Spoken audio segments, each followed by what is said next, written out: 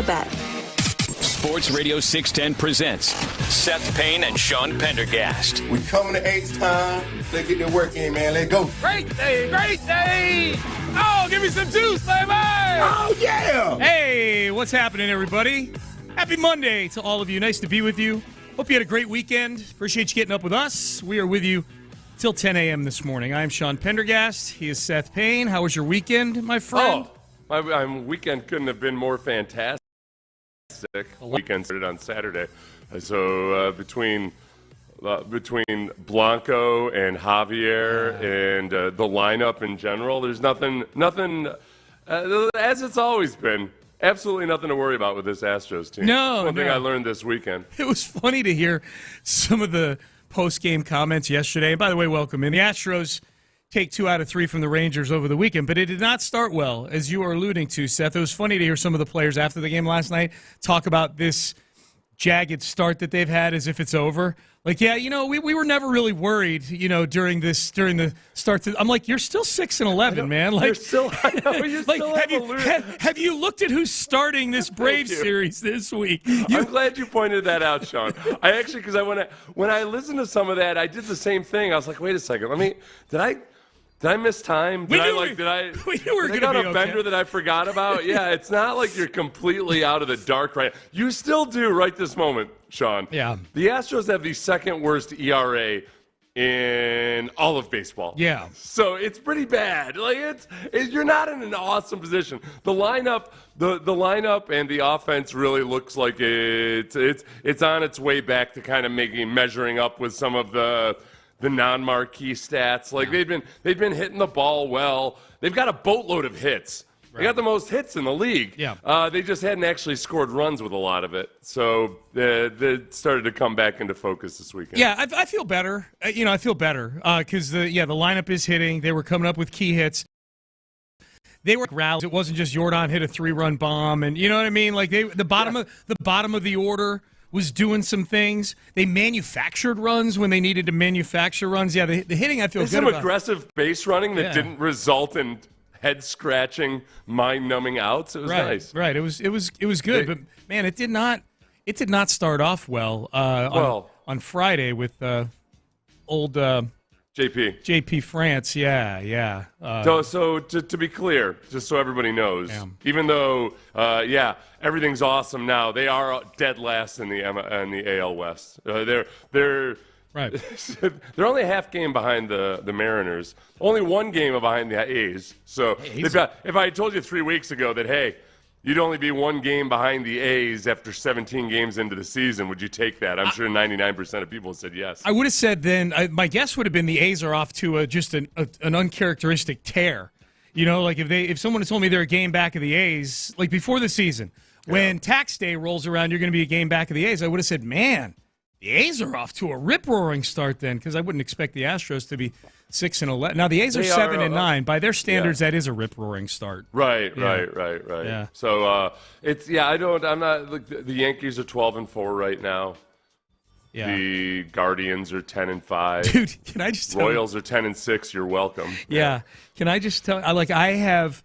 During this triage start the Astros have been on, I paid zero attention to the rest of the standings. I'm like, I'm so hyper-focused on them having to win a game. I'm kind of get out. But at least it's the Braves coming to town now. At least they can really build on this with the Atlanta Braves coming into town. Maybe they can build on this, get a little momentum, beat a good team. Verlander may start as soon as Friday. Yeah. So there's Washington. that. We've got that going for us, which is good. Yeah. And Framber might return before the team travels to Mexico City at the end of the month. So both of those guys hopefully back by the month of May. Well, that's that, and I think that's probably the biggest development of the weekend was they won a couple games against the Rangers. That was big, but off the field, the Framber thing looking like it's not going to be a big deal is huge for this team. Right. Is absolutely huge. That's and honestly, I'm probably short selling it. That's probably bigger news. That's probably bigger than the 2 wins they got over the Rangers, is that we'll call him the co-ace of this team along with Verlander. Like, they're on about the same level these days when they're fully healthy and pitching well. That's probably the biggest news of the weekend, is that the Framber thing is not a a 5-alarm fire. He's coming back. Right. You know? Yeah, that was one of those confusing situations where with this team, when you hear elbow discomfort or soreness or anything like that, or inflammation was the word they used, then that could go multiple directions. Some good, some atrocious. Yeah. So, and as the fact that there's any indication at all that he's coming back, obviously it's not the dreaded UCL. Yeah, which it's been around baseball, not just the Astros of late. I mean, so many injuries around baseball. You know baseball. what, though? It's not as bad. It's not. This has happened before. The UCLs right now are not, like, crazily bad compared to previous years. A lot of people are blaming the pitch clock for a situation, which is honestly pretty much like where it's – like there have been multiple times in the last 15 years where there's been this many UCL injuries – before the pitch clock. So I'm not freaking out about that now anymore either. Okay. So so it didn't start out well Friday. I was at a charity event and I'm just getting push notifications and I'm like, "Oh, another one of these innings, eh?"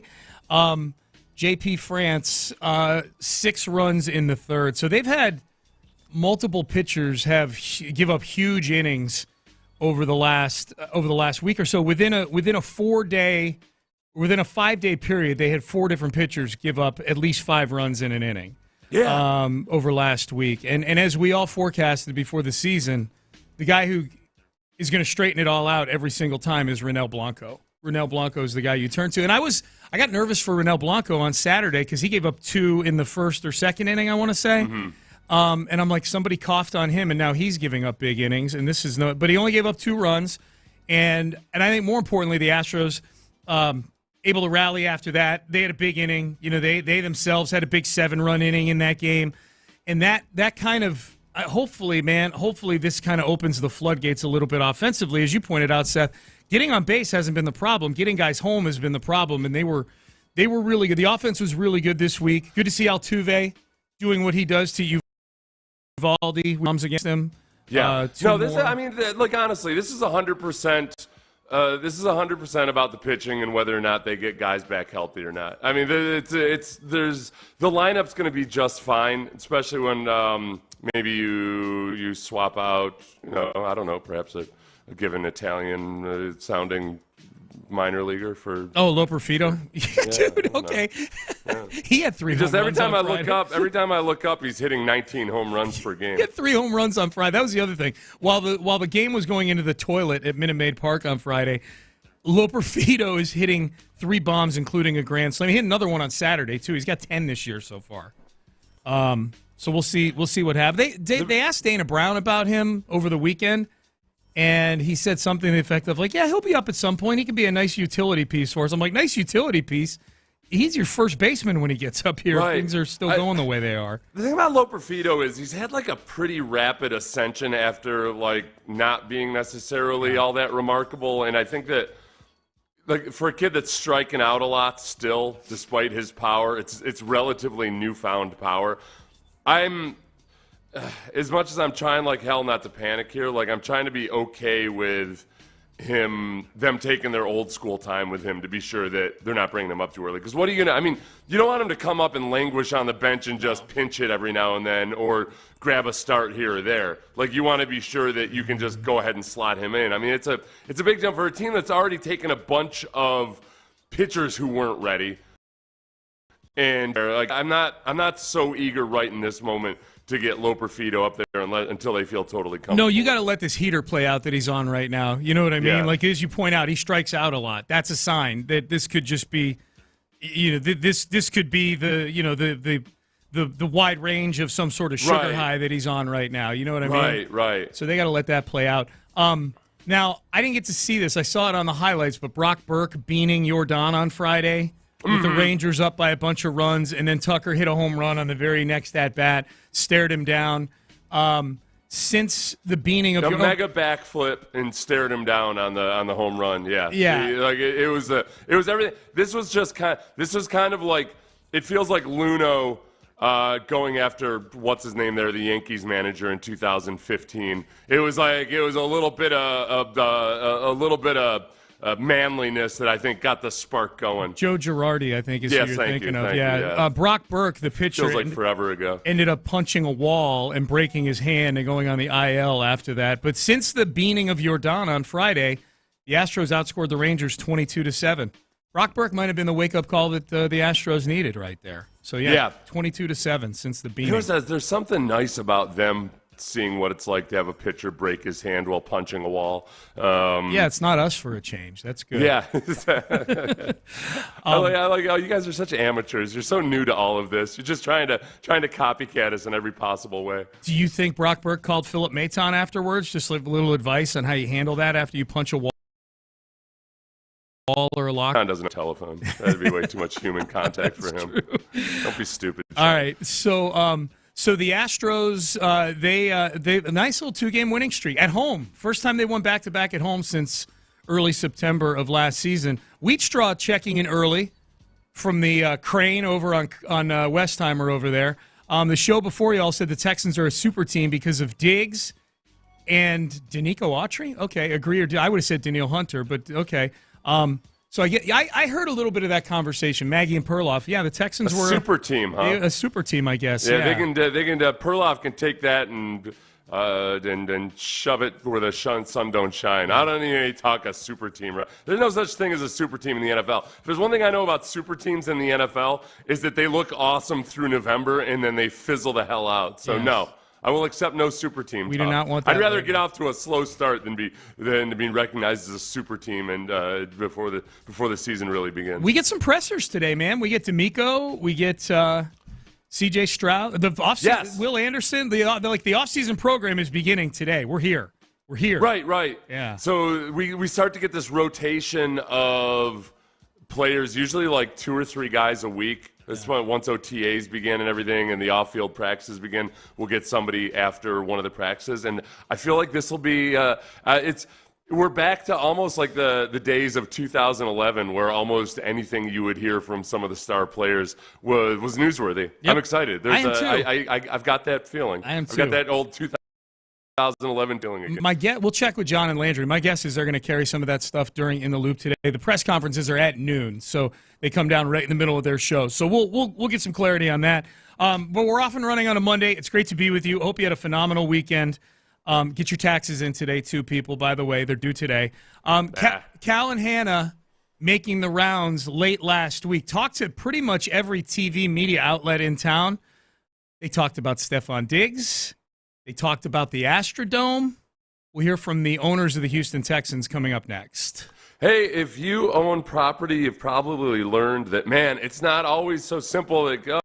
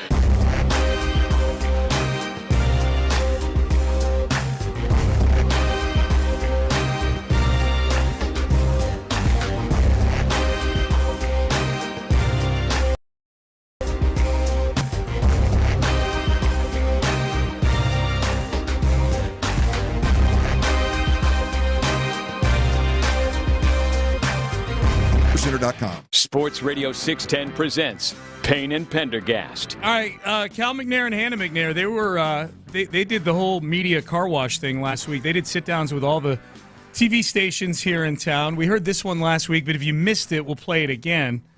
The reaction, both in the McNair household and amongst the younger generation of the with the Stephon Diggs trade. Our boys, when they heard the Stephon Diggs news, were screaming around the house, and then their friends said their teacher stopped class to tell everyone. So there's quite a buzz amongst the younger generation about the guys that we brought in.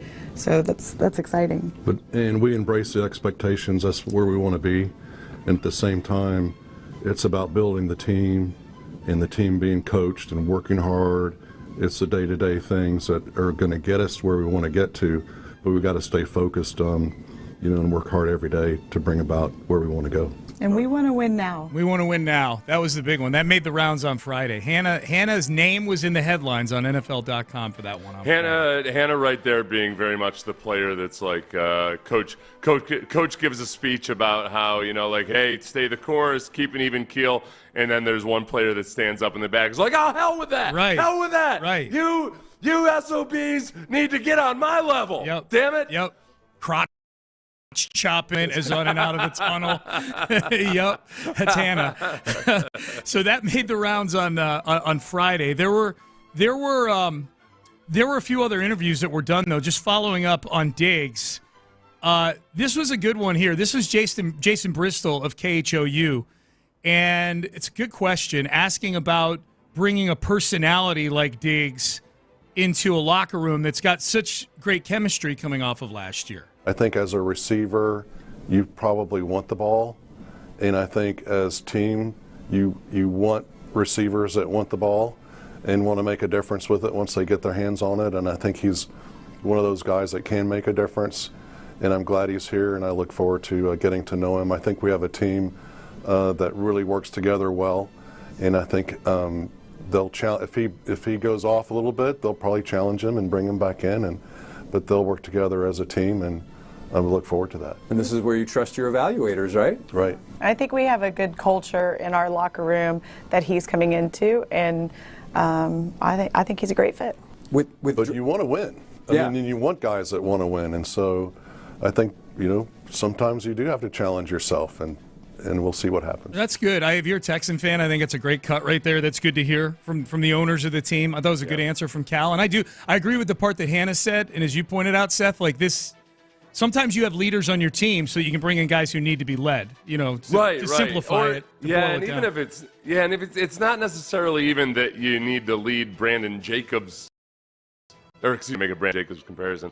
It's not even necessarily that you have to lead Stephon Diggs himself. It's just that you want to be sure that the rest of the locker room doesn't all of a sudden get pulled down the path of negativity if somebody's acting up. So I like really good football teams in the NFL have a certain amount of volatility amongst the personalities on the team. You know, the Chiefs at various times over the last few years have had either a Tyreek Hill or a Travis Kelce or any of those other guys that aren't always like the ideal picture perfect teammate or example of how you want your kids to act on the sideline, but they do just fine. I mean, would you? Oh no, we've got Stephon Diggs on the team. We might win 3 Super Bowls. Oh dear, let me clutch my pearls. You know? Yeah. I don't worry too much about it because that's just, if you're going to be a really good team in the NFL, you have to get to the point where you can withstand non-ideal personalities. Absolutely. Because every damn Super Bowl team I've watched in the last 10 years has at least one guy on it who wasn't Texans worthy, and yet somehow was okay for that Super Bowl team. So yeah, I'm glad that they've gotten over it. Yeah, it's funny. This is the extreme, obviously, the Patriots, but watching that documentary, the 10-part documentary on Apple TV where they went through the whole dynasty.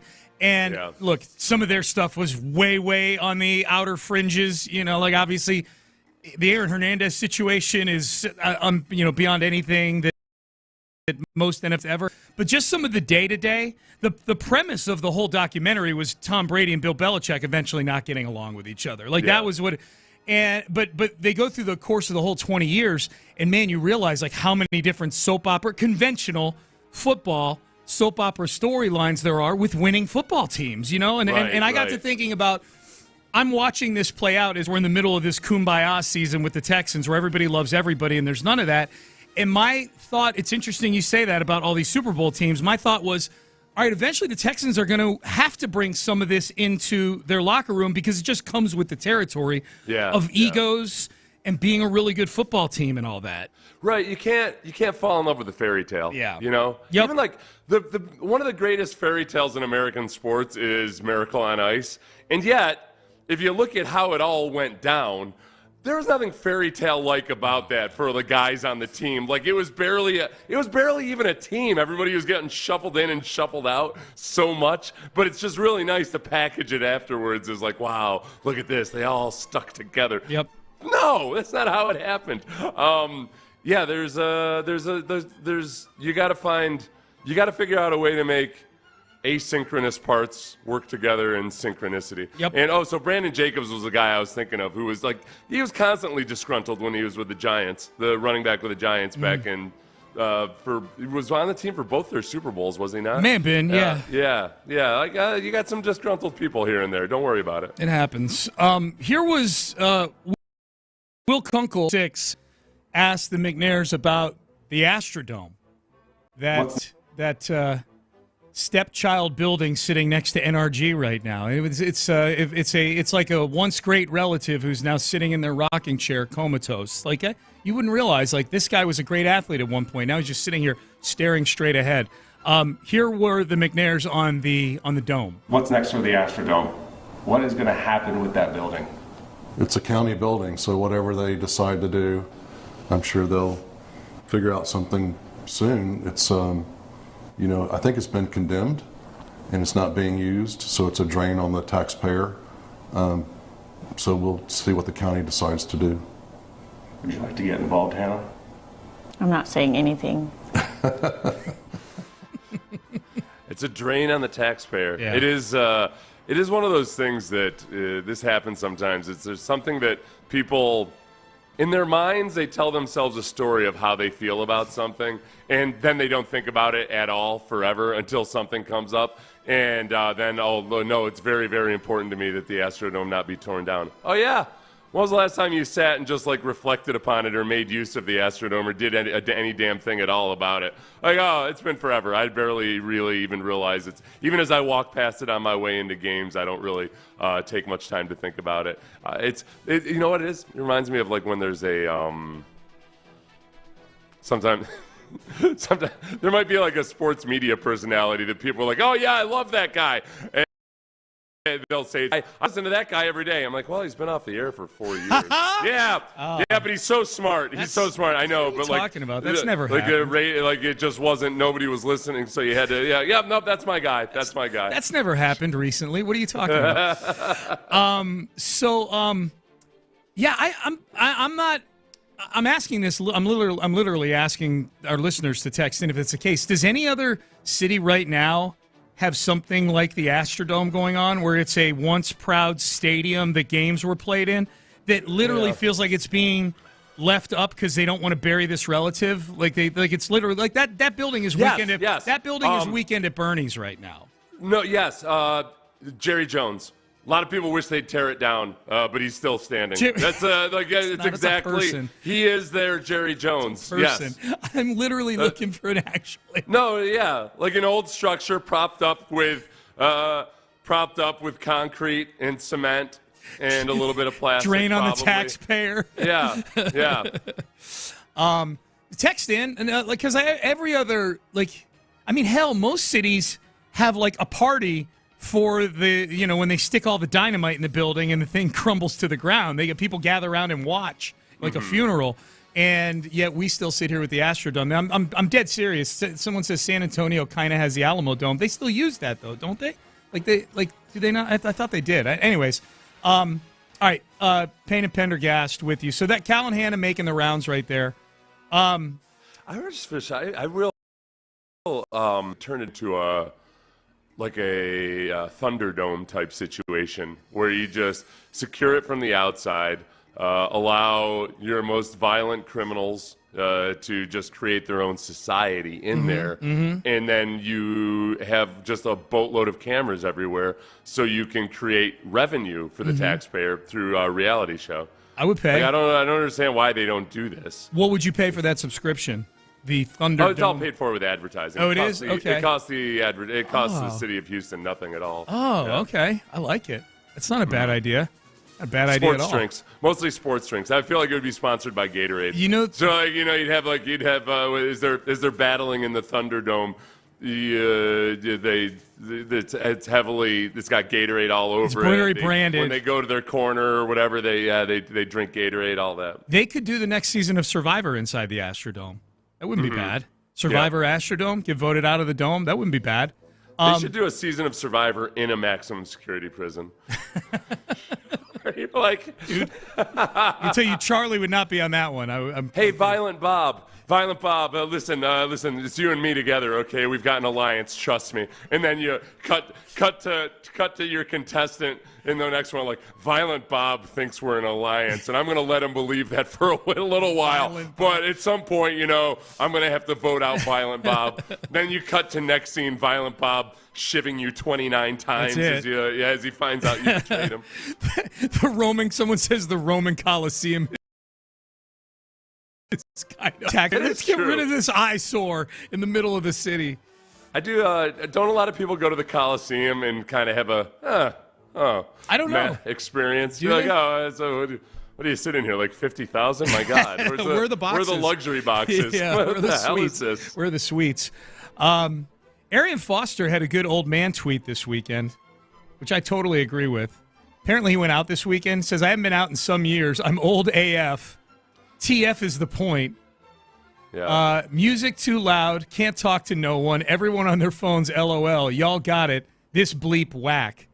So Arian, who apparently doesn't get out very much, went out to, seems like a club of some sort this weekend. It was at 1:01 a.m. Yeah. On April 13th. It's a Saturday night. Yeah. Friday night. Late Friday night, Saturday morning. Yeah. So apparently he went out Friday night and was not impressed. Yeah.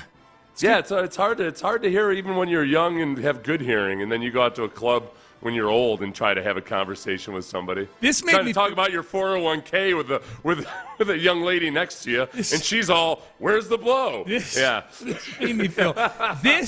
made me feel super old. I'm like, oh God.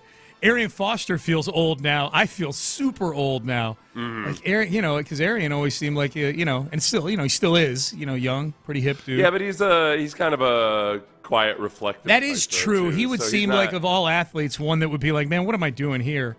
Arian would be at the far end of the spectrum.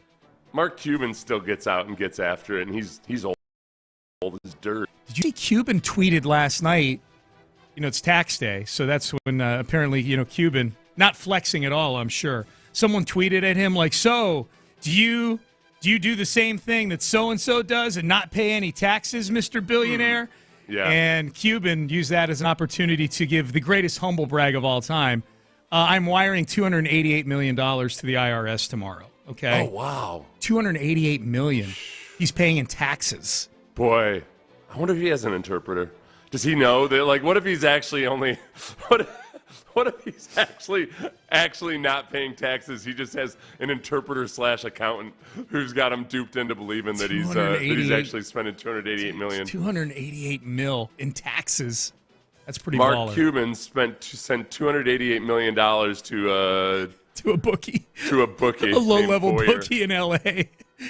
Oh man! All right, Payne and Pendergast. $288 million doesn't have to pay state income tax. But those property taxes are a killer in the state of Texas. They are. Yep, they are. They're high. All right, Payne and Pendergast. Let's get to headlines. The Astros kind of right the ship a little bit this weekend. We'll talk about that. Rocket season is over. We'll talk about that. And the Texans have got a Masters champion. We got a lot to get to in headlines. We'll do that coming up next. But first, Crash Champions. I remember my last Fender.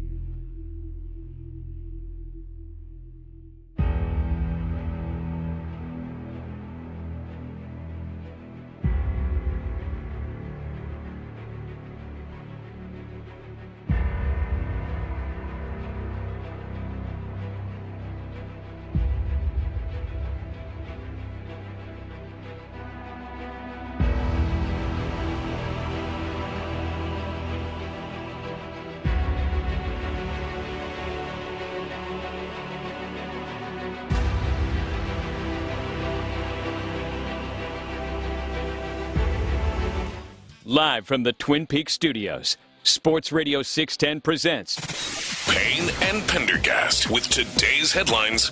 I hope you're having a good Monday. Appreciate you getting up with us. Headlines from over the weekend. We'll start with the Astros. They take 2 out of 3 from the Rangers. Did not feel good starting this series. Friday was yet another in a long line of games this week where the starting pitching imploded. This time it was J.P. France, a 6-run inning he gave up. They lose 13-8. Straighten out the ship over the weekend. Ronel Blanco, another solid outing, 6 innings, 2 runs, weathered an early storm. That was good to see. So you got hit with a little adversity. He had a good start, and the Astros explode for 7 runs in the 7th on Saturday. And then on Sunday, Christian Javier, very solid. 7 innings from Javier, which is a rarity. He was very economical with his pitches. They did him a lot of favors, swinging in a lot of first pitches. And Jose Altuve set the tone. 2 home runs off of Nathan Eovaldi, and they win 8-5 yesterday. So overall, a very, very good weekend for the Astros, I would say. This was for Altuve especially, who's just, as he typically does, gotten off to a very good and fast start, but even better than his usual standards here. Altuve just absolutely owning Eovaldi has been one of the more pleasant things to come out of, like, not just obvious. It's been a long time coming. But he's now got 7 home runs versus Eovaldi. The most he has versus any other major league pitcher is 3. Jordan owns Eovaldi as well. And Eovaldi had gotten off to a sub 2.0 ERA early in the season. They pretty much just wrecked everything for him yesterday. It was nice. It was really nice to see for a guy that had a couple good games against the Astros not too long ago. We don't need to relive it. Yeah. Don't need to think about that at all right now. That. Yeah, let's worry about the fact that the Astros right now have a winning record versus the Rangers, and they made Uvalde look like he should go back down to maybe double or single A. The Braves come to town now, and the starting pitchers for the Astros in this series against the Braves will be Spencer Arrighetti, he of the 7-run third inning a few nights ago, Hunter Brown, he of the 9-run first inning a few nights ago, and J.P. France, who was actually the steadiest of the three with just a 6-run outburst on Friday against the Rangers. So this is this will be a nice test for the Astros. As the Astros are giving sound bites that sound like, oh yeah, that rough beginning, that was all in the past. Yeah, they are still dead last in the AL West. 6-11. Jeremy Pena's like, yeah, we knew we'd get through this rough start. I'm like, bro, you're still in this rough start. It's like being wheeled into the delivery room and your wife being like, wow, that wasn't as bad as I thought it would be. Like, no, honey. We've got more to come. Yeah. We've got more to come. Yeah, so, but I'm okay. I'm bracing myself for it. I feel like this weekend you saw that, hey, the lineup has been hitting pretty well. That just hasn't resulted in runs. They've got the most hits in Major League Baseball right now, where it actually resulted in runs this weekend. They've got the best OPS in the AL. Like, a lot of the lineup, you should feel really good about it. But if you watch baseball, you can't just rely on an awesome lineup to show up every single night and to produce double-digit runs at will, because you've got 3 minor leaguers starting for you. Yeah. Part of me is like, man, could you save some of those for Monday, Tuesday, and Wednesday, fellas? Saturday we only needed 3 of those. You save some for Monday, Tuesday, Wednesday. I will say, the pitching being better this weekend, this looking more like these look more like normal Astro games this weekend, Saturday and Sunday. Yeah. It did allow me to enjoy some of the fast starts that some of these guys are off to in the everyday lineup. Like, oh, wow, that's right, Pena's batting .339 right now. Like, I haven't even been able to enjoy the fact that Jeremy Pena looks like he might have turned a corner here early in the season. To this point, he's really only had one phenomenal month of his 2-year career. It just so happened to be the month they were playing in the ALCS and the World Series. The more the body of work of Jeremy Pena says he's like a 700 to 750 OPS guy, but he made painstaking efforts to fix his swing this offseason, and so far it looks like it's been pretty successful. He's been very consistent so far. Yeah. You just got a black hole at first base, and you can only have your catchers play first base so many times before you start thinking about bringing up your minor league phenom, Loper Fido. How about having 2 catchers that can hit?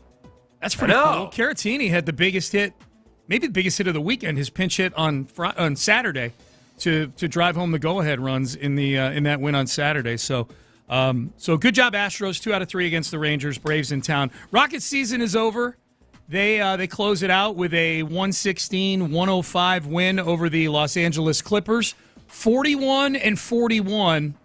The best record ever for an 11 seed in the history of the league. So they are playing in a deep Western Conference. Not good enough to get into the play-in this season. Good enough to get into if there were a play-in every season prior to this, it would have probably been to get in and still be playing basketball. But this is a massive success. This season, play-in or no play-in, 41-41 and a 19-game improvement, and playing better at the end of the year than at the beginning of the year. Right. For a lot of these guys, big improvement. It would be nice. It would be nice if you could have ended it on where you're playing one of the best teams in the league, in the Clippers, and maybe the Clippers send out your old star James Harden. But no, James Harden was not going to grace us with his presence in this game. The Clippers would only start 1 starter, but the Rockets also who went off for like 40. It felt like Terrence Mann. The Rockets started 4 of their most recent 6 draft picks. Yeah. Like, that's what you need to know. This was youth. This was, as you said, what we've all dreamed of, having the best record ever as the 11th seed. Yeah, man. That's good for you. That banner will hang forever at Toyota Center. Oh yeah, let's hang one. Let's hang one for sure. Probably the biggest story coming out of this game, at least nationally, Boban got the people free chicken. If you miss 2 free throws, Chick-fil-A gives everybody free chicken. Boban misses the first, and then starts gesturing to the crowd. Mind you, this is with 4 minutes left in the game. Yeah, the Rockets were up by 7 at this point. So here we go. Fans are getting excited here. There might potentially be some free chicken on the board if he misses his second free throw. Oh, man, free chicken on the board. Yeah, so that's why the fans are getting a little frothy. Oh, they're pointing to Bobo's playing with the crowd, saying, you want chicken? Here's Game of Chicken! He's a man of the people! He's a man of the people! He did that on purpose? He did! He gave out free chicken! Okay. That was Ryan Holland's best call of the year, by the way. I don't know if he did it on purpose or not. I don't think he's not a good enough free throw shooter to intentionally miss, but just rim it, you know, and have it bounce just to the left. So I think he was screwing with the crowd one way or the other. He knew there was a good chance he wasn't going to make it. Look, he's honest, if nothing else, with himself, and so he ended up getting the crowd going crazy. But I don't believe that with over 4 minutes left in the game, he intentionally missed the free throw. I don't think so either. He dominated the fourth quarter, by the way. He came in. He hadn't played prior to the fourth quarter. He comes in. He has 13 points and 8 rebounds in the fourth quarter. Boban did. That's right. And there were times where he's just holding the ball over his head with one hand, like he was an adult at a cookout or something like that. Mm-hmm. It made me feel like I needed to see more Boban this year. I needed more Boban in my life. But 41-41, good job, Rockets. Big improvement over last season. Texans offseason program begins today. D'Amico Ryans, C.J. Stroud, Will Anderson, all meeting with the media at about noon today. I'm sure In the Loop will be all over that. Big question will be whether Stephon Diggs is there or not. I think at the point offseason of contention program with the Bills that Stephon Diggs didn't want to be for the offseason program. The Texans didn't have like 100% attendance last year, so this is not something that's a deal breaker. Which, I mean, technically it is supposed to be voluntary, and yet, you know, coaches try to toe the line as to whether or not they care about it. I don't know. I would expect Stephon Diggs to be there. You do? I think he's gonna be wherever CJ is. What do they do at this early April stage? Is it just lifting and stuff like? Are they doing any? They're not doing any sort of installation. Or I don't think they like start on-field stuff for at least a couple weeks. Okay. I could be wrong. They change it with each new CBA. Okay, gotcha. So that's today. Scotty Scheffler is your Masters champion. He wins by 4 strokes yesterday in Augusta. Just not a whole lot of suspense there. He led going into yesterday, got a little tight there early on, and then just ended up winning by 4 strokes. He's a closer. He wins his second Masters. Probably the big story, I won't say bigger. The biggest story is who won. But the second biggest story, Tiger, 16 over for the weekend. DFL, dead last for Tiger. Highest score of his career, 16 over for a 72-hole tournament. So, so Tiger's getting closer and closer to being one of those olds who tees off first at the Masters. Scheffler, it was fun. It was interesting. I mean, his wife is expecting. Not like she wasn't like her due date wasn't yesterday or anything, but her due date is imminent with their first child, and he had said beforehand that it doesn't matter if he's on the 15th or 16th hole on the final day. If his wife goes into labor, he's gone. So there was a little bit of that, like just kind of wondering whether or not. I guarantee his wife had already committed to just keeping her mouth shut. If he was on the 16th hole, what's she gonna do? Like text his caddy? I don't know. Yeah. And on it, he was kind of, I don't want to say miserable afterwards, but you could tell he was still distracted. He said his mind is on getting home to his wife and everything. I feel like this is what I would say about Scheffler, man.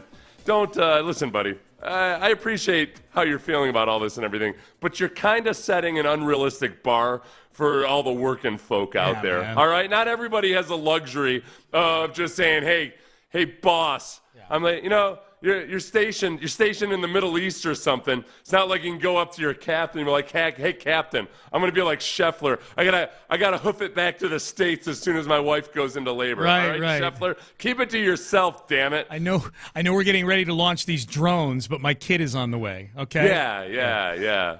All right, Payne and Pendergast with you on all he does is win Masters, Sean. That's it. That's all he does. Payne and Pendergast with you on a Monday. All right, let's circle back to the Astros. 3 big things, other than on the field, that Astro fans are monitoring. 3 non-game things that Astro fans are monitoring. What's the status on these 3 highly important things? We will get that to you Coming up next, but first, the men's tea clinic. Friday, my men's tea clinic, they had a good visit to the men's.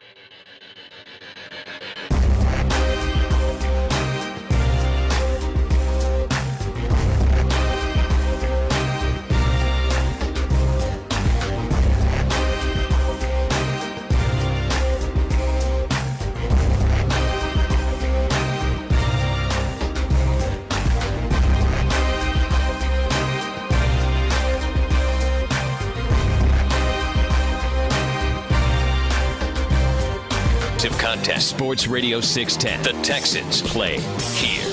An Odyssey station. Sports Radio 610 presents Payne and Pendergast.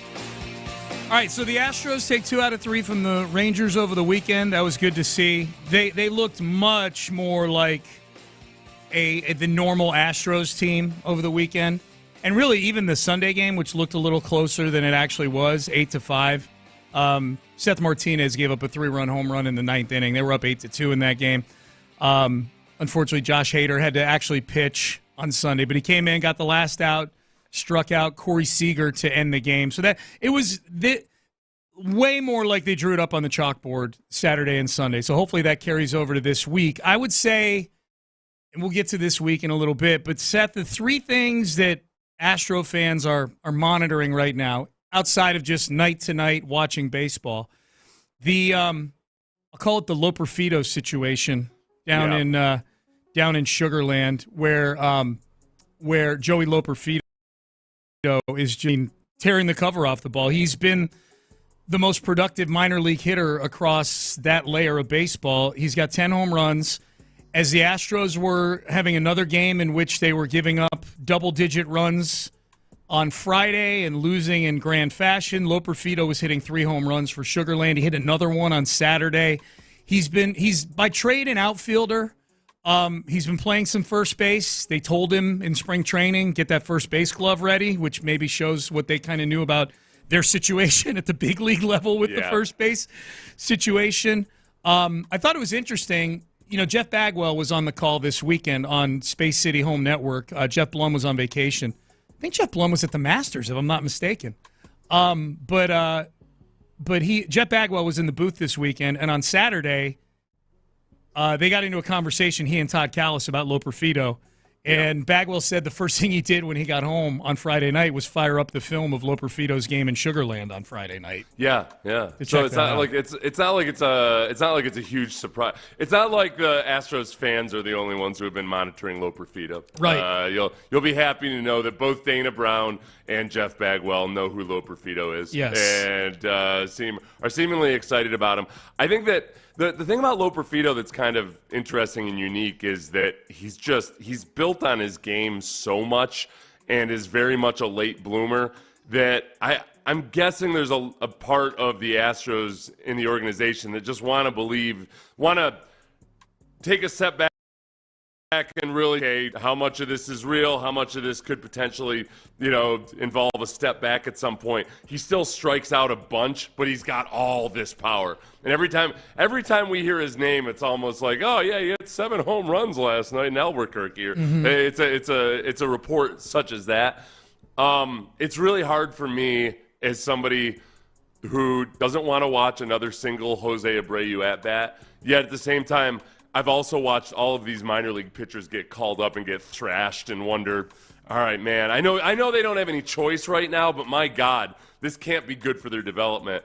I feel like Loperfido is, you got to try to see the forest for the trees and not bring him up in a moment of panic just because he's playing so well right now. Yeah, I don't think he's going to be up anytime soon. If I had to guess, you got to let this hot streak play out and then see if there's you got to see where his settle-in zone is. You know what I mean? Like, yeah, he's on this incredible hot streak right now. These things never last. So what does it look what does normal look like? Because this is abnormal. What does normal look like for him? And how does he, how does he respond to pitch, even at that level, pitchers making adjustments to him and whatnot? Plus, I mean, you got to, looking at the big picture, think about, all right, what is the greatest ailment for this team right now? And is Loperfido the guy that's going? Would Loperfido have given you a more lopsided record? I know, obviously, you don't think about that with any other. The pitching is the issue, is what I'm trying to say here, Sean. I mean, you've got league pitchers out there giving up 6 and 7 runs in a third of an inning. That's kind of a big deal right now. If Loperfido can't pitch, he does nothing for what really, really ails the Astros right now. Yep. So we're monitoring that. We're keeping an eye on Loperfido. And then I would say the other 2 things, Seth, that Astro fans are tracking here are the 2 injuries to their aces, their co-aces, we'll call them. You got really good news on both fronts this weekend. We'll start with Framber. Framber's injury is not believed to be serious.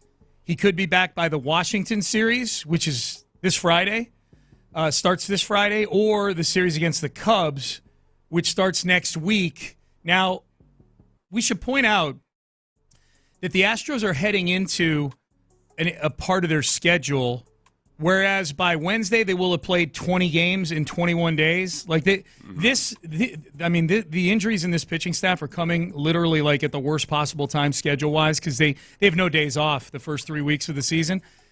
Starting on Thursday, they go into like a 12 or 13-day period where they have 4 different days off throughout there. They're off this Thursday, and then they're off again on Monday. They're off on a Friday in a couple of weeks. So they've got a bunch of days off here. Now, if they had their normal depth of pitching rotation, I would say, okay, well, there's no need to rush Framber back. You can easily go with a 5-man rotation, but they don't even have 5 guys you can trust right now. You know what I mean? Right. Whereas in the past, you'd be like, oh, okay, well, they don't have to rush him back because, fifth starter and he's trusted, whatever. They've got 2 guys they can trust right now. It's Ronel Blanco and Christian Javier, and that's it. So the schedule, while the schedule is quirky and normally it would allow you to be a little more patient, I don't know that you can be patient necessarily with this. I mean, one of those Fridays that they're missing is so they can travel to Mexico City. So that's the weirdness of that comes into, that's April 26th. They don't play because they're traveling to Mexico City.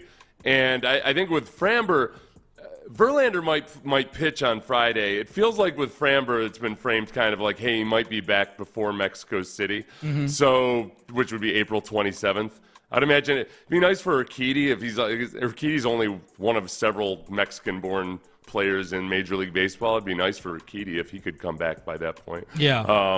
But I'm not pushing for that or anything. No. So that's these guys coming back in a period when perhaps you'll get a few extra breaks from the schedule, that might get it feeling a little bit more like normal. And they are like you got to remember they're dead last in the AL West right now. They gotta recapture some ground. Playing at a 500 clip right now, while everybody's as banged up as possible, isn't going to feel all that great in the standings. Verlander threw 77 pitches in his second rehab start for the Hooks over the weekend. His numbers stunk again, but I have a hard time getting too worked up about this. 4 innings pitched, 5 earned runs, 7 hits, 3 strikeouts, 2 wild pitches, and 2 pitch clock violations as well. He checked every box on that bingo card, baby. That was about one of his injury stints in the minors and just about how it was cool because you hear from his perspective where he is always just like brutally honest about when he hasn't played well. And he was talking about how he was injured. They put him ninth because the minor league team was still in the playoff race at that point. And he just flat out said, I don't know these guys. Like I didn't know. You're out there. You're still injured. You're trying to hit against pitchers that you know nothing about. Yeah. And likewise with the pitchers, Verlander's going to work on what he's working on. If the minor leaguers figure out that he's throwing a changeup or what have you, then or he's working on that, they're going to sit on it. So you have to worry. I think with Verlander especially, he's like a lot of pitchers, kind of brutally honest about everything. Like him giving a positive appraisal afterwards is all I care about. I don't care about the numbers. Yeah, he threw 77 pitches, so he hit his target on pitches. He felt good afterwards. Those are the big things. Yeah. And by the way, I feel like he's the benevolent Justin Verlander because think of how many minor leaguers he has now given a story to over these last 2 starts that can say, I once got a hit off of Justin Verlander. Right. You know what I mean? Like I think he gave up 7 hits in the last start as well. He gave up 7 in this one. I'm guessing they weren't spread over 14 different guys. There's probably a couple in there that had multiple hits against Justin Verlander, but he made, let's just call it 10 minor leaguers a little more interesting 10 years from now, 15 years from now. He's the Johnny Appleseed of positive memories for minor leaguers. That's what I was looking for, yeah. He's a G. So that'll be good. You get Framber back, you get Verlander back. Like 7, we're a 10th of the way into the season here, almost exactly. They're 6-11. We're a 10th of the way into the season. And as I'm looking at it, you're 6-11. You go, okay, which of these things are gonna which of these things that have ailed them so far are going to sustain, and which ones can get fixed? Right? Okay. So yeah, you're trying your hardest to be positive. I don't know how somehow you and I reversed roles over the last couple of weeks, and you've become the cynical one. Tell me if you think these things are reversible or not. Okay. Abreu. Looking like Abreu from September last year. No, we don't need to waste breath What? on this. No. Well, yeah, Sean, last year in September, 26 games, he had 7 home runs, had an 835 OPS. Yeah. Do you not believe? Do you not believe that Abreu is capable of that? My feelings on Abreu are well documented. Abreu in the postseason last year, Sean. What was he in the postseason, Seth? He hit 296, had an OPS of 945. Okay. I have a hard time looking at Jose Abreu. That's all. I hope it happens. They are going to give Jose Abreu all the runway he needs. Like anybody who's hoping that a DFA is going to happen here, that he's going to get cut, designated for assignment in mid-May or something like that, you better buckle up. You better have plenty of whiskey handy, man, because he's going to be around for a while. All right, okay, now let's see. Is this reversible? At the very least, let's say if Abreu doesn't turn it around to where he was in September through the playoffs last year. Yeah. If he doesn't, if you continue to have this situation where your catchers can be your backup first baseman, do you feel better about the way that Dana Brown handled the first base position in the offseason, including having John Singleton be your go-to dude? I don't know. I guess, it depends on what other solutions are out there. Like, people keep bringing up Brandon Belt's name. He's still out there as a free agent. He's better than both of these guys, obviously. But as you pointed out last week when we played that audio from it was Reggie Jackson, where he's like, Blake Snell, just got a little too expensive for us. That's not what we're going to spend the money on. And as you pointed out, it's like, well, yeah, you can't, because you've got a $19 million black hole vortex at first base with Jose Abreu. So Caratini and Yainer Diaz, that by the time September rolls around, that might be the solution, is that you're using, you're doing some sort of janky first base catcher thing with both of those guys. I don't know what it is. I do know that I do know that the manager right now has very little confidence in Jose Abreu, and this is where I will give Joe Espada credit. Is that not every decision he's made has been the right one, and the pinch-hitting Singleton stuff that he's done has been a little weird. But, and this isn't me, people get worked up when we bring up Dusty's name, but Dusty kept Jose Abreu at cleanup in the 5-hole for the first 2 months of the season while he had an OPS in the 500s. Joe Espada is looking at things quickly here and going, no, you're in the 8-hole. And the only reason you're not in the 9-hole is because we don't want to bat you in front of Jose Altuve and ruin it for him. Like, he's the worst hitter in the lineup. And thankfully, Joe Espada is treated the worst hitter in the lineup. Abreu you're bad enough that we can't put you 9th. Not when we're also batting Yordan second. That's the trouble with batting Yordan second. I'm a fan of it so far. But yeah, batting Yordan second. Boy, and getting to the point now, it's so nice when you see Yordan intentionally walked or pitched around, and then Tucker comes up to the plate and hits a home run. That's pretty nice. Yes. That's pretty cool to see. I know, spreading them out, this, that, the other thing, but it's also nice to see the psychological warfare of those guys, right, like that. I learned something this weekend, Sean, that I'm impressed with for the Astros. It's this. You remember Sean Dubin, the reliever who came in on Saturday? Was it Friday or Saturday? Saturday he came in and pitched one scoreless inning. 2 strikeouts and then a line out after Gorgeous that. beard, yes. He's from near my wife's hometown. Okay. And I was talking to, and I knew Dubin was a late bloomer, but I was talking to my nephew, and I'd forgotten my nephew had played against Dubin in high school. And my nephew was like, he didn't throw faster than 80 in high school. Like, he was a good pitcher, but it was like there was nothing about Dubin that people looked at and thought, like, yeah, that guy's going to be in the majors some year. So the Astros, this is yet another story of a guy, even though he went through the conventional route of, playing college, all that stuff and everything. He could end up being like Sean Dubin, who comes from this little redneck town, might be exactly like all the Latin American all the prospects who were signed after everybody else thought they were over the hill. Glitch in the Matrix is upstate New York. I think he grew. My nephew. I don't know if I'll have to fact check my nephew on this. He was saying that Dubin actually grew after college, like grew in height after college. Really? Yeah. True late bloomer. Man, that's wild. Got a great beard too. I haven't fact checked that, everybody. Don't. And I feel like 80, they were probably teeing off on him even in high school at 80 miles an hour. Like that's. I'm sure he had really good stuff. Probably good movement. Yeah. Good movement. He said not faster than I don't know if he meant in the 80s or what have you. Yeah. All right, Payne and Pendergast with you. We acknowledge every Monday, 7:25-ish. We acknowledge big performance from the weekend. In this case, big performance from the season. We've got a few that we'll get to here coming up next. It is Acknowledge Me. Stay there. Acknowledge Bayway Ram because they have incredibly low interest rates for you.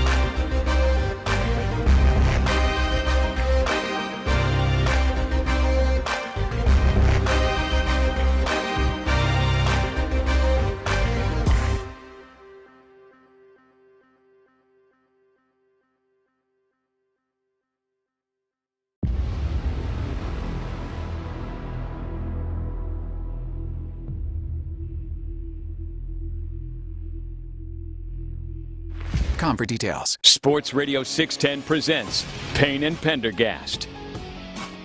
All right, 7:24 on a Monday. It means we acknowledge me. We acknowledge big performances. That's what we do this time each week.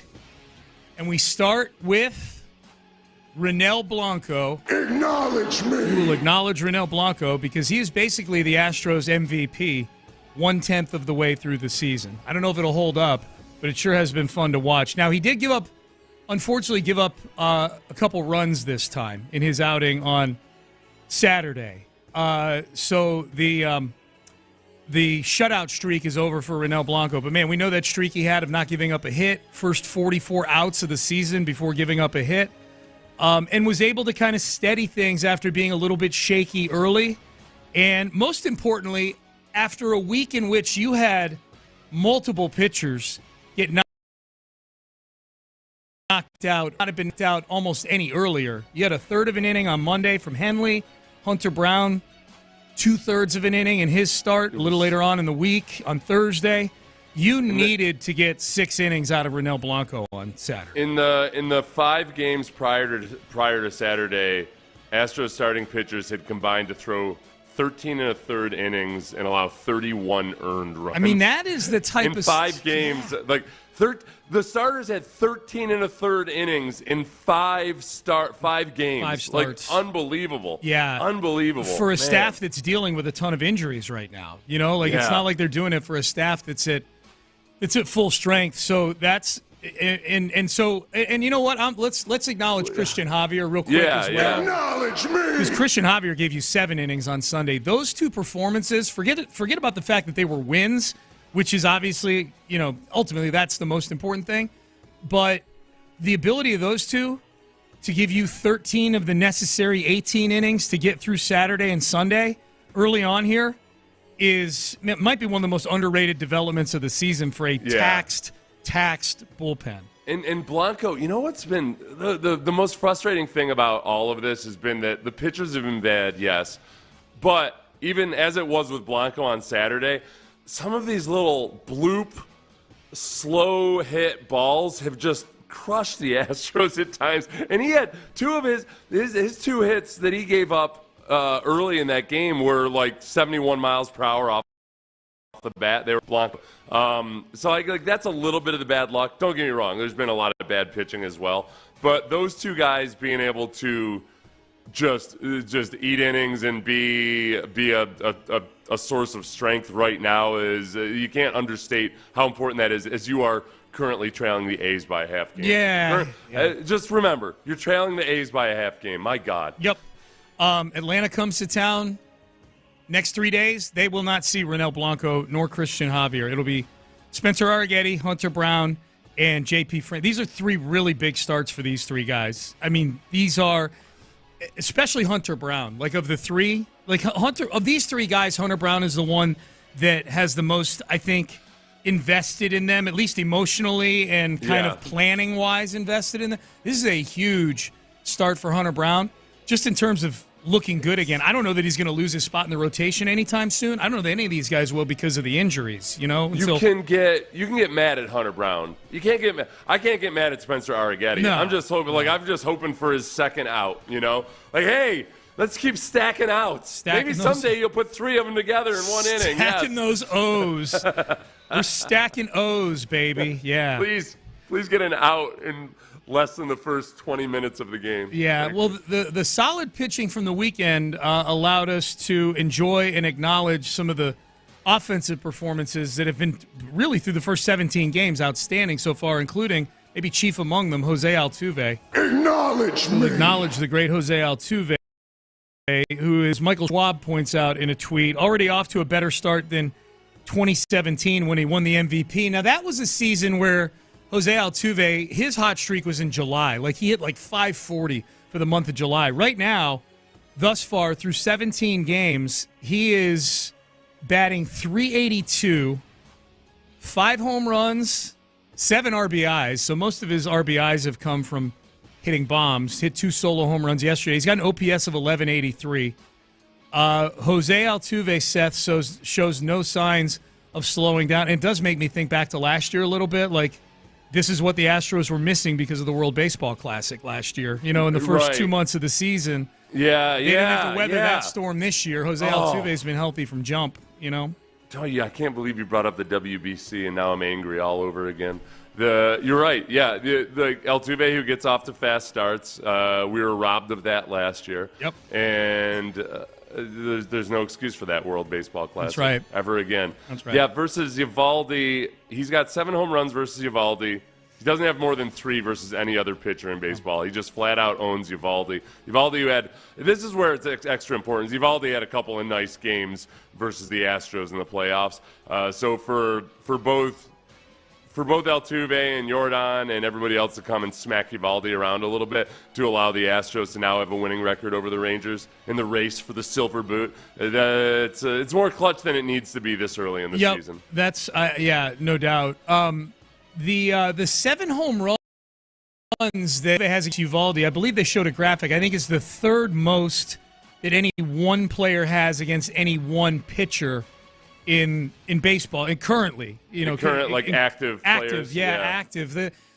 One of the top 2 was Santana from the I believe from the Twins, has 9 against Verlander of all things. I bet one of them is also Abreu was really good versus Verlander too. I believe he wasn't on the graphic. Yeah, he wasn't. Okay. Yeah, not for home runs. So he wasn't on there. Somebody has a bunch against Garrett Cole. I forget there were a lot of Astro ties on that graphic they showed on Space City. Anyways, Altuve, great start, Jose Altuve. So we acknowledge you.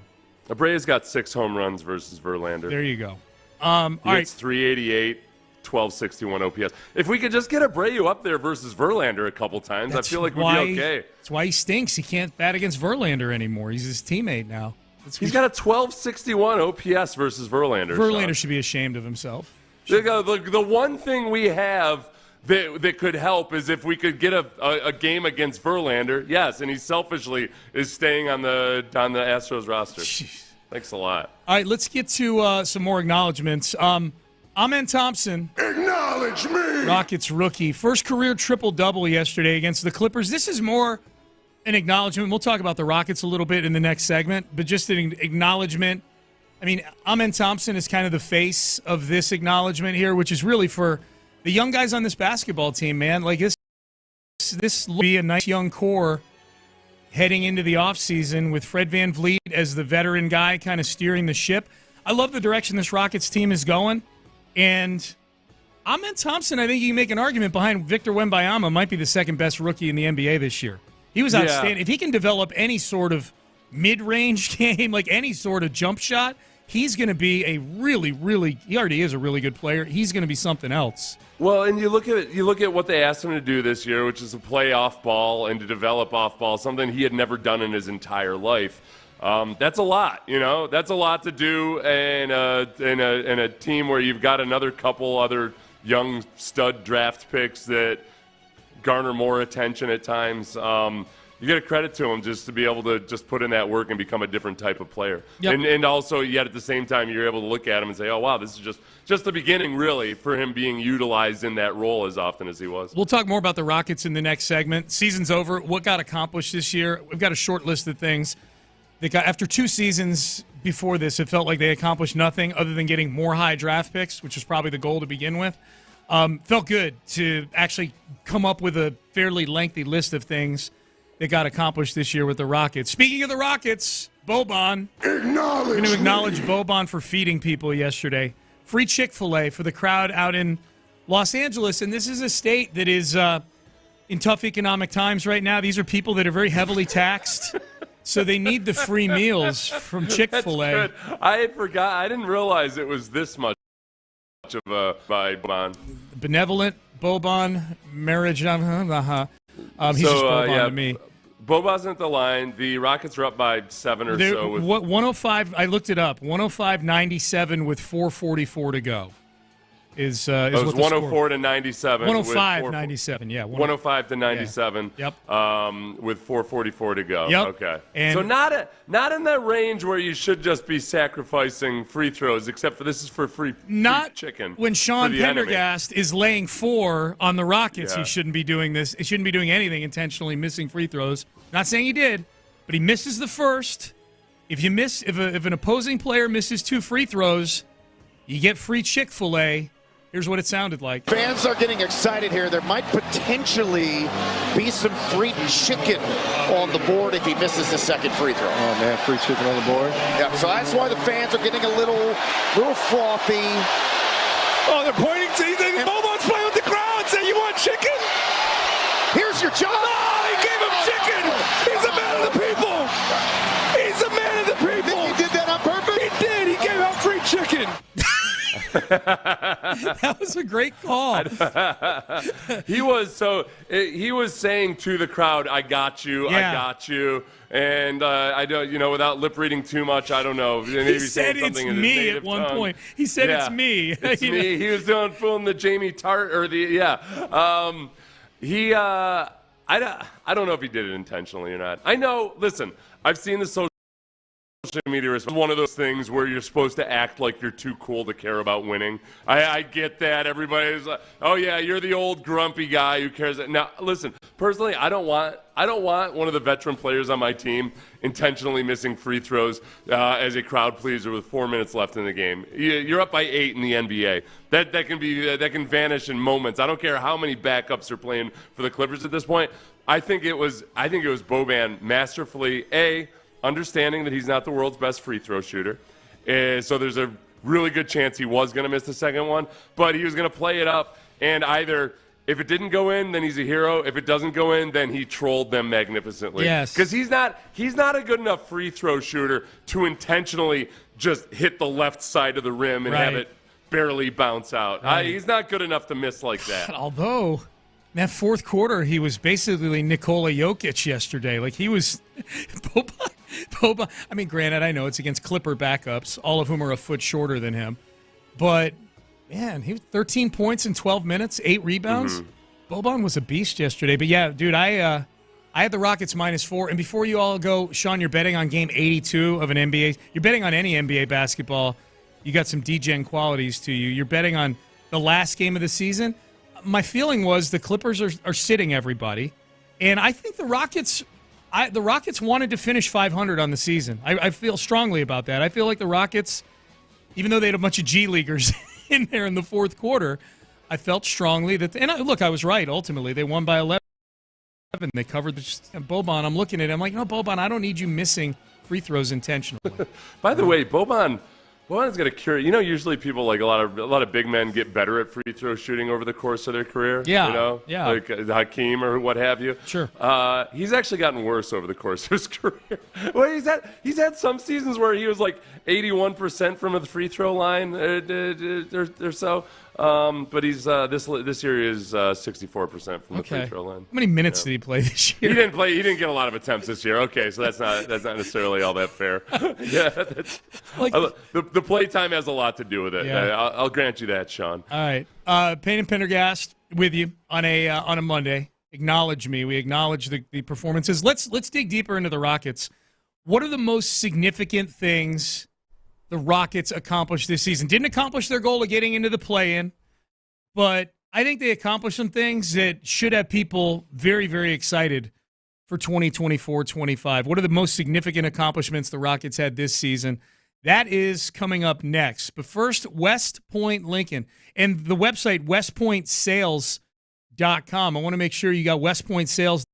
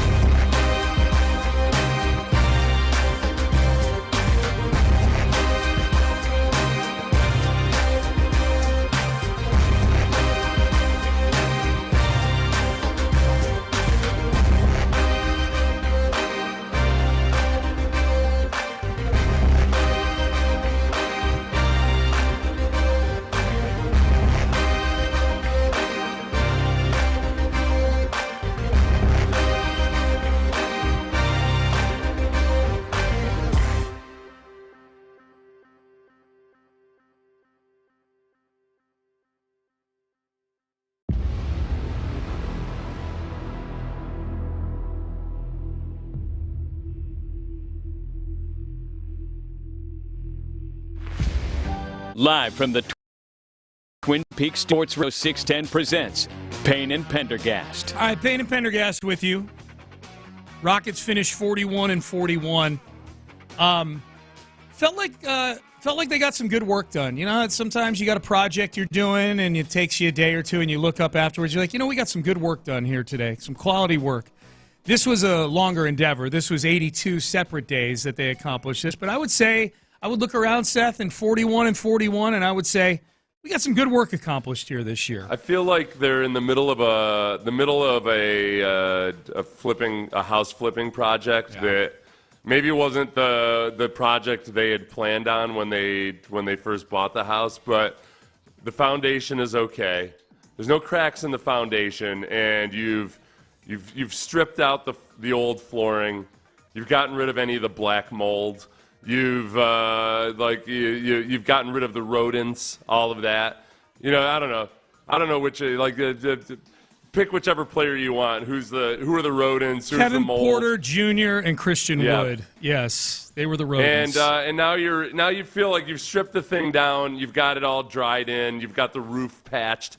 And you feel like, all right, we might be able to really start doing some stuff here. You can see the makings of a good house coming together. Yeah. You know what you could do? You could sleep. My dad used to do this a lot. So there used to be the point where, like, when we'd go to visit my dad on the weekends, we were like, all right, we're going to be sleeping in one of Dad's fixer-uppers. Is there heat? Is there a toilet? More times than not. So I feel like I'm already doing better than I did in my childhood because I'm sleeping in a Rockets house that has a toilet. They have a toilet? And has heat. Yeah. Okay. Yeah. There we go. And without fear of snakes or rodents or anything. Yeah. I think I can look at this and go, this thing is starting to come together a little bit. We are not pooping in 5-gallon buckets anymore. No, that was. You hear me, everybody? 2 years ago. We're pooping in a toilet with the Rockets. Damn straight. I would say, so the biggest things that they accomplished this season, I think, to me, independent of any individual, and we'll talk about individual players in a second, Seth, I think this team started to establish some toughness. I think especially over the second half of the season when it looked like teams were really trying to either intimidate or get under the Rockets' skin. Yeah. I would say sometimes it was successful they got under the Rockets' skin, but I like the fact that the Rockets were chippy about it. I like the fact that the Rockets didn't take any crap from anybody. I like that there were ejections going on. I think Ime Udoka himself. No, of course. Yeah, 100%. Yes. Yeah. Half the time his coaching tips were more fighting tips than anything else. That's right. And it felt very much like Slapshot, I think, where, you know what, you lose the battle, but it's part of an effort towards winning the war. Sometimes you just get, we gotta do something here. We gotta have guys something to hang their hat on. Yeah. Let's get aggressive. Let's get chippy. Maybe a few guys get ejected. Maybe you don't win that game. But the larger element and the more important thing is that you feel like these guys are around each other. And then, you talk about toughness. Jalen Green played every damn game. He did. In this era of load management, Jalen Green, who at times when he was a younger player, even though he's still young now, we weren't always sure he was even awake during interviews. He was out there playing every damn game this year. Yep. That's not something that I was told the younger folks had an interest in, Sean. I was told that all they wanted to do was play video games and weigh in on the environment. That's all they want to do. No, Jalen Green out there for 82 straight games. Let's see what he's doing when he's 26, not 21. I'm if he's still doing the 82 game thing, we'll see. But yeah, 82 games, admirable. But I think that's the biggest thing. I think you say that about D'Amico Ryans and Ime Udoka. D'Amico had Swarm. I don't know what the acronym is that Ime was using behind the scenes, if there was one, but whatever that ethos was that they were trying to impart on the team and the culture throughout, not just on the team, but throughout the building, I think both those coaches have been successful in doing that. That's, to me, number one. Number two, for me, and we'll stick with Jalen Green here for a second, he showed that at least for a long period during the season here, the month of March, that he has that elite scorer in a winning effort kind of club in his bag. You know what I mean? Yeah. Like he's averaged over 20 a game before in his career. He averaged 22 a game last year. Those were largely meaningless, inefficient points. He had a nice long stretch, a lot of it without Şengün, which certainly makes this offseason very interesting. but where he showed that he 30, 35, 40 points for you, but do it in a way that involves teammates and affects winning. Involves teammates, affects winning. I think if they allow that stretch where they were playing bad teams and going small to affect how they feel about Şengün, then that's mismanagement to an extreme degree in the offseason. Like, there's nothing about that stretch where they should say, like, looks like Şengün was just an afterthought, right. And because it became very clear and apparent once they started playing good teams that all right, the illusion of being able to play positionless small ball forever has been smacked in our face. I think that's where it comes back to the players themselves and Ime Udoka figuring out exactly just how to get both those guys on the same page to where you can play just as well with both of them on the court. I'm not going to go through it again. I can't go through it. I can't live in that NBA where like good basketball players can't be on the court together. You can't figure out how to make it work. That's your job. That's your job as a coach, is to make it work. That's 100% true. And I keep forgetting too, Steven Adams is going to be on this team next year. You know, like Steve. So that's, you're right. For a team like even yesterday's game, like the Clippers were just getting every offensive rebound and whatever they wanted in the paint. Like bad Clippers were having their way in the paint. So, but Jalen Green, back to Jalen Green, showing that it is in there somewhere. Now he finished the season looking more like the guy pre that stretch of really, really good basketball than he did the guy playing that great basketball. So there. Once the I think some of that had to do with teams were like finally going, okay, well now we actually need a game plan for this guy. Right. They were throwing the kitchen sink at him. Yeah. So like that's part of his evolution, is figuring out how to handle all of that stuff. Right. But also just when you have a full complement of players, then he was doing a good job of kicking the ball out, he learned a lot of how to handle all of that after Şengün went out and did it much better. It's just like everything else, you gotta ratchet it up a notch on every level next year. Third one, I'll take it a step further. I'll throw Şengün in here. I'll call it the first round 6. They drafted Jalen and Alpi in one year, and then Jabari and Tari the next year, and then Amen Thompson and Cam Whitmore this past season. It doesn't look like there's a bust among them. You drafted 6 guys in the first round of the last 3 drafts, and they all, to varying degrees, showed something this year. Like, there is something there with each of these guys. Now, Alperen Şengün might be an all-star, and Jalen Green might be as well if he can be a little more consistent. The other guys, it remains to be seen what their ceiling is, but at the very least, they're all very useful pieces in a rotation for an NBA team. I don't know how many of them are going to be long-term Rockets. The salary cap doesn't. If they're all good players, it's hard to keep everybody together without paying an exorbitant luxury tax. But it looks like at least among this group of 6, they all got better during the season, and there's not a single one of the 6 that I don't feel like is an NBA player, like a NBA player. Let me ask you this, Sean: is the lottery is May 12th? The Rockets have the Nets pick right now, so that's 9th to finish the season, headed into the lottery. Yep. There's a 20.3% chance of landing in the top 4, a 4.5% chance of landing number 1. Yep. Is this the most? I don't want to say that. Is this the least you've cared or been invested in the lottery in the last several years? In the last 3 years, for sure. Yeah. Because the Rockets had a high pick in each of these last, like a virtually guaranteed high pick in the last. They've been. If you got any cold envelope theories, the Rockets would be right at the top of suspects. They've done pretty damn well with it for themselves with random chance. Good job. Yeah, Good job, Rockets. It's right.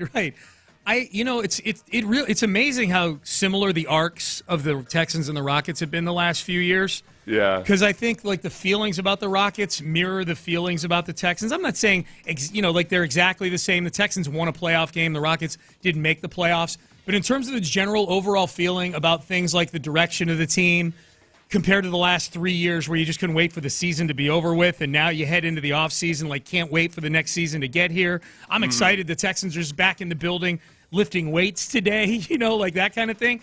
I think similarly when September and October roll around, I'm going to be super excited for the Rockets. Your question about the draft, is similar to how I feel. The way I feel about the draft for the Rockets is the same way I feel about the draft for the Texans, which is I'm going to watch the draft at large, and then when it comes time for the Texans to make picks, I'll be super interested in that. And it's another chance to improve the team. I think where the fork in the road is probably just a function of the two sports, whereas the Texans are going to draft guys, hopefully with those 2 seconds in the third, that can come in and contribute in some way.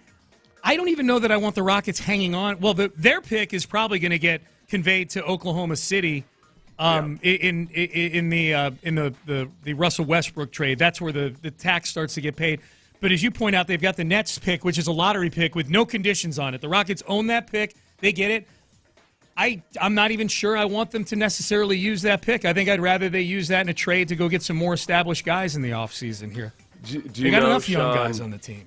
Speaking of the draft and how this year it's a little bit underwhelming just because obviously there's no first-round pick. But a couple years ago in 2022, the Texans drafted back or they're traded back from their original spot in the first round. Yeah. At which point they could have drafted Jordan Davis. Yep. Who ended up going to the Eagles. They could have drafted Kyle Hamilton. Yeah, good player. Who ended up going to the Ravens. Ended up having a really, really good year last year. Or they could have ended up drafting Kenyon Green, which is who they ended up drafting. You know I wanted Kyle Hamilton. Why are you doing this to me? Right? Well, Jordan Davis and Kyle Hamilton have been much better players than Kenyon Green. And yes, Kyle Hamilton was a Golden Domer, somebody that you really, really wanted. There's a chance that Texans regional scout Colin Cowherd. I don't know. Maybe he might be to blame, Sean. This is Colin Cowherd last week explaining something that he says that he was impressed by the Texans doing a couple years ago. Houston has turned around a shipwreck in a year and a half based on smart people making really smart moves. Do you know that they reached out to me? This is people that do their homework.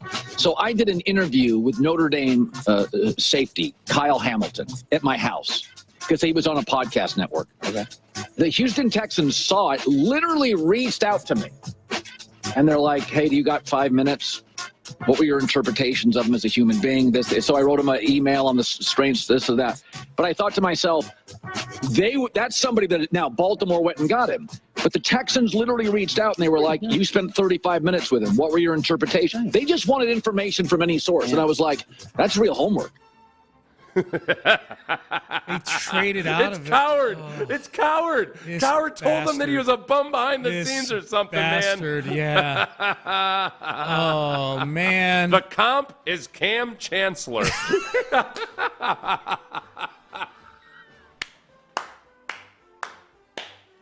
Okay. I love that he wrote up a report. The Texans just want to know if he was a bum or something. Like, was he treating your staff like crap? Did he sexually harass one of the PAs or something? It's just like, that guy, he's probably makes great breaks on the ball and zone coverage. His job was to stop calling Colin Cowherd. That's my request to the Texans. Stop calling Colin Cowherd. That is a major flex by Cowherd right there. Well, especially that was right around the time where he would have been talking about how the Texans can't do anything right. Yeah. I would love to know exactly how he thought about it at the moment when the Texans called him. Was he like, these clowns can't even figure out make their own or he liked of a player? This backs up your theory on all this. He may have liked at that point Kyle Hamilton better than he liked the Texans, and he's like, you know what? I am going to do the kid a solid, and I'm going to tell the Texans a bunch of lies about him, and they will trade back and draft perhaps a Kenyon Green instead of a Kyle Hamilton. God, Cowherd, jerk. Do you think he lied about Kyle Hamilton, or do you think he gushed with praise and then got offended when the Texans traded back out of a position to draft? He was probably watching the draft and thinking, whoa, boy, here we go. This is where my praise for Kyle Hamilton's really going to come in. When the Texans trade back, he might have been insulted in that moment. You know as well as anybody how badly I wanted Kyle Hamilton on this team. This is how I sleep at night on the whole Kyle Hamilton thing. Yeah. My thought is that in that 2022 season, Kyle Hamilton would have probably made a play or two it might have flipped a game or two for the Texans. That's true, yeah. And they would not have been in position to draft C.J. Stroud. Would have been really dumb to draft a viable football player at that point. Yeah, like Ken Green, who's going to allow pass rushers to come right up the middle on Davis Mills and make sure that you can go get Davis Mills' replacement with the second overall pick. We tried like hell to trade back to 43 after we traded back to 13, but we just couldn't get there. Damn it. Yep. So that's how I sleep at night with that. Damn you, Cowherd. That's good audio, Seth. Oh. I'll have to go. I'll go back and try to find the original interview that he did with him and see if I can catch any vibes. Any red flags? Yeah. All right, let's get positive or negative. Let's get to the 888. Call it the Ocho. You're listening to KILT HD2, an Odyssey station. Here we go. Rangers and Astros. Astros close out a nightmare week. Really a nightmare week. I was going to say nightmare weekend. It started out as a nightmare, but that I don't ever want to relive that with what happened in Kansas City. You blow a game that you had a 3-0 lead, and then you get destroyed for 2 games. You get destroyed again on Friday, and that's what rock bottom feels like. Hopefully that was rock bottom because the Astros are able to pull the plane out of a nosedive and win 9-2 and 8-5 over the Rangers this weekend. Seth, Saturday, the Ronel Blanco show again. He was nails, 7-run explosion in the 7th, got the job done. And then on Sunday, Christian Javier, really solid and uncharacteristically efficient. I mean, usually the best version of Christian Javier in the last year or so has been a high-pitch volume 5-inning guy. Yeah. He got you 7 innings on Sunday, and 18 innings combined out of Blanco and Javier. In the wake of what last week did to the bullpen is maybe one of the might be the most important sort of combined 2-person effort so far this year, getting all those innings in this weekend by those 2 guys. Javier, when his invisible is indeed invisible, it opens up everything else for him, and I think that's probably one of the more encouraging things. Is I always wondered exactly what was going to happen with Javier as people saw his pitch more and more and more, because there's an optical illusion element to it that maybe over time people adjust to it. And it's gone back to as long as he's throwing it the way he's capable of throwing it, and that 15 fewer pounds that he's carrying this year seems to help with that. That they've got no answers for it. You add a change up into the mix, and boom, there you go. Yeah. That's been good to see. Like the two heroes of the 2022 postseason were Jeremy Pena and Christian Javier. Yeah. And neither had a good 2023. And they're both going to be Astros for a while. We don't know how long Alex Bregman's going to be an Astro for, and he didn't play this weekend at all. He should be. I'm guessing he'll be back. He was back with the team yesterday. He just didn't play. He was sick over the weekend. But Jeremy Pena is going to be an Astro for a long time. Christian Javier is going to be an Astro for a long time.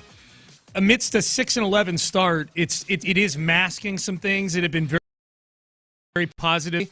And those two both looking like they did in 2022, especially in the postseason.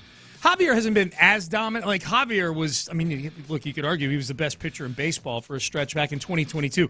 But he's at least somebody you feel. Put it this way, he's in the circle of trust. Like we haven't done a circle of trust yet this year just because the season's been so sideways so far. We did a phantom zone. Where we ejected all the underperformers into outer space. But if we were to do a circle of trust today, Christian Javier would be in that circle of trust right now. If you, I just remembered that we're in the 888. In the 888, just real quick. Yeah. If you look at the graphic of pitch distribution for Christian Javier, where he was, he's thrown way fewer fastballs and way more changeups. That's the one thing that I'm intrigued by with Verlander working on his changeup. Like this staff has all been working on their changeups. That's something that might take a little while to really take root as everybody gets comfortable with it. And yet at the same time, I wonder how much maybe that helps in the future the Astros get injured less. You're not throwing as much as velocity as much of the time. But for Javier, having that third pitch ready and available to offset the four-seamer, it's been really, really good when it's working. Been great. No doubt. I'm going to skip over the Rockets here just because we got done talking about them for about 10 minutes in the last segment. Their season's over. They close out with a 116-105 win over the Clippers yesterday. Number 2 will be the Texans, who are back. Season program starts today. D'Amico Ryans, C.J. Stroud, Will Anderson, all meeting with the media. I think it's interesting, Seth. Look, I think one of the more interesting stories today will be kind of taking attendance on this whole thing and seeing who's going to be there, seeing if Stephon Diggs is hanging out with his new teammates. I think it's interesting that Will Anderson is one of the 3 main guys getting trotted out at the very first day of the offseason program. I think it's a subtle hint as to what this organization feels about Will, like that this is D'Amico's the face of the program, CJ's the face of the offense, Will Anderson is the face of the defense now, I think. You know? Yeah. I think it's symbolically, I think it's an interesting thing.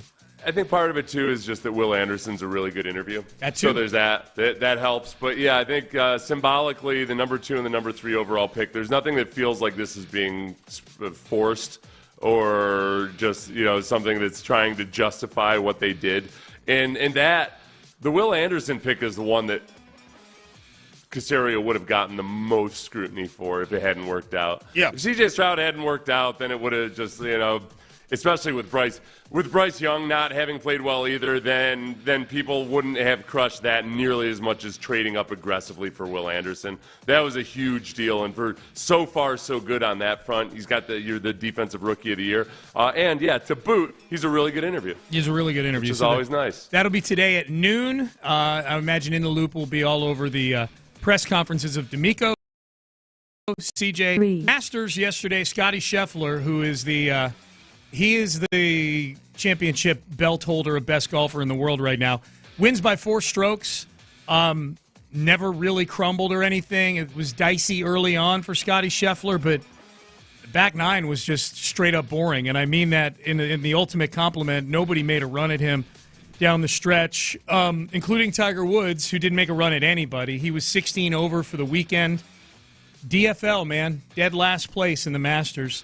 Highest score of his career, Tiger Woods, for a 72-hole tournament. And, man, it's crazy to think that 2019 Masters that he won, the further we get from it, is going to look like one of the biggest outlier, crazy things to happen in the history of the sport. Just him. Yeah. That one weekend, he hadn't been able to put anything together for 10 years. And then for one weekend, magical weekend in 2019, he wins the Masters, and now here we are 5 years later. And he says it, man. You hear every interview, like he struggles to walk the course for 18 holes every day. He handed a piece of paper to that little chubby feller there at some point, and the little chubby feller was asked about it afterwards, and he clammed up and said, "No, never happened." Oh yeah, that's the big brewing controversy, is people are speculating whether or not Tiger was giving him tips or advice or something. I don't know. I don't have the mental bandwidth to follow a potential PGA scandal between a washed up golfer and this chubby kid. But Scheffler's wife didn't pop a baby out. That's the big thing. Yeah, that was the other big sign. Scheffler's wife, who I don't think is even. This is the annoying thing about this. I've seen that she's due in the coming weeks. It's not like she was due on Sunday. Scheffler's got to calm the hell down. I know this is your first child, but listen. Don't be the annoying first-time parent that's stressed out about every damn thing, Scheffler. All right? Enjoy your damn Masters instead of whining about it afterwards. And for those who didn't hear earlier, right, he said he would leave the course in the middle of the round if. Yeah. He would have left with on the 17th hole of the last day if his wife had gone into labor. No chance. Just a little too much drama from you, Scheffler. All right? Yep. 4. We got a signing in the AFC South while the show's been going on this morning. It's a contract extension for DeForest Buckner. Indianapolis Colts signs a 2-year, $46 million extension, which is the defensive tackle market is going. That's actually a nice team-friendly deal at $23 million a year for DeForest Buckner, who's been one of the best interior defensive linemen in all of football, really since he entered the league, but certainly since he was traded to the Colts back in 2020. They traded a first-round pick and then gave him a huge deal. He gets a 2-year, $46 million extension, which makes him a Colt through the 2026 season. And they had extended Grover Stewart this year, too. So their two defensive tackles are side by side, if I'm not mistaken. But those two guys are really, really good. It's one of the better tandems in the league. Grover Stewart is the less heralded guy. But for any of you UT fans who really, really want T'Vondre Sweat to make it in the NFL, Grover Stewart, running mate, offers a good lesson.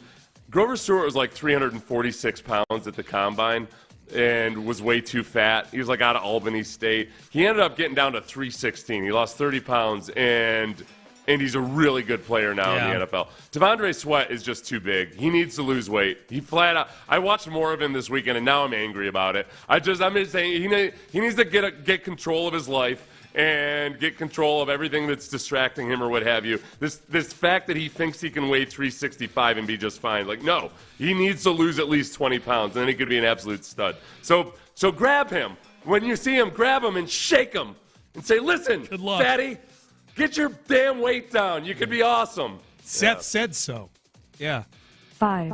Rashee Rice, more news on the Kansas City Chiefs wide receiver and his traffic issues. If you recall, a couple weeks ago, he and Rashee Rice and some friends were speed racing on a Dallas freeway and crashed. Lamborghini and a Corvette crashed into 4 other cars. Nobody seriously injured in the crash, but the biggest things were A, the racing going on, and B, the fact that Rashee Rice and his friends walked away from the accident. Since then, we know that there's been a story of them finding weed in one of the cars. Now we find out that Rashee Rice was going 119 miles an hour about 4.5 seconds before the crash occurred. The Corvette, which was also in Rashee Rice's name, he was renting the Lamborghini. He owned the Corvette. That was going 116 miles an hour. Yeah. So I don't know. A lot of people, with these things, people are always inclined to leap to conclusions and think that he's going to miss an entire year for this or what have you.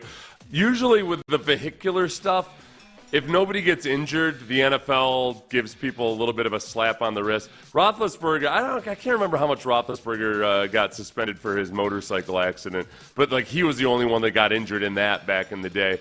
So I would put the over under at 1.5 on number of games suspended. Really, I'll go over on that. I'll go 1.5. They never give out just a 1-game suspension, do they? They did. There was a weird one last year. You're right. So I guess I should probably put it at 2.5. 2.5's a good one. It's very out of the ordinary for them to do 1 game. Oh, no. I was thinking of the Deshaun Watson one, which was so weird because remember it was 11 games. Yeah. It wasn't a nice even number. That felt planned. Yeah. Well, what's their 12th game that year? They play the Texans. Oh, really? Yeah. Oh, you don't say. Yeah. Okay, so Rashee Rice, he was driving really fast. 6. The Ohio State spring game was televised this weekend on Fox. I just find that fascinating. That's where we are with the thirst for college football. Anybody who thinks the portal and NIL and the sport's dying. They Brian televised. Kelly is calling for a salary cap somehow on something that supposedly the teams don't control. Anyways, right. Supposedly, yeah. They televised the Ohio State spring game on Fox, to which I use that as a reminder to one William O'Brien. He could have been calling plays at the Ohio Ed. He was carnival barking on the quad at Boston College. And I went and saw some of the footage from the Boston College spring game. Yeah, not a big crowd. Not a big crowd. I don't. Do you think is there a chance that O'Brien has basically said, you know what? No, that's this is where I'm staking my claim. I just want to be a head coach of a nice college. Yes. For the rest of my career. You think so? Yes, and especially considering where it is geographically. It's in Boston, close to his home, where he's from. Yeah. I think I do think that, and I think he's at a school where if he wins 8 games every year, he can be the coach there for the next 20 years. He can make $4 million, whatever he's making a year, for till he's 70 if he wants to. If he wins 8 games a year at Boston College. I remember there was a Yale had a head coach from 1965 through 1998 or something. Carm Koza. Yeah, I remember him. He just. I think he was just super, loved coaching at a college, at a non-marquee. Now, back in the 60s, Yale would actually compete for some pretty notable games and what have you, but it's somewhere along the way he decided, nope, I'm just I like being here. This is my spot. I don't need to jump. As that league lost relevance, he didn't need to jump to somewhere else. 7. I've got something with O.J. Simpson that I want to get to. I'm going to save for later in the show. But the news item with O.J. this week is that apparently, Seth, according to People magazine, he died more than $100 million in debt to the Goldman family. Yeah. Paid a total, and we all know this. O.J. was acquitted of murder in a criminal court, found liable for the 2 murders in a civil court, and was ordered to pay retribution of $33.5 million to the families that were affected by the 2 killings. He paid, during the course of the remainder of his lifetime, $133,000 to the Goldmans. The Goldmans got some proceeds from the book "If I Did It," which has to be like the most painful. Like, I wouldn't even want the money at that point. You know, like, it's so tacky. You know what? It's just weird. We were talking about this last week about just, how will history remember the O.J. saga and what have you. I don't know if it actually will be something that's remembered 70, 80, 90 years from now, because I think it's almost impossible to explain just how weird a scenario it was for so long. Maybe. That for the course of multiple decades, most of the American public felt like, oh yeah, this dude totally did it, and yet he's walking around free. And that, like, we would hang like the civil judgment almost as if it was the same as a criminal judgment. Like, was he guilty? Well, no, but he was found liable, and which I 100% am one of those people. 100% one of those people. But he was out playing golf and doing posts on X.com and all of this. It's just weird. With really interest, they put the amount at $114 million that they owed OJ. That OJ owed the Goldman Yeah, family, he basically never really paid any of it at all, playing golf and doing whatever. Yep. So, and supposedly searching for the true killer. And he never successful in finding them. It's weird. Yeah. All right, we don't have time to get to this one. I had a nice reality TV topic. Maybe I'll save it for later in the show. But go figure, the show The Golden Bachelor, the Bachelor show they did with that 70-plus-year-old guy courting a bunch of gilfs, the marriage didn't work out. 3 months divorced. How long was that? 3 months? 3 months. So they got married at the end of it, and then they were married for 3 months, and then now they're done, huh? Divorced, yeah. The audio of a sit-down interview they did is outstanding that I want to get to. I'll get to it a little later. Was there acrimony? No. At least outwardly there was not. No. It's I got to imagine once you get to Golden Bachelor age, right? If you marry somebody when you're in your 70s and it doesn't work out, both of you are kind of like, yeah, whatever. On to the next. Yeah, what are we going to waste our time with this? Good knowing you. See you later. It is probably a lot more liberating at age 70. Yeah. So we may get to that a little later on in the show. But that was the 8 at 8 o'clock. Hey, Jimmy Ward, Aaron Wilson of Channel 2 caught up with Jimmy Ward. Anytime there's Jimmy Ward audio, the Jimmy Ward audio will get played. Jimmy Ward on the Stephon Diggs trade and the deal to sell number 1 to Stephon Diggs. We will talk about that coming up next. But first, Ruben Mendoza, the GM at West Point Lincoln in Sugar Land.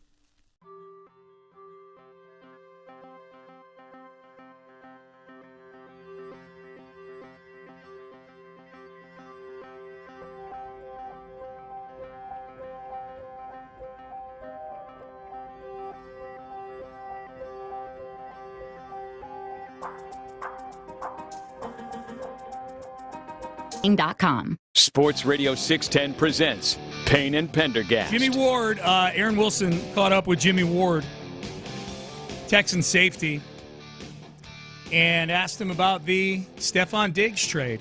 Here is Texans safety Jimmy Ward on his new teammate. Oh, man, it's going to be pretty cool. He's great. Came in his league, did what he's supposed to do, and I feel like Nico and Nick did a great job going to get him, making that trade, and I feel like he's going to make our team better. I did start thinking, Seth, Jimmy Ward always gets his look in his eye when he gets asked questions. Like he's got a mischievous look. He does. Yeah. And he's getting asked about Stefon Diggs, and as Aaron's asking the question, he starts to get a smirk on his face. And my biggest takeaway from Jimmy Ward's first year so far, like my biggest memory of Jimmy Ward from his 1 year, because he missed some time. Like, unfortunately, injuries are a memory. The interception against Denver for sure, but the big one for me was how intense he was during practice at training camp. Remember he? Oh yeah. Asked Dalton Schultz, like going over the middle, and like he. So I'm actually getting excited for like maybe a little Stefon Diggs, Jimmy Ward action in training camp going on. Jimmy Ward is on the teaching tape for the hip drop tackle. Right. Jimmy Ward has maimed and injured multiple NFL players with a lust for violence that I think is admirable, and he has to be careful on staying just this side of the right. By the way, that guy that I'm describing to you, Aaron interviewed him as Jimmy was releasing his children's book, Jimmy Ward's Nutritional ABCs. Yeah. So this is he maims people, but he's also a children's book writer. He is. Okay? He is. There's many sides. And it all makes sense. He's got an electric personality. Yes. So you're saying he got that look, Stefon Diggs? A little bit when he was asked about the trade, and a little bit. Yeah. Yep. He was like, oh yeah, he's just like, I wonder. Jimmy feels like a guy that can maybe have frank and honest conversations with people though too. So that if Steph Diggs was upset about something, Jimmy might be the very guy you want to go talk to him, not to tell him like, hey, knock it off or anything, but just to let Stefon Diggs be heard. Bill's teammates have said that sometimes Steph just needs to be heard. So a guy like Jimmy Ward can probably have a good conversation with Steph Diggs and maybe, sometimes calm things down. I think it's a really good point. It's I think you're actually right about that. Like Ward is more, you think of who the captains of the team are, it's a lot of young guys and Jimmy Ward, like it's Jalen Petrie, it's CJ Stroud, it's Laramie Tunsil also, but I think Jimmy Ward feels more like the guy you'd send over to talk to Steph than Laramie, probably, I would think. I think it's a good point. We'll see. We'll see how it goes getting Diggs ingratiated into the locker room. Are you going to read his book? The children's book? Jimmy Ward's children's book? Why? Do I look like I need nutritional tips? What are you trying to say? No, it's for active kids. Oh. Sean, that's not nutritional tips for sitting at the bar in the afternoon. Dude, I will. Right. Clear liquor as opposed to darker liquor. Yeah. Jimmy Ward, that's going to be his next book. Jimmy Ward's tips for middle-aged dudes who have come to a certain understanding of the reality. Dude, that should be my situation. book. I've managed to actually maintain pretty active too. Yeah. No, I work out every day, man. I work out and then I go cancel it out right after that. So no, to answer your question, I probably will read it because that's the extent of the books I read today. Like children's book, yes, right up my alley. Tons of pictures, very few words. I'm in. I'm sitting here. I'm looking on the Amazon trying to figure out whether I'll send you the paperback or the hardcover. Big price difference. Kindle. They don't have a Kindle version that I see. Yeah. They've got $16 for the paperback, $24 for the hardcover. Oh, you don't have to do the hardcover. Paperback's fine. Paperback's good. Right, Jimmy Ward. Hardcover makes it look fancier, though. You got the hardcover book up on your bookshelf behind you. On the bookshelf or on the coffee table right there. It's very impressive. Yeah. Wow, Sean, is that a kid's nutrition book you have on the coffee table right there? Why, yes. Do you have grandkids? No. Just waiting for kids to show up. Yeah. Okay, on to the next. Jimmy Ward has already done some business with Stefon Diggs. As we know, Jimmy Ward, if you're looking for jersey number 1 this year, that is going to be on Stefon Diggs. Jimmy Ward is now number 20. How about that jersey deal you did with Stephon Diggs, Jimmy Ward? We worked some things out. I feel like he's happy, and 20 was available, so I'm happy. It's a number that I feel like I can make plays in. Well, I feel like I can make plays in anything, but you know what they say. I think Deion said it the best. You look good. Feel good, play good? No, feel good. Hold on. Is it look good, feel good, play good? Yeah, I think that is. Look good, feel good, play good. It's number Beyonce 20. said that? Is that what he said? No, Deion. Oh, Deion. Oh.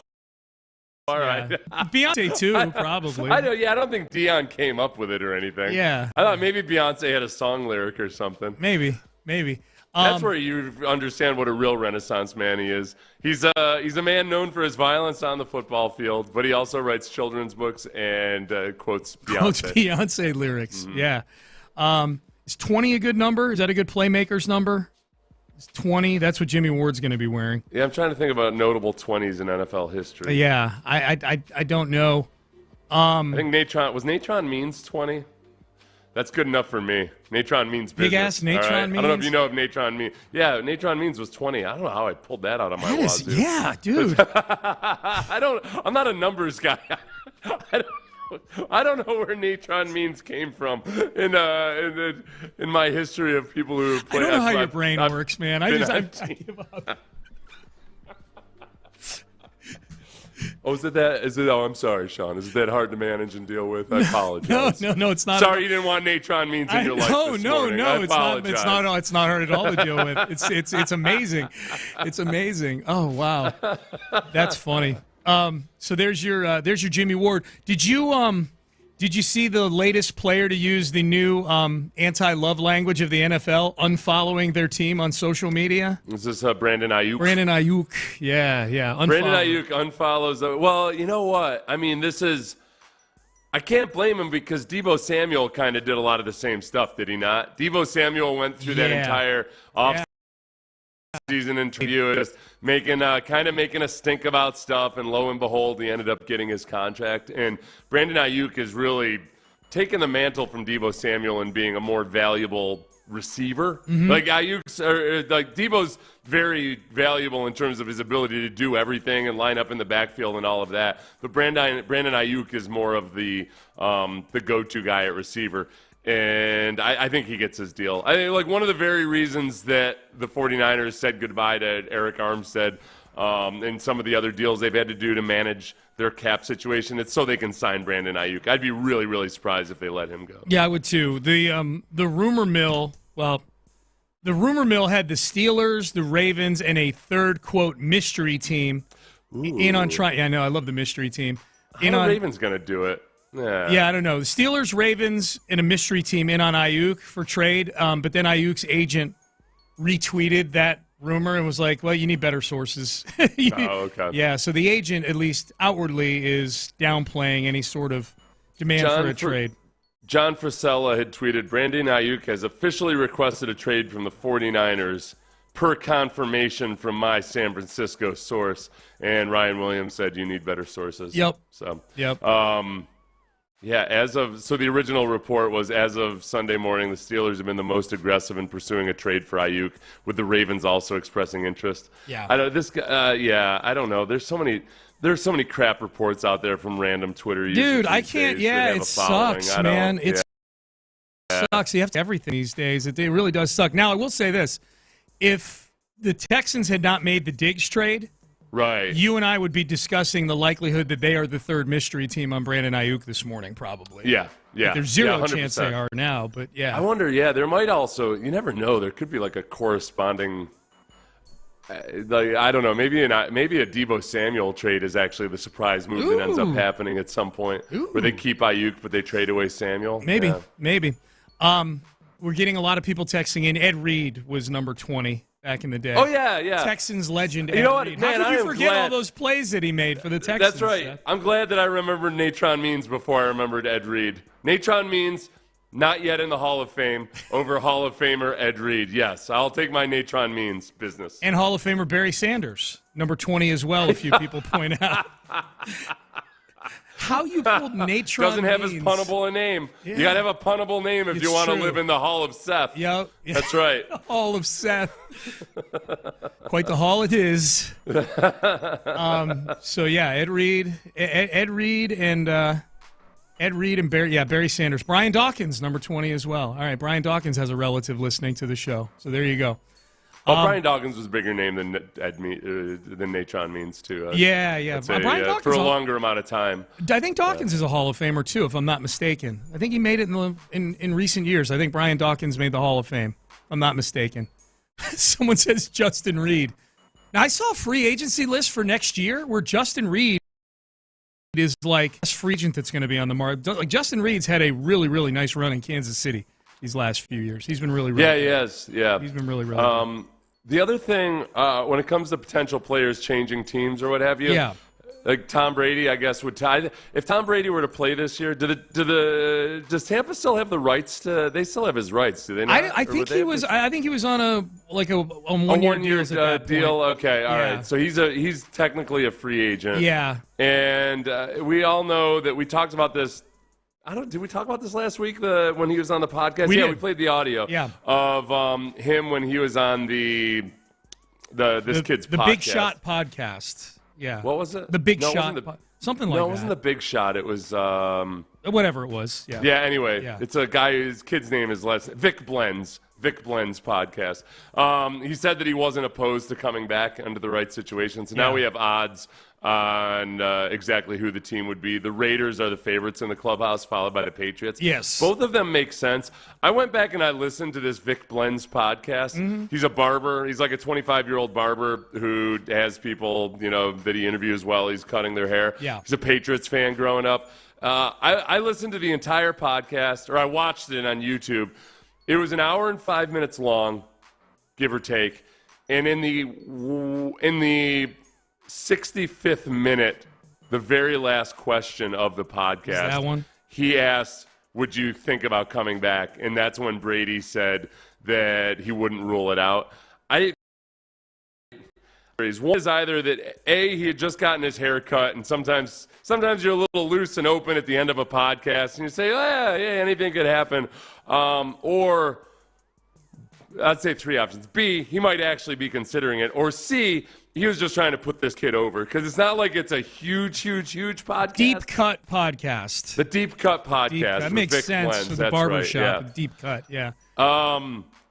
But that he was just trying to put this kid over. But I think there's a 65% chance Brady comes back and plays. We may have to go back and listen to it then with that new context around it and see if we feel differently about it. We'll maybe do that a little later on in the show. But the Raiders are the favorite, plus 125.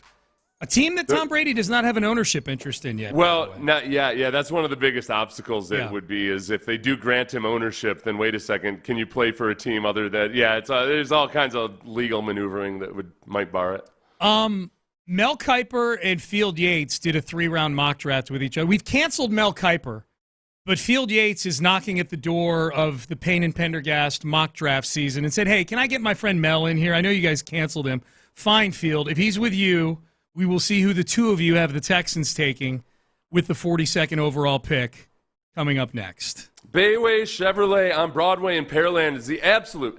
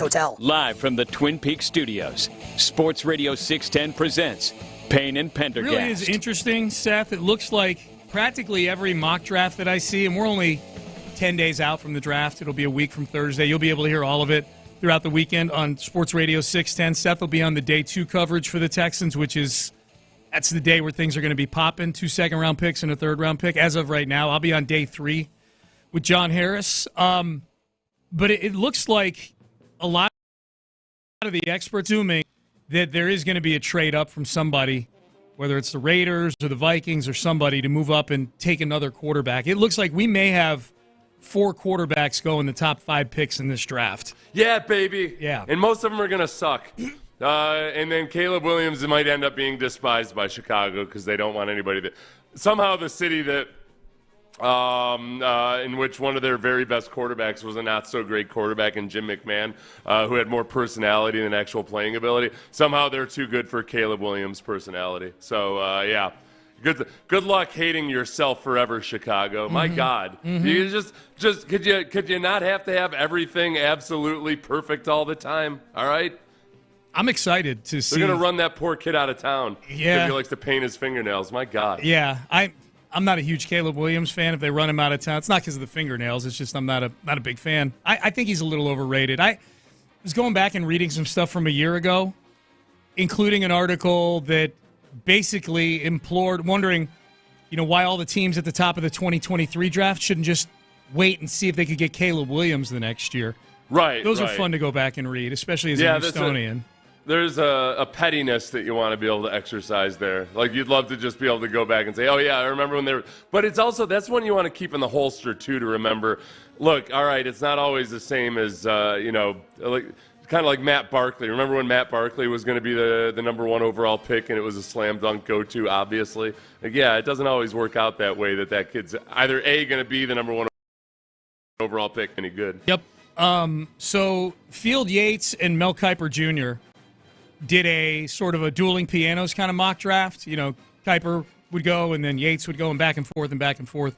Mel Kiper has been canceled individually from our mock draft process because he had the Texans early in mock draft season taking an offensive tackle and ignoring and not even mentioning the fact that Titus Howard is the right tackle and has been signed to be the right tackle of this football team. That gets you canceled on Payne and Pendergast. Thank you, Ben. Yep.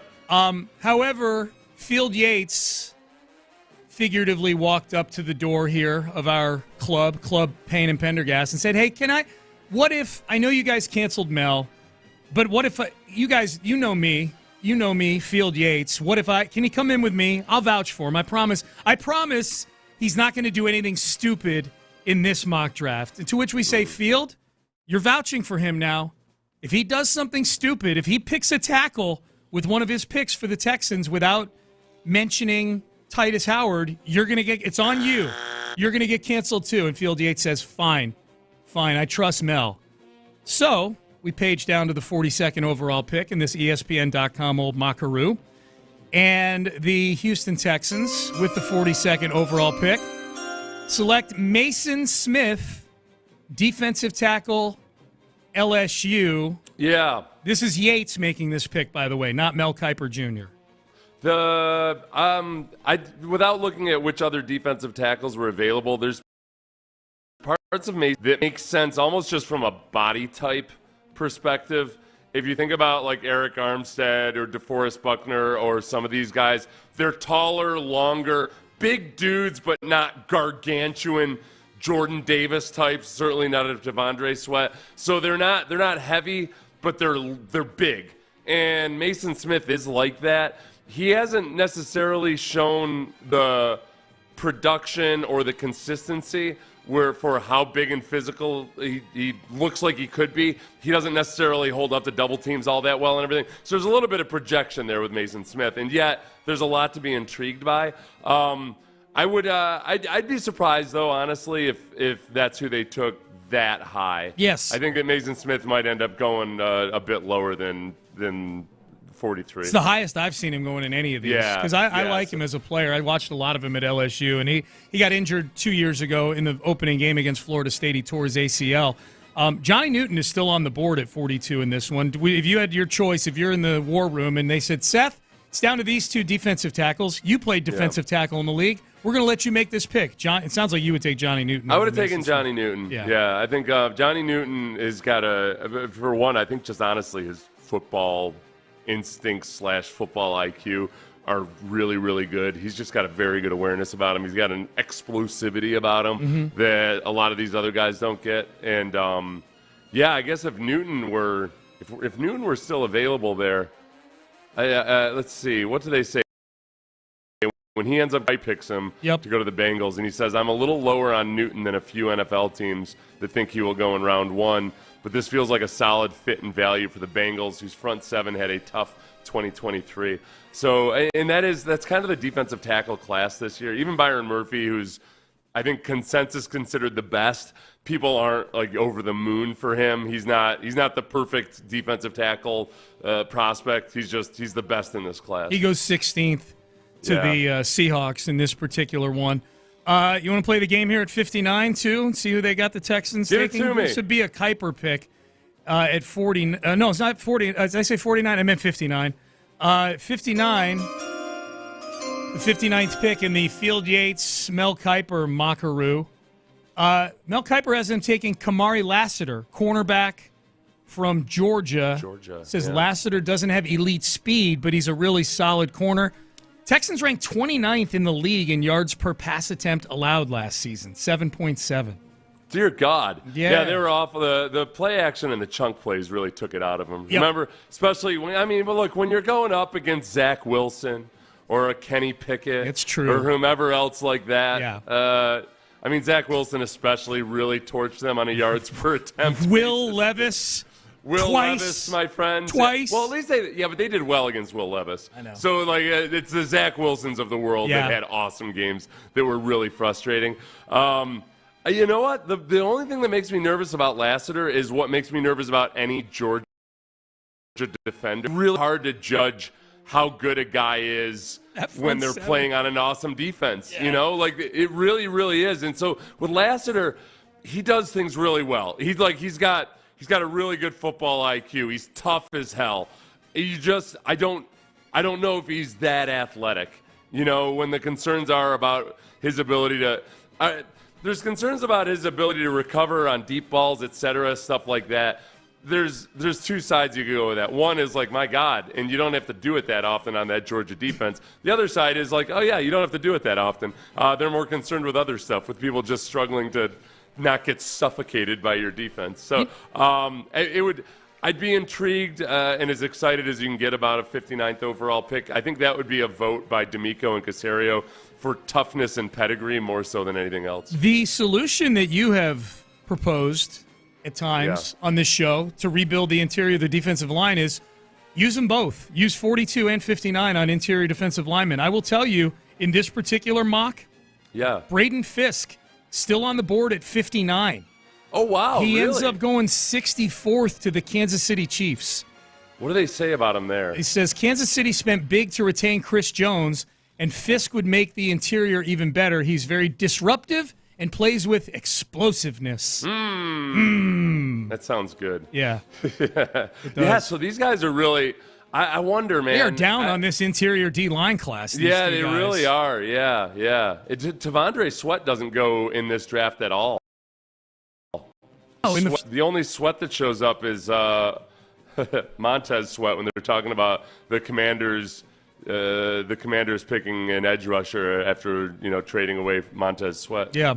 All right, Payne and Pendergast with you. Draft 10 days away. We got you covered here on Sports Radio 610 for all 3 nights. Even though the Texans don't have a pick in the first round, Texans Radio's got you covered on that first night of the draft. That's the John Harris weekend. He's a machine. He is a machine that weekend. 3 straight days. You get Johnny Harris, the best in the business.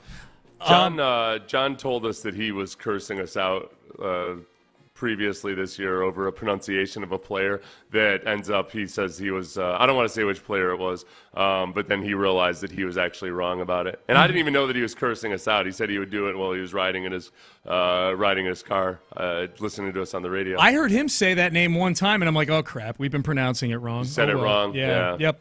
All right, Payne and Pendergast with you as we head into the 9 o'clock hour. All right, the Astros seem to be pretty optimistic about the direction they're going. I don't think they're out of the woods on this slow start yet, though, even though some of them sure sounded that way on Sunday. What has gone sideways with this team so far, and how much does it affect our view that they could make an 8th straight ALCS? How fixable are these problems? We will discuss that coming up next. Area 45 with Bajani and Creighton. If Fromber is seriously injured, they can't replace him. They can't. For a team that crashed in the playoffs last year because they didn't have enough pitching, it'll be very difficult to overcome. Radio hits different at night on Houston's sports leader, Sports Radio 610. From the Bell Furniture Unbeatable Bell Prices Traffic Center, West Sam Houston Tollway southbound before Clay Drive. It is the 2 right lanes that are blocked, and 290 northwest eastbound at Eldridge Parkway. Right lane blocked there. I'm Val, Sports Radio 610. Be ready for another hot Texas scorcher. Invest in the most dependable home comfort system on the market. American Standard Air. Clean, cool, reliable. Comfort the way you like it. AmericanStandardAir.com. Your Odyssey Sports Minute is brought to you by Zadig Jewelers.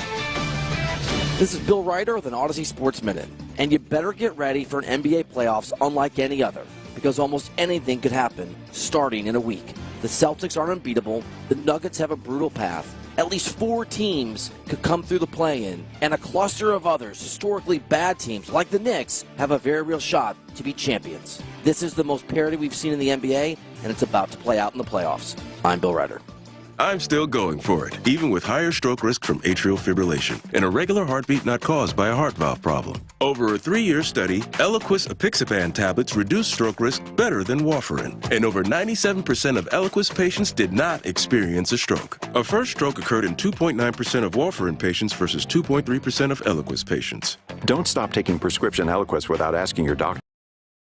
Eliquis can cause serious and in rare cases fatal bleeding. Don't take Eliquis if you have an artificial heart valve, abnormal bleeding, or antiphospholipid syndrome. While taking, you may bruise more easily or take longer for bleeding to stop. A spinal injection while on Eliquis increases risk of blood clots, which may cause paralysis, the inability to move. Get medical help right away for unexpected bleeding, unusual bruising, or tingling, numbness, or muscle weakness. Medications such as aspirin products, NSAIDs, SSRIs, SNRIs, and blood thinners may increase bleeding risk. Tell your doctor about all planned medical or dental procedures. Learn more at Eliquis.com or call 1-855-ELIQUIS. Are you ready?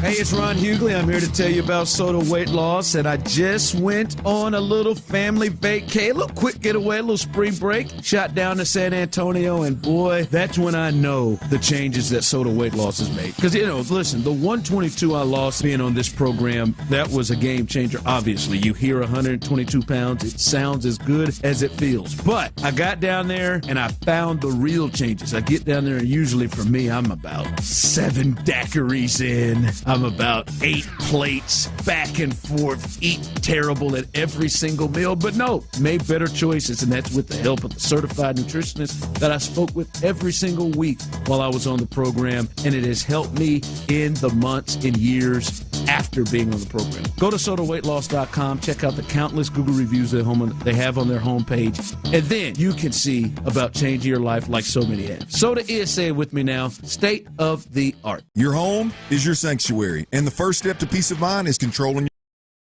your power. Generac automatic standby generator from the #1 Generac generator dealer, Generator Supercenter of Houston. Check them out at generatorsupercenter.com or 281-251-6100. John Lopez here. The Auto Awards are in, and Cars.com named D&M Auto Leasing the top leasing company in the U.S. for the 10th year in a row. But there's more. Cars.com also ranked D&M the top dealership in the Southwest region of the United States. Regardless of vehicle make, for the client experience, they are the best. They earn the top marks over all mainstream brands, luxury, new and used cars, all of it. Call today or visit online, dmautololeasing.com, and start saving. We make leasing easy at P&M. If you've been thinking about building your dream home, it's simple. You got to call Our Vision Homes ASAP. Whether you want to build on your own land or you need assistance purchasing the dirt, Our Vision Homes is where it's at. Here's what you need to do. You need to attend one of their Build on Your Own Land workshops. It's a free 1-hour workshop where the folks over at Our Vision Homes walk you through the process of building on your own land. The next workshop, April the 20th. Get the details at ourvisionhomes.com. Our Vision Homes, where your vision is our vision. Hi, I'm Kamiko, the founder of Miko's Hot Chicken. When we started our family restaurant, we were also raising a family. But let me tell you, it wasn't easy. Our Chase Ink card was there to reward us on all of our business needs. Now we have a thriving location, and we're hungry for more. With the Chase Ink Business Unlimited card, you can earn unlimited 1.5% cash back on every purchase, so your business can go from here to possible. Chase for business. Make more with yours. Real business owners compensated for their participation. Cards issued by JPMorgan Chase Bank and a member FDIC, subject to credit approval. Terms apply. Who tirelessly to keep things running, everything would suddenly stop. Hospitals, factories, schools, and power plants, they all depend on you. No matter the weather, emergency, or time of day, you're the ones who get it done. At Grainger, we're here for you with professional-grade industrial supplies. Count on real-time product availability and fast delivery. Call, click Grainger.com, or just stop by. Grainger, for the ones who get it done.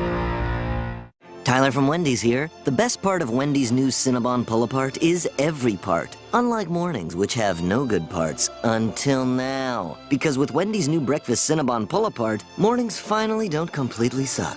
And now that mornings have warm cinnamon sugar rolled dough and ooey gooey frosting, are they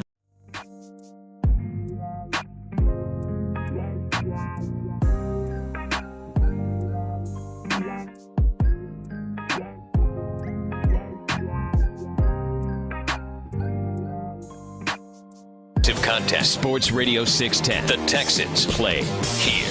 An Odyssey station. Sports Radio 610 presents Payne and Pendergast. All right, into the 9 o'clock hour we go. Here was Joe Espada following yesterday's 8-5 win over the Texas Rangers. Skip, do you think you guys may have turned a corner here? The conversation, and there's a different vibe. The offense coming together and getting big hits and middle relief, getting some outs for us. Feels like we are getting over that hump. But again, we got another good team coming in here, and we need to continue to build on this.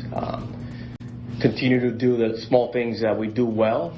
We need to keep doing those things, and if we do, we're going to do just fine. If they take 2 out of 3 from the Braves, with these 3 guys starting, Arrighetti, Hunter Brown, and J.P. France, then I'll feel like something significant has happened here. Then you'll take in 2 out of 3 from the defending world champions, and then you'll take in 2 out of 3 from a team that most people think them and the Dodgers are runaway favorites to win the World Series this year. I mean, at some point there, I don't think that you can rely on them hitting, 10 runs in 2 of those games each. It would have to be that one of these pitchers steps up and does something. Who knows? Maybe Arrighetti maybe just was shown just how precise you have to be, just how razors thin the margin is in Major League Baseball. Maybe that's enough. Maybe you see like an absolutely different version of Spencer Arrighetti. I'm not gonna be mad at him if that doesn't happen. He's been pressed into a really unfortunate circumstances. So there's that. But yeah, the bat. Now, I'm not going to complain if the Astros scored 30 runs in 3 games, but I just don't. I don't choose to rely upon that. Yeah, You want to see things. No, I get your point. You want to see things that are sustainable. Like, okay, these they're standing in. They're winning a 5-4 game against the Braves. Where the middle relief had to come in and clean some things up or whatever. Josh DeHay, they thought they were signing when they gave him $95 million. Maybe Bregman's not puking his guts out in the bathroom before this game. Correct. Can we get a healthy Brett? I was not a huge fan of Bregman being in the dugout yesterday, by the way. Okay, that's great. You've been so deathly ill that you couldn't play baseball, which has never happened to you before. But no, just please feel free to mingle about with everybody. I did really go spend some time in the bullpen. Why don't you? Nothing could happen any worse than already has been. Go infect everybody. I was thinking about that though as I was driving. I was driving up to an event in Humble on Friday, listening to the Astros pregame or listening. Maybe it was a report. I might have been listening to us here, and it was in the 5 o'clock fire or whatever. But Bregman was going to be missing a game because he's ill. It got me thinking back to like 3 years ago. Like, okay, well, that would have shut down the game. They would have had to postpone the series. They would have had to. Everybody would have had to evacuate the clubhouse area. They would have quarantined everybody. During COVID. Yeah.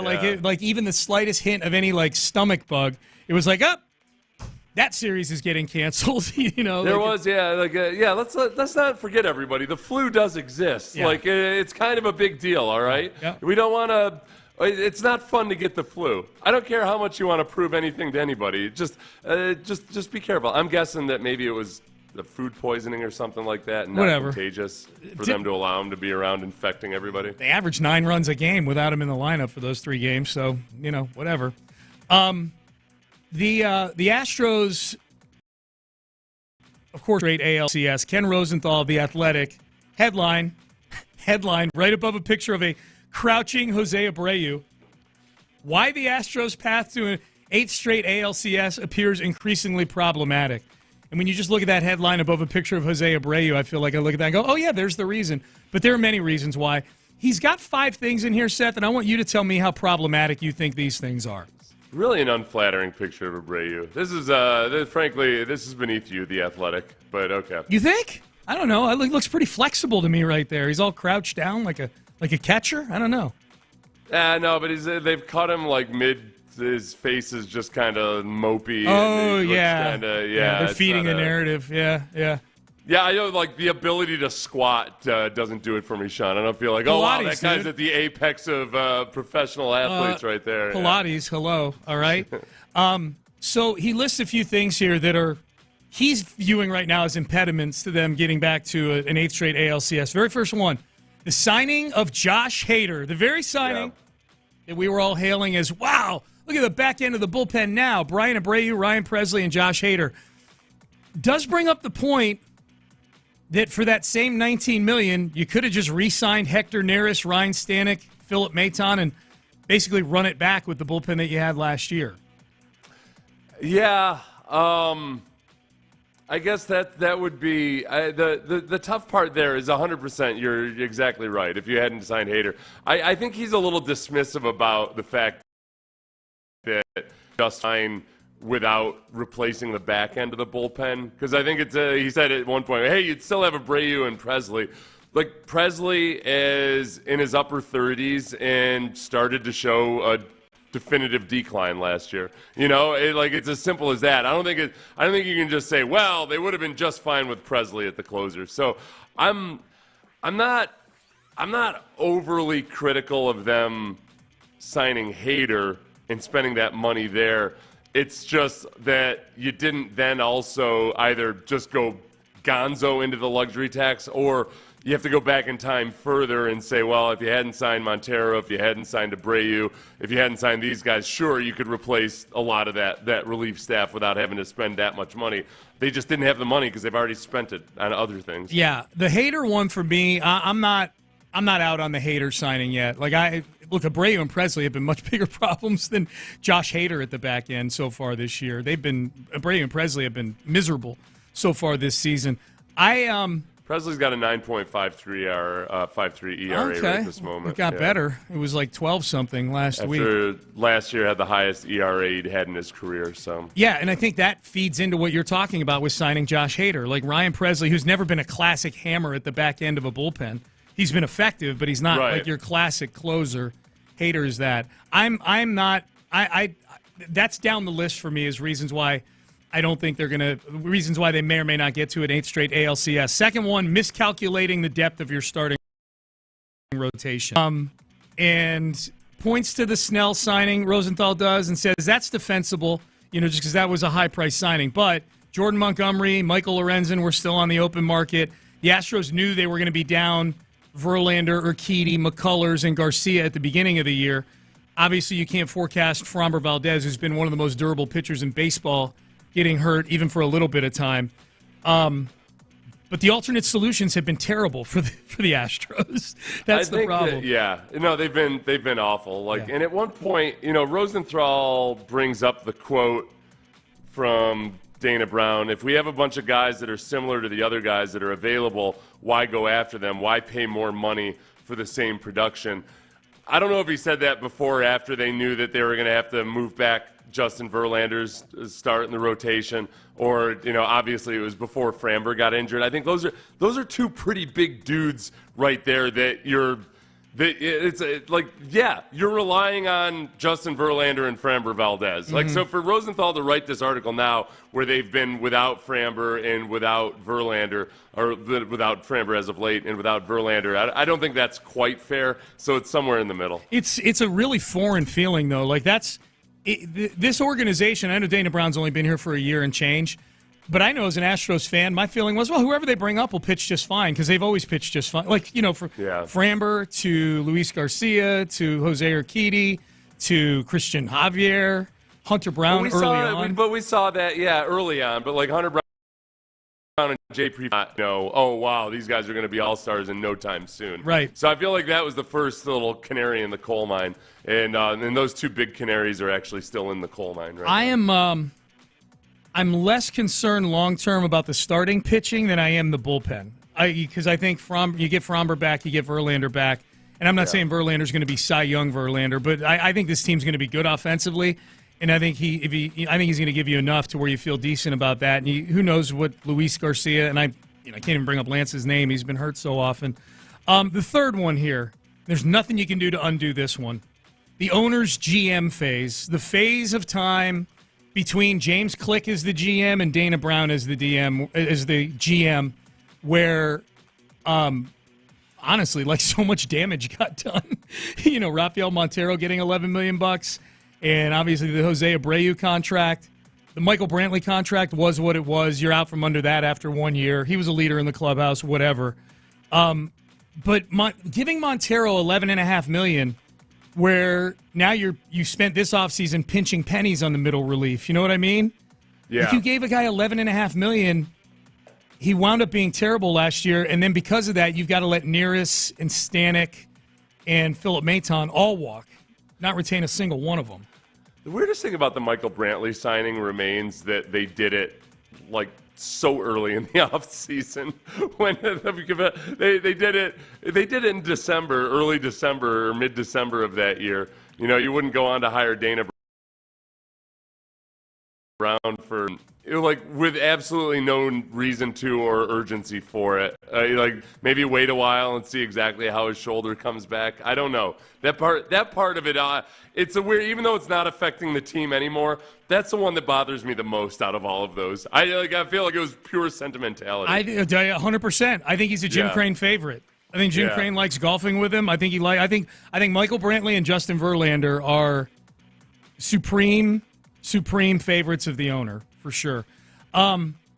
Here's the thing about the owner's GM phase. This might be the most problematic one, based on the conversation you and I had last week about that Reggie Jackson audio, is I don't know that the owner's GM phase is necessarily over. No. I just think there happens to be somebody with the title GM. I don't know how much power Dana Brown has over what the Major League roster necessarily looks like. He's got a voice, obviously, but you got Reggie Jackson in there. You got Jeff Bagwell, who at various times throughout his broadcasting stint this weekend sure was talking like somebody who is a member of the front office, not an analyst who's telling you what's happening on the field. There's plenty of that, too. But there was a lot of talk about what we look for and what we look for in this and what we look for in that. That's disturbing. Yeah, I guess, you know what, it's interesting. I talked to Brandy about that because there was something about that, and I sensed on social media that people get annoyed with that because they're like, it's no secret. Yeah, he's a part of the front office. Like, he's very much involved in decision-making. We all know that by now. Anything that people find annoying by him is talking about and I don't know if it's, which is weird because usually if you have a Hall of Fame player from your franchise and they're talking about it, people wouldn't be upset with that at all. I think it's just that they just so much associate him with the bad moves. Yes. That they don't, it's a really strange dynamic where you've got a Hall of Fame player talking about the collective we, and people don't like it. It rubs people the wrong way. Yeah, I think that's exactly. I can tell. I'm one of these people that you and Brandy are talking about. Okay, Yeah. As I'm watching the commentary this weekend, and it was a reminder of Bagwell's role in the moves that have blown up in this team's face. And then Jose Abreu gets a double in one of these games, and now I'm waiting for the victory lap from Jeff Bagwell. It happened last year. Well, it was while Bagwell was doing one of his commentating stints that Abreu had that little summer surge, remember? Yes. And then it all evaporated. And he came back in September and October, and he was really, really good in September and October last year, including the playoffs. But, you're waiting for the victory lap by Bagwell. By Bagwell and dreading it, yes. Last two. These are reasons why the Astros are going to have a tough time getting back to an ALCS. The depletion of the farm system. Mm-hmm. And I guess that's now coming back to roost a little bit. You and I talked about this last week. The solutions are not there to just fix something by calling somebody up anymore, nor are they there to go really. Probably the biggest thing is the assets that they need to go get somebody who's major league ready have really depleted over the last few years. And that's the part, too. With baseball, the draft picks are always tricky because there's so many of them. But I was a little too flippant about the loss of the first and second round picks in 20 and 21 at the time, because I was in a mode of like, they'll go find some Cubans, whatever. Who gives a damn? These rating systems have had the Astros bullpen in the tank for the last 3 years, and you keep getting Frambers and you keep getting Javier's and all that. But at some point, at the very least, yes, you do get those guys who are diamonds in the rough and end up exceeding expectations. But even like the first and second round picks from 20 and 21 who haven't necessarily worked out as of yet are still valuable trade pieces. No doubt. In a lot of potential trades. So a lot of teams are waiting to see how those guys play out and how they develop. Well, keep in mind too, it wasn't just that Latin America infusion that they got of all those pitchers. They were super successful in the draft as well. And we need to be reminded, we're talking about a team that has achieved at a higher level than any other team in baseball in the last 2 decades. You need a ton of stuff to work out to maintain that, not just this facet or that facet. So there's that. The last one that Rosenthal has in here, and this is probably something that's going to be more we hear anecdotally than necessarily see, but knowing what we know about this team behind the scenes the last 2 years, he took this of leadership. You had Michael Brantley, a huge leader, not on the team anymore. Hector Neris was definitely viewed as a leader among those Latino pitchers that we're talking about. Martin Maldonado, as bad as he was at the plate, he was viewed as a leader in that clubhouse. Carlos Correa, huge leader in the clubhouse. So it's a fair point to wonder about this team, who's the vocal presence? Those are all guys that were labeled as leaders, that acted like, that carried themselves like that. I'll tell you what, whether it's leadership or something else, there's a part of me that, man, I never used to care about stuff like this, but just the Astros really started the trend, or were one of the couple teams that really started the trend of over-the-top celebrations in the dugout, and it feels like they fizzled out with the Astros before, over the last couple of years as it caught. Last year everybody had a goofy hat that they were parading down through, putting somebody in a shopping cart, all that nonsense. And the Astros are just, in some ways, I actually feel like they're a little too professional at times. Almost just they're like weathered old rock stars. They've been through so many different phases, and there's been so much drama surrounding them that they just want to go out and play. But I feel like they've lost something in that too. We're at a Chicago concert right now. And they're just up there playing the same old songs as they ever played. It's hard for me to say I'm sorry. They can get up and perform a concert going through their shopping list in their head the entire time, or thinking about what they have to do the next day. Yep. All right. Someone asked, where are Stanek, Neris, and Maton now? Stanek the Mariners, Neris the Cubs, Maton the Rays. That's where they are. That's where they are right now. All right, Payne and Pendergast. Diaspora of Astros relievers. Yep. Payne and Pendergast with you. All right. Marital advice from a retiree. How long do we think this guy stays retired? That is coming up next. Mokaram Law. This is who you want on your side. This is the advice you need if you've been.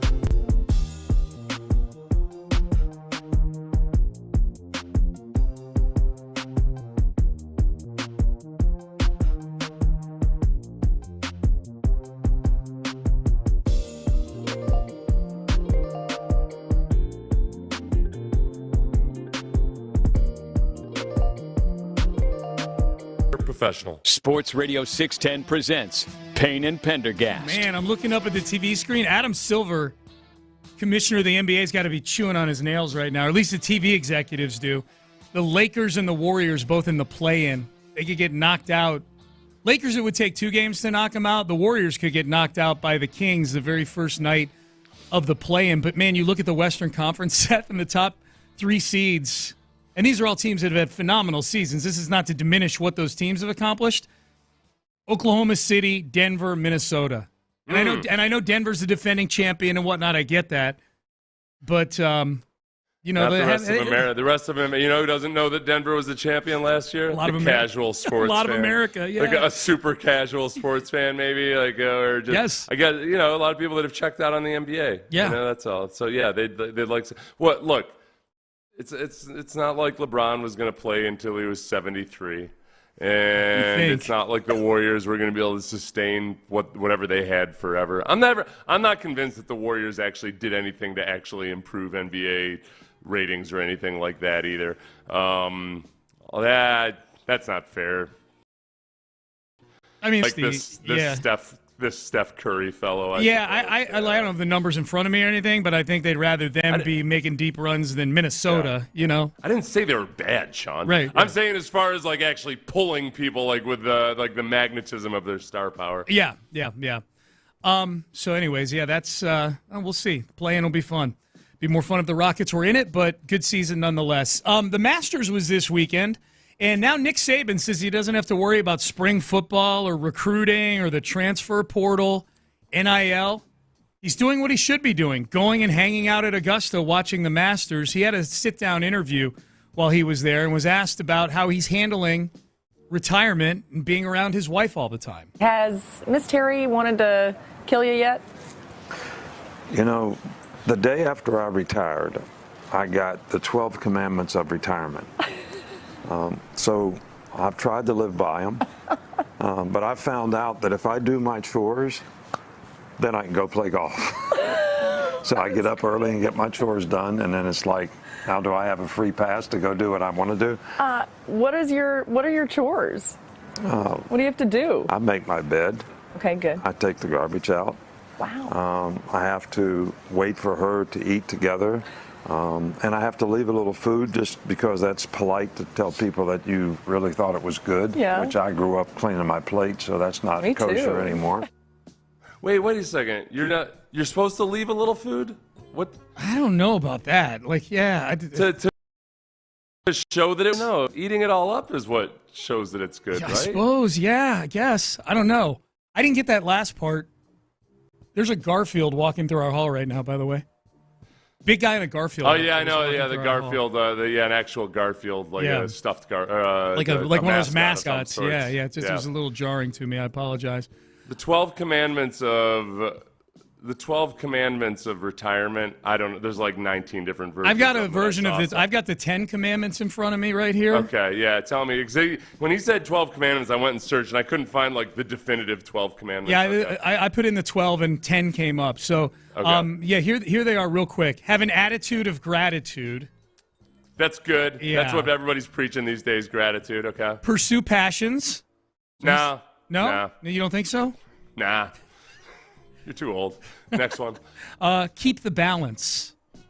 Sure, probably. That's what everybody says. Again, okay, so far these 3 commandments have been good 3 commandments for any human being alive at any age. Okay. Make no obligations. That one I like. Make no obligations? Yeah. No obligations? No obligations, This is the worst list of commandments I've ever heard. Oh, no, you want more. Without obligations, you will die within 6 months. I promise you that. You better have some obligations or something that you feel obligated to do, or you will die right fast. I'm willing to give it a whirle just to see what no obligation sounds like. It's like people are like, money is not necessarily the root of happiness. I'm like, yeah, well, I'm willing to give it a go just to see if it works. Yeah. Try new things. That's good. Try new things. You got to get those little neurons connecting with each other by trying new things. What's the biggest? If you were to retire, what's the new thing you would want to try? Like, is there something you'd want to you've wanted to? Oh, probably every drug.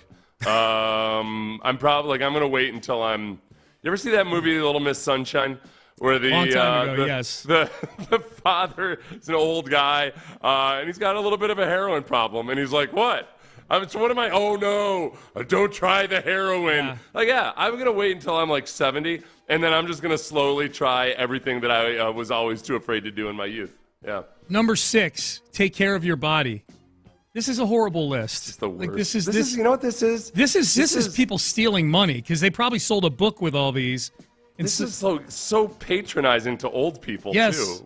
You're like don't know this already. Yeah. They've been getting AARP magazine since they were 45. They kind of know this crap. All right. Stay flexible to change, number 7. Stay flexible That's probably to a good. change. Now that's a good one. I mean, that's good advice for anybody at any age. But I do see that the people who thrive in retirement or older age tend to be very open to like whatever the new thing is. Like they're not trying to dress like they're 25 or anything. But they're very like they understand that the world is always changing. They learn how to get on the Facebook, all of that stuff. Number 8, cherish friends and family. Yeah, that's good. Yeah, probably put more of a focus on that. Yeah. I would say be selective about which friends and family you cherish. Don't waste your time around like ones that bring negative energy to you. You know what I mean? Like the clock. That should be one of the commands, cut people off who need to be cut off. No, I'm adding that right now. Yeah. That's a good one, I think. That's a big one in life, too, but especially at that age. You ain't got the time for that, Grandpa. Yeah, cut those people out of your life. Cut them off. Write them out of the will. Number 9, have fun. Yeah, thanks. Thanks. Appreciate that. Number 10, keep eternity in mind. That's deep.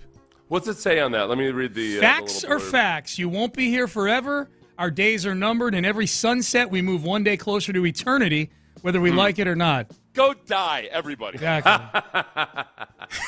I would say that one obviously is good. Honestly, being at peace with your own mortality is something that everybody listening right now, if you haven't gotten to work on that, you should get to work on that immediately, because you'll have no idea like how much psychic pain you've caused yourself over the years by fearing death. Yeah. It really, it's incredibly liberating once you stop thinking about it in just such dreadful terms. So just get to work on it. Just so you know, when you go home today, think a little bit about the fact that you're totally going to die someday. Yes. Don't fixate on it, but just think about it a little bit. Start to get comfortable with it. Yeah, you know? I actually did some reading because I wrote a post about O.J. Simpson this week for this weekend for the Houston Press. Yeah. He's dead, and as I said last week, I'm like, that is one guy I'd be very curious to see what he's doing right now. Like, how'd that conversation go to get into heaven at the pearly gates? Like, did St. Peter just close the book and just laugh at him? And I wanted to make jokes about it in the post I was writing, but I'm like, start making jokes about eternity and religion, and it offends people and whatever. So I did a Wikipedia search just on St. Peter and the pearly gates just to make sure my joke was lining. It was very, kind of religion agnostic, and I got into a wormhole reading about all the various views of heaven through all the different religions. It was very, very interesting. Yeah. Did you create a Google Sheets for it or anything to kind of keep track? To see which one I align with the most. I'm like, I kind of like what they're doing with this here.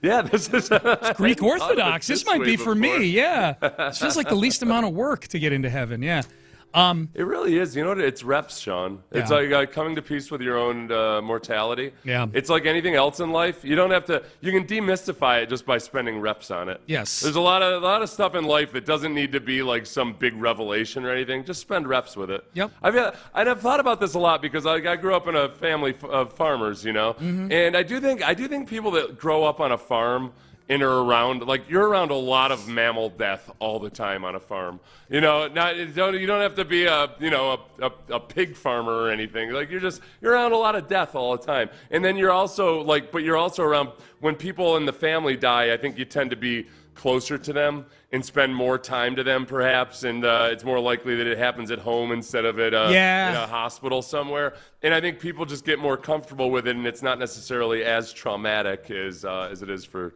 others. That makes sense. So go live on a farm and think about death all the time. Now, one of the things, it doesn't say in here specifically this commandment, but maybe this is like chase your passion or have fun or whatever.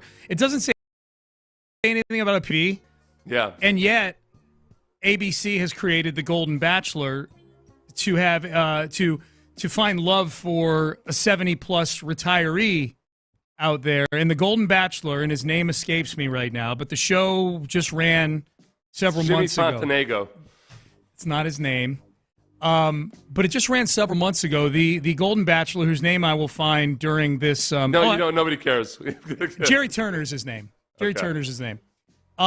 He found love on the show with a woman by the name of Teresa Nist, and they were on ABC doing a little interview.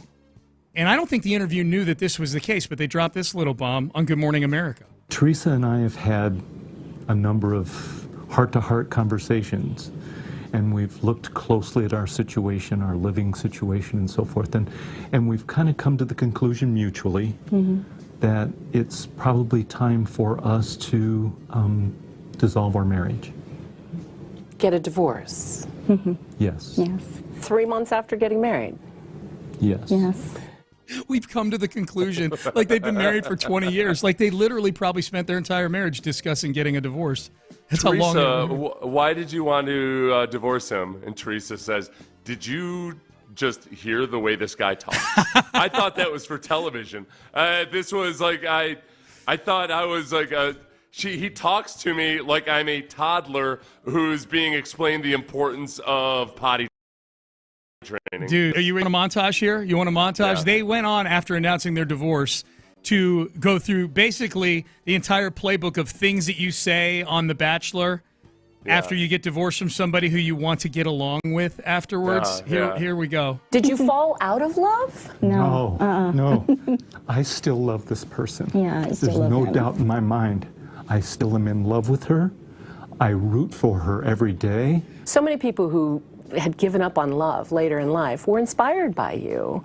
What do you say to them now? We say, don't give up. Right. We say, stay in it, stay hopeful, because we are. Will you have to give your rings back? Do you give the dress back? How does that work? I think that's the rule. I think I have to give this ring back. Sad to say. But you know what? We don't have to give back the memories. You know I still love you. I still love you. That's the one I've been wanting to play for Seth all weekend right there. I'm so glad that guy's marriage fell apart. we don't have to give back the memories. And she's like, can I, though? I've never fallen in love, out of love with her. Oh, man. I just, you can keep and cherish the memories as this special person. Turns out she's not into the group stuff like I thought maybe she would be. I was so hoping that show would be a 70-year-old bachelor with like 25-year-old women on there, and they're all just trying to gold dig, you know? That's what I was Why hoping did they for. break up? Did they ever actually say, other than like all these platitudes? One of them lives in South Carolina, the other one lives in New Jersey, and I think they both realized. Oh, yeah, they're set in their ways. They're set in their ways. Their families are in both of those places, so yeah. Kind of backwards. I mean, usually that's something you figure out before you get married, you know? Like, her actual boyfriend is back in North Carolina. There's wherever that you said she was. too. Yeah, Right. Yeah. I had a friend once who found out he was broken up with his girlfriend by her appearing on The Bachelor. No way. Yeah. Oh, that's awesome. She tried to pull a 1-2 combo on him of like, no, this is just to further my acting career. I still love you. And my friend was like, this is not the way I prefer my love to be shown. Oh, my God. She wanted to have her cake and eat it too. Yes. And, yeah. That's funny. She got rolled off The Bachelor pretty quick. That would seem that sounds about right. She had to come home to an empty condo. They were living together and everything. Oh boy. Oh yeah. Okay. Hope it was worth it. All right, Payne and Pendergast with you. Texans back at it today. Off-season program begins. Excitement level is high. We will hear from D'Amico Ryan, C.J. Stroud, and Will Anderson today. Who are the Texans we want to hear from, though, over these next handful of days? Who are the ones we've got questions for? What are our participation predictions for activities over there today? We will get to that coming up next. But first, that is maybe the guy snored. Maybe that's why she didn't want to be married to him anymore. And if that's the case, I would tell, what's his name again? Jerry Turner?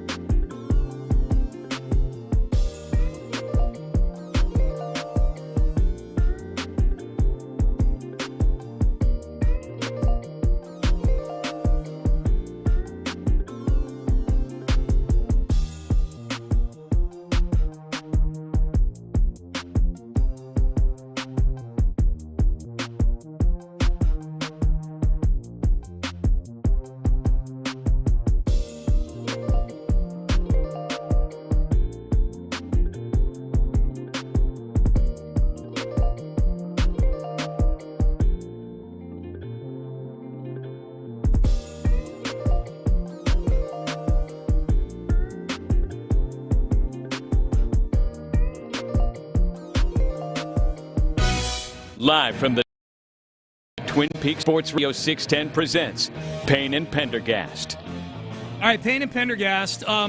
Texans get started back up today. Off-season program begins. We should mention there has been some news in the NFL this morning. DeForest Buckner signs a 2-year, $46 million contract extension with the Colts.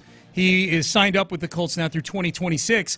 Yeah. The one that probably impacts the Texans a little bit more, or probably has a little more juice to it for Texan fans, Devontae Smith, wide receiver for the Eagles, drafted the same season as the same draft as Nico Collins.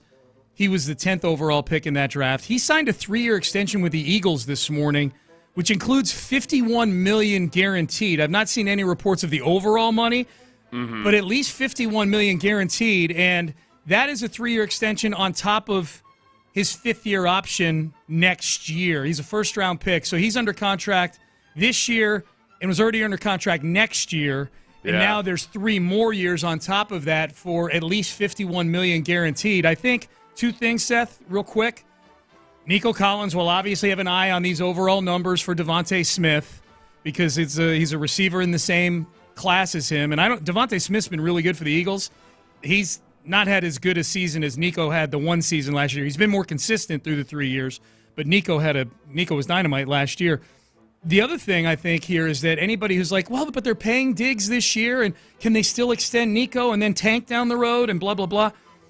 A.J. Brown's on this team. Devontae Smith is now a paid team. They've got a quarterback who's going to be making $50 million. You can make work what you want to make work. You're just going to have to give up things in other areas of the team. So it's, for the Texans, I personally, I think a lot of this cap space they've still got left is there as dry powder to do something with Nico this offseason. We'll see. Yeah, I think it might be one of those things that neither side is overly urgent to get done. Maybe. Because Nico, when he was on TJ Hushmanzada's podcast, I went and I watched the entire interview, and he very much stressed that he wasn't in a hurry to get a contract done because he feels he still has a lot to prove. So you bring up that Devontae Smith hasn't had an individual season quite like Nico's had, which is true. But I mean he's come close. 2 years ago he had 1,200 yards receiving, 7 touchdowns. Yeah. Nico, if he'd stayed healthy this entire year, I mean he ended up with almost 1,300 yards. So it could have been a 1,400 or 1,500 yard season if he'd stayed healthy. But has not nearly been as consistent as Devontae Smith.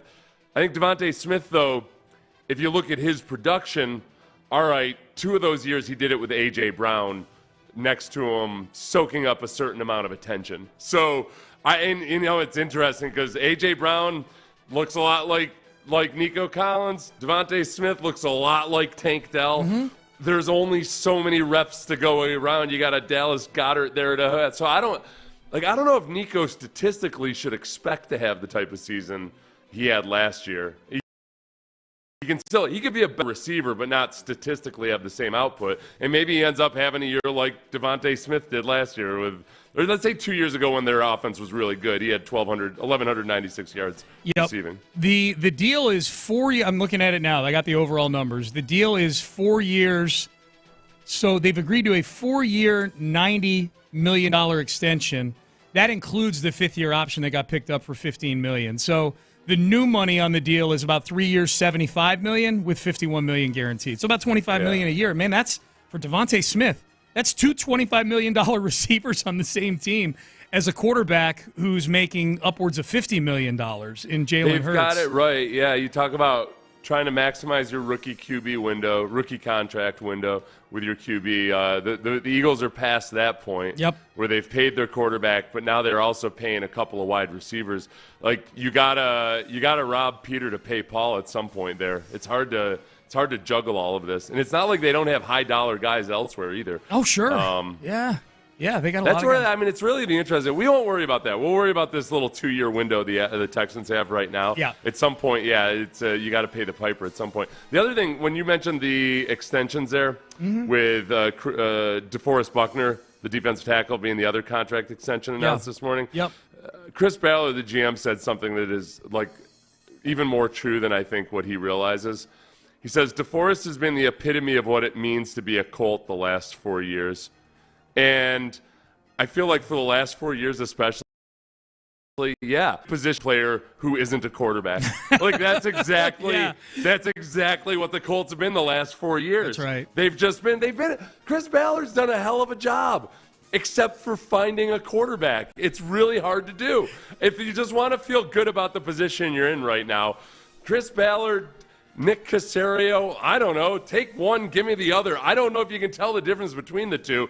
It's that one happened to just be in the right circumstances to take a quarterback that looks like he's the right guy. And Chris Ballard has been out there twisting in the wind, trying every old hag he can throw in there at quarterback. Finally gets a young guy this year and ends up having to play a not-so-old hag, but a hag nonetheless in Gardner Minshew. That'd be great if they signed Ryan Tannehill and they said the exact same thing you just said about DeForest Buckner. Like he's the epitome of a Colt. Yep. It's a quarterback. Old, broken-down quarterback who's on his fourth team or whatever it is. Yeah. I guess Carson Wentz wasn't old, but he was already broken down. Yep. DeMeco Ryans, C.J. Stroud, Will Anderson going to meet with the media in a couple of hours here. We're now into the off-season program. Do you have a priority list of Texans that you're looking to hear from here at these yes. at these pressers? Yes. You do? 100% Stephon Diggs at some point. Some point, right? No pressure? If only to confirm his existence within the city limits. Thank you.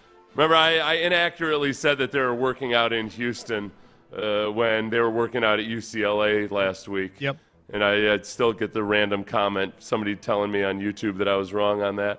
So Stephon Diggs, I'm looking forward to seeing like Danico Autry. We've already seen Danielle Hunter. Danico Autry didn't do a press conference though, did he? No. Did I recall? Nope. Yeah, okay. Nope. So we've already seen a Danielle Hunter press conference because why not? He's right down the road. Mm-hmm. You can just drive on in. Tank Dell. Tank Dell's the one I'm looking forward to. Oh, okay. Yeah. See how the leg is, how the offseason go. Mm-hmm. How you feeling about your new teammate, Stephon Diggs, who they actually spent some time. They were both at that workout you're talking about at UCLA? Yeah. Alshire, the linebacker, because he was somebody that the Texans, according to Caserio, Caserio said they pursued him last year, but he only signed a one-year deal with the Titans, so I'm guessing the Texans didn't pursue him that hard. And he ends up with DeMeco now after a 2-year hiatus. But when he was with DeMeco in San Francisco, was like a Sam linebacker who didn't play that much, but then could fill in a pinch and play Mike or Will. And now he's going to be one of the main guys. I'm just kind of curious to hear what DeMeco's influence has been on him, because I think it's going to be very similar, hopefully, to Christian Harris and DeMeco's influence on Christian Harris. I've got a few. Jalen Petrie. I need to hear from Jalen Petrie, because we heard very little from Jalen Petrie this year because he was not a guy playing at a level where they were trotting him to the podium or bringing him onto the post-game show with us, where you get public comment from him. I know he's been out and about doing some charity things this offseason and whatnot. Those aren't press conferences. Those are public appearances or whatever. Those are more fluffy and feel-good kind of things. Jalen Petrie thinks about his sophomore season in the NFL and what he's doing to improve upon that. Right, yeah, I would say him and Dameon Pierce are the two guys where you're kind of curious to see, all right, how are you approaching this offseason? What lessons did you learn last year? And, what's going to be different this year? Yeah. That would be those. And those are the two? Pierce was going to be the other one. Yeah. Well, Pierce said it himself on the postgame show with me and Clint that the Texans aren't going to get the version of me that they're looking for until next season. Next season is here, basically. I mean, it's the next offseason is here. The other two guys are Jeff Okudah and C.J. Henderson, the two guys that they signed at cornerback. Good ones. That I'm not really penciling in either of one of those guys as a starter. I think they were brought in to compete. They're brought in on nice contracts, don't get me wrong, but they're brought in to compete, and they're former high first-round picks. Both of them go in the top 10 of the exact same draft 3 years ago. And there's upside there. I think Jeff Okudah might be the one that, just by virtue of, both these guys have been on two teams already.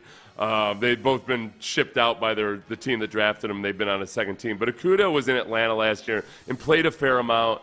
And I think it might have been as simple as just not the right fit or the right scheme, and perhaps there's some upside there. Yeah. But I'd like to just see how these guys are approaching everything. If one of those guys turns into a serviceable starting cornerback, you're laughing if you're a Texan fan. You just need one of them to turn into as of right now, a serviceable starter. I think there's probably another move to be made. So, do you think Diggs is there today? I don't know, man. I'm trying to tell myself that I don't care if he is or if he isn't. Yeah. But I'd prefer that he's there. Yeah, of course. I prefer that he's just.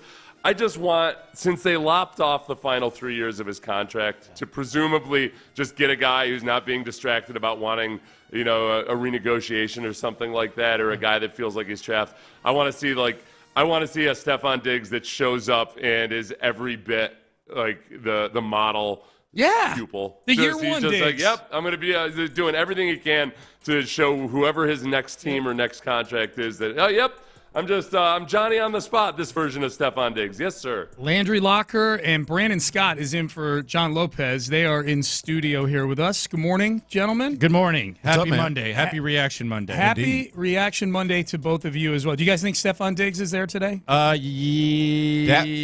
would be brazen. Maybe. To put Stephon Diggs out there and not speak, that would be. I thought they should add a presser with him, you know me. Yeah. Oh, yeah. If he's not going to That was a big talk, mistake. then that would be really weird. So for him to be in the building and not do a press conference. That would be really awkward. Okay, that would be awkward. I don't know Very, why very he didn't awkward. get a press conference in the first place. Yeah. I know Well, it's just me. It's kind of whack, but No. I think because one of the answers might be that maybe Steph Diggs didn't feel like doing a press conference. yeah. I mean, he's still tweeting somewhat cryptically. Yeah, it feels and like he doing would like to stuff. talk. Yeah. I mean, I like, don't what would know, you be man. scared of that he's full of? Like, I don't, who cares? I just thought, I think if you laid out all the offseason moves, I think this was perhaps the most polarizing, exciting. Like, I think there was a lot of excitement. I'm seeing Calvin Ridley and L'Jarius Sneed getting press conferences, and I'm just like, there's a lot of excitement here. Like, if there was ever a time. Now, there were times where they wouldn't have press conferences, and I would be like, yeah, that's probably a smart decision. That's a good idea. That's probably a smart decision. But in this instance, I'm like, maybe this would have been. But also, like, with all due respect to my colleagues in the Texans media corps, it's not like we're a menacing media. either. It's like you can just send them out there, and everything's going to be fine. I can promise you. And there's an answer. There's a canned answer to the Buffalo stuff that you go, it's a new start. It's a new start. I'm not looking back. Nobody's gonna be like, hey, Steph, don't you feel like Terry Pagula should have done more to make you happy? And why is Cal McNair any different? Gary Warner's not walking through that door. Yeah. Congrats, Landry. 4-3 lead in the silver boot right now. Oh, yes.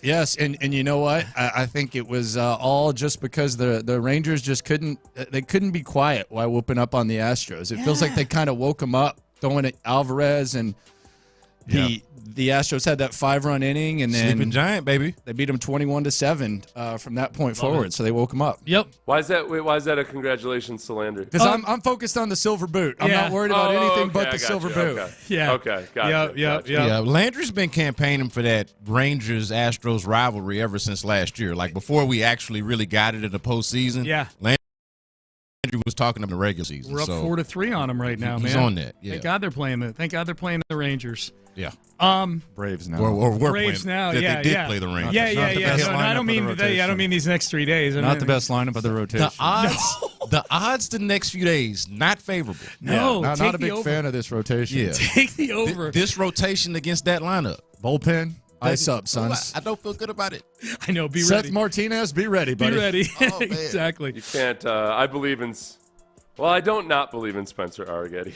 So, yeah, I'm ready to give him another shot. Yeah. I need at least against the Braves. Let's go for. Let's see how he does over like an entire inning, perhaps. We'll see. I know you couldn't handle the Royals. Here's the Braves. Yeah, there you go. All right, Brandon Scott in for John Lopez. You're listening to KLT HD2 on Odyssey Station. Seth, I'll see you tomorrow. Happy Monday. Antibodies to you. Antibodies and a blessing with all these Italian Americans that have fallen into our lap over the. I just assume Loperfito's Italian too. And Arrighetti and everybody else. There you Thanks. go. Happy Italian American Day. Thank you. It's Columbus Day in April. There you go. All right, we're done. We're out of time. Landry Locker, Brandon Scott, Figgy Fig. They're in the loop. They start now. All right. So it's the question that everyone wants to know today. Will it be used? Will it be used? It's been used probably about 300 times. since about a year ago when C.J. Stroud arrived in Houston. I wish we could take bets on this. We're going to hear from C.J. Oh, we can.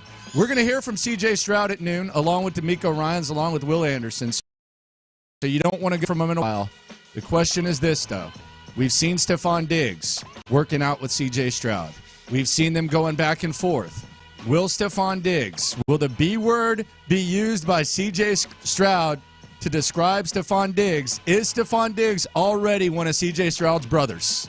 Tech's been his brother since day one. Nico's been his brother since day one. Laramie Tunsil. This will be the ultimate test. We're not going to hear from Stephon Diggs. So if we don't hear the B word from C.J. Stroud, I'm not saying you got to panic, but you got to wonder if he's going to fit in as well as we think. Will the B word be used for Stephon Diggs at noon? And not just will it be used, but specifically will it be used to describe Stephon Diggs? Because I think we can get enough cheese in this press conference for him to drop a brother or brotherhood somewhere in there. Yes. But it's got to be specifically to describe Stephon Diggs for it to qualify, right? Figgy, are we going to get a B word to describe Stephon Diggs? Is he already one of his brothers or not? I think so. I think we're going to get a B word. I would bet the over on this. If you're setting it at 0.5, I'm betting the over. If that happens, you got to put C.J. Stroud number 2 on the fantasy football draft board, right behind perhaps Mahomes. Yeah.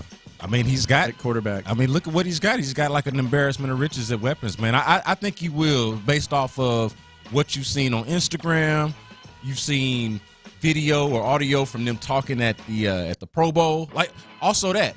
When did y'all become brothers exactly? Yeah. Like how long? Not only I don't are think you it brothers, takes long. Are you just like, is it like brotherhood at first sight? How does it work? It's the leadership, man. You're going to see CJ up there. I'm excited to hear from the QB, though. Yeah, I'm excited to hear from D'Amico. We got all of them. You know, this will be the first public words on Stephon Diggs. Like, we haven't heard D'Amico. We haven't heard Caserio. We've heard no one speak on Stephon Diggs. Why wouldn't they want to brag about this, Landry? I don't know. I'm curious about that. You know how I am with press conferences. Well, let me ask you. Forget being the media guy. Let's make you in the position of D'Amico or Nick Caserio. You're the guy who, in part, is responsible for bringing in Stephon Diggs on the back end of everything else that you've already done with the organization. Drafted C.J. Stroud and Will Anderson the year before. The season you had, the offseason that you had up until that point was already successful. You're the guy that's responsible for it. Would you not want to brag about it or pat yourself on the back? I mean, I would. It's a little odd. I mean, there's a lot of excitement. You heard Hannah McNair with Jason Bristol basically say that her kids, they stopped school to talk about Stephon Diggs. He's a popular dude. So maybe we get to see him. I don't know whether he's going to be there or not, but I would assume that's going to be one of the questions that C.J. Stroud gets asked. Do you remember, we're all old enough, I think, at this point to remember when we were asking the question of, like, whose jersey are they going to sell? Oh, yeah. Do they have that problem anymore? No. And that was the case before they got Stephon Diggs. Now you add that, Stephon Diggs, number 1, this whole, like, 7-1-3 cheesy thing that we do where you got Stroud, Dell, Diggs, everybody out there. There's a vibe there. I don't know why they're not embracing it a little bit more. Maybe they will today. Maybe we'll get some hype. We'll hear what they got to say in the noon hour. Landry Locker, B. Scott in for John Lopez, Figgy Fig with you. Astros, man, they showed some life. And I got to wonder. Goddamn time. Did the Rangers make a mistake in throwing at Yordan Alvarez? The game was kind of out of control when this happened. The Astros were down 12-3. They responded with a 5-run inning there. Kyle Tucker flipped the bat, and they outscored the Rangers 22-7 after that. Ended up taking 2 out of 3. Could I interest you in a stat? Yes, sir. The Astros are 4-3 versus the Rangers and 2-8 versus everyone else. So just put them on the schedule. They're like they're the new A's for the Astros. It is good, though, to see this team has somewhat of a pulse because that did feel a lot like a response. And Kyle Tucker kind of ignited it, and they ended up taking 2 of 3. Now they got the Braves, though. Rotation not quite lined up the way that you would like with Arrighetti tonight. Yeah, we were just talking about that. Hunter Brown tomorrow.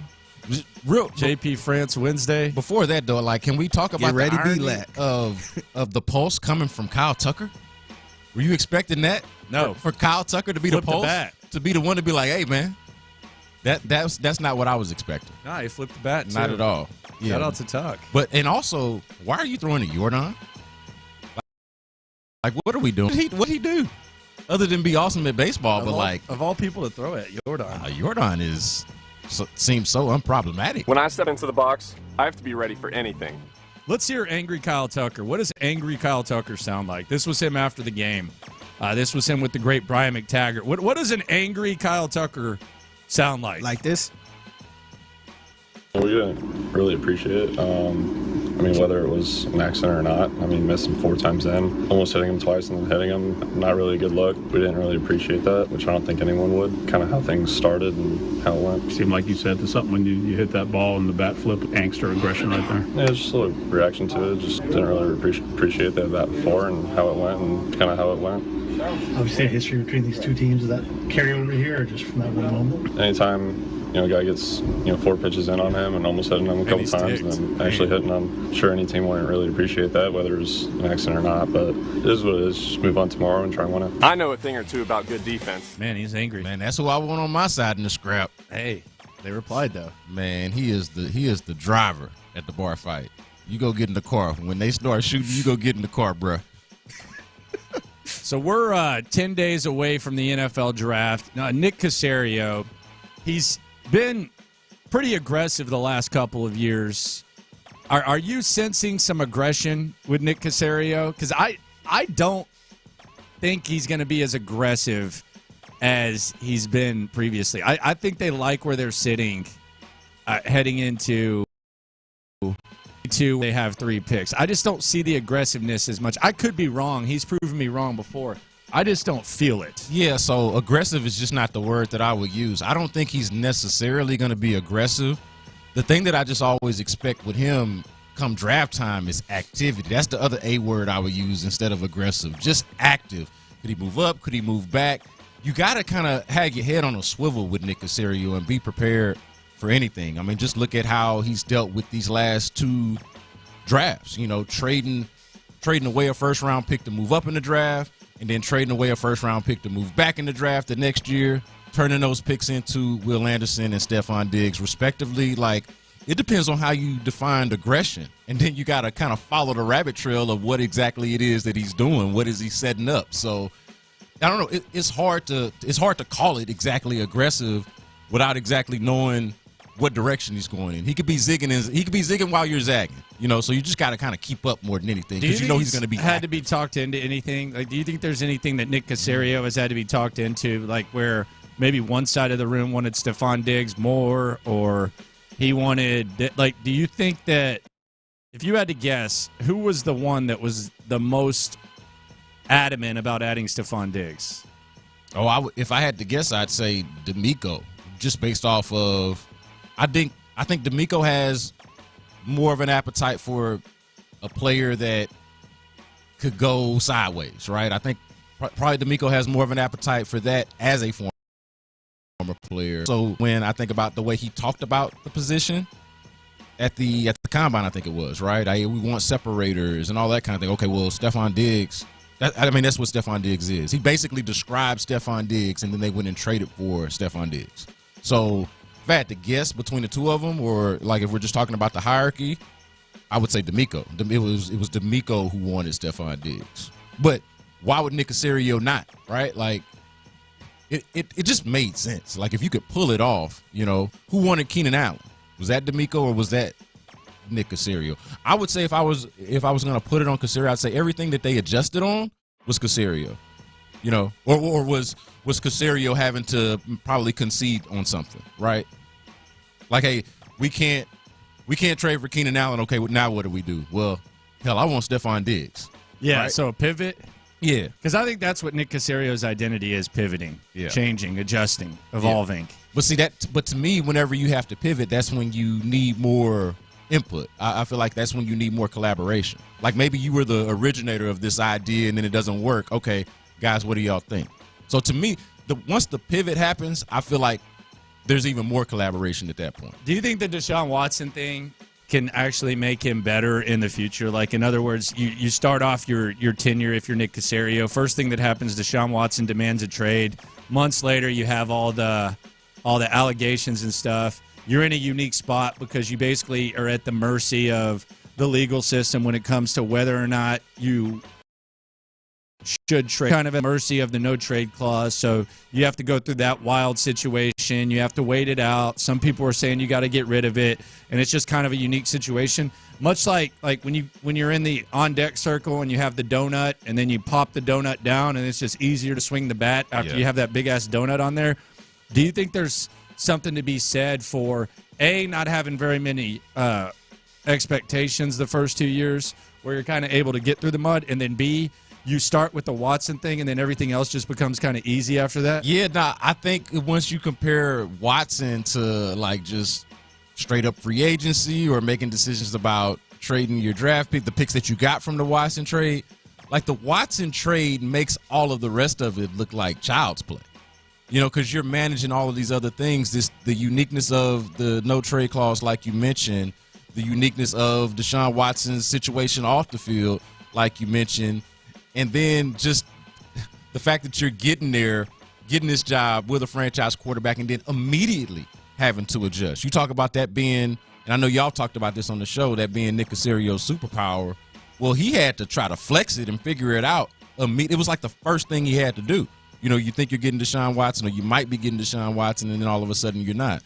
So to me, everything else after that, the decision to draft C.J. Stroud, number 2 overall, right? So, like, you've been helped because the first guy's been picked for you, right? So, like, you don't have to go, do I go C.J. Stroud or Bryce Young? No, I get the number 2 overall pick. I'm just going to draft C.J. Stroud, trade picks for Will Anderson. All of that is child's play compared to what you're dealing with the Deshaun Watson situation. Easy. Like, if I can get through that, I can get through anything. Yeah, if you can just be patient, get through that, now all of a sudden, you know, hey, trade up from 12 to 3, big deal. Yeah. Will Anderson? Yeah. Stephon Diggs? Okay, I can Shoulder deal with shrug. that. I can deal with the distraction.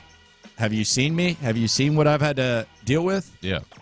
Yeah, I'm pretty good at it. And it might even turn out to be, and it seems like it so far, hey, I draft a left guard in the first round and it doesn't work out. All right. Like, I can survive that. I had a franchise quarterback who wanted out as soon as I got here. So we have the Astros taking the lead in the boot standings, the silver boot, little boot scootin' boogie. We got the Texans. We're going to hear them finally in their silence in less than 2 hours. And then the bow was put on a season yesterday. A season was completed, a 500 season, 41-41. Houston Rockets finished the season 41-41. I was one game off on my prediction. How you feeling about the Rockets? Because I've heard something interesting about the Rockets that perhaps we're looking in the wrong areas when it comes to asking the biggest question of the offseason. Yeah, so for me, the best thing I can say about it is that it's the first offseason since this quote-unquote rebuild where I didn't feel like you had to get rid of people. Like every offseason, they've had a player or a coach or somebody where you're like, you know what, off of that guy, or they're not going anywhere if that guy's their first or second or third best player. Like this whole thing needs to be remade, or they need to add pieces. Like they obviously need to make some changes and add some pieces in the offseason. We'll see what they are. But there's not, like, of the important guys, there's not anybody where I'm like, hey, you got to get rid of that dude. Or obviously the coach who you were never going to get rid of, but you feel even better about him, I think, now than you did going in. So I think it's just an overall success, and I could appreciate listening to them yesterday not acting like finishing 500 is something to celebrate. Like, it's cool from where they came from, but it's not like they're looking at it like, hey, we just want to be a 500 team forever. So I feel like it's up from here. It does at least feel like it's up from here. It has not felt that way in previous years. We've heard the question like multiple times where it's, you know, who do you build around? Yeah. Şengün, Green, which is it? I've heard that's kind of the wrong question to be asking. What's the right one? I was actually talking to McMahon, and I mean, he's not just pulling it out of nowhere. He thinks that the right question is not who do you build around, Şengün or Green? He thinks that it's just based on everything that he gathers, who fits best with Thompson. So it's not even a question of which one feels better. It's the question that he thinks that they're asking and who they like the most is which one of them fits best with Thompson. It's actually a different pair than what we're talking about. Yeah, I think the best part of the season, like just basketball-wise, the best part of the season was Amen Thompson showing you that he, like, Amen Thompson, I would bet every dollar that I have right now, if you can promise me health, that Amen Thompson will be an all-NBA defensive player multiple times in his career. I'd bet every dollar in my name to it right now. Like, he was that good defensively, can play that many positions. I feel like he's the most versatile player. He's another one of those high-ceiling players. I think there's something to that because here's the issue. Amen Thompson can't shoot. Well, Jalen Green has a inconsistent jump shot. You can just basically say he can't shoot. And then Alperen Şengün doesn't have an outside shot. How many guys is that same problem that they had back with the Russell Westbrook, Clint Capella days? How many guys can you have on a team in the modern NBA who can't shoot? So I think there is something to that. Yeah. I think there is something to that because I don't think Thompson's going anywhere. They're going to have to make a decision sooner or later on Green and or Şengün. Who fits best with him is I think there's something to that. We got a stacked reaction Monday. We'll hear from CJ, Will Anderson, D'Amico Ryans in the noon hour. Still nothing from Stephon Diggs, though. I don't know why they're scared. Maybe they're scared to be great. Speaking of which, an improvement that Diggs brings to the offense that nobody is talking about. More with Landry Locker, B. Scott, Figgy Fig coming up next. In the Loop. Do we have any idea?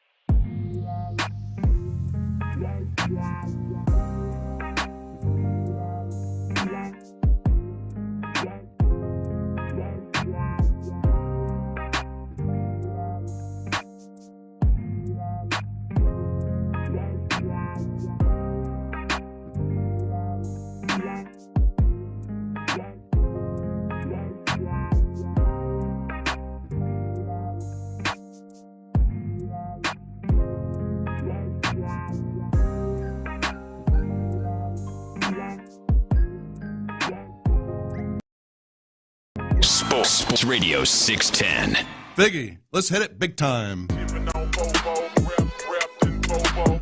Houston, let's get in the loop. Oh, the jokes are coming fast and furious every time y'all talk about this guy. With Landry Locker. Landry, I mean, you're going to be in midday forever now. And John Lopez. On occasion, Lopez makes a statement that's so ludicrous, it makes me pick my phone up and call you guys. You're in the loop on Houston's sports leader. Your champ, 610. Sports Radio 610. An improvement Stephon Diggs brings to the offense that we aren't talking about. We're going to hear C.J. Stroud. We're going to hear D'Amico Ryans as well as Will Anderson today at noon. But B. Scott, little nobody's talking about for the people that are excited about Stephon Diggs and perhaps something that we are overlooking. As simple as it sounds, especially when you're talking about football. I don't want to go David Culley on you and tell you that the most important part about playing football is the football. The most important thing about football is the football. But it is true. And Stephon Diggs, my guy, moves the chains. He moves the chains, and it sounds simple to say about a dude that's been an all-pro, has been a Pro Bowler. Of course he moves the chains. But he does it pretty much at an elite clip, almost better than anybody. And what have D'Amico Ryans and Nick Caserio talked about in the few times that we have heard from them in the offseason when they have talked about football offense specifically? They've talked about wanting to improve on third down, wanting to move the chains, what we were talking about earlier about separators, wanting to have guys that can get open on third down because as good as the Texans were, as great of a story as it was, as much of a turnaround as it was, they weren't very good on third down for the most part. They really weren't very good on offense, if we're being completely honest. Yeah, it was the way you term it is CJ saves all butts. Yeah. There was a lot of that going on. Now, not all the time, but it was a lot of that going on throughout the season. And when you think about it, especially with the running game not really being consistent and not really being there for a lot of time, like you didn't have the balance, nor did you have the third down efficiency that you want to have when you do have an elite quarterback, when you are a team that's got high expectations like they are going to have this year as opposed to last year. So bringing in a dude like Stephon Diggs, and how does that translate? Well, you look at it, the Buffalo Bills were the best last year in third down conversion.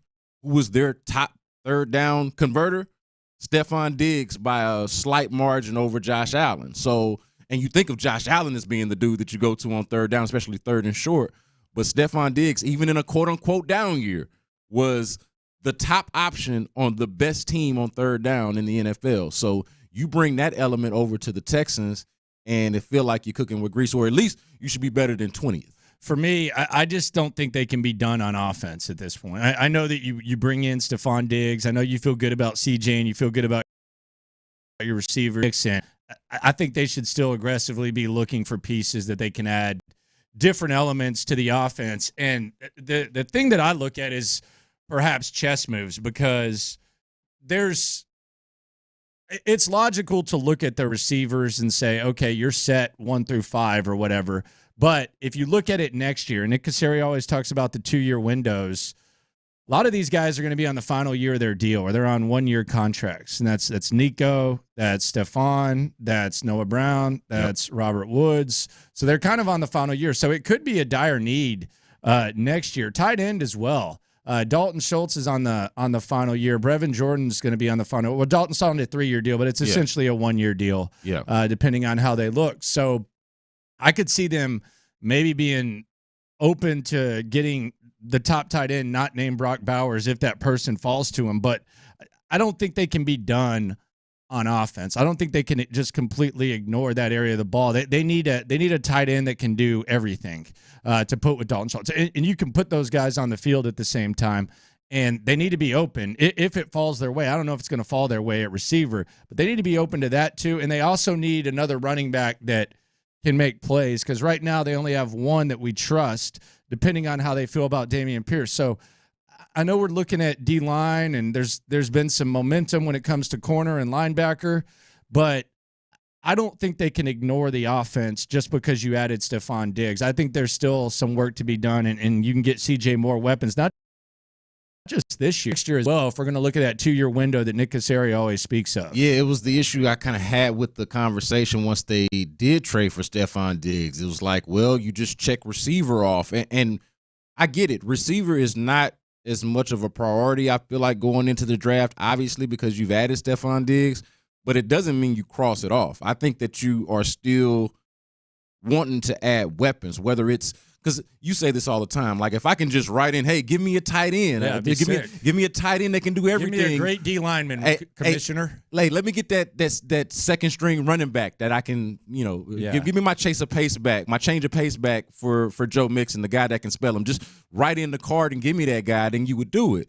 But that's not necessarily the way that it's going to fall all the time. So, hey, it might end up being defense, but what if the best – I know people don't like to do this best player available. No, I now do. You got I news. absolutely do at this point. But what if it is like, hey, the best player available is a receiver who, you know what, is a deep receiver class in a different draft class. This guy might be drafted higher. He might be, a kind of a good bargain here. Maybe you just bring him in anyway for the reasons that you just mentioned, because you got receivers whose contracts are coming up. Like, I don't see the harm in it. The other thing is, like, drafting for need. I think that it's kind of an eye roll for me because each draft is different. Like last year, we were talking about how awesome the tight ends were. This year, it's really not a deep tight end draft. Right. Wide receiver this year is a strength. So if you're sitting where the Texans are and you're going, or wherever they're picking first, and you're sitting there and you're saying, okay, there's going to be a lot of wide receivers gone. There's going to be a lot of other positions. There's actually a chance that you have your first crack at a running back. Like, you could be the first team to take a running back. Yeah. You could be near the first team to take a safety. You could perhaps get the second best tight end not named Brock Bowers. So with where they're sitting and the way that it could shape up, instead of just saying we need this, like, let's say that they're watching running backs and they're just completely in love with one of them. Yeah, exactly. You get and there's one that is the number one running back on your board, and you get there and you can get that guy. I don't think they should shy away from that just to fill some sort of needs. Yeah, like for the anti-best player available crowd, I would ask, like, what is the position if they get there and the best player available is this position that you would say, nah, we're good for our 2-year window. We're so good at that position that we can't use that player. Like, I don't know if that position actually exists outside of quarterback, maybe outside of defensive end. Like, I don't know if that position exists. So, and especially not when we're talking about weaponry. Like, what if the question could just simply be, hey, is this guy better than our 5th best guy? Like, what if this guy just outplaces or displaces the John Mechie's and Xavier Hutchinsons of the world? Are we willing to take that step? Like, does it matter enough to us to have weapons around C.J. Stroud to take our 5th best receiver and then bet on maybe him being our 2nd or 3rd best receiver in the years to come? Like, I think it's worth to have the discussion. The other thing that's kind of driving me a little bit, I don't want to say it's nuts, I just think it's kind of like an adjusted mindset when it comes to the draft is, I mean, I'm hearing these mock drafts and stuff, and they're fun. Like, I like the mock draft simulator as much as anyone else, but I would rather just see how day one plays out and then get a better grasp of how things are shaped up there, because there's just so much that can happen on day one, and I think you get to sleep on it, you get to discuss, you get to figure it out. Like, getting too far ahead, it would be one thing if they had their original first-round pick and you're just looking at a few things and it's going to fall this way, but there's just so much that can happen from day one to day two that it's hard for me to really just get gassed up about somebody with where they're selecting. It's almost like a crawl before you walk type of thing. Well, this is why I like your running back idea, though, because I do feel like you can be pretty confident going into day 2 that it's not going to be a ton of running backs off the board, right? So, like, that's the one position we talk about devaluing the running back position. That's the one position where I think you can exploit the market a little bit and maybe get a valuable player who just is looked at because of his position, not drafted high, or you don't want to draft a running back high. Don't be that team if that guy can help you. A young receiver in the NFL just got a contract extension. Should the Texans be following the lead and looking to extend one of their own? Plus, the most alarming draft fact of the year. Localizing it next. Who does Seth?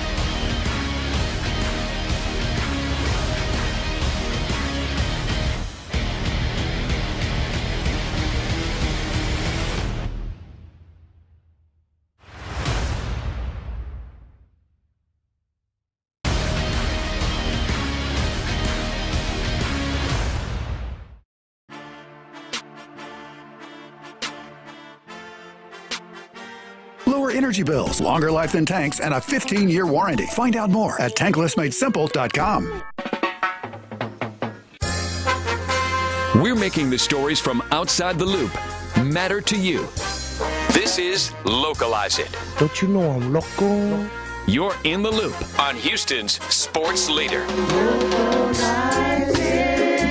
Sports Radio 610. All right, Nico Collins, to extend or not to extend, that is the question. Devontae Smith just agreed on a 3-year, $75 million extension with the Philadelphia Eagles. That includes $51 million guaranteed. We know Stephon Diggs is going to be a part of things. He's in the final year of his deal. Nico Collins is in the final year of his deal. Do you think the Texans should be actively looking to extend Nico Collins right now, or should they let it play out on the field and see what happens? Yeah, I would let it play out because if you're Nico Collins, would you accept the deal, anything less than this? And I understand he hasn't had the years that Devontae Smith has had. He hasn't had the continued success. He hasn't been to a Super Bowl, all of that. But I would look at myself as either a number 1 or number 2 receiver, and Devontae Smith is certainly at bare minimum a number 2 receiver. So if I'm Nico, I don't know if I'm even negotiating much less than this, if less than this at all. So I would let it play out. I've thought all along one of the interesting parts about trading for Stephon Diggs, and especially converting the contract the way that they did, making it essentially a 1-year deal, and everybody's for those two guys at least could be free agents after this year. It feels to me almost like a number 1 receiver tryout. I get that Stephon Diggs is your number 1 receiver coming in. I understand that. It's obvious. But I feel like that could change based off of how things go. Nico's development, Tank Dell's development, the chemistry with C.J. Stroud. It almost doesn't even matter who's the best. Who's going to be best with C.J. this year? And if Nico has the type of year this year that he had last year, I don't see why. What if he doesn't, though? Yeah, and if he doesn't. And I don't think he has to match the stats because I think there's the targets with Diggs, but what if he doesn't? Yeah, and then what? And if he doesn't, that makes the Texans all the more, that makes it even smarter to not do it, right? Because you would be paying him based off of last year, whereas if you wait until next year and he doesn't have the same type of year, you could take both pieces of data into consideration, and maybe the number is not as much. It would be smarter for him probably if you're going to look at it that way, right? If he doesn't have the same type of year, he should be itching to sign an extension, or he could bet on himself, and the Texans themselves can actually get some more information on the dude. At the starting point for me, if you're talking 3 years, $75 million, I just don't know how it gets much larger than that. That's my thing with Nico Collins. Nico Collins comes out and has another really good year. Let's say he produces at a similar rate. Is it really going to be that much more than 3 years, $75 million? Yeah, that's my thing. Do you pay because you're looking at Devontae Smith. He had 1,000 yards the last 2 years. He had 900 before that. He's played every game. He's missed one game in 3 years. Nico's missed 13, I think, and that's not counting the times where he limps off the field or leaves the game early like the Jets. So he's been more available. He's been productive. He's kind of had A.J. Brown on the other side of him the last 2 years. So much like Stephon Diggs, I don't think you just completely – but is there any scenario where Nico Collins prices himself out of the $20 million-ish range? I mean, what if he misses 5 more games this year? Yeah, we're talking get 20, it for even cheaper. this is $25 million. Yeah, so I want to have a discussion, honestly, if I'm the Texans. I get it for Nico's side, and shout out to Nico if he can get the bag, but if I'm the Texans, I'm letting this thing play out and seeing if I can have a little bit better of a leverage point. And to your point that you're making, can it get much better than that? Or a back-to-back 1,000-yard seasons or top 10 type of seasons for Nico Collins going to make him more than a $25 million a year player? I doubt it. So, yeah, no, I think it's better for the Texans to probably wait unless they know something that we don't know. On the text line, sticking with the wide receiver position, 2638 asks, do y'all think Mechie has a shot to realize the potential he had when we drafted him? ? I mean, not based off of last year, but if you take it all into consideration, you got to give him some kind of benefit of the doubt, right? The potential, you got to remember how bad of a dude he was at Alabama, right? And now he kind of just looks like a guy out there So, I mean, I think this is a big year for him and kind of determining that. But no, it would be I think hard. it's a big camp for him. Yeah, exactly. I don't know that he's a lock to make the roster. That's a better way to put it. It's a big camp for him. And if he does make the roster, obviously it is a big year for him. But, I don't think anybody past Noah Brown, the top 3 that we know and past Noah Brown, is a lock to make the roster, nor should they be. Yeah, I would – it would not be the it would not be the craziest thing to see Mechie not make this squad. I'm rooting for the guy. But it would not surprise me the very least. So the Texans, a week from tomorrow, they're going to be putting out their uniforms.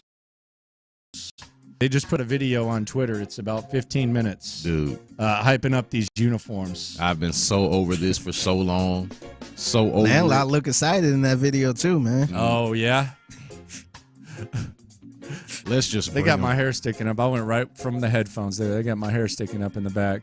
I'm going to rock the 6:30 gear. mark. I ain't going to like, I don't want to be a hypocrite here because I'm not all that excited about it. But I'm going to rock the gear. I'm going to embrace it whenever the time comes. But the rollout, the anticipation, like... You're not into it? I'm not in. I really want to be. Y'all remember when we were bowling that time about a year and a half ago? Yeah. And they brought us in like one by one or by groups. Y'all remember that? Yeah. Man, I was into it. A year plus later, I'm like, man, let's just show the uniforms. Just show the uniforms, so man. people can react. Let's just go. I'm more excited about the third helmet because I want that red helmet out there, and I want the red helmet out there more. What? I want the red helmet out there more. You breaking news or something? And I want the. Is there a red helmet? I want the white helmet. I mean, I'm not breaking no news. We've seen the red helmet the last 2 years. Is there a white helmet?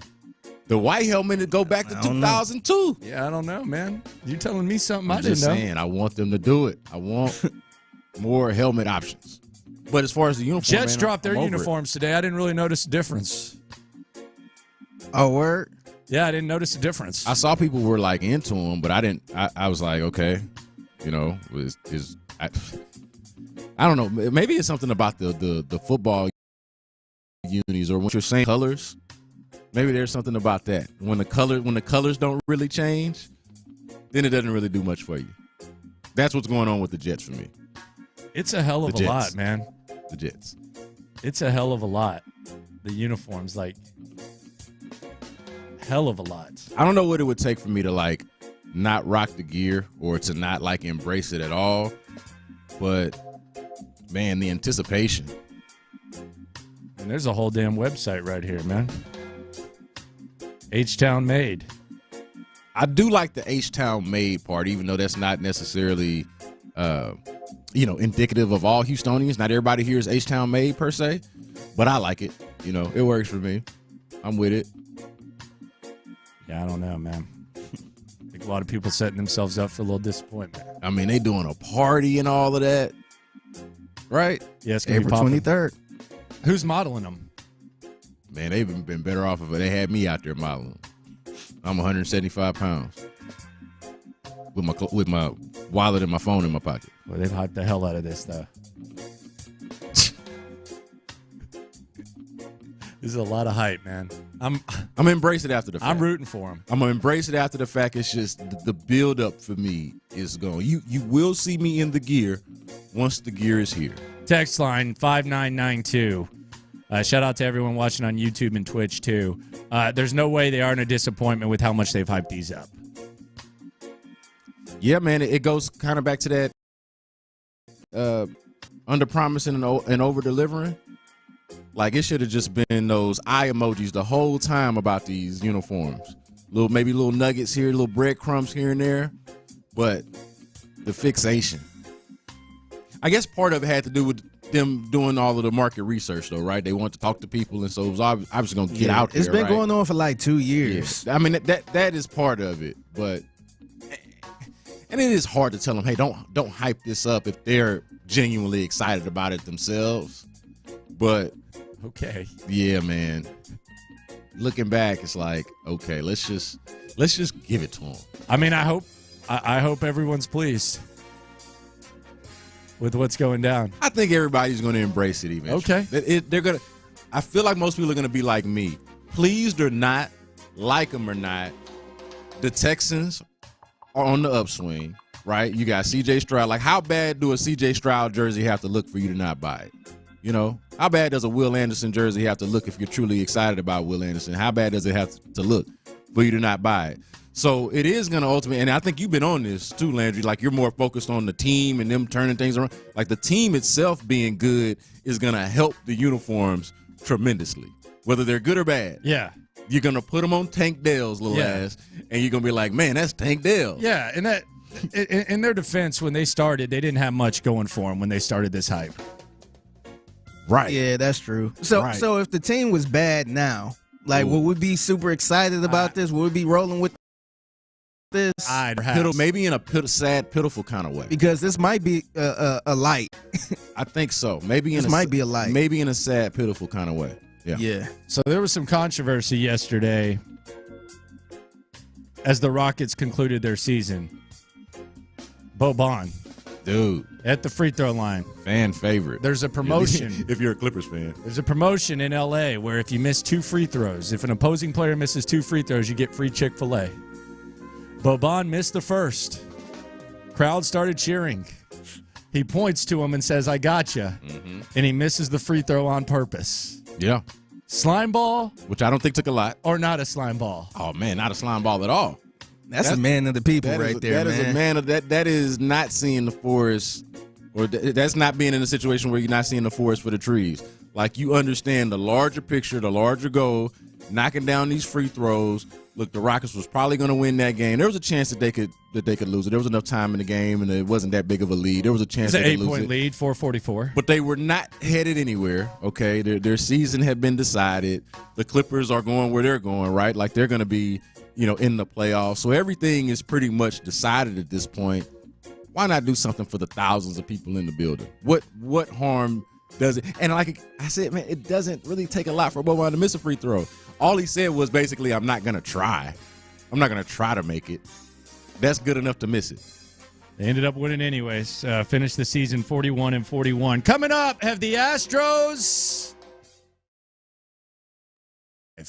Is it time for the Astros to turn things around? We'll get into that. And speaking of turning things around, is there a scary scenario in which one of the threats to the Texans could strike fear into Texans fans? We'll discuss that next. First, though, I want to talk about Orchard.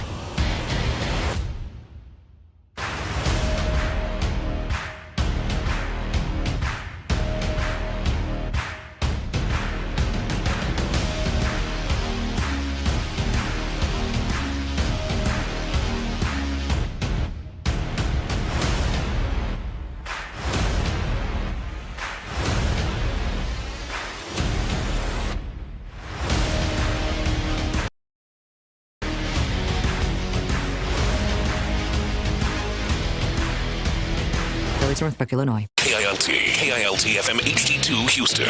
Insider access. Exclusive content. The Texans play here. Always live on the free Odyssey app. Sports Radio 610 presents In the Loop with John Lopez and Landry Lyons. Do they have a pulse? Houston Astros. They look dead. Then all of a sudden, Yordan Alvarez gets hit. Astros are up for 5 runs in an inning in a losing effort to the Rangers, but then they don't look back. They win the next 2. Astros 4-3 against the Rangers, 2-8 against everyone else. Taking on the Braves today. Is this team showing a pulse? I think they're showing a pulse, but I think more than anything, they're showing their identity. We talk about identity a lot on the shows for all of the teams that we discuss. And with the Astros, I feel like they made a pivot somewhere after 2019 to where the identity started to be really how good the pitching was. From the starting pitching to even the bullpen at various spaces. I know there was that one year, maybe 2021, they had an issue with the bullpen. But for the most part, the pitching has been, I feel like, a big part of the Astros' identity. This year, so far, it feels like, man, if they don't score a bunch of runs or get a no-hitter from a 30-year-old rookie, then they can't win the game. I was looking at this, that's man. A hell of a That's a hell of a recipe. Look at that formula, and it does not feel sustainable. So in the week, I like to get to win the silver boot, especially when it's here. But I'm looking at them like, man, they need this lineup to be lights out. And we talk about timely hitting, man. We need them to score 8 runs or more, damn near, like just to win a game. So I mean, I like what I saw over the weekend, but it is starting to become a lot clearer to me that the pitching is tough to rely on. Shout out to Christian Javier for being durable and, having a quality start, being able to go, 7 innings for him yesterday. But, like, your best pitchers right now are Christian Javier and Ronel Blanco. Like, that's where we're at. And then, you're playing Atlanta with Spencer Arrighetti and J.P. France and, like, basically the worst of Hunter Brown. And Hunter Brown, the worst of your rotation. Like, they're showing a pulse, and I think we know what they're good at. They're going to have to lean into that in order to just sustain this time period until their starters get healthy. The problem that they're in right now and the problem that they face, especially in these next few days, given the way that these guys have pitched, is 1 loss turns into 2 because you have these starters that go 3 innings or, 3+ innings or even less. Hunter Brown, last time he was out there. And then your bullpen is basically fried for the remainder of series, and all of a sudden 1 loss turns into 2. And that's the problem that they have right now. They're only 10% through the season. And we could get Verlander back this week, which would be nice. But what is Verlander like? How much is Verlander going to give you? It's a recipe that's clear. I think they just need to rake, but they're in a real dangerous spot because who knows what you're going to get from these starters. And when they go out there and they wet the bed like they did, your bullpen just gets completely fried. Yeah, you asked if they have a pulse, but they're still like sick. Like they're like in the hospital, they're bedridden. I don't think it's like desperate, but you look at it and the roster is just so flawed at this point, man. Like from the depth of the rotation to the middle relief, the issues that you have there. Your biggest investment in the offseason was a closer, and you haven't really given them many games to close. Obviously, you did yesterday, but I just feel like the holes in the roster this early in the season have really just been exposed, and they have a pulse because they have that lineup. Like that is the pulse. You talk about waking up a sleeping giant, hitting Yordan Alvarez. Well, they can only respond to that because they got, the top of that lineup can rival any other in baseball. But outside of that, I mean, it's a lot of holes. It's a lot of side-eyeing going on. Meanwhile, with the Texans, and by the way, we're going to hear from D'Amico, CJ, and Will Anderson coming up in an hour. First public words, I'm assuming, in regards to Stephon Diggs. The Indianapolis Colts, while the Texans don't have a day 1 pick, the Colts are sitting right there at 15. And they haven't really done much this offseason. They did give DeForest Buckner a 2-year extension earlier today. They're visiting with a lot of receivers, though. Xavier Worthy, the Texas long of the combine, he visited with the Indianapolis Colts, And it is interesting. I do wonder what exactly Indianapolis is up to and what the heck they're going to do, because they're visiting with pretty much every receiver. Yeah. Could they be looking to add someone opposite Michael Pittman and give Anthony Richardson and Shane Steichen more weapons right there at 15? Is that a trade back? Do they take Xavier Worthy at 15? Are they in the Brock Bowers mix? What exactly is Indianapolis doing? Because you got to think, and I'm not going to say they're going to try to overcompensate, but with how quiet they've been in free agency, you got to wonder if they're going to save their aggressiveness for the draft, while teams like the Texans, Titans, and Jags, they've been a little bit more aggressive during the other phase of the offseason. Well, have they been quiet, or have they been more on the running back season? Because they had some free agents, and they just brought a lot of them back. So they've been, in large part, on running back season. A lot of that had to do with Michael Pittman, right? So you bring back Michael Pittman, but you haven't really added much. So to me, you look at the Colts, and some of their obvious weaknesses is not having a lot of wide receiver depth or a lot of wide receiver help outside of Michael Pittman. So there's just such an obvious and clear need for them, and that's what scares me about Xavier Worthy. What could the Colts do that would scare you? Oh, man, if they draft Xavier Worthy, if they're able to nab Xavier Worthy and add him to Shane Steichen, who we talked about a lot being one of the better up-and-coming offensive minds, maybe an underrated head coach from last year, and then Anthony Richardson. I do know that the dude is strong enough to throw it deep to Xavier Worthy, and if Xavier Worthy can catch it, and we know he's had some ups and downs with that from watching him at Texas, but if he can catch it, I feel like Anthony Richardson can get it to him. I feel like Shane Steichen can scheme it up. And so that feels like the perfect scenario to put a young weapon like that into. So I'm not afraid of Indy, but I'm like cautiously watching them in the rear view. They're basically like right there next to you. Then they add a weapon like that. To me, I feel like that can add another dimension to what they do. Xavier Worthy on the Colts. So you think if they draft him at 15, are we trading back or no, what? No. I don't think they're drafting him at 15. I mean, that's too early, right? Yeah, that's got to be way too early. That's good. But I'm just saying if he winds up on their team. But like, they're not drafting Xavier Worthy more than likely at 15. That would seem like a stretch. However they get him, though, I think it would be scary for the Texans having to match up with that speed. I just don't fear, and maybe this is me being false, I don't fear the quarterbacks, the second-year quarterbacks in the division. I don't fear Anthony Richardson. I don't really fear Will Levis. Yeah. I think it's just kind of borrowed time. Yeah, I don't fear him. I think it would be ridiculous to fear him based off of the dude that you got, right? Like you've got CJ Stroud, but there is that uncomfortability of the unknown. Like I'm not fearful, but I'm not like comfortable with the fact that I haven't seen a lot of them, right? Like, and I think I've seen enough of Will Levis to feel like he's a tier below. But Anthony Richardson, under that scheme, that coaching with Shane Steichen, I feel like if there's anybody, and I've said this before, I feel like if there's anybody that can tap into it, it would be Shane Steichen. If it doesn't work there, I don't see where it's going to work. But, dude, I could see it. Like, he made Gardner Minshew work last year, and I know you were kind of tongue-in-cheek but also serious saying that they were better off with Gardner Minshew. I believe that wholeheartedly. I know you did, but Gardner Minshew's not good. So, like, if Anthony Richardson's got anything – like if there's anything to this talent there with Anthony Richardson, he should be better than Gardner Minshew. See, my biggest fear in this division, and it's not even a player. My biggest, like the fear that I have most in the AFC South is Shane Steichen. I don't think he gets near enough credit. And I know it sounds weird. I'm not even talking about you. I mean, he didn't finish top 5 in Coach of the Year. That's asinine to me. Well, so did they vote? Did they vote after he put the third string running back? Give a damn when they voted. That was a good play call. It was a good play call. Well, I mean, you're in charge of your personnel groupings too, though. But I have a healthy amount of fear of Shane Steichen.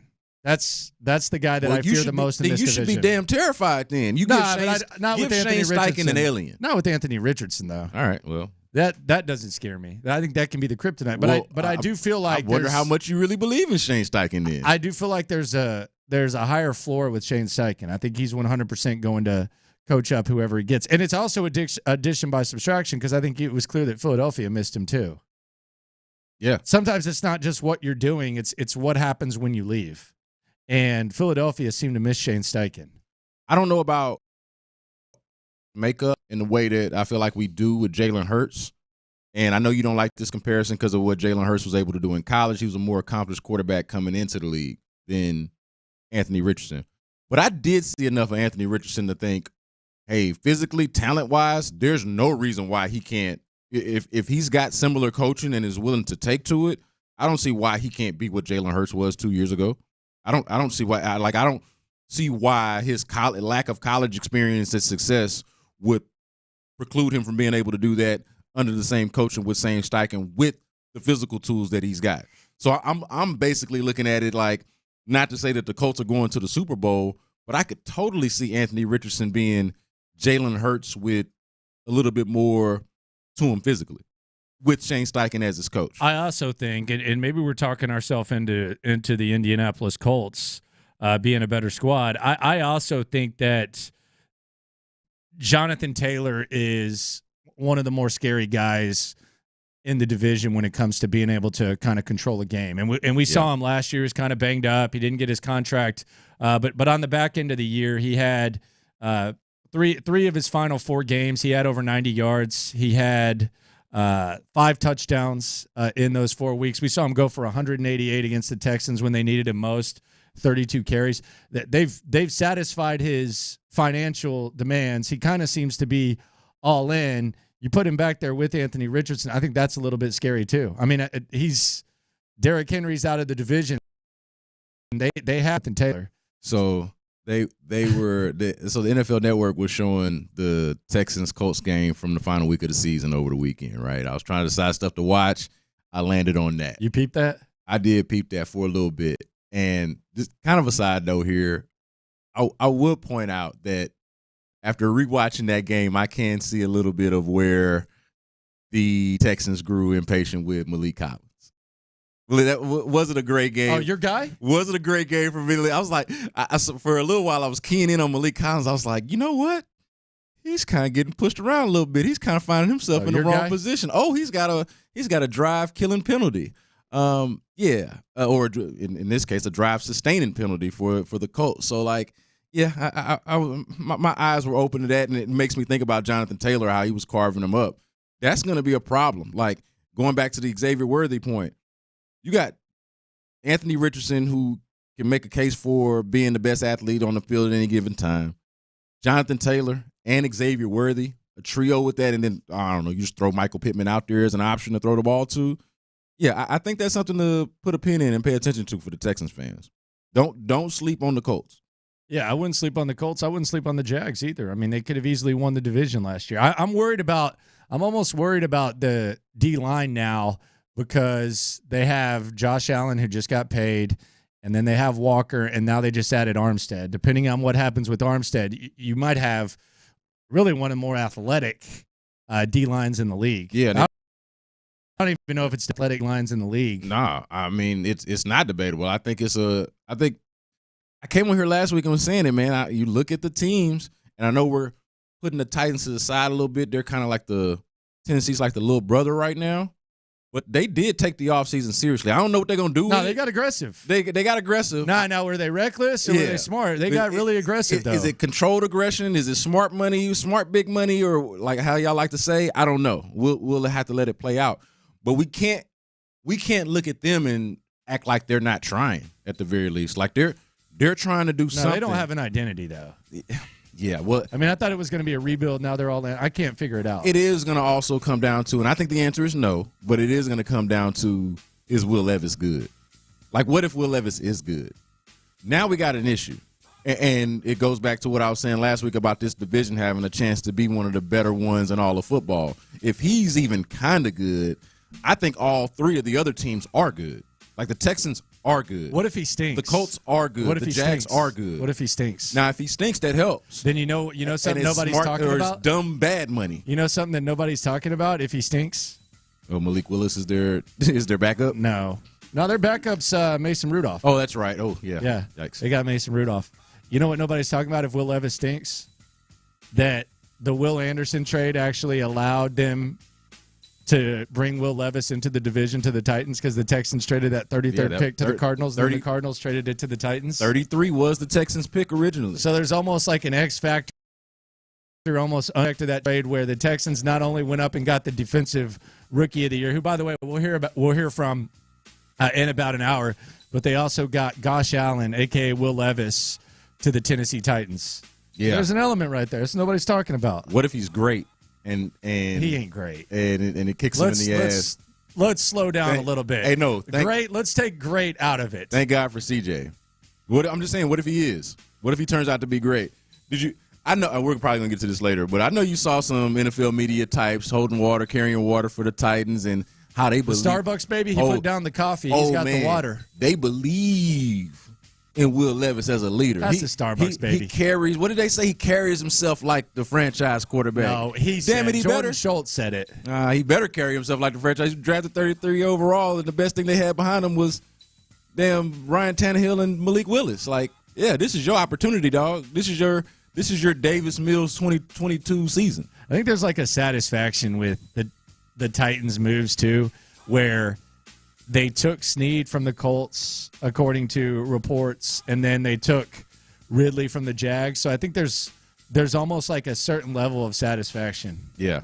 Well, I mean, I just look at them and think they are aggressive. They have a quarterback that they drafted 33rd overall the previous year who did show some things. Like I just don't want to. I don't want to act like they're not there. I don't want to act like the Titans aren't there as much as I don't believe Levis. All right, there is have fun with that. There is a what if factor there. So you're going to go about it like that, just overlooking the AFC South opponents? I'm overlooking the Titans. All right. I'm not overlooking anyone but the Titans. I'm overlooking them. All right, that's it. I'll take that. I'm not overlooking the Colts. I'm not overlooking the Jags. I'm overlooking the Titans. All right, now when Will Levis start throwing them bombs to Calvin Ridley and DeAndre Hopkins, I'm like, okay. Jeff Okudah, get out there. Get out there, dog. All right. You know what would be worse if Mason Rudolph come in. Oh, come on. And start rolling like it's the Pittsburgh Steelers. It's crazy now. Get them to like 8 and 9 or something. Yeah. Getting crazy now. That's what's going on in Tennessee. Are you a line jumper, Figgy? When you hit the buffet, are you a line jumper? When is it okay to jump the line? Nah, I never do that, man. Never. Nah, I never do that. What if someone's like at the salad bar and they're taking a long time? Oh, if they got 4 orders, yeah, dude, they got. Hey, I want 4 plates. Yeah. Let me get my 1. It really depends. If they there for a long time, then I would say something and try to squeeze in. But now, if you jump the line though, and then they see you, like let's say there's one piece of pepperoni pizza, do you take the 1 piece and not even worry about it and just go about your business, or do you kind of look back and see if they're kind of eyeing it? Oh man, that's way too courteous. Y'all are friendly. You just throw it on the plate and roll. Yeah, man. Do they not make pizza back there? They gonna bring some more out.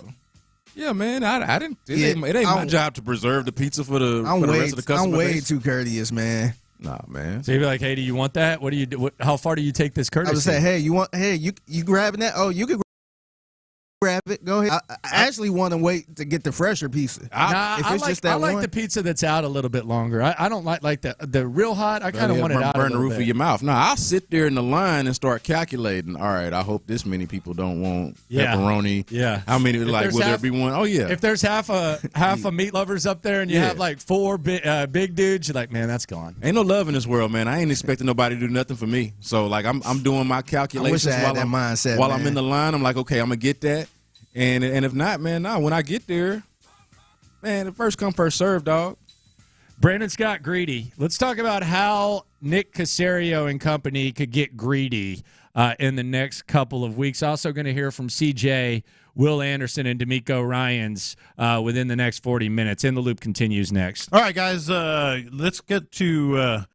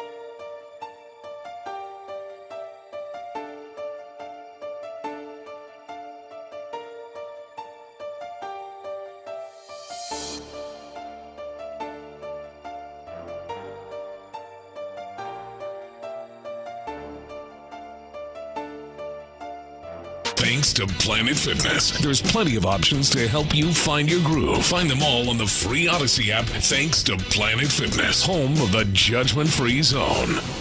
Sports Radio 610 presents In the Loop with John Lopez and Landry Locker. Greed can be a good thing. Greed can be a bad thing. Could the Texans get greedy at the wide receiver position?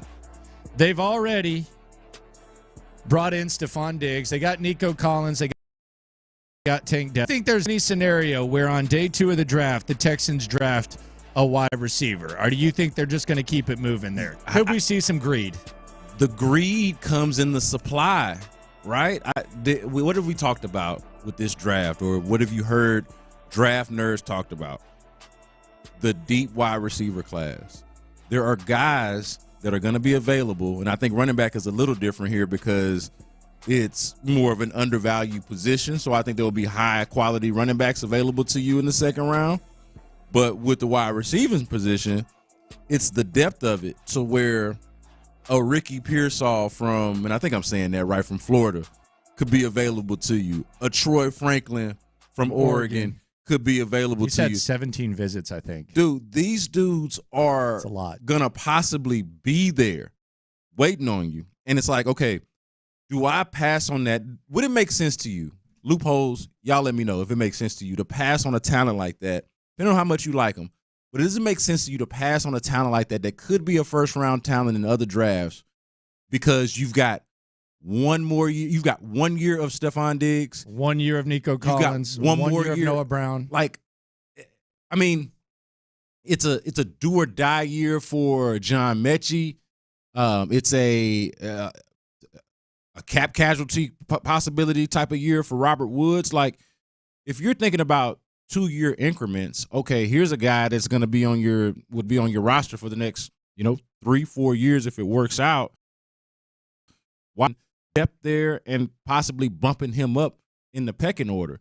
So to me, I don't want to dismiss the idea of them drafting wide receiver just because of the quality of talent that's going to be available to them at that spot. I think that's going to be kind of too much to overlook, even if they might end up with a defensive tackle or a cornerback. There'll be all kind of positions available, but wide receiver is going to be among them. And you don't just look at the position group and be like, oh, I got Stephon Diggs now, we're good.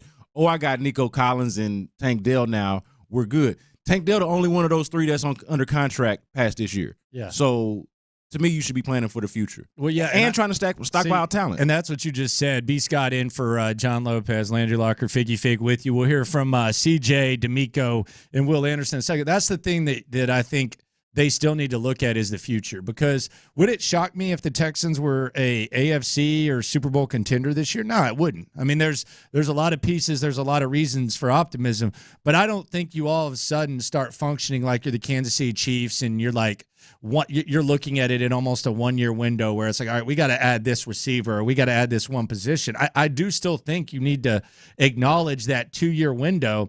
And if you're looking at the 2 year window and you're looking at next year and what the state of the team's going to be, there's a chance that wide receiver is going to be a dire need.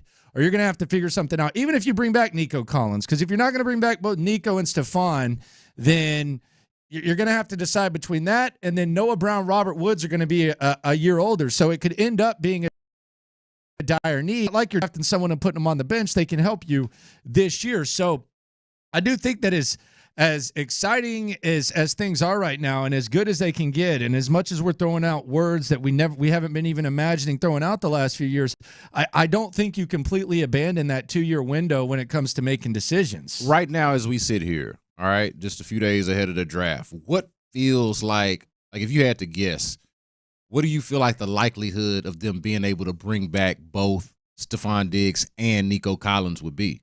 Like and especially if everything works out the way you want it to. Not if, they bomb the season and, or a guy gets hurt or anything like that. Like, these guys are healthy. They're contributors to you. They play relative to their expectations, and the Texans are doing a lot of the things that you expect them to do. What's the likelihood feel like of even bringing both of those guys back anyway? Like, so you're still going to be – I feel like either way, you're going to be in a similar position as you were this year. You'll probably have at least two receivers that you feel good about because I feel like you'll probably bring back at least one of them. But the likelihood of bringing back both of them feels pretty low to me. Yeah, it feels low. And if you do, I think even then you're looking at Stephon Diggs like, what, he's going to be 31. You're going to give him a 2-year deal or something. You're gonna, Right. I mean, it's not like he's going to go on the market and get a 5-year deal or something like that. So where would that be? That would still be kind of short term. So I just don't, there's some teams that function where you're one piece away from a Super Bowl. I like the Texans roster. I think there's a lot of reason for hope. I love the way that the coaches tend to coach these guys up. But I don't right now where you're a move away from a Super Bowl. And I think if you are, then I think it can be something impactful. Like the Lions, they didn't necessarily need Jahmyr Gibbs last year, and they drafted him. They took Laporta in the second round. That was kind of what propelled them to getting to where they hadn't been in a long time. So I'm hoping that they're still keeping that 2-year window, that mindset somewhat open as they approach this draft and they look at the state of the roster and everything that they can do with these pieces that they have, as well as the pieces that they can add. And this is also, to me, the benefit of getting the previous offseason right and then this offseason right leading up to this point. So let's just think of it with this draft now. I know the offseason's not over with, but leading up to this draft now, you've gotten 2 straight off seasons where you've got things right. You've got some institutional pieces, the most important position, obviously, with quarterback. Feel good about your head coach. We know all the other positions that you feel good about. This is the benefit of getting those 2 off seasons right, to where now you're picking with these 2 picks in the second round. You're in a position where you don't have to sit there and say, hey, I gotta have this because we don't have a foundational piece at this position or in this position group or whatever it is. No, we've got good bones here, and we can just take swings at players that we think raise our ceiling.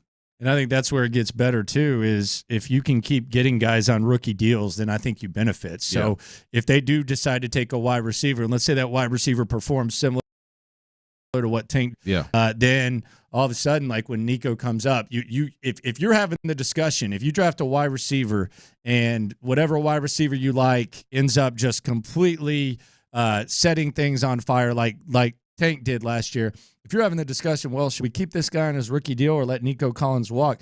That's not, you could be having much worse discussions because eventually it's going to catch up. That's why Buffalo, Miami, that's why they had to do what they did this offseason where they said goodbye to folks. So if you put yourself in position to where you can let some guys walk and you can replace them with young guys on rookie deals, I think that's kind of the key. I think that's kind of the puzzle that I think all GMs should be trying to figure out is how do we get guys on rookie contracts that can perform at the elite level, and then all of a sudden you can churn the roster and keep upgrading. That's what they need to do. Yeah, it's why I also didn't want to get too fixated on the idea of Stephon Diggs being the number 1 wide receiver. Like, we understand him coming in being the most accomplished guy, that he's the number 1 wide receiver, but for the Texans' benefit, this could play out in ways where, like, okay, well, what if he's not? You let him go next year.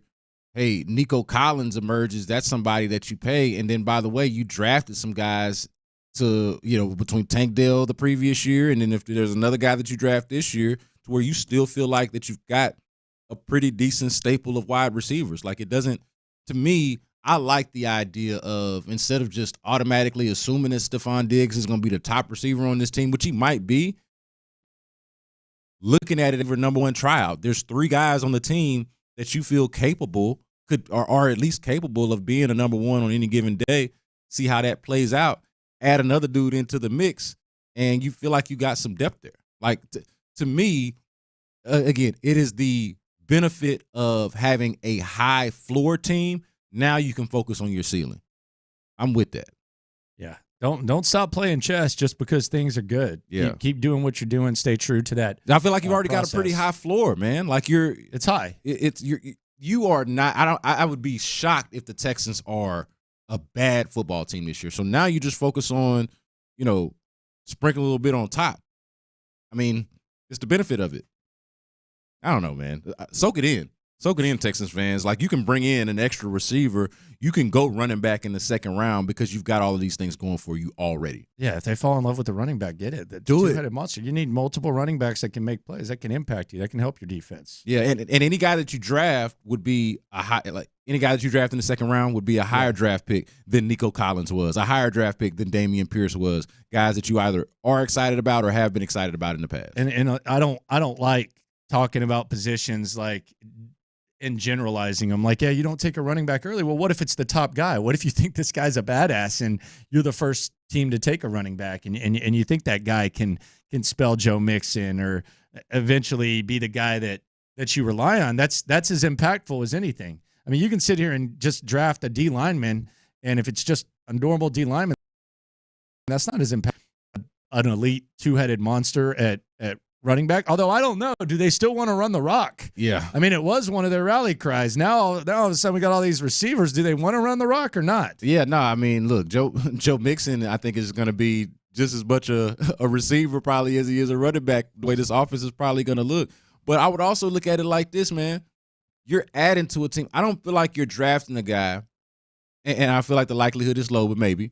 But I don't feel like you're drafting a guy necessarily in the second round who's solving your problems at a given position. Like, you hear that a lot. Hey, don't draft this because you got too many needs. Well, like, who's the guy that you're necessarily drafting, and what position are you drafting where it's like, okay, that's gonna fix it. Yeah, that's it. Like that's gonna solve that issue. Like, to me, it's all supplemental at this point, especially for where you're drafting it. The last time the Texans went into a draft and they said, okay, you know what? The second round, we need to draft a defensive lineman, defensive tackle. We got to do this. And they passed on the running back or the receiver. They ended up with Ross Blacklock. He lasted 2 years. Jonathan Taylor went after that. Yeah. So don't get in a position where you're saying we just need to draft a defensive tackle in the second round. Coming up next, did the Astros get woke up? And it's happening again. Social media is a hell of a drug. Next. The best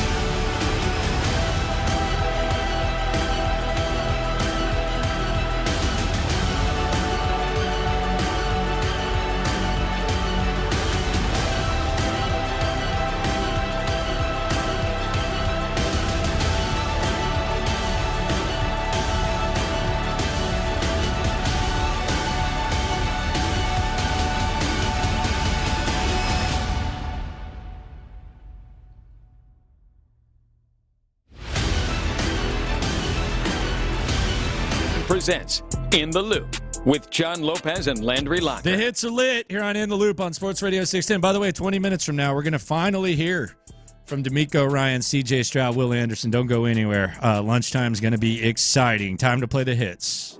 Playing all the hits. These are the hot stories of the day. You're listening to In the Loop with Houston's sports leader, Sports Radio 610. When's the last time y'all unfollowed someone? Ooh, back when I had the follow limit, I followed more than I had followers. I had a follow limit, so I had to make some decisions. But now I have some cuts. Yeah, I had to make some cuts. But now I got enough followers to where it's not an issue. Phil, when's the last time you followed someone? Honestly, probably like last week. Okay. The last couple of weeks. Somebody retweeted something that was stupid, and it was fake news. I was just like, all right, man. So you just unfollowed? I did, yeah. Normally, if it's just a mute. If somebody like retweets porn on my account, I'll see that, like something like that. I'm like, yo, what is this? That's normally what gets you to unfollow. Yeah. Okay. Yeah, I'm just making sure because it can be uncomfortable. Remember when I wasn't following you for some reason? Yeah, man, I thought I did something. I was like, man, I must have made Landry mad. I must have said something really. I must have had a really bad take. Dude, for some reason, it's really not as hard to accidentally unfollow someone one time, at one time or another. And I was like, it was kind of, B. Scott was acting kind of awkward. This was like 3-4 years ago. Yeah, I thought I did something. And I was like, hey, I don't know why I'm not following you. I had no idea what happened, but it was awkward, man. Yeah. It was awkward. I was like, I know I got some bad takes, but don't we all? You can actually accidentally click. The other day when we were at that uniform thing at the Post, there was a dude that was acting real weird towards me. That's a fan, like a Texans fan, and then I noticed that I'd unfollowed him, and I didn't even mean to do it either. So I was just like, oh, hey, refollow. Good. There we go. I don't know what happened.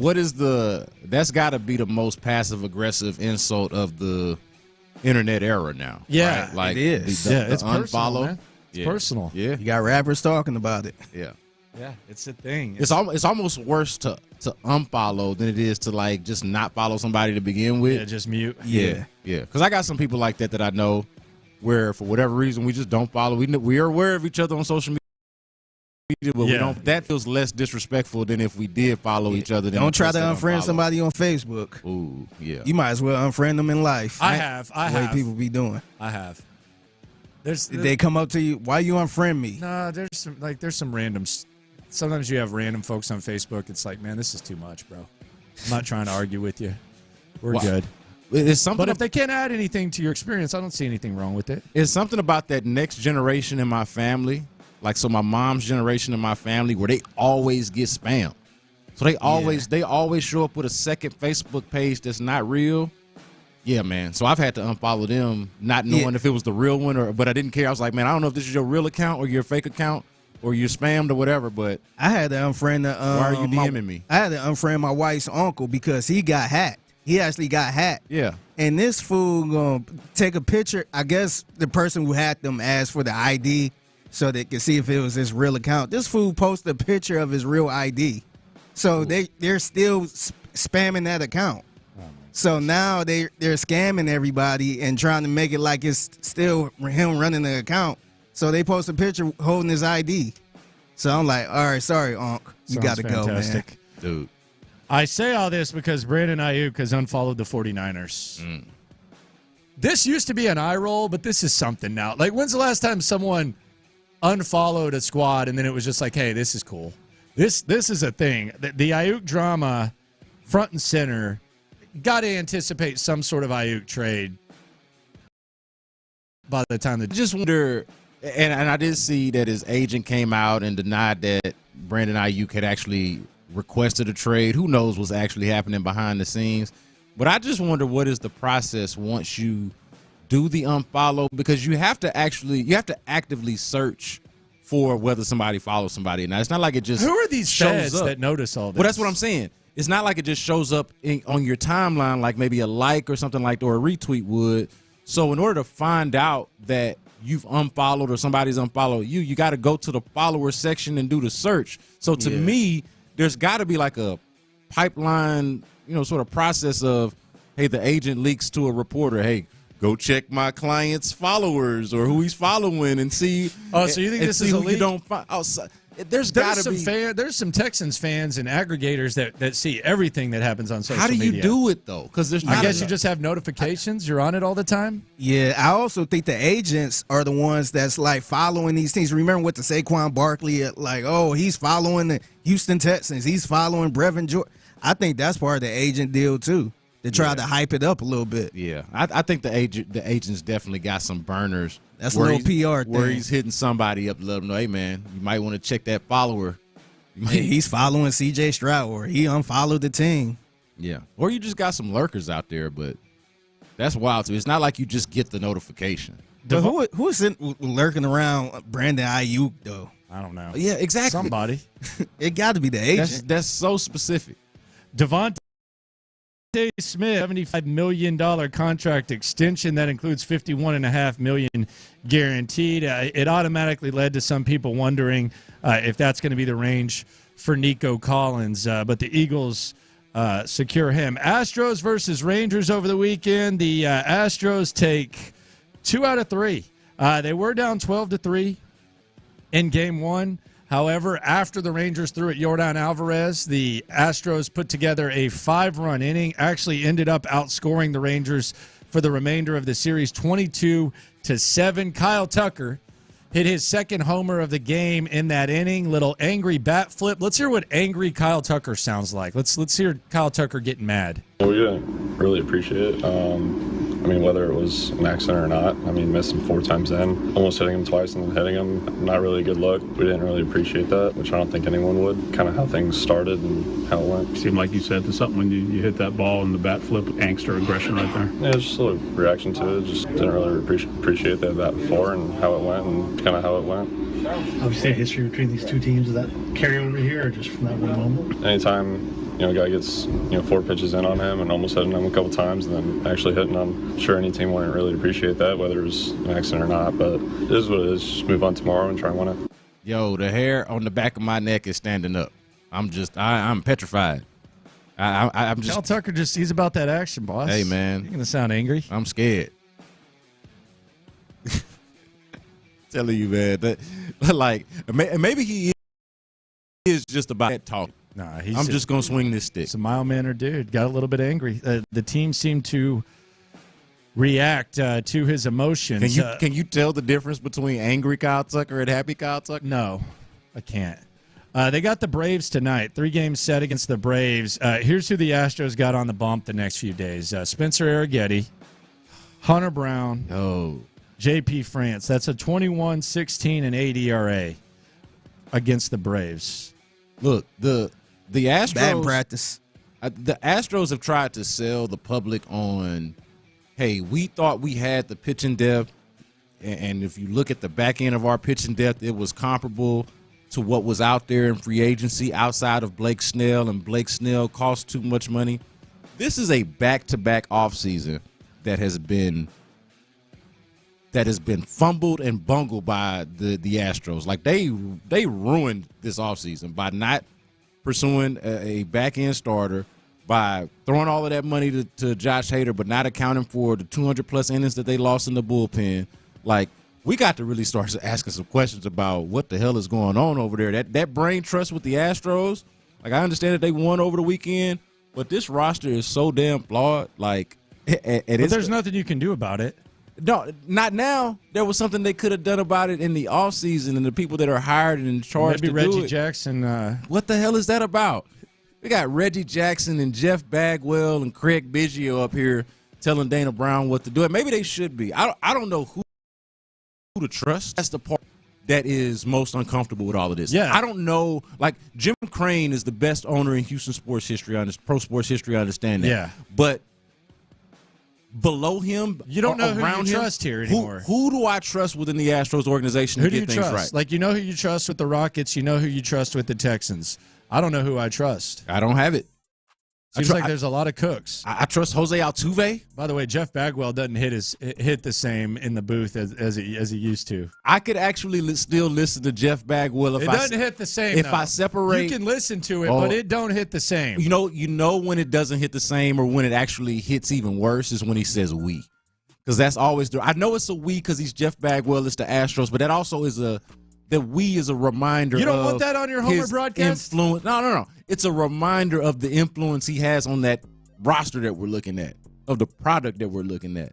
I don't mind. He's Jeff Bagwell. I get the homerism from Jeff Bagwell, but the we has me focused more on him being responsible for the fact that they didn't do any of the things that they said they needed to do between getting a back-end starter, a left-handed bat, or some depth to that bullpen. Astros back at it tonight against the Atlanta Braves. Rockets, they're done. The NBA playoffs start this week. Rockets finished the season 41-41. Here's Fred VanVleet on the process. We fell short of our goal. I want to make that clear. You know, we definitely had playoffs in our sights, and we fell short of that. But we made tremendous progress, especially if you're, where things were the past few years, to be able to come and turn this thing around, or get it going more in the right direction has been a great accomplishment so far, but not where we want to be. Yeah, so I got to hang around a little bit at Toyota Center for the last home game a couple of nights ago, and it was the same sort of tone that I appreciated, that we're not going to over-romanticize this 500 record thing. It is progress. It's the biggest turnaround in the NBA this season, but they did have higher hopes, and to me, the goal and the standard should still be set high despite the way the last few years have looked. I can appreciate that none of them are like, all right, 500 record, that's cool. No, we want it to be better, and we're going to still work toward that next season. I'm with the not settling for 41-41. They should be very pleased going 41-41. No, pleased is one thing, but to expect more of yourselves, like it's one thing for Rockets fans to be excited about it, or for us to kind of look at it and say, hey, the trajectory is up. But as a competitor, I don't want to look at it and be like, hey, 41-41, that's good. I still remember that Mavs game. I still remember that Golden State Warriors game, the opportunities that they did have down the stretch that they didn't take advantage of. The T-Wolves, yeah, all of those. Like that was the 3-game stretch that just ended it. And look, you can build on that. Like, it's not the end of the world. Yeah, they got a lot to build on. But let's say, hey, this was encouraging, but still not good enough. It's the hits here on In the Loop, Sports Radio 610. Speaking of hits, Will C.J. Stroud describe Stephon Diggs as his brother? Will the B word be used? We'll hear from C.J. We'll hear from D'Amico. Might also hear from Will Anderson. The silence from the Texans finally ends momentarily. Sean Bond.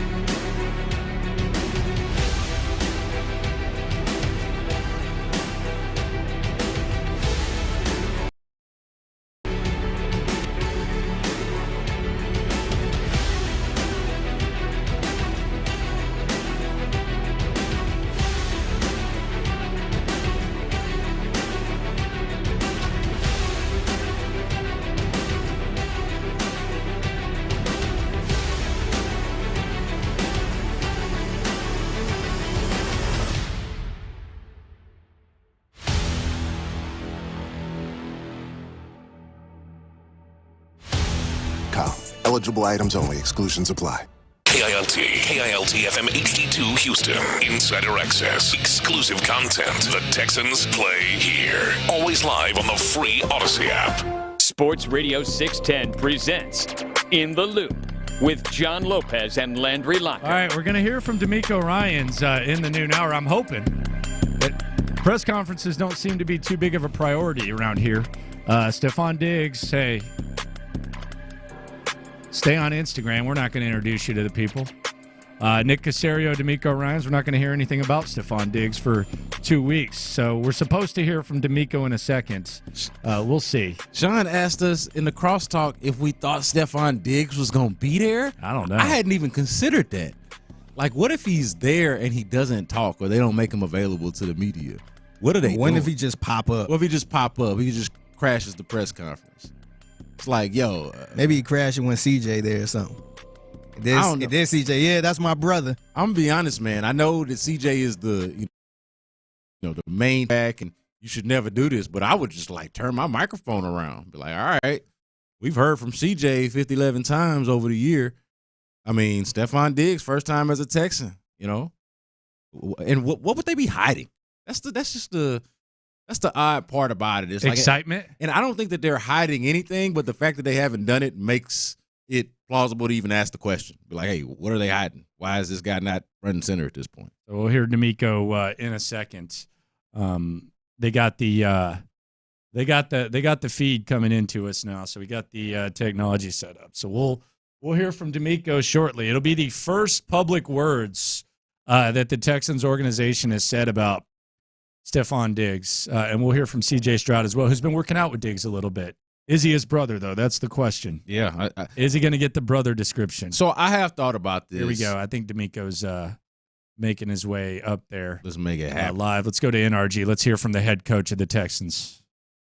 Having the guys back in the building, and we're excited with the team that we're building. And I say building as we continue to build our team. We know we have the draft coming up, but we're excited about the offseason acquisitions that we've added. I feel like we've added a lot of good playmakers to our team, guys who have experience, have done it other places and done it well at other places. So we're excited about all the guys that we've added. When it comes to Diggs specifically, what does he add to your team and what can he do to help CJ as he continues to develop? Yeah, with Diggs, adding him is one of those guys I talked about. He's been a great player in this league for a long time. He's been a great teammate. He's been a leader, a captain.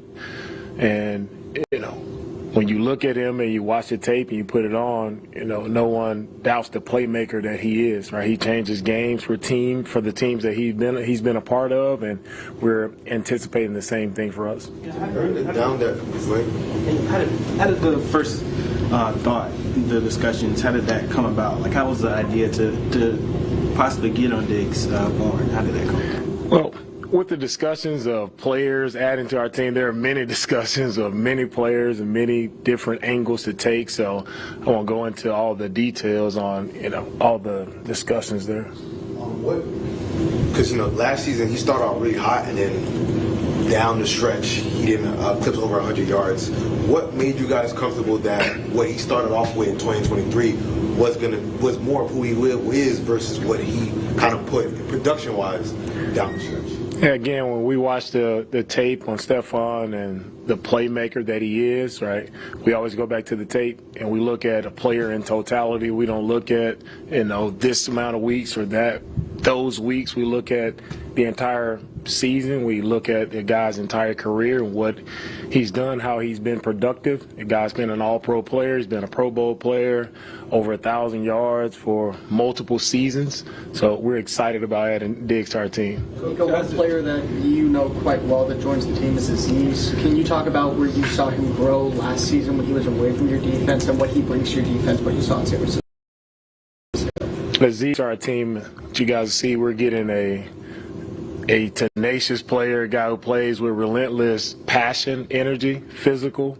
The thing with Aziz that stood out for me last year was his first time really getting the opportunity to play full-time as a starter. And he had been in a backup role when we were there in San Francisco for a while, and he showed that he was capable of running the show and showed that he was able to stay healthy throughout the entire year. So he was durable, he was a playmaker, he was physical, he was the leader of that defense. So excited to add, not only Aziz as a player, but add Aziz the leader. And I think he's grown as a leader, and I'm excited to work with him again. Coach, continuing in that vein, you sort of made a radical change to your front seven from last year to this year. Thought process going in there, and what were y'all looking at? What are y'all looking to expound on and really move forward with? When we've added different guys to our team, of course, we had a lot of free agents last year. When you look at our team last year, there were a lot of guys who were on one-year deals or the last year of their contract here. So teams change every year. Not something you're looking to do, change your team completely every year, but the teams change, guys change, contracts are up, and we have to make certain moves. But I'm excited about the guys that we've added to our front. I feel like the front for us, offensively and defensively, like the front is the two most important pieces to how we operate as a team. We want to be dominant up front on the offensive line, and we've added guys to that defensive line. I feel like that can help us continue to be a dominant force and help our team and help our defense to play great football. Coach, along those same lines, you all did add a lot this offseason. D'Amico Ryan's live right here on Sports Radio 60. And especially a player like Kenyon Green, who missed out on the whole season coming back. Right. And you have guys who've missed time. When you talk about Titus, you talk about Kenyon. Those are two guys we feel really good about up front for us. We talk about our line being a strong suit for our team, and getting those guys back healthy will only add to our group, only add to what we're able to do up front. So I'm excited to see Titus back healthy. Excited to see Kenyon, competing healthy, and to give himself the best shot to go out and show what he's capable of. So I don't think he's had that opportunity fully. So I'm excited to see Kenyon perform. He's been working out. He's been consistent every day. He's been putting the work in throughout the offseason. So excited for him. Coach, how much did all of the off-season acquisitions you guys have on both sides of the ball kind of like change the idea of how you guys are going to approach the draft in the next couple of weeks? When you look at the draft and how we approach it the same, right? We go through, evaluate all the positions, and try to have a good feel for the guys that we would like to add to our team. And we don't, just because we've added guys at a lot of different positions, that doesn't evaluating every position and looking at every avenue to continue to upgrade our team and continue to get our team better. So for the draft process, our process will be exactly the same. Who can we add to our team that adds value to our locker room, adds value to us on the field? Last year you guys were hunting. Now this year, especially what you guys did last year and the moves that you guys made, now you guys are going to be the hunted. What's kind of that? How do you go about that expectation now that people will expect you guys to kind of be in the Super Bowl hunt, things of that nature? How do you guys go about the new heightened expectations? I appreciate the question, but we're always hunting. That doesn't change for us. We're always hunting. Expectations on the outside, whatever that may be, it really doesn't change who we are, right? It doesn't, the expectations from the outside don't permeate inside our building, and now we have to change what we're doing just because of outside expectations. It really doesn't matter, right? My message, our focus as a team it's always been consistent, the same as it was last year, is, man, you show up and we continue to get better every single day, and you're the best at your position, you're the best for our team, then that's what wins games, right? For us, when everybody is really striving, putting the work in, right, to be better. And that's what it's all about. We don't care about expectations. Talk doesn't win games. We have to go out and play good football when that time comes. Over the years, the NFL has changed their off-season programs with different elements. Could you talk about how the off-season program is for 2024 and if having the Hall of Fame game being the first preseason game? Yeah, off-season will go about it the same as we've been. The off-season, as we start out our phase one, right, it's all about, we have a lot of new players, different new coaches, so it's about our coaches and players connecting. That's the first and foremost thing for me. It's players and coaches being able to connect. So our coaches have did studies on our players to help them to find areas in their game where they can get better. And that second phase and the third phase, we'll go out on the field and be able to work with our players and try to help them master the techniques and fundamentals that we've been coaching and teaching in the meeting room. So the off-season hasn't changed over the years. It's all about perfecting your fundamentals and your techniques, and that gives you an opportunity when you show back up at training camp. That gives you an opportunity to compete at your highest level. So you pointed out everything starts up front for you. When you turn on the tape, you're looking at specifically defensive tackles. What are you looking for at that position? With our defensive tackles position, what we're looking for, we play an attack style front. And we want guys who can attack. We want guys, you can do that no matter the size, right? You talk about, is there a certain size you're looking for? I've seen guys do it at 280, 290, seen guys do it at 315. So there's a different range for different types of players. It's all about our guys just being explosive up front and being able to do what we're asking them to do. Nico, given the success that you all had with Tank and Nico specifically, why did you all feel like it was important to add more elite? I don't think it hurts to add a lot of playmakers to your team. So as many guys as you can add, we're trying to add as many playmakers as we can, offensively, defensively, right? We're trying to build the best team for 2024, and that's what myself and Nick, that's what our job is, to add the right pieces, acquire the right players to have us go out and be our best in 2024. After what CJ did last year, all of his accolades and everything, what's one way where you really think he can improve in year two? Yeah, with CJ, we're very proud of his success in his first year. I mean, he came in and probably shocked a lot of people with how he played, and he played at a very high level. He continued to progress and get better throughout the entire year.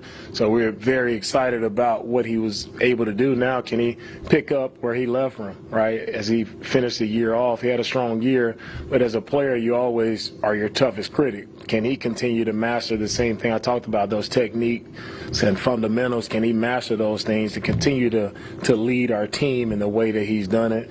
Excited to be able to work with him for another year. I think for all of our younger players, especially the rookies last year, that year one to year two, that's where you see the biggest jump, or I've seen in my career, and the guys have a true off season to dedicate, right, and focus on themselves and them getting better. They don't have to worry about combine or draft prep. They can truly work on the things that we've asked them to do, and I think it's also a plus for him having Coach Slowick, Coach Gerard, having them back, and we're still doing our same scheme, right, same system, so he's already a step ahead of where he started last year. So I'm excited to see his growth from year one to year two. You talk about continuity in there at that defensive tackle position. On defense, almost half of your outside free agent ads came at that D tackle position. Outside of Rankins and Collins leaving, what led to that, do you believe?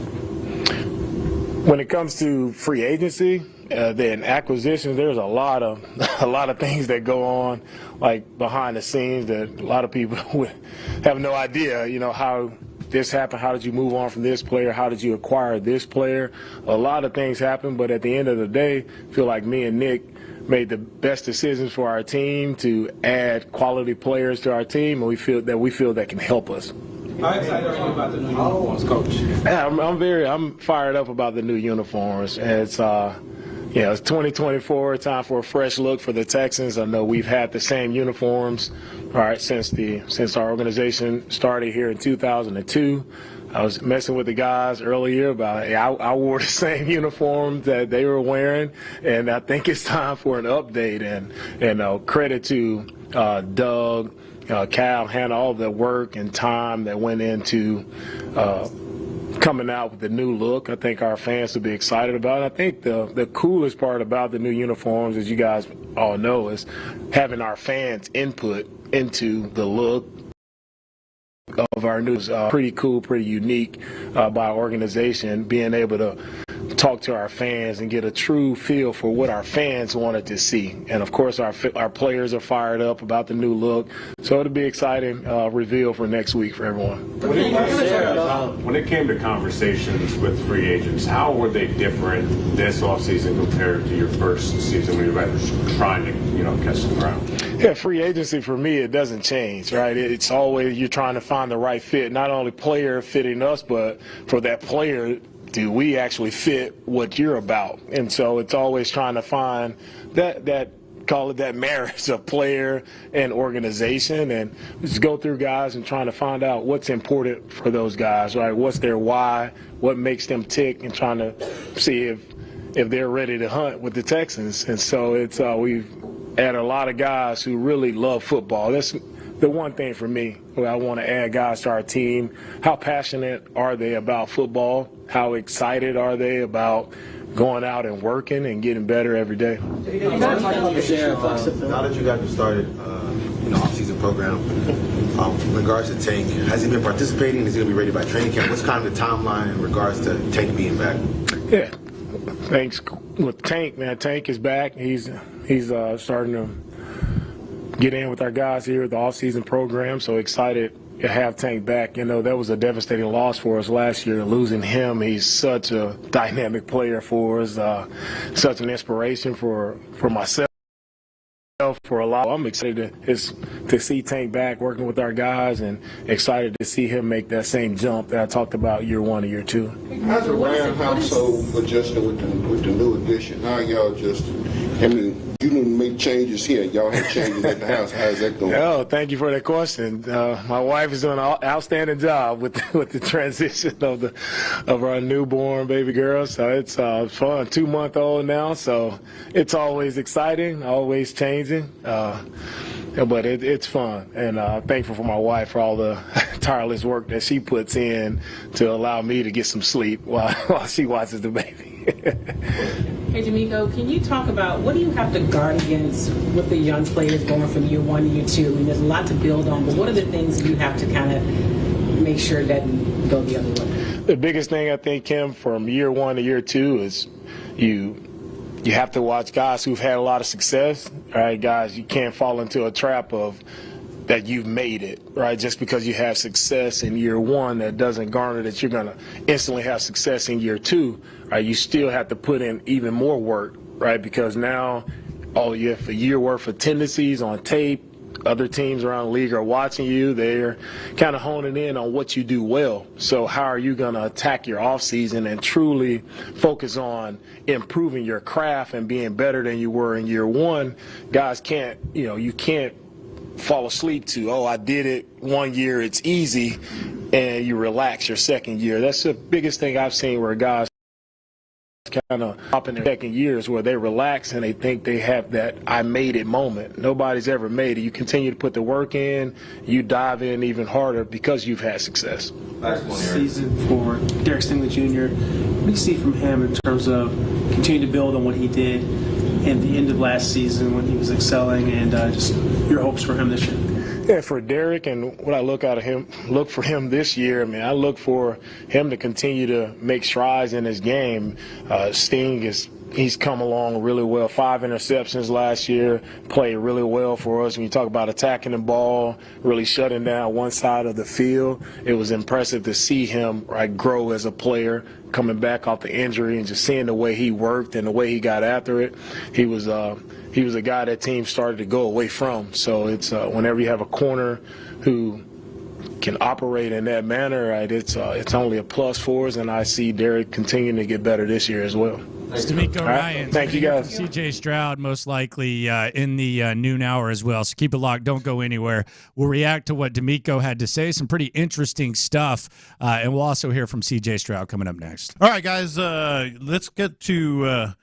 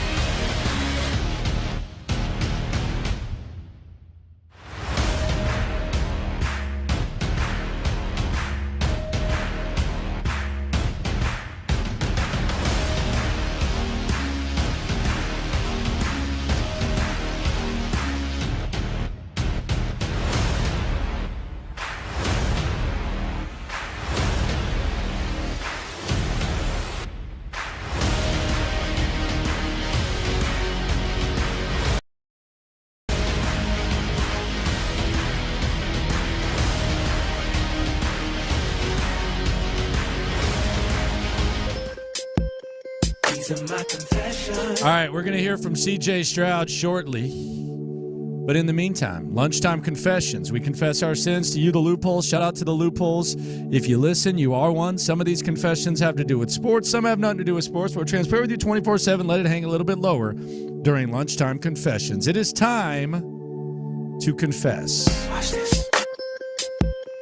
These are my confessions. I gotta tell you, man, I saw this this video the Texans put up celebrating the culture, the uniforms, all that stuff. It's got the internet going nuts. In the middle of the montage of the city, they put some chicken wings and fries up. I'm not sure where these chicken wings and fries are from. Maybe it's because I'm on a cleanse. But I'm really intrigued by these chicken wings. So could someone over there at NRG, if you're listening to this, could you please tell me where I can purchase these chicken wings that you threw up in the middle of everything, the slabs and the Tejano music and all that? Where can I get these chicken wings? Got to confess, I'm intrigued. They just want to remind everybody that you can get good food in Houston. Like, we all obviously know this, but they were trying to reflect the culture of the city, and part of the culture of the city is not just chicken wings, but damn good food. So did they show some barbecue? Oh, that would have been. Yeah, that would have been made more sense. That would have been prime barbecue tacos. That would have been prime pandering. That's what I'd have gone with. These are my confessions. You mentioned earlier in the show about having the wrong discussion about the Rockets in terms of, hey, which player do you build around, Jalen Green, or is it Alper Sengun? I felt like last week I had the wrong discussion with Ron Hughley on the drive about who should be inserted into the lineup and who should come out of it. He wants Mauricio Dubon to play for Jake Myers, but the reality is them two dudes basically played just about the same amount of time. What was clear to me over watching over the weekend is that they should be playing both catchers. Just like we were saying last year when they needed to replace Jose Abreu, which I still think we're on Jose Abreu watch. He's on borrowed time at this point. But I would not be opposed to watching the Astros with Victor Caratini catching every day and Yanier Diaz at first base if it meant that we could put Jose Abreu on the bench. I think they should consider it. Play both catchers. Okay, so you want to put Diaz at first? Okay, it's that desperate. I don't want to do it, but I feel like something's got to be done because, as we talked about before, the Astros need to rake. And look, your first baseman is supposed to hit. Like, he ain't got to be Jeff Bagwell per se, but he can't be this. So the backup catcher is a better option than Jose Abreu at first base at this point. He is a better option in the lineup, and depending on which one of them two dudes plays first base better, I don't care which one of them it is. Like, they're both obviously catchers. First better, I'd like to see him over there above one Jose Abreu. And Caratini can hit from both sides. Watch this. These are my confessions. I think CJ is going to use the B word when we hear him. I think the word brother's coming out with Stephon Diggs. I think Diggs is already in the group. I think you heard D'Amico. D'Amico was kind of just straight to the. It was real bland with the Diggs promotion and hype. I think CJ is going to hit it out the park. I think he's going to get you excited about Stephon Diggs. Yeah, man. Brother and brotherhood is just, for me, translation. All CJ's saying is teammates. He seems to be pretty clearly using brother synonymous with teammate, so it wouldn't shock me at all. Matter of fact, we've played it up enough now to where it would surprise me if he didn't refer to him as a brother. And like you said, man, does that foreshadow bad things to come? Perhaps. Nah. Perhaps. They'll be good. Or not. They brothers already. Watch this. These are my confessions. These uniforms, man, I am starting to get really annoyed with the push. I feel like I was all the way with it in the beginning, but once they clearly botched the rollout over the last month or so or whatever it's been, when the picture got leaked and Cal had to go on Reddit and do his whole thing, it lost a little luster to me. I feel like the Texans would be better served if they kind of stepped up leaning into it. We know that D'Amico just talked about how much community involvement there's been. We know everything about that already. We know the process. They've been transparent about it. At this point, just drop the unis, man. I'm starting to lose my patience with all of the rollout. Well, you got another week. I think they've had 4 videos today about it. I'm intrigued. I want to hear what the people have to say about it. They said that their uniforms were inspired by 4 factors in the feedback: traditional and classic, traditional but modernized, bold bull, and H-Town and tough. So that was their 4 goals from the focus groups that they went with. And we'll see what they came up with, what they think accomplishes those goals. Watch this. These are my confessions. I think that the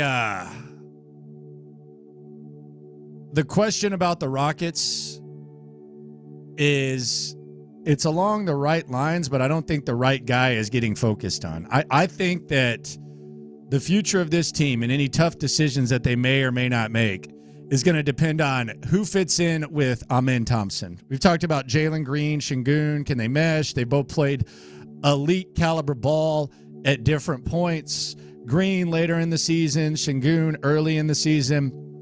I think the right question when it comes to figuring this out is going to be who with Amen Thompson. Yeah, I think Amen Thompson, his rookie year was the most pleasant surprise that the Rockets got. Like, I think they had high hopes for him, but I would say he definitely exceeded their expectations, certainly exceeded mine. I think the issue with this point that you're making, and this is just an issue for the Rockets to kind of deal with, they got 3 guys that could be a franchise player, franchise cornerstone, however you want to look at it, between Şengün, Jalen Green, and Amen Thompson, and they don't have a reliable outside shooter among them. So, like, what do you do when you've got 3 players that you're trying to evaluate as a potential franchise player and can't none of them shoot consistently? At least one, if not all of them, are going to have to develop a consistent outside shot. Like, it's just not going to work, or there's just going to be a ceiling on it. So I'm a little bit more worried about that. No matter which one of these guys they lean into, can you shoot? Like, can you do this basic function in modern NBA basketball? Like, that is my main concern. Watch this. These are my confessions. I felt Hannah McNair's pain when she was talking to Jason Bristol about the Astrodome. Like, she had no comment. She is probably at this point, if I had to guess, so exhausted by it that if she did go off, like, it would have taken over the interview, or like, I could understand being so frustrated and exhausted by this Astrodome situation to where you don't even want to entertain it on camera because it'll just get your blood boiling and you might that you don't want to say. But for me, man, I'm right there with her. This has been such a failure and crises of leadership that you would have that building up there. That building has been condemned for my daughter's going to high school this year. She's going to go to high school this year. That building was condemned before she was born. Yeah. All right. Wow. So, like, the fact that they would let it sit there long enough to even become condemned in the first place, so we're talking before 2009, is offensive enough. And then you're just going to leave it like that for 15 years? Dude. I mean, it's an embarrassment. Yeah, it's hoarding, man. It's hoarding. Yankee Stadium got torn down. Texas Stadium got torn down. The memories are still there. It's hoarding. Coming up, let's hear from C.J. Stroud. We heard from D'Amico. What is C.J. Stroud going to say? Is he going to drop the B word when talking about Diggs? Brother, coming up next. Who does Seth think would be the best fit to shore up the interior D-line in the draft? You got T'Vondre Sweat, who has all the size in the world you could ever want, probably 20 or 30 pounds more than you actually want. Or you've got guys like Braden Fisk or Chris Jenkins, who are a little bit lighter in the butt. I think that Braden Fisk is probably the guy that they would choose at that point. Insider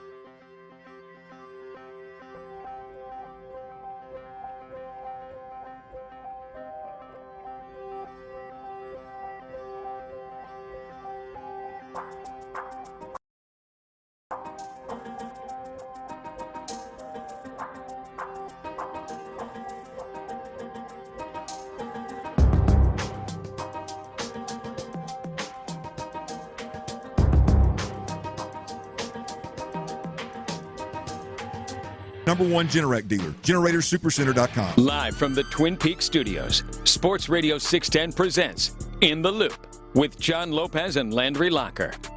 All right, let's hear from C.J. Stroud. We haven't heard from him. Face of the franchise, C.J. Stroud. 10 days away from the draft. Texans getting some work in. Let's hear from number 7. I was wondering, what is the very first thought you had when you heard you were going to get to throw to Diggs? I was very excited. I met him at the Pro Bowl, and just got to meet each other, got to meet his kids, and to see what type of person he was, and just been able to grow our relationship from there. It's really cool just to be able to not only go from that scene to now him being a teammate of mine, and just really excited to get to work with him. Do you think he adds to your team and your offense, and what he does for y'all's chances going forward this year? Yeah, he adds a ton of value, to that room. There's a lot of wisdom that he carries that I think he'll spread to the other guys, and he's been really reaching out to really everybody, and I think that whole room in general is going to be great. I think we're all going to eat off each other. It's going to be very fun and very exciting, just to work with everybody for it. You had a chance to work out, have had a chance to work out with Tank here. How is he looking? He looks great. Yeah, he's like you said, man, he's gotten a lot better. Mentally, I think even for both of us, really all the rookies, coming in year 2, everything's starting to slow down, and the wheels aren't turning so much up in your head. You're starting to play ball, and having being able to throw with them in LA was really big, and Mitch looks amazing as well, and some of the guys that came out as well. So it's been amazing to get some work in. CJ, how'd you first find out about the Stephon Diggs trade, and then when you threw with the teammates in LA, was that the yearly thing that you did last year as well? I found out I was actually asleep. I was asleep. I've always been in the West Coast. I've been back home in LA, so I was knocked out. And I keep my phone on Do Not Disturb. I get a lot of phone calls. And so I didn't really know. And I woke up, and my boy Chase B texted me. He's like, "How you feeling, bro?" And I think he asking me, I was like, I'm good, fam. How are you? And so and then I had sent 5 texts like that, and then I woke up. For real, I was kind of halfway texting in the bed. Woke up, brushed my teeth, washed my face, and then I seen the news, and I seen it on Instagram. I'm like, oh shoot, that's what they talking about. So I know I didn't even tell Chase B or anybody like that. That was what I was implying, which is really just checking. I thought he was checking up on me, but no, it was cool. It was really fun. This past, this last year I didn't have the opportunity to go before OTAs and have guys come out. So I'll probably do something again, hopefully after OTAs. But that was just hey man, I'm up here throwing. You guys want to come down? And man, it went great though. Mitch really looks amazing. He looks really, really all the way back. And then Tank looks great, and so did Diggs and a couple other guys who came out. It's the second time that you mentioned John Metchie. From what you've seen so far, what type of impact do you think he'll be able to have on this offense? Man, he has a ton of value, a huge impact I think that he'll bring this season.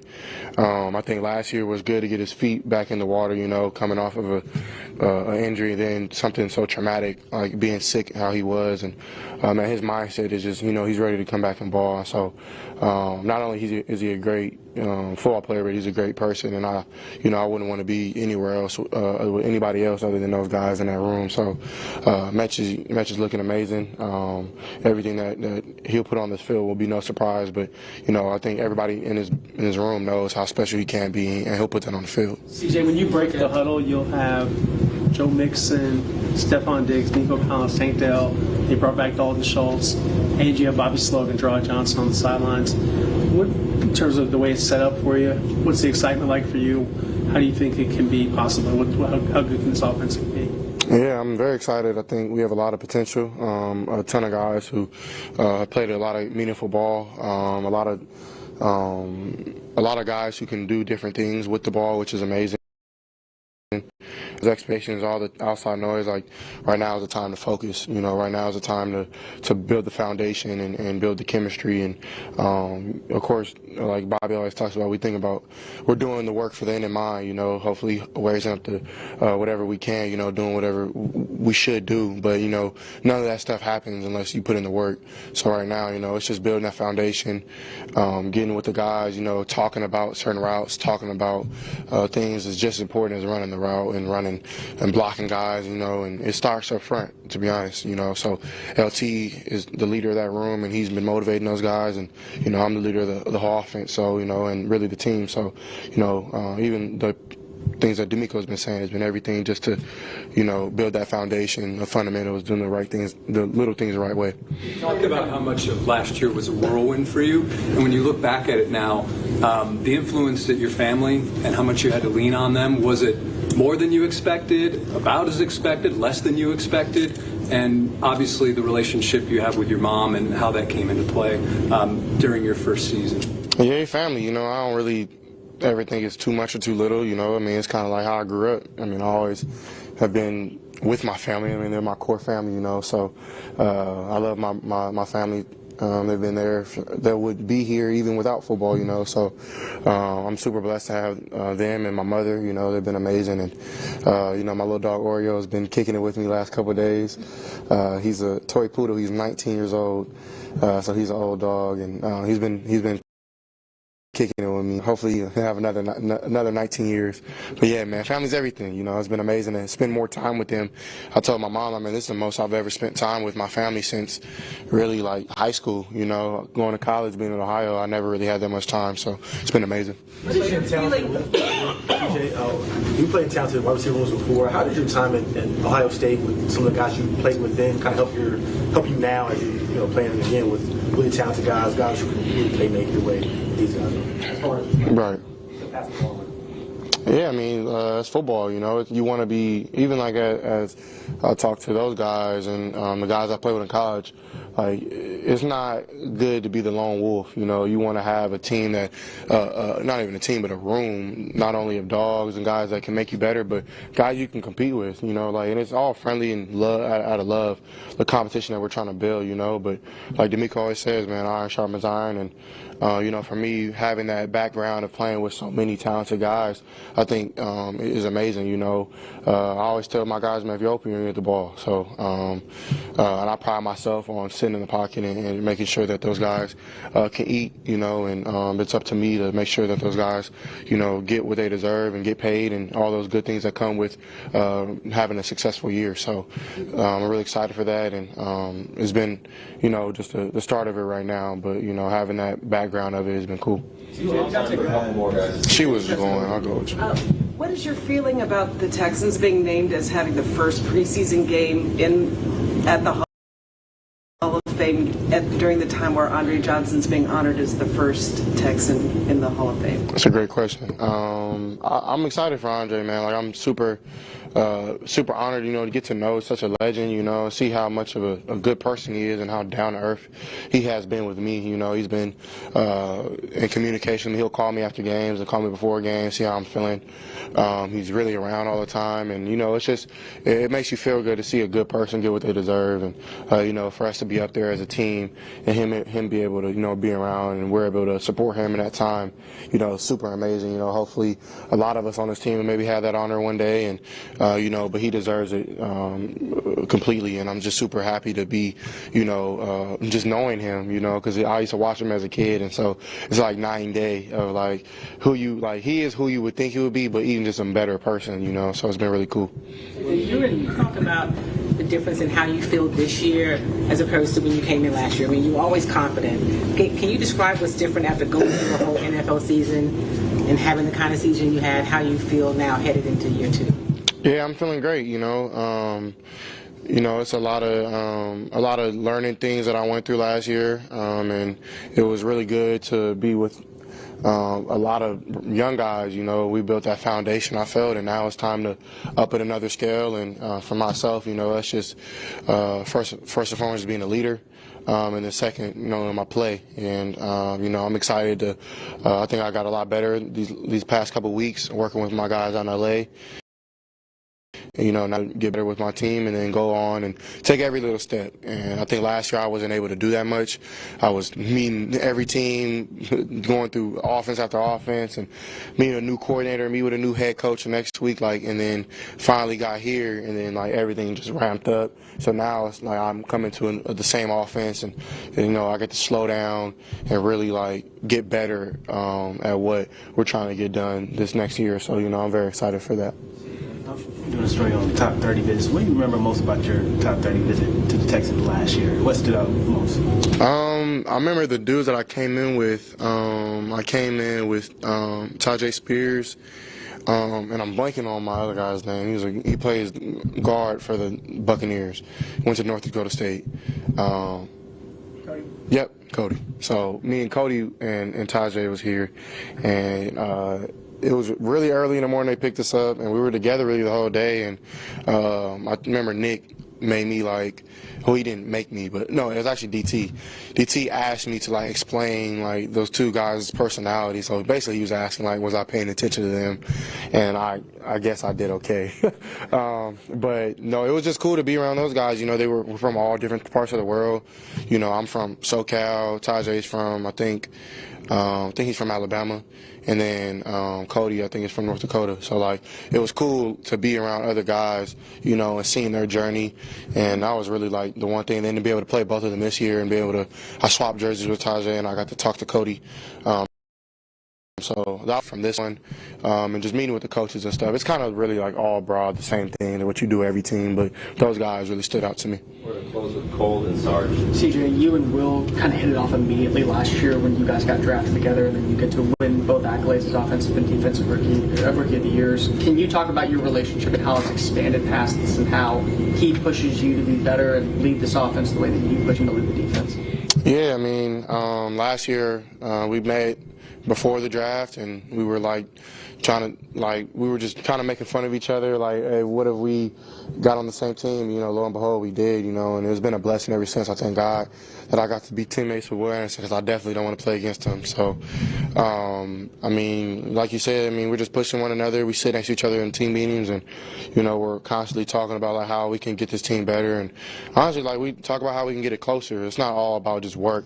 We're trying to build.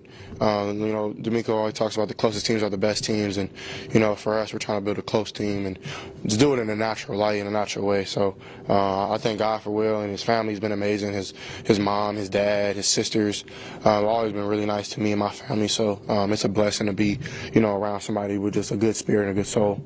Sorry. CJ, what do you think about the new uniforms? I think they're cool. I think they're definitely. I don't want to say too much, but I think people like them, and really excited. I think that even brings a new energy to NRG, which is kind of ironic. But I think I'm super excited. Just stuff. I liked the unis last year too, but I think it's time for change, and it's a new era now, and we'll be able to build with these unis and look good while doing it. Last one, Chance. CJ, I'm going to ask you to put your GM hat on. There's been a lot of questions about who should be the wide receiver one. Why should it be Marvin Harrison Jr.? Why should it be Marv? Put on the tape. He's done it from really his freshman year, his true freshman year, to now. When you talk about, I think I read something like he's NFL ready, but other guys have more potential. That makes no sense. What? If you're NFL ready, how is that not potential? You want longevity. You want somebody who's been doing it. And for him, that's what he sleeps, eats, and he breathes. He's a worldly talent, but also his work ethic and how he gravitates that room. I challenged him that last year when Jackson went down. He had to take over as leader, and he did that. He's not really vocal, but he became vocal, and you can see his personality start to come out as he started to play more. And for me, I think I would love to play with him again. I know I probably won't get that opportunity for a while, but I'm super proud of him, and man, who's up there, man, be smart. Don't be dumb. Don't think too hard. All right, there you go. That's C.J. Stroud, little Marvin Harrison Jr. question there. Yeah, a little extra smart, plug. don't get done. We'll see that. We'll probably see that on the internet. Coming up, let's go around the NFL. Something C.J. Stroud said that has nothing to do with football that has me pretty jealous. We'll also go around the league. Teams that impact the Texans significantly, they're starting to make some moves and perhaps telegraph what they're going to do 10 days from now. Let's go around the league next. Your home for the NFL.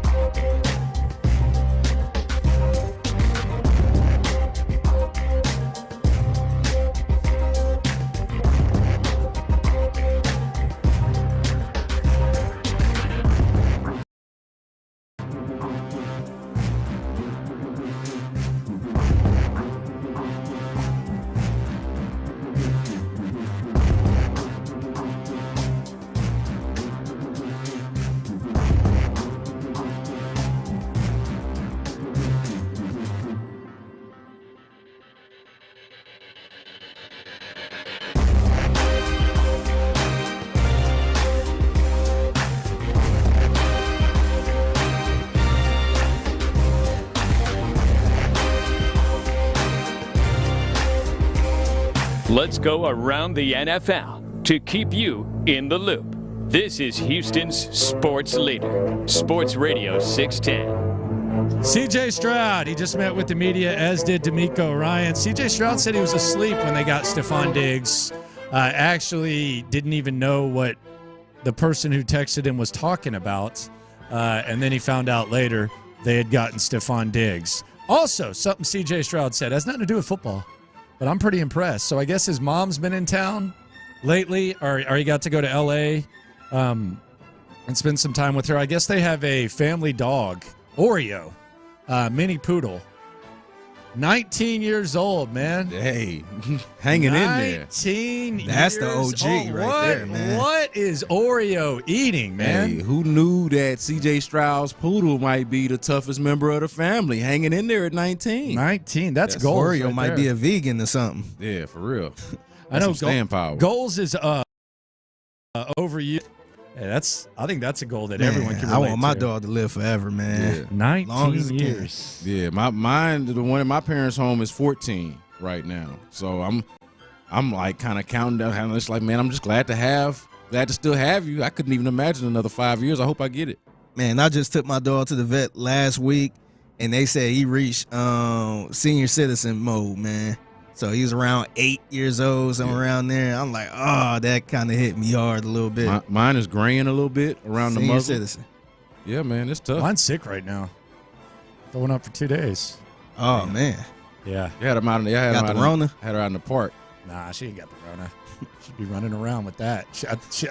I actually don't even want to think about it, but I think she got some of my protein powder the other day, and it was chocolate. Oh, man. Hey, you know what? It was a chocolate powder, but she gets underneath me, and I think it was just a little bit. Because I thought back to it, I was like, why is she throwing up? And I think she got a little bit of that chocolate powder. Nah, that serves her right for acting brand new with the baby sister, though. I saw that video, acting brand new at the park with the baby sister, acting like she didn't want to hang out with her. Yeah, man, that's karma. Yeah, they don't like it in public. Hey, man, nah, you got to act right. Wide receiver is going to be one of the more polarizing positions in the draft. This is Mike Garafolo talking about some wide receiver visits, including one that could lead to the Texans taking on one of the fastest players in NFL history, not once, but twice. Late one into the start of day two. We're tracking some of those visits. We'll start with Georgia's Ladd McConkey, who was part of they recently met with the Browns, the Falcons, and Browns, two of 14 teams that have done in-person work with McConkey. Then there's Xavier Worthy, who set the record at the Combine with his 4.21 40. He met with the Colts recently. I'm told he had 5 of those top 30 visits from the Senior Bowl. And then how about Oregon's Troy Franklin? He actually reported that he visited with the Bills yesterday. I can add the Jets, the Patriots, the Panthers, and the Cleveland Browns for that potential late first round, early second rounder in Troy Franklin. So those are some of the interesting visits that we've been tracking for that cluster of receivers that, again, we're seeing late Thursday night into early Friday. What is Cleveland doing with all these receivers? What are we doing Hey, here? man, they trying to give Deshaun Watson a chance. I mean, they already gave Jerry Jeudy that big contract. They got Amari Cooper. What are we doing here? Nah, they saw. They traded a second for Elijah Moore last year. Yeah, what are we doing? Hey, That's man. an expensive wide receiver room, man. Hey, look, once you spend more money than God on perhaps a lemon at quarterback, you got to give them all the chances, man.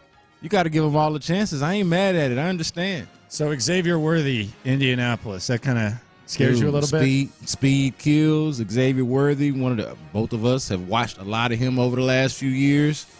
And yeah, man, that is one. You put Xavier Worthy in a Shane Steichen offense, and Anthony Richardson, I know when he throw the ball, you don't really know half the time where it's going. Oh, he can throw the deep ball, though. But you just tell Xavier Worthy to run really fast and tell Anthony Richardson to just crank that thing. I feel like that's a connection that I don't want to see. I'm rooting for Xavier Worthy in a vacuum, but not rooting for him to go to the coast because I don't want to see it. Andrew Luck, he has thoughts on Anthony Richardson. Here was Andrew Luck. They had a banquet. Actually raised over $1 million. This is from our guy Kevin Bowen. Andrew Luck talking about the Indianapolis Colts quarterback. I have not met Anthony in person. We have texted and stuff, and just paths haven't been able to cross. I know we'll get to meet at some point. And I do hesitate with advice. I mean, he's certainly not a kid. I mean, that guy's out there playing quarterback in the NFL, and that's hard. It's really hard. And I think he has the approach. I think he's got the support system to be a real success in this league and a real dynamic player that Colts fans can be proud of and fans around the country be proud of. So I'm excited to watch where this thing goes and see what it is. We'll see how that goes. Colts also, by the way, they signed DeForest Buckner 2-year extension worth $46 million. Pretty good. Does it sound like Andrew Luck thinks that playing quarterback in the NFL is hard? I'm shocked that he didn't come back. I'll be honest with you. When the news broke that he was retiring, I remember exactly where I was. Oh, yeah. When the news broke that he was retiring, because I was watching the Texans. Yeah. That Lamar Miller had just torn his ACL. Yeah, I remember that. Yeah. I thought for sure he would be back by now. And Jim Irsay's basically said as much. I'm shocked at how content he was not playing football anymore. Yeah, well, once I, read all of and listened to all of the reporting afterwards and how he kind of felt about his body and everything, I guess it wasn't as surprising. Well, he used to get whooped up on too. But that's the part that surprised me of being hesitant to give advice. Like, if there's any advice that Anthony Richardson needs, and specifically Protect from yourself. Andrew Luck, Quit getting hurt. It's, hey, man, this game Slide. is precious. Slide. Your body is more fragile than you think. I know you're big and strong and fast, and you think that you can withstand any kind of hit. But slide, get out of bounds, protect your neck. You're like, come on, Andrew Luck. That's the obvious, clear advice to give, dude. Going around the league here on In the Loop, Sports Radio 610. B. Scott in for J-Lo. Starbucks Baby. The Starbucks Baby has put down the coffee, and he is officially carrying the water. This is Jordan Schultz. He was on Fox Sports 1. He was talking about the Tennessee Titans. I think he actually had the Calvin Ridley news. Here's the Starbucks Baby, Jordan Schultz, carrying the water. Will Levis carries himself with a certain swag of a marquee franchise quarterback. Then they go out and get Calvin Ridley. Now, there's a little quick side story here of how that happened. Jacksonville thought they were getting him back. New England thought Jacksonville was getting him back. We know he wanted to stay in the South. At the final hour, Tennessee comes in after missing out on a couple guys the day before, C.J. Gardner-Johnson. They weren't able to acquire them. They pivot. They go to the wide receiver, Calvin Ridley, and he's still thinking Jags, who offered, by the way, dollar for dollar, exactly what the Titans offered. Rand Carthon, the GM of the Titans, gets on a FaceTime with Calvin Ridley, and he says, we're both from Florida. You're going to love the way we treat you inside this building. Halfway through the conversation, Ridley says, no more. I'm in. That's the difference maker, and I think Brian Callahan benefits in a big way. The dollar for dollar report, why? Yeah. That's what I'm confused by. Why go to Tennessee dollar for dollar with the Jags? What's the deal there? And also, I didn't get the tiebreaker there. I just figured they money whipped. Well, yeah. So there's that. But then he makes it sound like the tiebreaker was, instead of going to the Florida football team, you're going to go to Tennessee to be with the GM that's from Florida, and somehow them both being from Florida is going to impact how he's treated in the building. The way that story was told, I was like, okay, so what does that got to do with anything? Like, we're both from Florida, but you're going to go play in Tennessee, and this is the GM that's saying, like, I didn't get the selling point there. Like, you know what? The GM's from Florida? Oh, he going to treat me good in Tennessee. I can't wait to get there. Let's go. Like, it did not hit for me. That's confusing. The Snead move, I guess I could understand overpaying for Snead, and they paid the third-round pick to the Chiefs, but the Calvin Ridley thing was confusing. The dollar for dollar confuses me even more. That's Jordan Schultz, also known as the Starbucks baby, with that report. Brandon Ayuk, he's unfollowed the 49ers on social media. This is where it gets real. Brandon Ayuk, unhappy in San Francisco. What is San Francisco going to do with Brandon Ayuk is kind of the question. Like, can they afford to let him go? He's a very productive player. Now, he might not be a wide receiver one, but he is for them. They got a lot of guys on that squad that are highly paid. They got, of course, the rookie quarterback. Ayuk thing is interesting. I think I've heard the Baltimore Ravens as potentially a target for Brandon Ayuk. Who knows where this ends up? I've heard Pittsburgh too, which okay. What's the price? Second rounder? Yeah. Third rounder? What are we thinking? It's not a first. No, it's not a first. Let's be serious. It's not a first at all, but maybe a second rounder.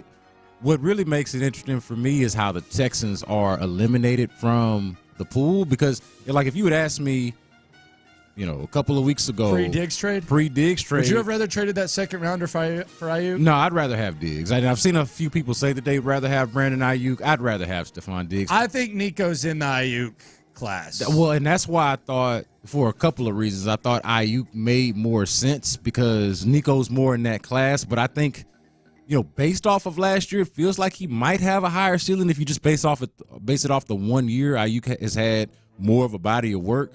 But I felt like they were looking for more of a, third wide receiver, second wide receiver to their Nico, their Tank, more of a complementary piece. And I viewed Ayuk as that, not necessarily the Stephon Diggs, but also the background with San Francisco. I thought he made a lot more sense to be here. Now that you eliminate Houston as a possibility, it makes it even more interesting for me. The whole thing was weird. Yeah. Because they lose the Super Bowl. Ayuk, what was it, like the week his girlfriend or wife is saying, this might be the last time we go to the stadium. Yeah. And then he's kind of upset. There's reports about that. He kind of at the exit interviews about how disappointed he is that they came up short. Maybe they can get through this drama. Well, didn't he watch Deebo Samuel? Like, Deebo ended up getting a contract, right? He ended up doing the Deebo kind of. Yeah, this was a couple of years ago hardball. now. Yeah, so I mean, he's been there for it and seen it happen. So he's probably like, "Hey, it's my turn." Like it is odd. It definitely is odd. I'm interested to see where he's going to end up. Devontae Smith, he got a 3-year, $75 million contract extension that includes $51 million guaranteed. Eagles invest a lot at the wide receiver position. They got A.J. Brown and Devontae Smith. Yeah, man. Hey, that's how you do it. Like, especially a dude that you drafted and Saquon. Yeah. Hey. And Hurts. They're low key sneaky. They're like, I feel they're sneaky because last year was such a disappointment, but then they're just gonna pop up first week and you can be like, wait a minute, paying money. Is man, that like Saquon? Crazy? Is that Saquon? Is that an even happier Devontae Smith now that he got this $50 million guaranteed? Like, they are one to watch. Joe Burrow, he says he's back to being himself. You asked the question, how much is the way that we think about CJ tied to beating Burrow straight up? Yeah, I feel like the recency bias is going to be, CJ against the Colts at the end of the season, right? That first play of the game to Nico. CJ leading them to a playoff victory at home over the Browns. And obviously, it didn't work out against the Ravens, but we've had more recent examples of CJ brilliance. But that, to me, was like when it started, right? The game-winning drive against Tampa Bay and then going on the road and out-dueling Joe Burrow. To me, I feel like that's where the CJ sensation or craze sort of really starts. It's like, okay, he goes out there and beats head-to-head perhaps his perfect comp. So is this the dude that's up next? You think that was where the mania began? That's where I feel like I can trace it. I thought best. the Jags and Steelers was where it started. Well, it definitely Jags in week 3 is definitely like the beginning of, oh, hey, wait a minute. But to me, when you have a back-to-back win, like back-to-back wins like that between Tampa Bay and then on the road to Cincinnati, the drama of it, right? The drama how the Tampa Bay game ends, and then just the fact that you go on the road and beat your perfect comp. I feel like you can trace back like the real legitimate belief. Like Jags, you can still say small sample size, got to see more, right? By the time you get to the Bengals game and him beating Joe Burrow head to head, I feel like we're really made to be believers. Hines Ward, once upon a time, he actually interviewed for the Texans head coaching gig a couple years ago. He's agreed to become Arizona State's next wide receiver coach. So from interviewing for a head coaching gig with the Texans a couple years ago, he's now the receiver coach at Arizona State. He's the former wide receiver coach at FAU and has been an offensive assistant for the Jets and head coach in the XFL. Yeah, where would he be without? You know, where would Hines Ward be today without? I remember I saw the text message to multiple people where Easterby was taking credit when Hines got his first gig. I think it might have been the XFL. He's like, "Isn't that beautiful?" or something. I saw it was like the same text to multiple people, but I was like, oh, "Okay, they're taking credit for that, huh?" Yeah. All right. Got Andre Johnson in the Hall of Fame too. I don't know about that. They'll tell you that. So the quarterback controversy when it comes to the draft, there's a couple of polarizing figures at the position. None more polarizing, I would say, than J.J. McCarthy. The New York Giants, we don't know what they're going to do with Daniel Jones and how that's going to go. But Tiki Barber would rather run it back with Daniel Jones than draft J.J. McCarthy. Here was Tiki Barber on WFAN. J.J. McCarthy thing, I'm tired of hearing it. Stop with the J.J. McCarthy thing. I'm tired.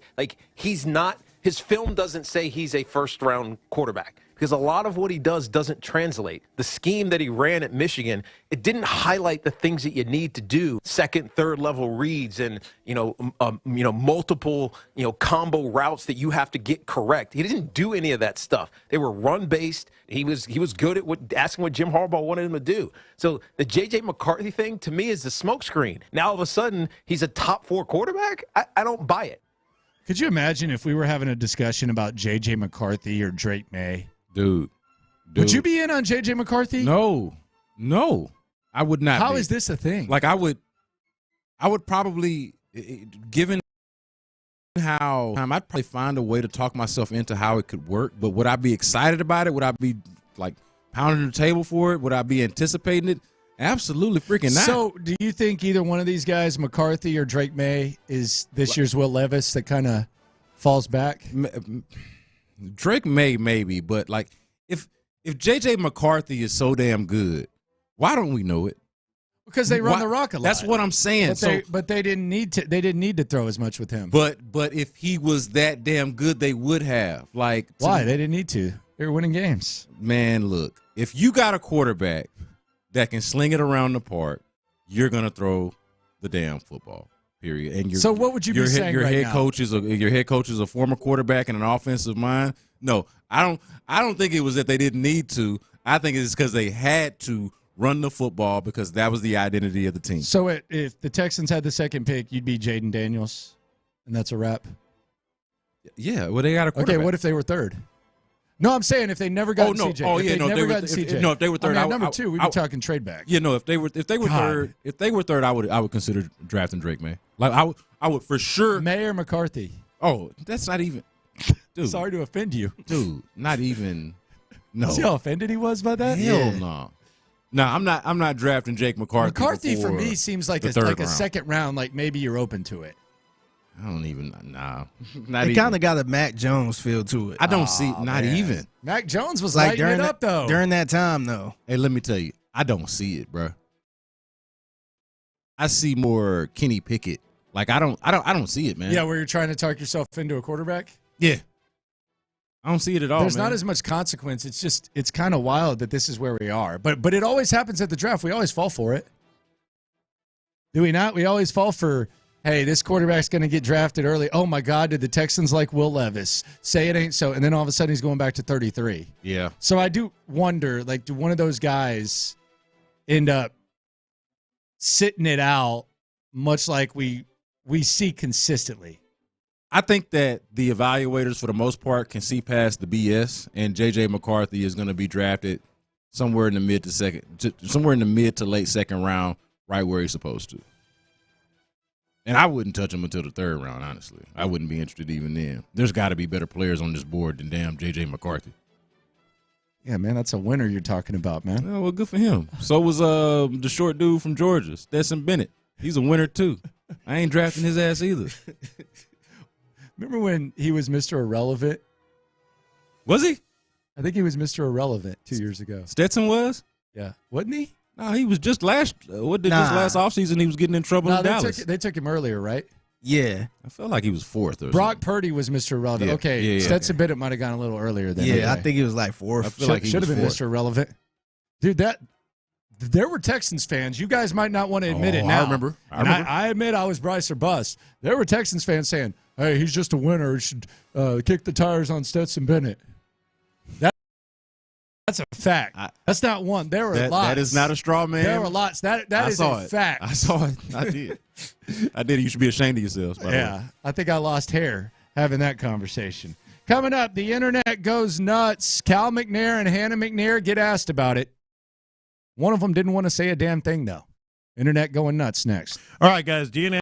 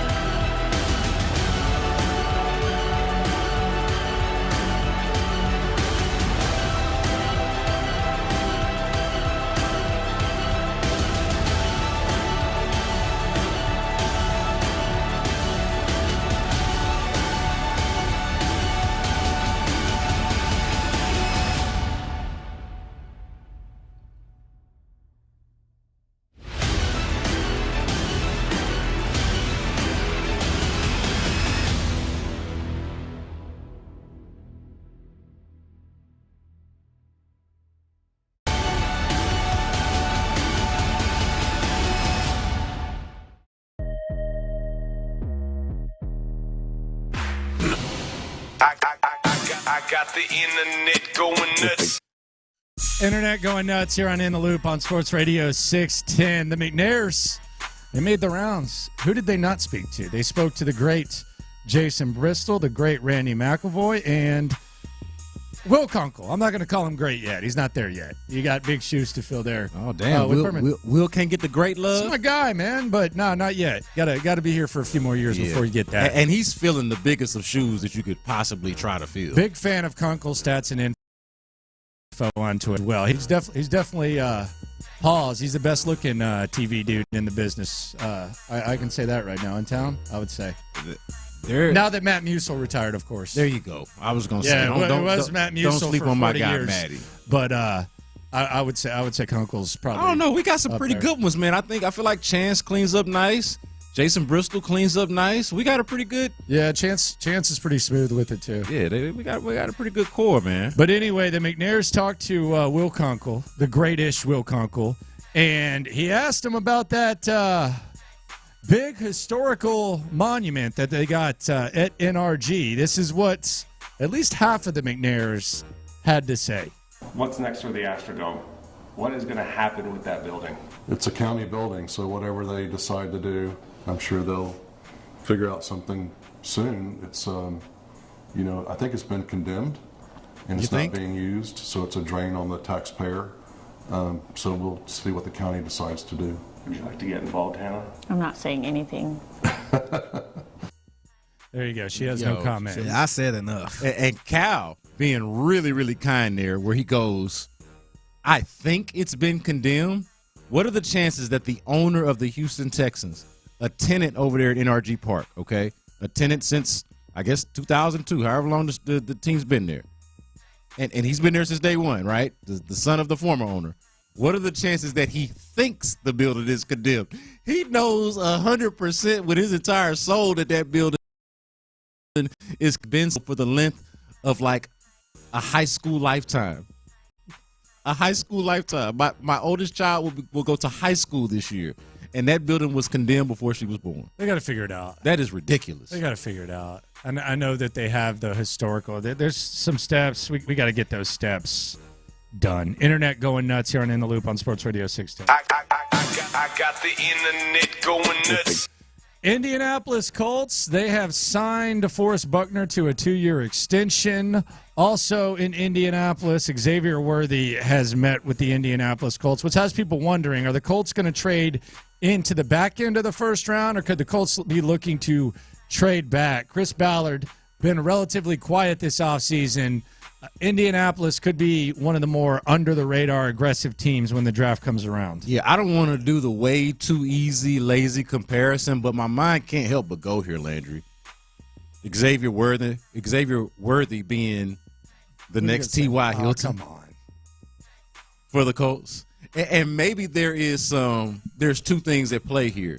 Me being a Texas fan who watched Xavier Worthy do his thing for the Longhorns, and then me being a Texans fan who watched T.Y. Hilton torch the Texans for years, I'm marrying the two experiences for like this catastrophic scenario. It's like, I can see it. I can see it. It's there. It's in play. It's in play. I got the internet going nuts. UFC going nuts. How in the heck did UFC have a 300 event and it generated little to no buzz? What's going on there? I know there's a lot of UFC fans. I know it's kind of more popular in the mainstream. How the heck was their 300th event not even really that big of a deal? Well, and especially at this time of year, right? Like the NBA, you're in that weird spot between the end of the regular season where it really doesn't matter and the actual postseason itself. Baseball hasn't really gotten interesting yet.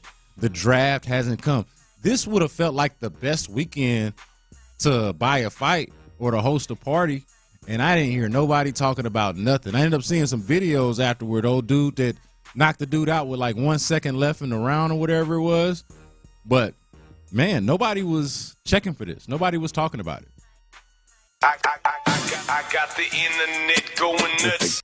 All right, over the weekend, there was an interesting video involving Travis Kelce. Travis Kelce at Coachella with Taylor Swift. They're making out in the stands. And there was also the video of Travis Kelce getting his diploma, which, by the way, I think he graduated in early 2000s, and chugging a beer. How old is too old to chug a beer on a stage at a college? Yeah, I would even say at this age, just and I don't want to take the moment from people, but you can just mail me my stuff. Like, I'm not going to all of these kids for no diploma. Like, as long as I got the valid piece of paper itself, I don't have to do the pomp and circumstance. I would say after, what was Travis Kelce, 34, 35, somewhere around there? I would say right about where he's at. Right about where he's at is too old. Yep, that's it. 34. I got the internet going nuts. Alleged nose job. Rap beef's gotten kind of weird lately. Dude. Rick Ross put a side-by-side of Drake up, and he is now alleging that Drake got a nose job. BBL Drizzy. Dude, I can't believe that this is where we have come in rap beefs.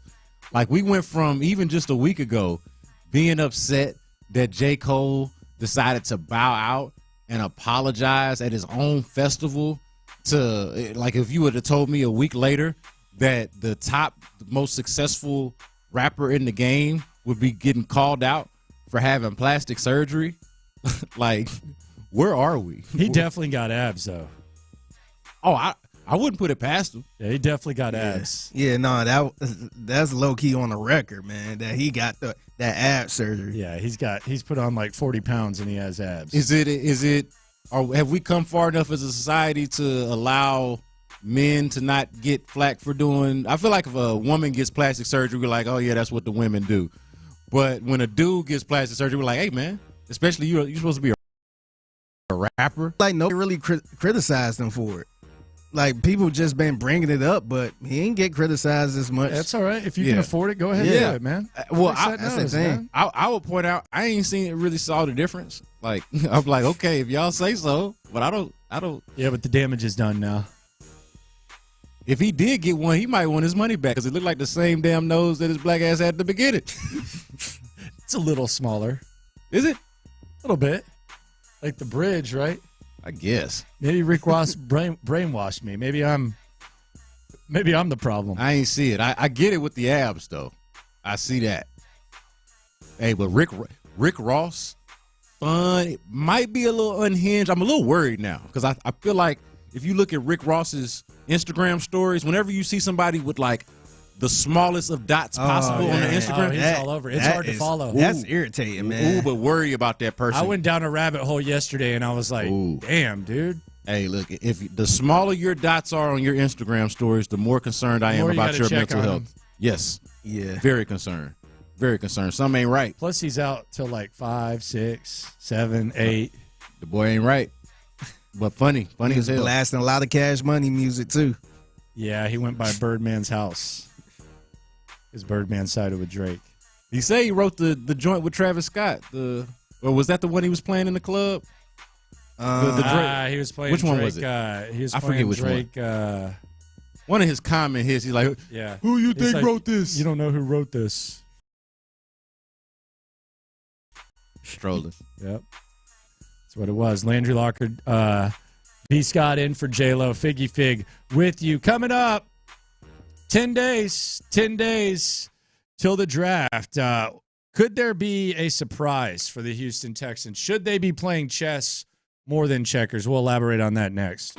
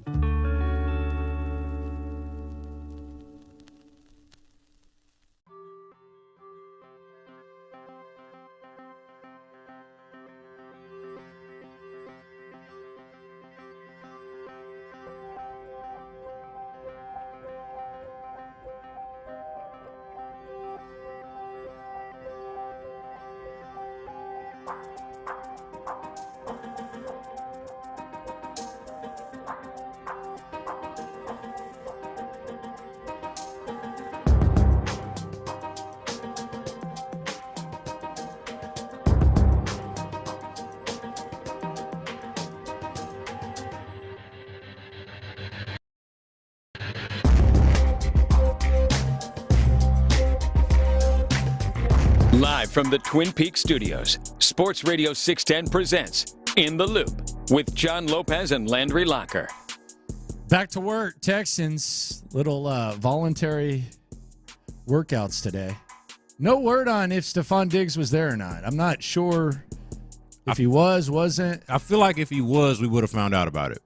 What we got, a press conference? No, we would have gotten a tweet. Stephon Diggs in the presence, or is here in attendance for the press conference. We would have found out about it. Okay, well, haven't heard about him all offseason, so there is that. We got 10 days from the draft. Is there any surprise? Is there anything that maybe we're not expecting that could happen? We've seen Nick Caserio be quite aggressive. Could we see some sort of surprise when the draft happens? 10 days, really 11 for the Texans, if we're being honest, because they don't have a first-round pick. Top two surprises got to be if they still double down on wide receiver, because I feel like the natural assumption after they made the Stephon Diggs trade was, okay, well, your immediate needed wide receiver is filled by trading for Stephon Diggs. You're not going to double down on that, considering all the other quote-unquote needs that you got on the team.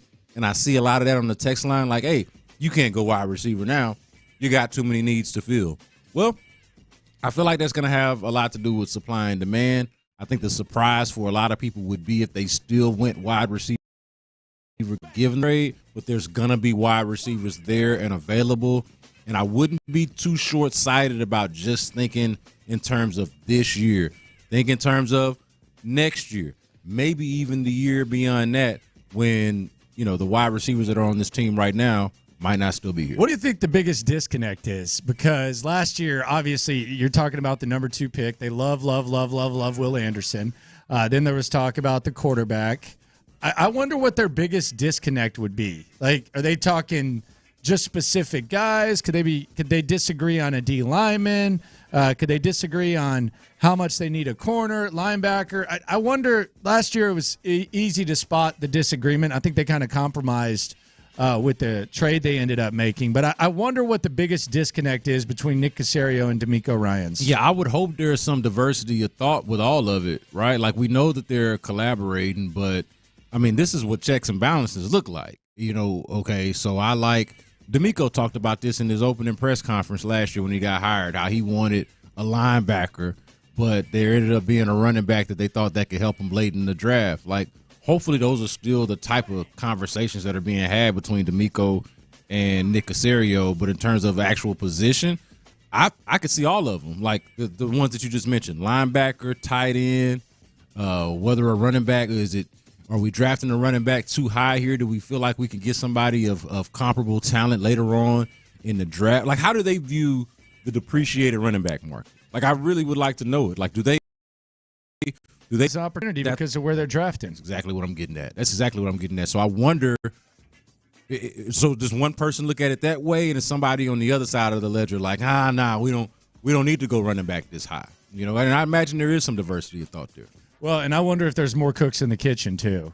Like, I don't anticipate the McNairs foaming at the mouth and saying we want to get in this mix and we want to influence draft selection. But I do wonder if maybe Bobby Slowick has a little more say since he's 1 year in and he knows what's going on. How much say did he have last year? Like, are there more cooks in the kitchen? Could Slowick find a way to implement himself more into the discussion when it comes to drafting offense, defense, etc.? Yeah, and I think he should, right? Like, if you just think about the progress that he's made in status and stature from last year, like a guy that you only had heard of because, he's tied to the Shanahan tree, his dad coach, but you didn't really know a whole lot about him. You fast forward now, he's done head coaching interviews. So and he's somebody that you've given a raise. Like, how much does that have to do with it? Like, hey, man, you paid me more. Maybe you might want to listen to me a little bit more. I could totally see that. And I think that's a good thing. Bobby, at the very least showed enough to have established that type of credibility. I think they should be checking, hey, what you think you can do with him? Do you think you could scheme this guy up? Like, I would be asking that question. Is this worth our second-round pick in a year that we don't have a first anymore? Yeah, I think that's and so on and so forth with the rest of the rounds. I would definitely be. Hear from Caserio 11 o'clock on Thursday, so we'll get to hear Nick talking about the Stephon Diggs move, which really it's the weirdest thing about the Stephon Diggs thing for me is that it was your third option. Your first option was to trade for Eric Armstead, at least I think. I mean, maybe they could have found a way to do all this, but you tried to trade for Eric Armstead. You heard him confirm that. Yeah. You tried to trade for Keenan Allen. That didn't work out. And then you went with Diggs. It's not necessarily that they traded for Diggs. It's that it was actually their third option. That's why. And that's why if you talk about Nick Caserio and what you like, I think his ability to adjust is what I like the most. But it is kind of wild that this splash move, this big move that we talk about that had the internet going nuts, that had Texans fans going nuts, that has the entire AFC going nuts, it was really your third option. Yeah, and they did. I'll shout out the media in the press conference today. They did try to get some insight into how this process played out. And, of course, DeMeco Ryans wasn't going to give them the goods on that, on, like, when exactly did they sort of start to fixate on a Stephon Diggs trade? When did that become, like, a part of the, like, a realistic possibility for them? Like, if it was something that they were trying to do earlier in the offseason, then it would not have happened as late as it did, right? They tried to do the Keenan Allen thing first. You mentioned the Eric Armstead thing even before that. So it does make you wonder what was because they obviously made a pivot, but what was the pivot? How did that discussion go? I mean, I'd love to know it. Yeah, because that's a hell of a pivot. Yeah. I mean, it's not like as extreme as, trading for David Johnson after you don't get Carlos Hyde. It's not like that extreme, but it's a pretty big. Well, it's Stephon Diggs. Layers too. Like, how do you go from, like, you trade for Stephon Diggs? How do you go from not necessarily being interested to trading for Stephon? And I'm not saying that they weren't, but they obviously hadn't done it up until that point. How do you go from either not being interested or being lukewarm on Stephon Diggs to trading to outright trading for him and guaranteeing him extra money, giving him a raise, and fixing the contract to where it's super player friendly? Like, to not just pivot, but to go from kind of 0 to 100 or maybe 50 to 100 that quickly is, to me, interesting. Well, and then you make the trade with Minnesota, and that was, I would think, step one of it because you traded the extra second rounder. Yeah. Well, I just love, too, how the narrative got to be flipped because we assumed when that trade was made that it was more, like, from a national perspective, it was more about the Vikings and them trying to trade up to probably go get a quarterback. What do you think the Diggs move is? Like, who do you think it says the most about? Because I think the Will Anderson move was kind of a compromise. I think that's they might not admit it, but I think it was maybe not a compromise, but they were split and they decided, okay, we can get both because we have extra comp. The Diggs move to me is a DeMeco move because the culture that DeMeco has put together is one that you feel comfortable enough. And you heard Cal say this. I think it was with Bill comfortable enough bringing him in. That has as much to do with the head coach as anything. Yeah, no, I think it's all to do with the head coach. Like, could you have seen, I mean, let's just be honest, Nick Caserio has been here, and I understand the team is different. You got to factor that into it. But Nick Caserio's been here. I couldn't see him making this deal with Lovie Smith as his head coach or, obviously not David Culley as his head coach. This feels very DeMeco specific, and I tie it to the fact that he's like this, former player as a coach, talked very specifically at the combine about wanting to go get a separator, and I don't feel like he really needed to go as like he decides when he wants to go in depth on a topic. I don't feel like he needed to necessarily go as in depth as he did that day at the combine on what type of receiver he wanted, and then what type of receivers did they target and then eventually get. Keenan Allen, one of the best route runners in the game of his generation in terms of getting open, and Stephon Diggs, who is built of from the same cloth. So, to me, it's very clearly a DeMeco type thing. Yeah, just the caliber of trade has been nice to see.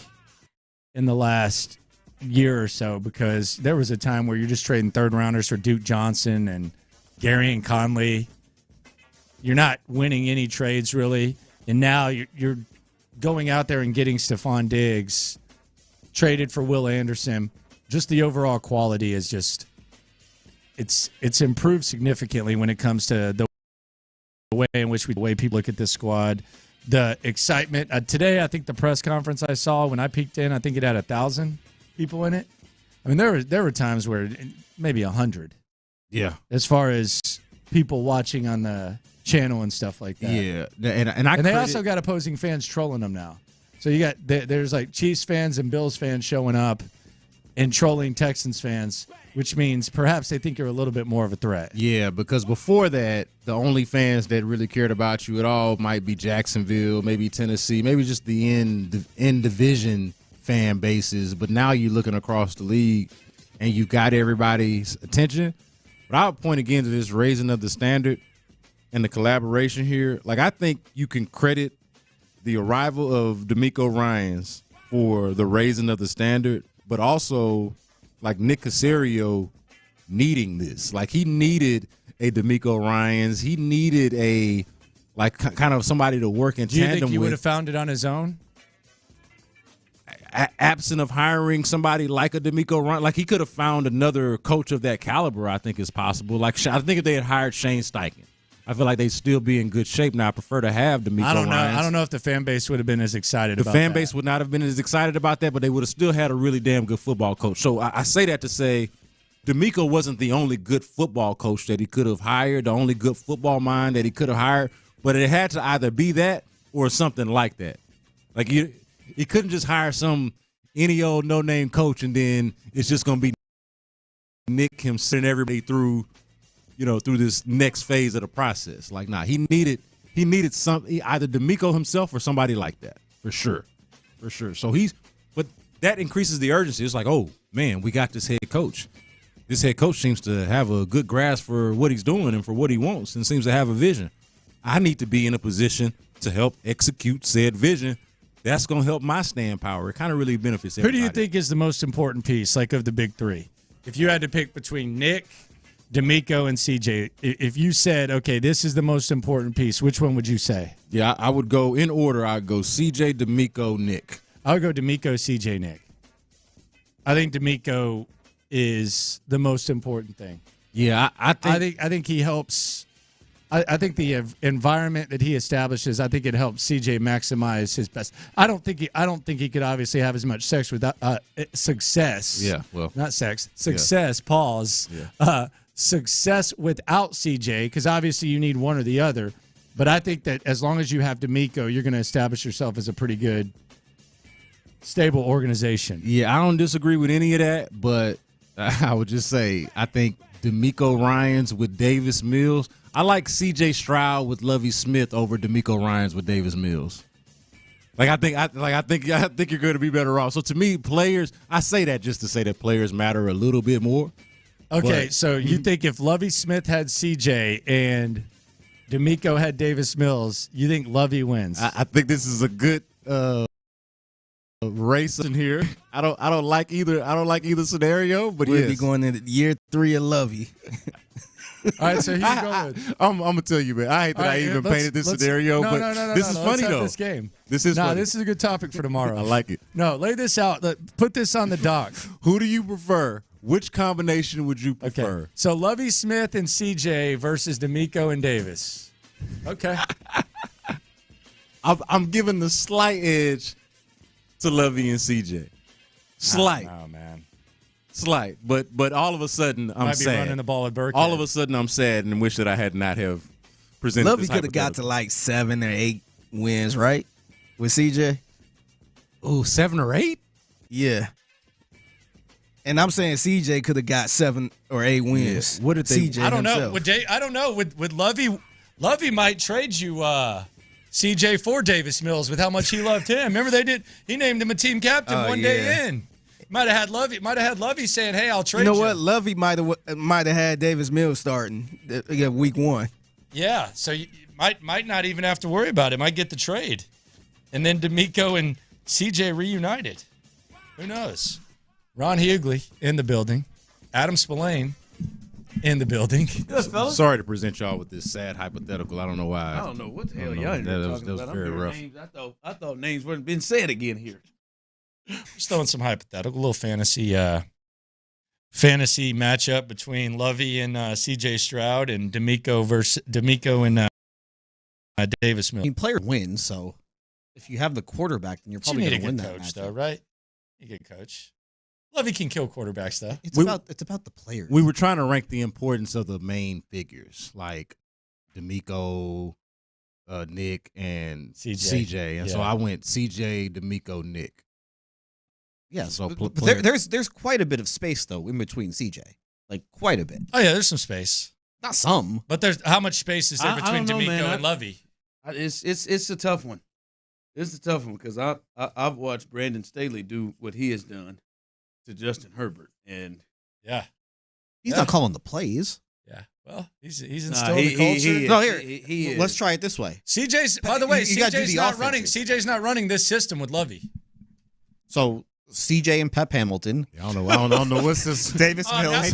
Davis Mills and Bobby Slowick. Did we ever get an answer to your question of what a Pep Hamilton offense was? Anyway? No, we never did. We never did. I asked. That was the question of the offseason. What is a Pep Hamilton offense? I still don't know. Not a good one. Yeah, I still have no idea what exactly Pep it is. over there saying, "Hell, man, I got Davis. Let me get CJ. Let me see if you'll know what my offense looks like." Hey, and there's something to that. It probably look a lot better. So, what'd you think of the Astros, the rally? Can we point to the moment that the Rangers decided to throw at Yordan Alvarez as the moment where the Astros woke up? You know, I asked Espada about this on Friday, like because they scored like 5 straight runs after that and kind of got back into that game on Friday. He's like, no, this team doesn't need that. But, I mean, really? You could tell there was a little bit of a jolt. Yeah. Kyle Tucker will throw the bat, but not in that way. Like, he stared down Brock Burke, too. Now, it's also important to note that Brock Burke broke his hand punching a wall after that outing. So, I don't know if he was necessarily throwing. Field on him, didn't he? And the other thing was Bruce Bochy basically said he's out there because he has no command right now. So, I don't know if it was quite as on purpose as the Astros maybe thought it was, but it certainly didn't look good. Well, they just need to play the Rangers all the time. They're 4-3 against the Rangers. What is it, 2-8 against everybody else? They got that. They got the Rangers. So don't play the Royals anymore. Silver boot, baby. Yeah. We might want to stay off them Royals. take the Royals off the schedule. 2 straight sweeps going back to last year. Twice. Yeah, they got them in 4 at the end of the year last year. Thought that was going to cost the Astros the division, but yeah. Are y'all ready for the for round 2 tonight of Adam Spillane's favorite prospect? Who's my favorite prospect? I'm just kidding. Spencer Arrighetti? Yeah, you were not. You love Spencer. Yeah, I'm not I don't really know that much about him. He had no.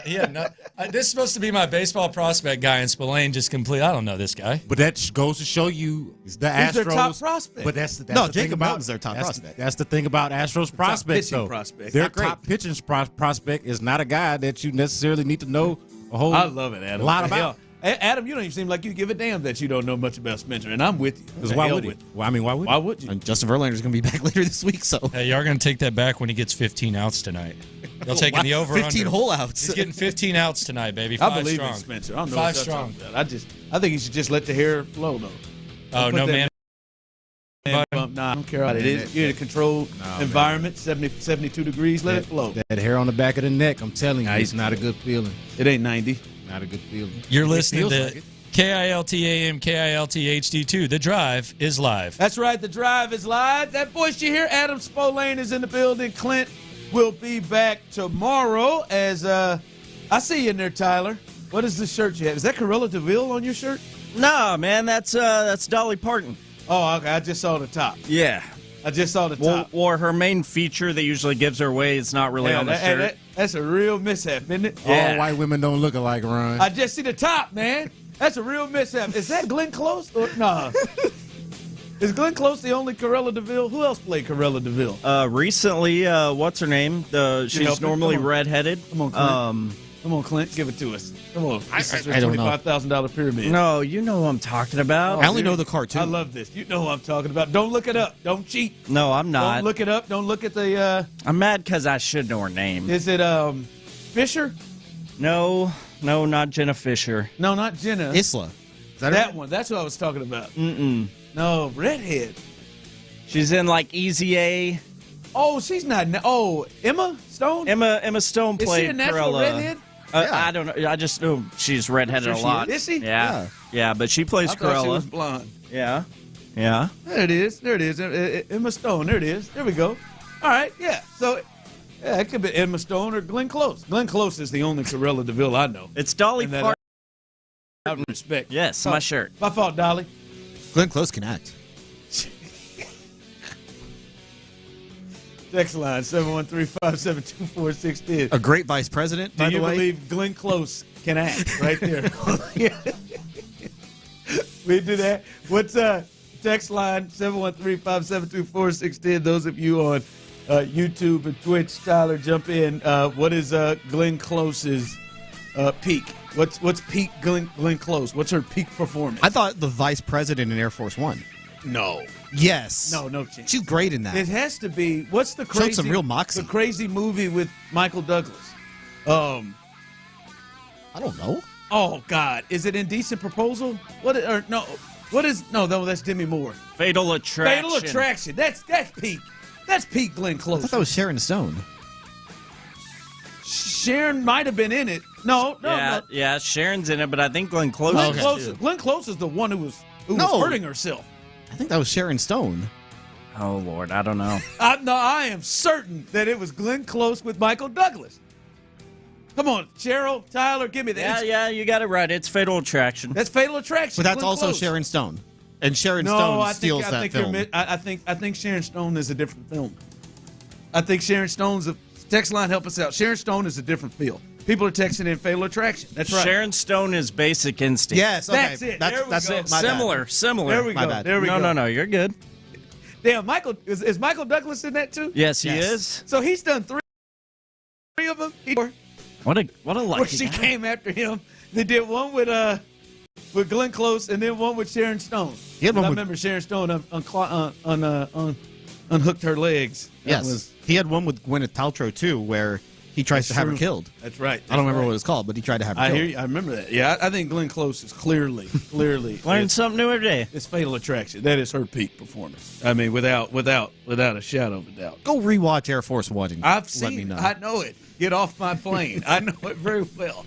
I don't either. That one in Executive Decision, I could watch all day long. Oh, Executive Decision is a great film. Solid one.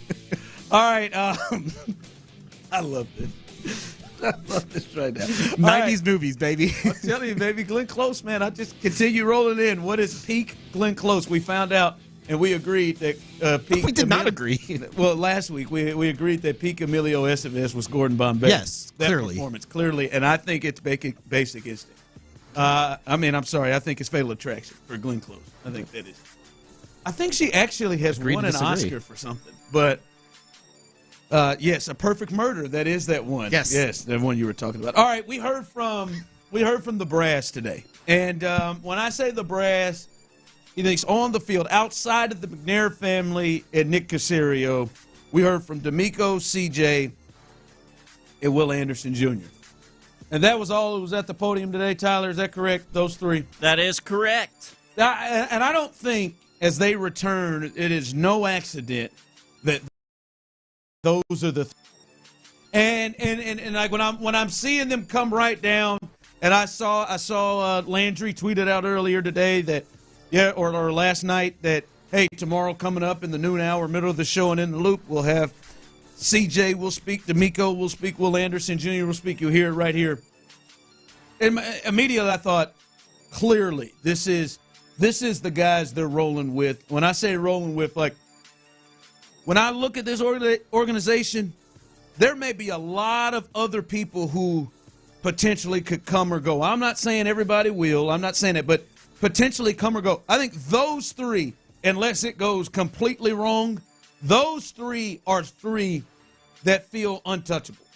First of all, Glenn Close, 8 Oscar nominations, no wins. She didn't win? She did not win. Damn. Really? Can I hear the nominations? Hillbilly Elegy that's was the latest 2021. One. Very good. The Wife in 2019. Albert Nobbs in 2012. Have it. Dangerous Liaisons in 1989. Fatal Attraction in 88. The Natural in 85. The Big Chill in 84. And 83, The World According to Garp. So that's what, 1, 2, that's 5 Oscar nominations from 83 to 89. But when was it from 89? When was the next one? 2012. Wow. Yeah, that's a long time. What happened to Glenn?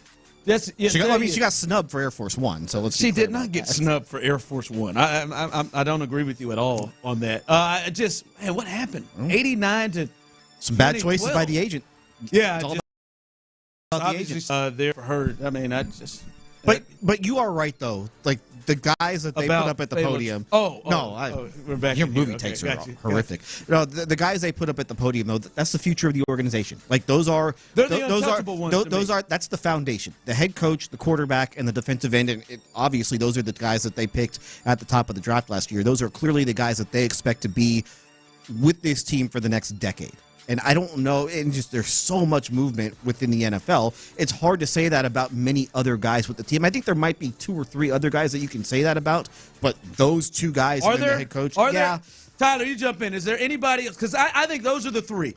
And I look around other teams, like I think in Baltimore, it's clearly John Harbaugh. I think it is. I think it's Lamar, and I think it's Roquan Smith. I think those guys. I could see Mark Andrews moving on. I could see. Maybe Kyle Hamilton may find his way into that. But those 3 for sure. Kansas City, I think it's obviously Andy, and we've seen it sustain. That's what we're talking about. We've seen over the last 7-8 years, it's been Andy, Mahomes, and Kelsey. We've seen Hill leave. We've seen now then maybe Chris Jones is probably added to that now. But I can tell you, if they could have found something that made sense, that they weren't beholden to him like they were the other 3. Is there anybody else that you even add to this list? I think those 3 that you're mentioning are now, I think they're absolutely locked in. If you're locking anybody in as true cornerstones of where this Texans team is going with a young core, it is Will Anderson Jr. and C.J. Stroud. And I think those are the only 3 that are 100% locks as those cornerstones. Someone just said Stingley. I do think there's a second tier that I could hear arguments for. No, Stingley I would put in that top tier. I think he could be that good. You would put Stingley I think I as would. the 4th. I think he played. Somebody's untouched, like they're going to keep this guy. This guy's a part of the untouchable core. I think when he played last year, after he came back from the hamstring last year, he played at just a really, really high level, and he plays a premium position. Like those are the types of guys that you have to try and keep around as much as possible, especially with the way that the NFL is right now, where cornerbacks are at such a premium. So I think that I would understand put the position. I just don't. Like you said it after he came back from the hamstring. Like he's probably strung together. How many games do you think he's played in the last 5 years? How many football games? The last 5 years. Even his last couple of years at LSU. I think he just flat missed the last one. Yeah, he did. And then he had the foot injury. The last that's just my deal with his talent screams yes. And if he played that way the last couple of years, the way he played the last 7 games of the year, I can hear you in that. I don't know. Because I honest to God, I think he's an injury away, like another 6-7 week injury away from them really wondering if they want to be in with him long term. He still played 11 games last year, plus the 2 playoff games. So it's not like he missed more than half the year. This wasn't a rookie year situation where he probably could have come back and played at some point. They were so bad, there really was no point to it. So the hamstring injury it took him a little longer to rehab from that and to get back from that. But again, when he played, how many corners are you taking over him? They're very few. That's how good he was. They played at that level in that time frame. That's why I put him on that list, though, because the highs with him are just incredibly high. Yeah. I think he's right outside it. I could see, I think he's right outside it. I don't have to work real hard to see a way that Derek Stingley isn't on the team in 3 years. Okay. The other 3, the D'Amico, the quarterback, and Will Anderson, and clearly some of this has to do with what they did to go get those guys. Mm-hmm. To get them, I got a hard time not seeing them on the team in 5 to 7 years. I will say it's hard for me to pull that unless something just wild happens. If we're sitting here in a couple years and Derek Stingley Jr., who you took with the 3rd pick in the draft, isn't still around, then I think that's kind of a bit of an organizational failure if that happens. Yeah, someone texted in, what about Harris, Petrie, Stingley, and then Nico, Tank, and Tunzel. Collins is the one guy that I would put on the list of those guys, but the contract situation is still a little, if you don't know if they're going to be able to get that done, I wouldn't put Tank on there yet.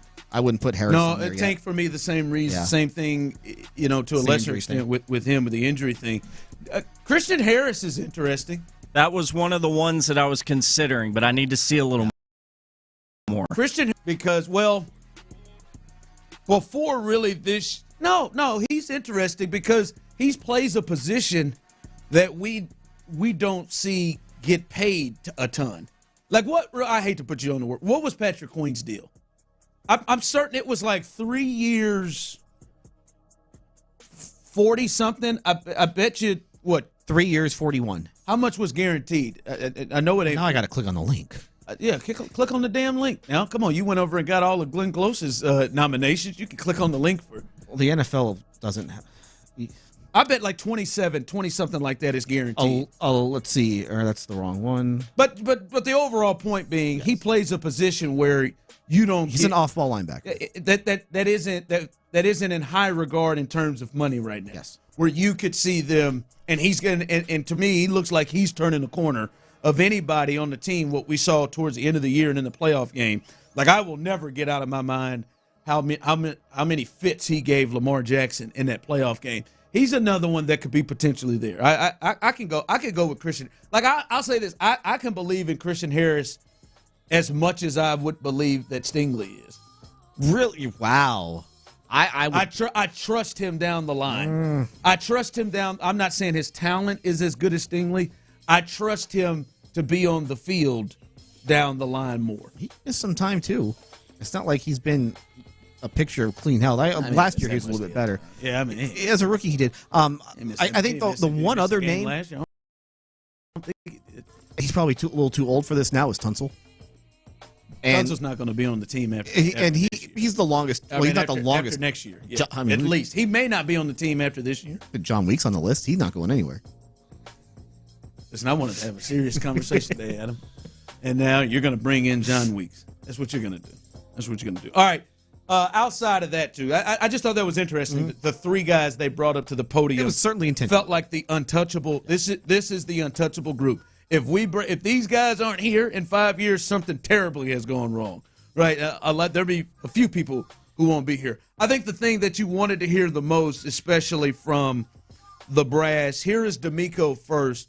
They all spoke on Stephon Diggs. Here's D'Amico, the head coach, speaking on their newest member of this team, the big move in the offseason, especially from an offensive perspective, Stephon Diggs. Yeah, with Diggs, adding him is one of those guys I talked about. He's been a great player in this league for a long time, well respected. He's been a great teammate. He's been a leader, a captain. And when you look at him and you watch the tape and you put it on, no one doubts the playmaker that he is. Right? He changes games for the teams that he's been a part of, and we're anticipating the same thing for us.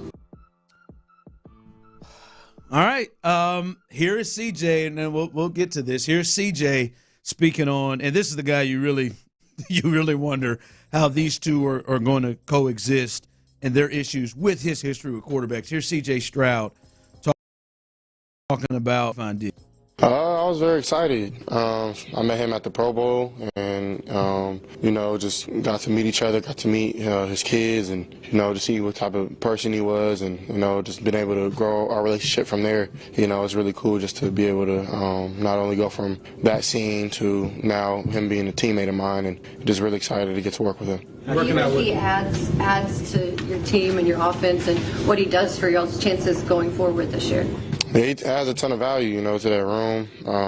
There's a lot of wisdom that he carries that I think he'll spread to other guys, and he's been really reaching out to really everybody, and I think that whole room in general is going to be great. I think we're all going to eat off each other. It's going to be very fun and very exciting, just to work with everybody in that room, and I'm very excited for it. That's right, baby. Eat off each other. Don't look at him like that. I didn't catch that the first time I listened to it. He said eat off each other. Gonna eat off each other. That's right, baby. Pass the plate. Pass it around. Or pass the skin. Whatever. Listen, I am not surprised that these guys are confident. I think that they really sat down and really, really vetted and looked at the situation on what they're going to do, what contingency plans they're going to have, and how they're going to respond to potential situations. And I've said it from the beginning. Adam, I think it was very, very worth the risk and what you're doing. And now you just have to manage it day by day by day.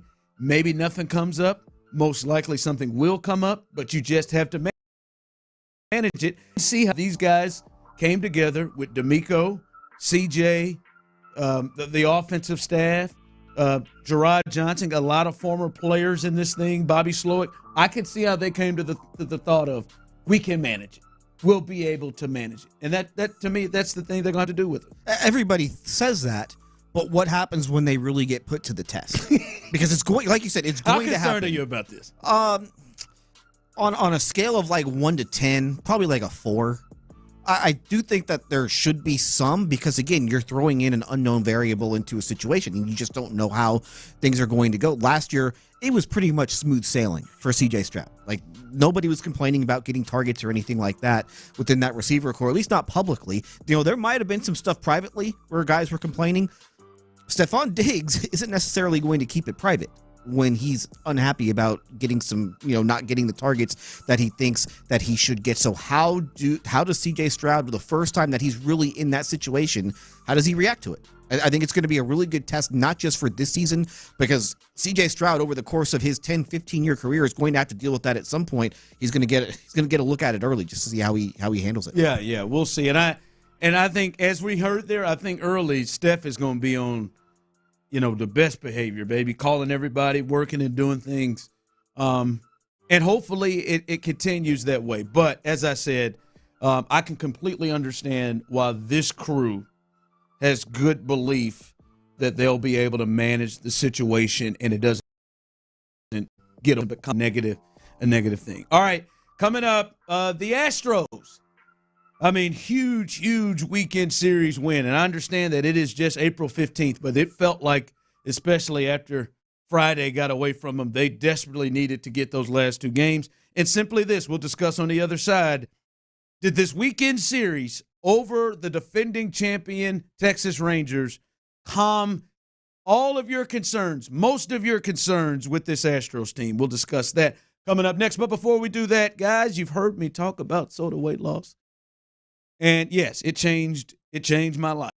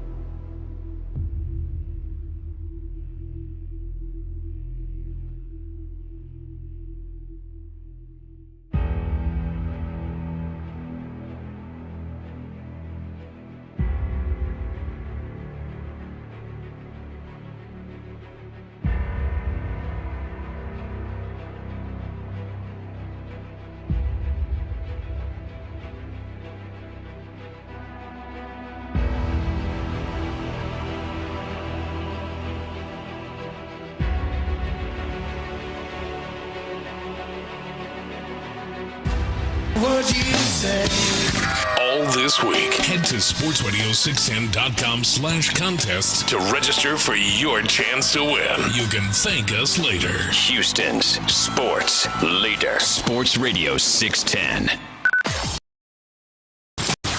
Presents The Drive with Stoerner and Hughley.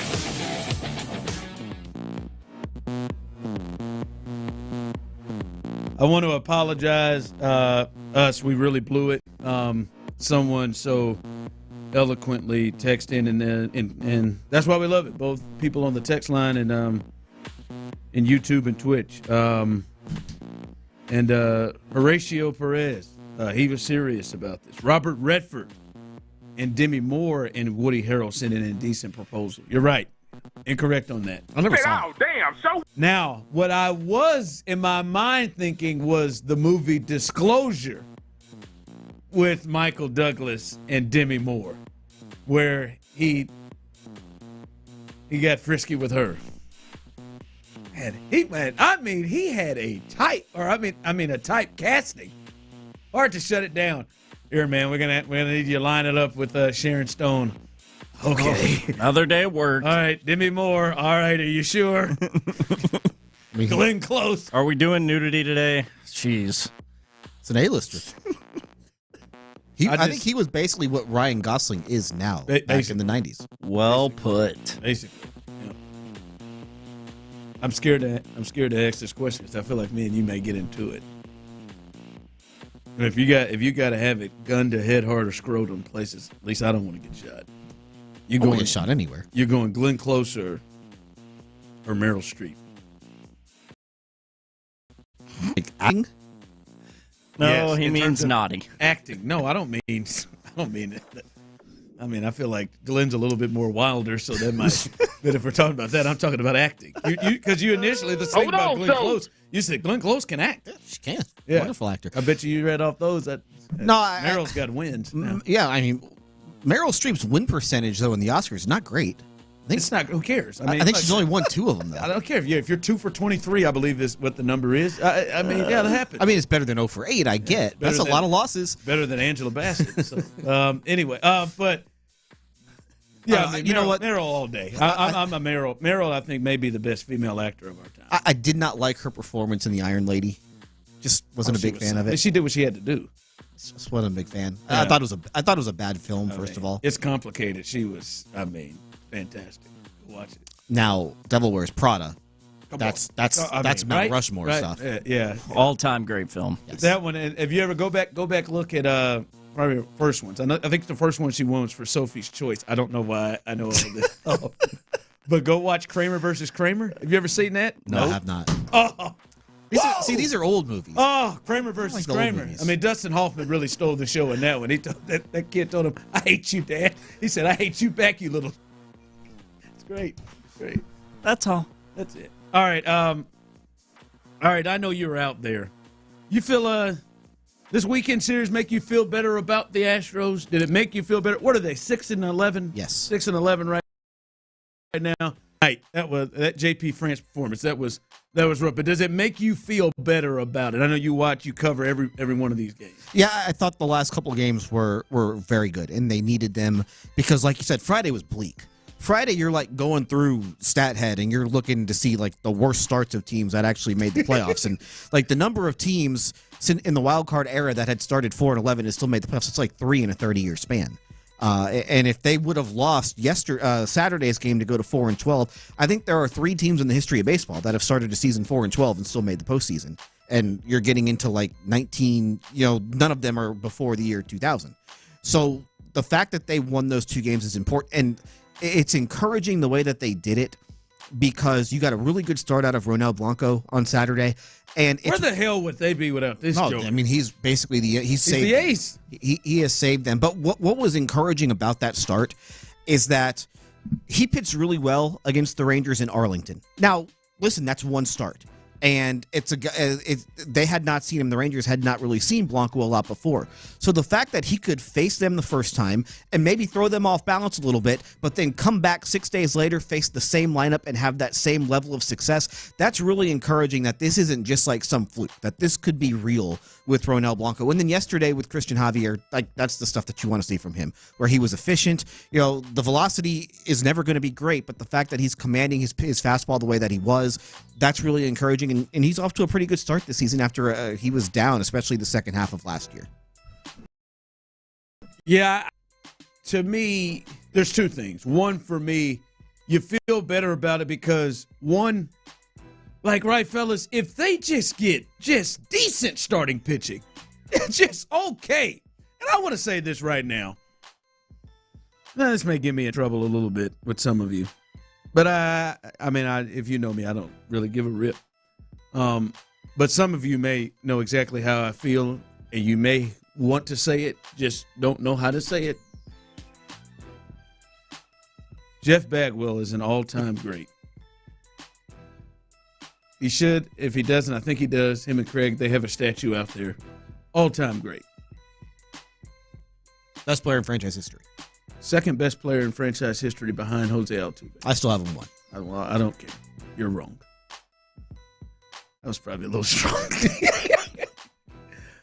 Hey, but listen, I'm going to tell you what, Friday night, Jeff, I'm going to need you to stop trying to tell me how good it's going to be or how all right it's going to be while the damn fire is lighting harder and harder and the walls are caving in and coming down. No, man, don't worry, man. Yeah, hey, guys, just watch out, man. We'll be all right. It's JP France. Bing, another one. It'll be all right. Another one on. Bing, JP France, 81 pitches in 3 2/3. Bing, another one. But don't worry, guys. It'll be all right, man. We just Bagwell's just optimistic, bro. No, I get it. I get it. And I'm not saying maybe after the game, before, but like at some point out and say, I'm not saying Jeff had to come out there and say the Pets' heads are falling off. But damn, man, don't keep telling me it's going to be all right. It's not right now.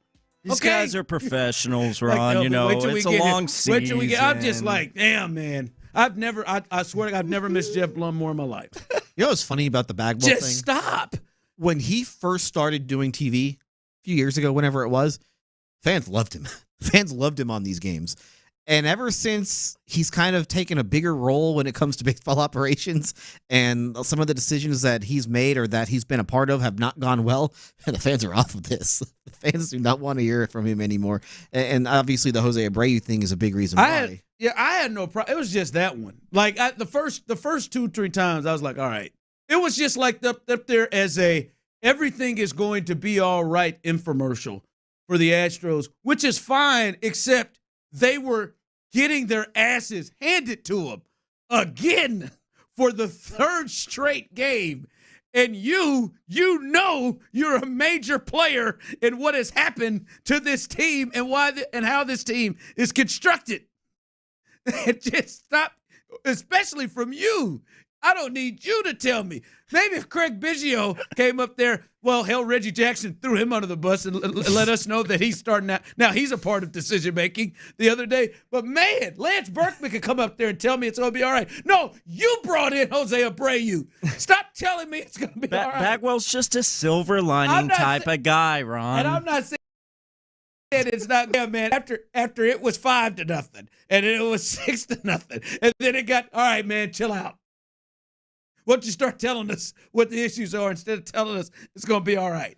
But I will say I did feel better, though. Yeah, I felt better two ways. One, if they just get decent starting pitching, they'll be fine. And decent to better starting pitching should be on the way with Verlander, who had another start, although that was choppy. But then, Jose Urquidy, it gives you at least decent starting pitching. So it is coming. So I think it does. You do feel better with that aspect. Well, Verlander will probably start for them in D.C. They might make that announcement as soon as today. I'd be surprised if he doesn't pitch on Friday. And Washington, Framber Valdez is going to play catch tomorrow. He could be back in the next week or so. And then Urquidy, I still think is a ways off. I'm not quite as, I wouldn't be pinning my hopes on Jose Urquidy as much at this point just because he been on the IL 4 times in 3 years and hasn't necessarily pitched that great. Even no, I know he's going to go on again, but I'm just saying he's going to give you. He can give you about a month and a half at least until it happens again. A month and a half of I'm talking about better than what the hell they've run out there a little bit. But getting Verlander back and getting Framber back, those are going to be obviously two huge additions, and it will give them some depth within that rotation so that they're not having to call up Blair Henley on a moment's notice and having to throw him in an impossible situation against a really good team. Like, that's the sort of stuff that they're trying to avoid, because right now their depth when it comes to starting pitching is it's gone. Like, they have none at this point. Important to get the guys back that are due back pretty soon. All right, D'Amico had a little something to say about these high expectations that your Houston Texans have. You don't want to miss what he had to say, and it got, to me, what I think sparks a conversation. We'll discuss that coming up next right here live on The Drive. But fellas out there, and ladies too, to be honest with you, you guys have important men in your life, fathers, sons, brothers, cousins.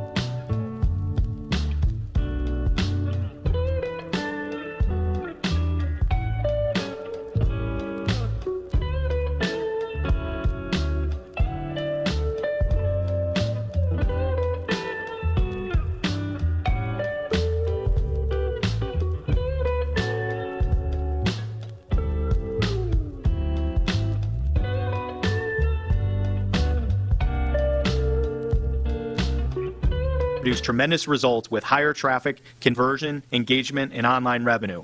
If you have any home repairs you need to take care of, check us out at repairclinic.com. If you need a world-class website or technology project, then I would highly recommend AmericanEagle.com. Call AmericanEagle.com at 773-NETWORK. That's AmericanEagle.com, 773-NETWORK. Live from the Twin Peaks Studios, Sports Radio 610 presents The Drive with Stoerner.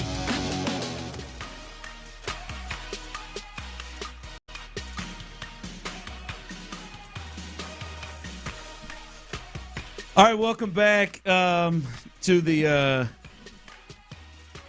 drive. Clint is out today. Adam Spolane is in, and I'll say 4 o'clock. Dirty's Daily. I'm going to start with this, Tyler. I have a plea for Clint Stoerner. I don't like to ask for help a lot from Clint at all. But I need some help. And I'm making a plea for him. I need him at 4 o'clock. So stay tuned. Stay tuned for that.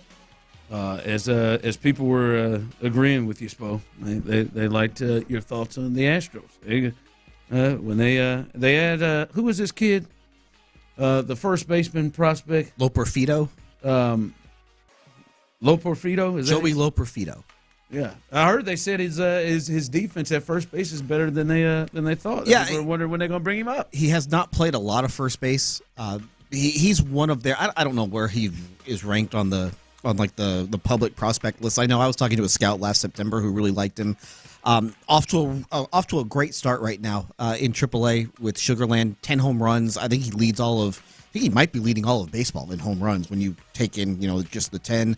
He hit 6 last week in Albuquerque. Now, I'll caution you a little bit. 6 home, that big a deal just because that is, if you want to know, that's like, that makes Coors Field look like a pitcher's park over there in Albuquerque. So don't read too much into that. But obviously, he's playing first base. He's learning that position a little bit. And you look at first base right now with the Astros, and that's Jose Abreu, and that obviously isn't going well. Dana Brown said yesterday on the team's pregame show they would like for him to cut down on his strikeouts, and that's a big thing for him right now. He's striking out more than a third of a time. So, he's got to get better with that, but at some point you're going to see him in the big leagues. Yeah.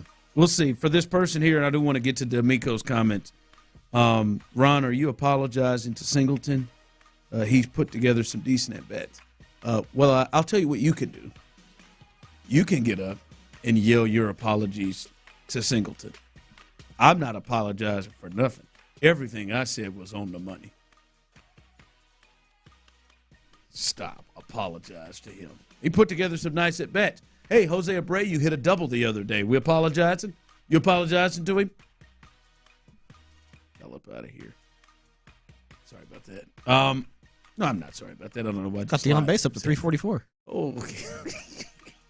It's almost league average. Crushed it, baby. There he is. OPS is almost league average right now. He's getting there. He put together some nice at-bats. No, stop it. It's no. I'm not apologizing for anything. Let's see. They need all the help they can get. Had 2 hits the other day. Okay. A couple of walks too. Why not? Yeah. All right. D'Amico spoke today. D'Amico, CJ, Will Anderson. We'll let you hear some of them. You missed it. You can go to the podcast page. They were on live right here on In the Loop, so you can listen to that as well. But this was D'Amico on high expectations this year coming in for his Houston Texans after last season and after the offseason moves. I appreciate the question, but we're always hunting. That doesn't change for us. We're always hunting. Expectations on the outside, whatever that may be, it really doesn't change who we are, right? It doesn't. The expectations from the outside don't permeate inside our building, and now we have to change what we're doing just because of outside expectations. It really doesn't matter. My message, our focus as a team it's always been consistent, the same as it was last year, is, man, you show up and we continue to get better every single day, and you're the best at your position, you're the best for our team, then that's what wins games, right? For us, when everybody is really striving, putting the work in, right, to be better. And that's what it's all about. We don't care about expectations. Talk doesn't win games. We have to go out and play good football when that time comes. There you go. Talk don't win games. when I heard that, it really sparked something that has been kind of bubbling up inside me. Not a fart or anything, but something that's just I've been thinking here. And I know Adam and Tyler knows as well. Text line, YouTube and Twitch, we appreciate you.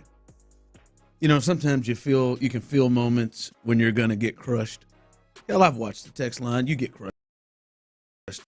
That bother people sometimes. I feel like this is a potential of one where I'll get called certain things. But I just, when I heard that, it sparked it. Fellas, this is not a surprise. I have kind of a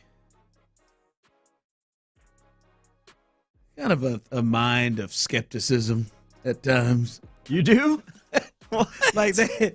I got a gene that it kind of rises up in a lot of situations. I've told people, never noticed. Here, you fan your way.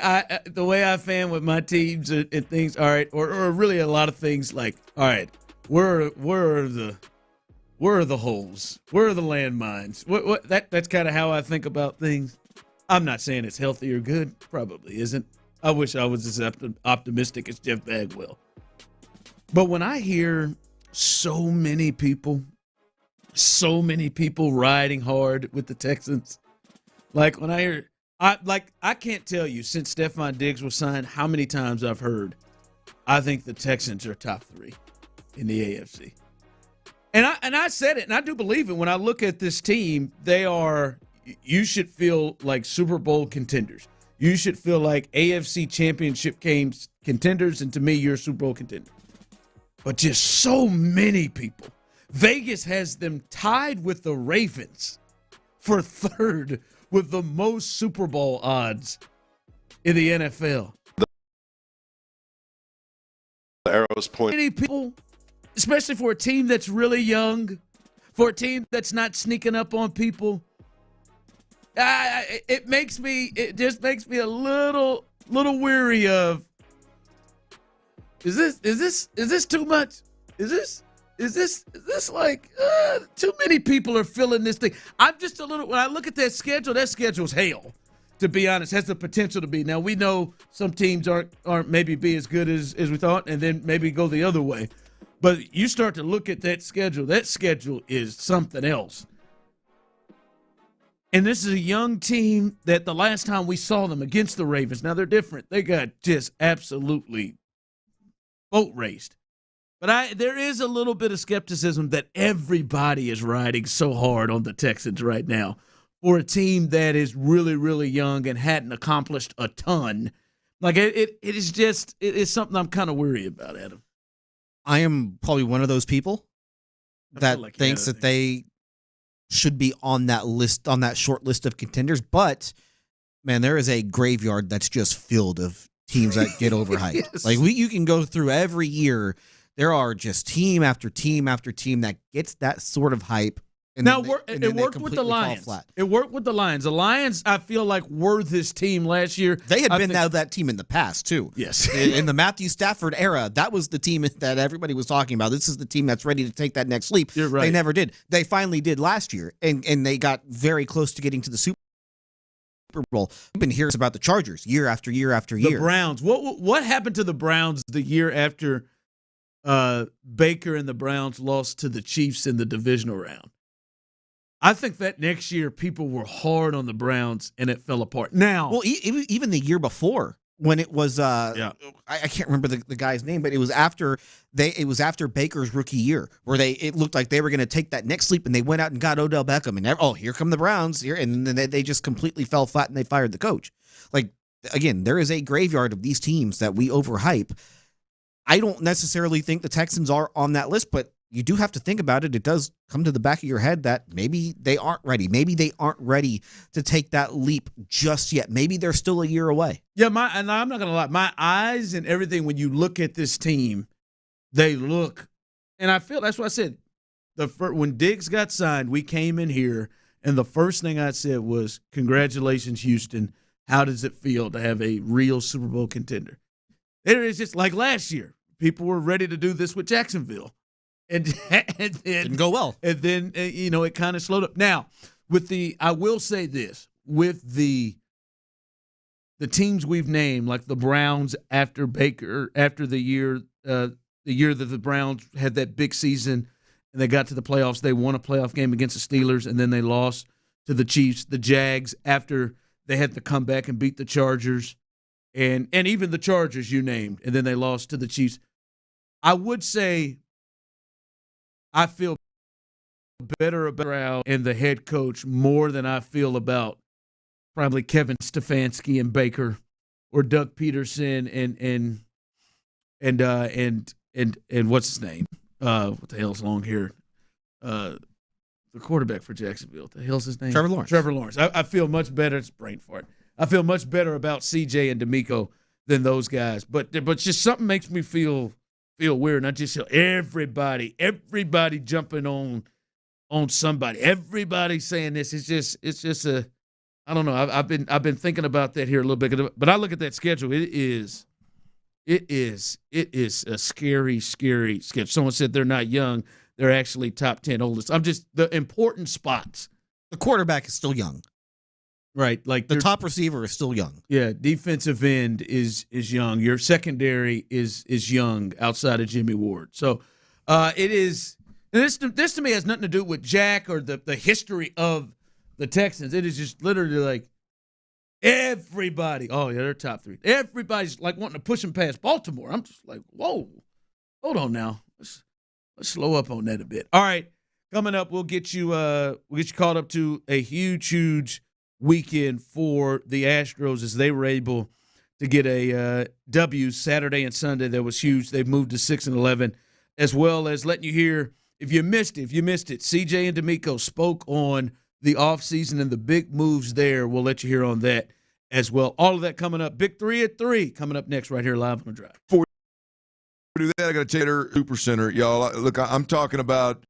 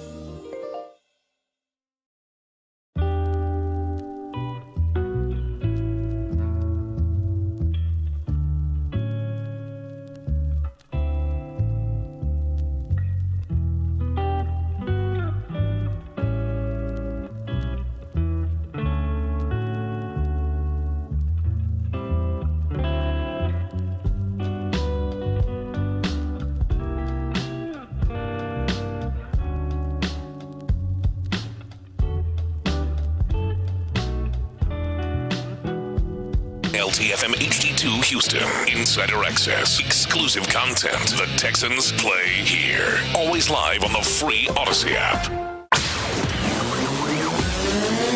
Sports Radio 610 presents The Drive with Stoerner and Hughley. With the biggest stories of the day. It's the Big 3 at 3. Number 1.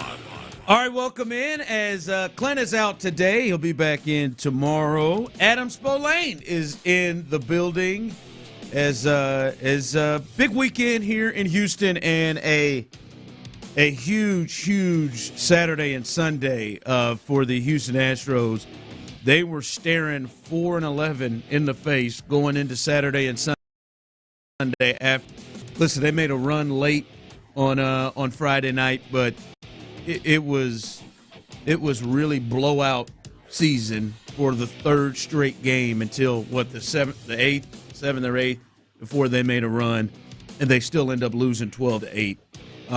The Rangers had taken out several of their guys when this little run from the Astros happened Friday night. So Saturday and Sunday with Ronel Blanco and Christian Javier was huge games for them, and those have been their most trusted pitchers here in the early stretch, and they came out and got two huge performances from them and were able to win the last two games to win the series. They're now 4-3 against the Rangers this season, so they got them down. Here is Joe Espada, the manager, after the game, talking about maybe what these two games, what this series could do moving forward for the Astros. The conversation, and there's a different vibe. The offense coming together and getting big hits and middle relief, getting some outs for us. It feels like we are getting over that hump. But again, we got another good team coming in here, and we need to continue to build on this. Continue to do the small things that we do well. We need to keep doing those things, and if we do, we're going to be just fine. All right, we'll see if they're just fine. I think these next three games will be a big deal. But for me, I felt one, they needed to get going. And listen, I'm not saying eight runs, double-digit runs is sustainable. But to me, what is sustainable is, Jose Altuve is going to hit, and Yordan Alvarez is going to make managers think, and he's going to hit. Now, I'm not going to sit here and say John Singleton and Abreu and some of that stuff is sustainable, but the guys up at the top, those guys, they can drive in runs. They can give you 5-6 runs themselves at the top of the lineup, Kyle Tucker and that group. So I don't want to necessarily say what happened Saturday, Sunday wasn't sustainable. Those bats can wake up and make things easier for everybody. And to me, that has to be the catalyst early on for the Astros in these games. Well, offensively, they're going to be fine. And even when they weren't scoring runs, they were having productive at-bats and they were getting on base. They just weren't getting timely hits, and that comes and goes. Batting average with runners in scoring position tends to be a high variant type stat, where some days you're going to go 1 for 11 and some days you're going to go 5 for 11. That's just how it works. The big thing for them is that the starting pitching has to give them a chance. And you look last week, the starting pitching did not give them a chance. Now, they were able to come back and win the game Monday in Arlington, the Blair Henley game. 5-0, yeah. But then you had the Arrighetti start was not a good start on Wednesday in Kansas City. Hunter Brown completely blew up in Kansas City on Thursday and didn't give them a chance to win the game on Friday. It turns out that when Ronel Blanco and Christian Javier turn in good starts on Saturday and Sunday, they won those games. Like they are going to have the back end of their bullpen is very good with Presley, Hader, and Abreu. You have to be able to get them the ball.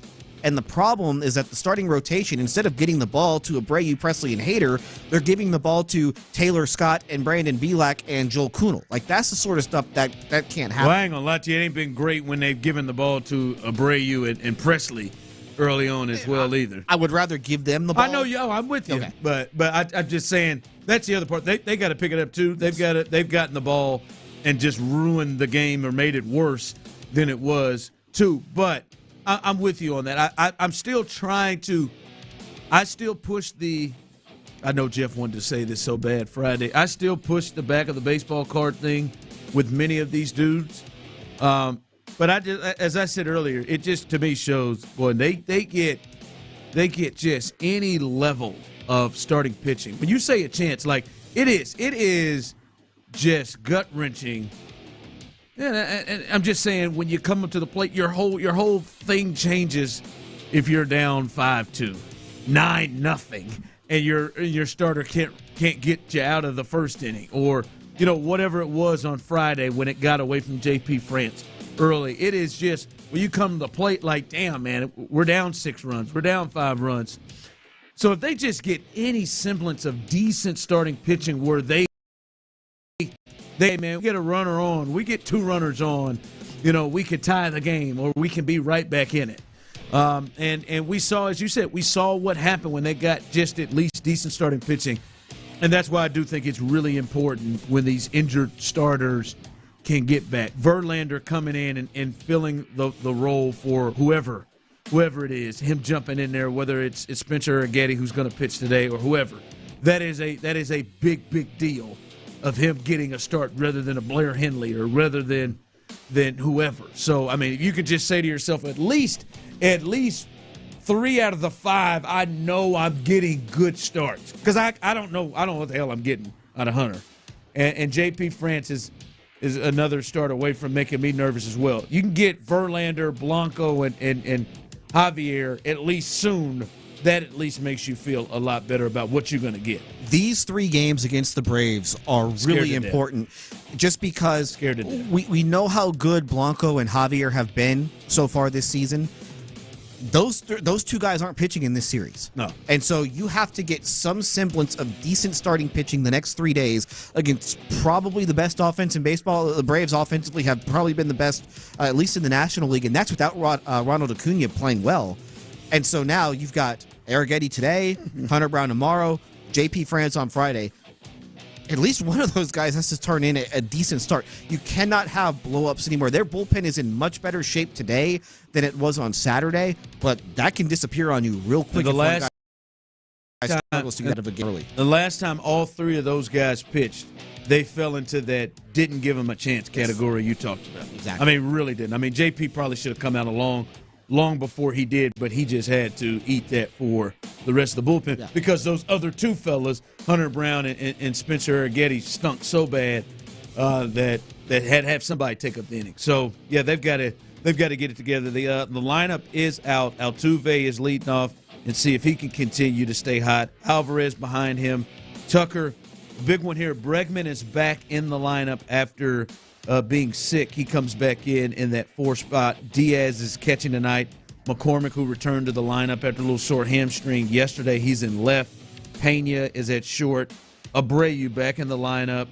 His average has a 1 in front of it, so that's good. And then Dubon gets the start in center field. I believe he should start in center field every day until they find somebody who can play. Jake should be the one. Jake feels like 2 to 3 starts a month in center. I screwed it up. It's all right, Jake. It's all right. Big 3 at 3, number 2. All right, the brass, at least on the field, D'Amico, CJ, and Will Anderson Jr. spoke, and I think the thing that everybody wants to talk about is Stephon Diggs. But they spoke. Cal and Hannah McNair also spoke on Stephon Diggs, and they had a conversation. Their newest Houston Texan that they brought in, because we heard about it. They want to win. They want to win it all. Here is the McNairs speaking about Stephon Diggs bringing him in. I think as a receiver, you probably want the ball. And I think as team, you want receivers that want the ball and want to make a difference with it once they get their hands on it. And I think he's one of those guys that can make a difference. And I'm glad he's here, and I look forward to getting to know him. I think we have a team that really works together well. And I think they'll if he goes off a little bit, they'll probably challenge him and bring him back in. But they'll work together as a team, and I look forward to that. And this is where you trust your evaluators, right? Right. I think we have a good culture in our locker room that he's coming into, and I think he's a great fit. But you want to win. I mean, you want guys that want to win. And so I think, sometimes you do have to challenge yourself, and we'll see what happens. I'm going to tell you this, man. I'm so proud of them. I'm so proud of them, too. You too. Cal and Hannah. I just didn't. I didn't think that they. Not that I didn't think. I thought it would be really, really difficult for them, Spo, to throw caution to the wind and bring in a player that has the potential to go left, like Stephon Diggs. This is not. Hold on, Joe. This is Ron, Cal. Again, I've told you. This is not generally their MO. They're generally, they could have continued, and no one would have around here, because I mean their belief in the McNairs and this organization right now is really, really high. They could have continued with the hey, we're just going to keep building and trying to get the right guys in here, because they've had the right guys. I'm telling you right now, this veers a little off from the C.J. Stroud and Will Anderson Jr. and the Jalen Petries, the great guys that you always know without a shadow of a doubt. They're the locker room guys pulling the same. This is a risk. And when I first heard it, that's what I said. I am proud. They said, we want to win so bad that we are not afraid to take a risk like that. Good for you all. I have one question, though. Good for you all. We've heard the McNairs talk about Stephon Diggs. Yeah. We've heard C.J. Stroud talk about Stephon Diggs, and we've heard D'Amico Ryans talk about Stephon Diggs. Do we ever get to hear Stephon Diggs? And why hasn't that happened yet? That is weird, though. I'm not going to lie to you. We know he was here. Yeah. We know he was in Houston. We saw him in the locker room. We saw him do a video in the locker room. Danielle Hunter, he spoke. Joe Mixon came in there. He spoke. That is weird. Well, they haven't had him speak yet. I'm sure they will. I'm sure it's good reason, but it was interesting. You're right. Joe Mixon spoke. Hunter spoke. Wasn't there somebody else that spoke too? One of the other guys? I thought they 3 that day. They may have. I can't remember who else did. Danielle Hunter. Yeah, Hunter. Yeah, we said Hunter and Wasn't there one other guy that talked? I feel like yes. Autry talked. Danico Autry Yeah. he spoke? Yeah, Autry spoke. It is interesting. I can't wait. They were telling people he was going to. Yeah, I'm sure he will. I'm sure he will at some point. I mean, I would hope. It's a long season. Well, yeah, before. I mean, I'm thinking soon, maybe. I thought maybe he may. Just jump on the Zoom real quick. Or just that time when you were here, like the other guys. Just jump right in the press conference. Yeah. I'm sure there's a solid reason why he hasn't spoken yet. But again, man, Cal and Hannah, man, y'all surprised me a little bit. They keep Does talking this about. count as us being on your show? No, it doesn't. But they talk about that. Hey, let's win, baby. Yeah, out there, Al Davis in this thing. Big 3 at 3. Number 3. Scotty Scheffler. He won his second major. Second Masters. That's 2 out of the last 3 years Scotty Scheffler wins. And he's clearly, I know, Tyler, you follow, he's clearly the best golfer in the world right now. But I think for me, the major story is if you see me on YouTube and Twitch, this is really my Jose Abreu towel. And as I said, I'm at the apron with my hand on the ropes, ready to throw in the towel on Jose Abreu. I'm almost there. Tyler, I've thrown in the towel. No! On Tiger Woods ever coming close. Don't do it to winning anything again. I'm sorry. Do it. Listen, I know Saturday was moving day, but he literally took it and moved his ass all the way out of contention.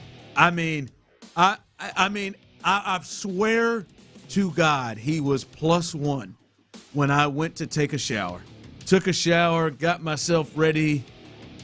You know, it's the weekend. Some of you all have kids. You know, the old Costco run. We were making the old Costco run, and I look up, and Tiger is 7 over. And then I looked again, he's like 10 over. He's like, I mean, it was Was he 10 over for the day on Saturday? What in the hell happened? That was his worst finish. He finished 16 over. He was 1 over at the start of play on Saturday. He dropped 15 shots on Saturday and Sunday. Yeah, Tyler, I can't do it again. It's over. Dude. I've thrown in the towel. That was Eldrick. Just focus on how well he was moving. Remember how happy we were to see him moving without a hitch in his walk and everything? Yeah, that went away Saturday and Sunday. Yeah, there was definitely a hitch. Can I throw in some breaking news real quick? Oh, no. Justin Verlander spoke to reporters in the Astros clubhouse today. He would not say if he's going to pitch yet on Friday. He's going to leave that up to a spotter. That would be my guess. Again, he's been going every 6 days. Every 6 days would have him on schedule to pitch in Washington on Friday, and then it also allows him to avoid the Mexico City series, so he could pitch Friday in D.C. and then next Thursday in Chicago. All right, we'll bring that news up. Justin Verlander sounds like he's getting closer to joining the team. We'll discuss that. And the Rockets, they ended their season yesterday. I think there's one big off-season conversation with this team. We'll discuss that coming up next. If you're tired of chronic joint pain, if you're tired of dealing with achy joints, your joint pain is keeping you from doing what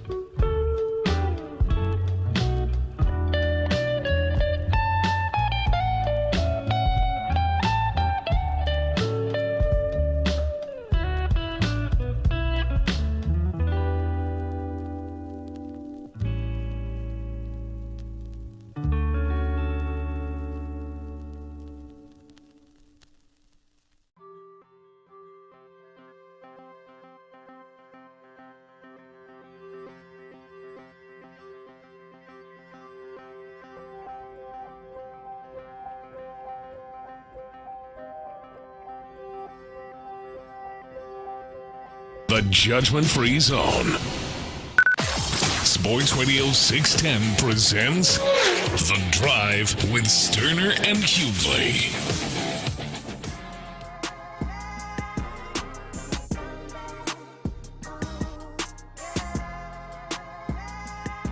All right, as Adam Spolane at the end of the segment had a little breaking news, we're wondering when he is going to get back. He spoke to media. Here is Justin Verlander giving an update himself. He's going the Lance McCullers route. He gives the update himself on where he is. The first thing is health, and came out of feeling good. Obviously, have some stuff to work on pitching-wise, but that's kind of what spring training is for and rehab starts are for. So, felt better last time than I did the time before, and, so just kind of keep building on that. And like I always do, kind of work on stuff in the bullpen in between and, keep trying to make it click. Is it your expectation to start Friday in Washington? My expectation? Yeah. Well, it's a tricky way to pose it. That's a Joe question. Okay. Yeah, I think the ultimate decision is on those guys if they feel I'm ready. I think pitch count wise, I think it's pretty close, and health wise, I bounced back all the ways I would like to have seen. Like we had talked about earlier, kind of at length. Some of the things that have been difficult for me to do are becoming easier and easier. So I feel like I've kind of checked all the boxes that need to be checked, and I do feel like I'm ready to step on the mound again, whether that's for us or somebody else. So that's again their decision. All right, there it is, Spo. He said it's a Joe question. So, Joe, Tyler, if Joe feels like he's ready, which to me means Dana. So, Dana, if Dana feels like he is ready to go. If Justin Verlander feels like he is ready to start on Friday in Washington, he is going to be starting Friday night in Washington. It's that simple. And also, it just makes sense as you look at the schedule moving forward, because he wants to stay, at least right now, on an every 6 days. He doesn't want to push it to go to 5 just yet. So if he starts on 6 days would have him on track for Friday, then his next start would be in Chicago next Thursday, as opposed to if he waits a couple of extra days and maybe starts on Saturday or Sunday in Washington, well, then he'd be looking at having to pitch in Mexico City, and I don't think he wants to pitch in Mexico City. And I don't think the team wants him to pitch in Mexico City either, because as a fly ball pitcher, you're going to give it a lot of home runs pitching in Mexico City as a fly ball pitcher. Yeah. And also just, the altitude there, you're going to wear down a little bit as an older guy. So I think that they would much rather have him pitch in Chicago next week. No, I'm with you. If he can go, he's going to go. So that, like I said, that is the savior, the potential saviors are coming. That would be a huge one there. And getting him in that rotation now, to have 3 guys, because right now, literally in the rotation, there are only 2 guys that you even feel halfway comfortable with. Right, those guys when he's supposed to be in the rotation. And I think with either one of them, in the back of your mind, you're wondering, all right, when is the bad Javier coming, and when's the guy who was probably supposed to be 8th in the line when it comes to starting pitchers potentially available for the Astros? When is that? When is the reason they never even thought about him being a starter? Realistically, to start the season in the rotation, when is that gonna come about? So it would be huge if you get 3 guys in there that you feel comfortable, that will give you and your offense a chance to win. And save the bullpen a little bit. And then obviously you have Framber Valdez, hopefully for them, due back maybe as early as next week. So it looked very that when I see it. It looked very dire 3 days ago. It feels a little bit better now if you're sitting in their seat. Yeah, and big series with the Braves. We'll see what happens there. All right, the Rockets, they ended their season yesterday with a W. They finish above 500. At 500. Or at 500, not above. Excuse me, at 500. Oh, I forgot about that little loss they had the other day. But they finished at 500. I think, to me, the number one story, and everybody can jump in on this, is very simple. The number one story coming out of the season and going into next season, listen to a guy like Fred VanVleet talking about we got to be ready to make a run next year, talking about that a couple of games ago. To me, the most important question and thing they've got to figure out is, to me, Jalen Green and Alfred Sengun have to be able to work together. They've got to play together. This nonsense of trading one of them is silly. They've got to be able to work together. Well, at least right now it would feel more silly when we've seen both of them, what they're going to do. But for me, the question is, who is it on most for this to work next year? Like, who do you give the most responsibility? You have to be the biggest reason why this thing works.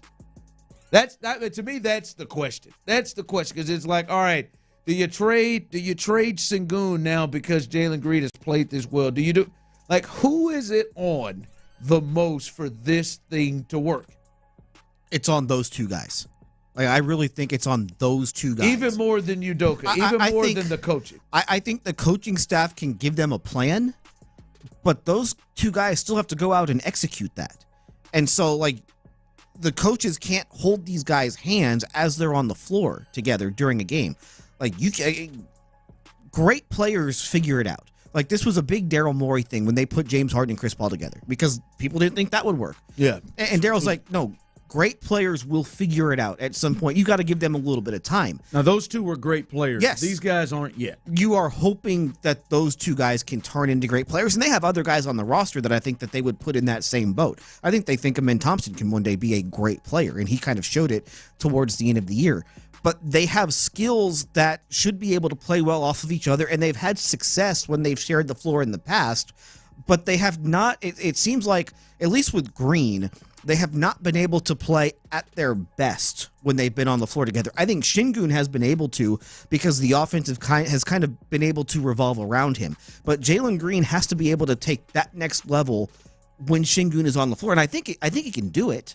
I think that some of the things that you saw them do when Sengun was hurt, playing the basket more, you can do that when Sengun is still there. So I think that that's just the one thing that they've got to learn how to do. Again, Udoka will give them a plan, and I think that's something that will be brought up with Udoka whenever he meets with the media tomorrow. I think that's the expectations that he'll talk tomorrow.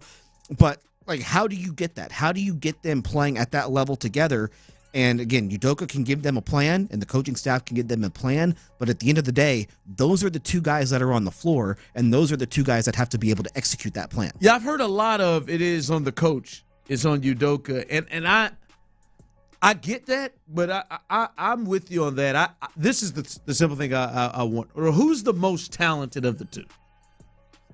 Probably because they have the talent is different. Talents, yes, but who is the overall? I think Jalen is still the more. I would lean that way. I would think that Jalen is more of the talent. Someone texted and said Jalen because Sengun has been consistent.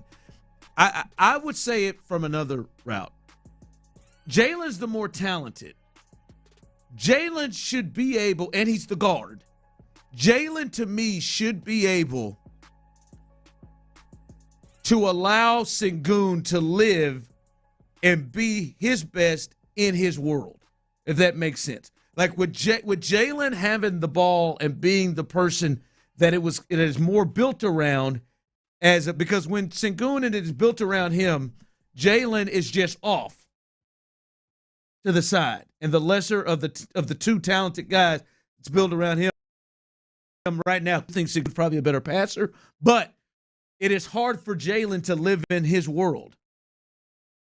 Jalen should be talented enough to allow Sengun to be able to live in his world too, to where they do pick and rolls or whatever, and he is making the decisions, but allowing him to be able to live in that. That's, to me, I think it is on the more talented of the two. Just like when you brought up Harden and Chris Paul, I think it was on Harden to figure out how to allow Chris Paul to live in his world, and they were able to make it work. And I think in this case, it is Jalen Green. There is one big area with Jalen Green to where if he improves this, then him and Sengun can really work, and that's the spot-up shooting. If Jalen Green can become a better three-point shooter, to be honest. Well, yeah. But Sengun's going to have the ball in his hands, and he's so good at finding guys. If you can find Jalen Green for an open three, and Jalen Green's going to shoot better than 30%, then that can be a really good offense where you can take advantage of just all the gravity that Şengün has when he has the ball at the elbow or in the post. So that's one area where Jalen Green needs to improve. The other area, and this is where he got better when Şengün went out, Jalen Green became a better rebounder this year. And why that's important is because if you get a miss, and if you're Jalen Green and you get the rebound, take off. Just go. And you are so fast and so athletic that should be able to get you easy offense. And so they want to be able to play fast, but at times they're also going to have to learn how to play slow. And part of that is going to be with Şengün on the floor. So there are ways that I think that they can take advantage of the two of those. It's just, I think some of it comes from experience. Some of it just comes from reps. And some of it's just going to come from work and getting better individually. All right, we'll finish this up. Who is it? Who is it on? That's the number one thing for the Rockets moving into next year is they've got to figure out how to have their two best players be able to play and be effective together. Who is it on more? Who is it on more? Whose responsibility is it? Whoever it is, whether it's coaching, players, hell, Fred VanVleet, anybody, whose responsibility is it most that happens? And really a really despicable sports figure out here who needs to go. This is getting absolutely ridiculous, and we saw it live and in color here in Houston this weekend. We'll discuss that next. Clint Stoerner here for Renters Warehouse. Look, if you own a rental home with a low interest,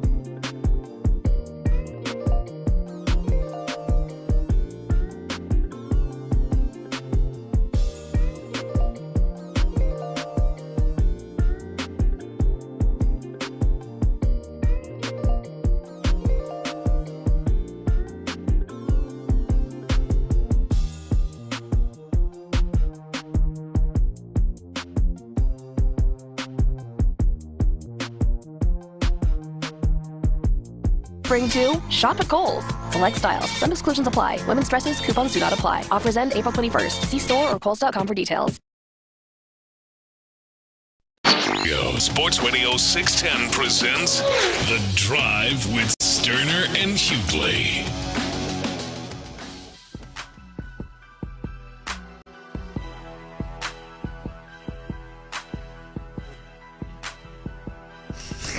Oh, God, he's dead?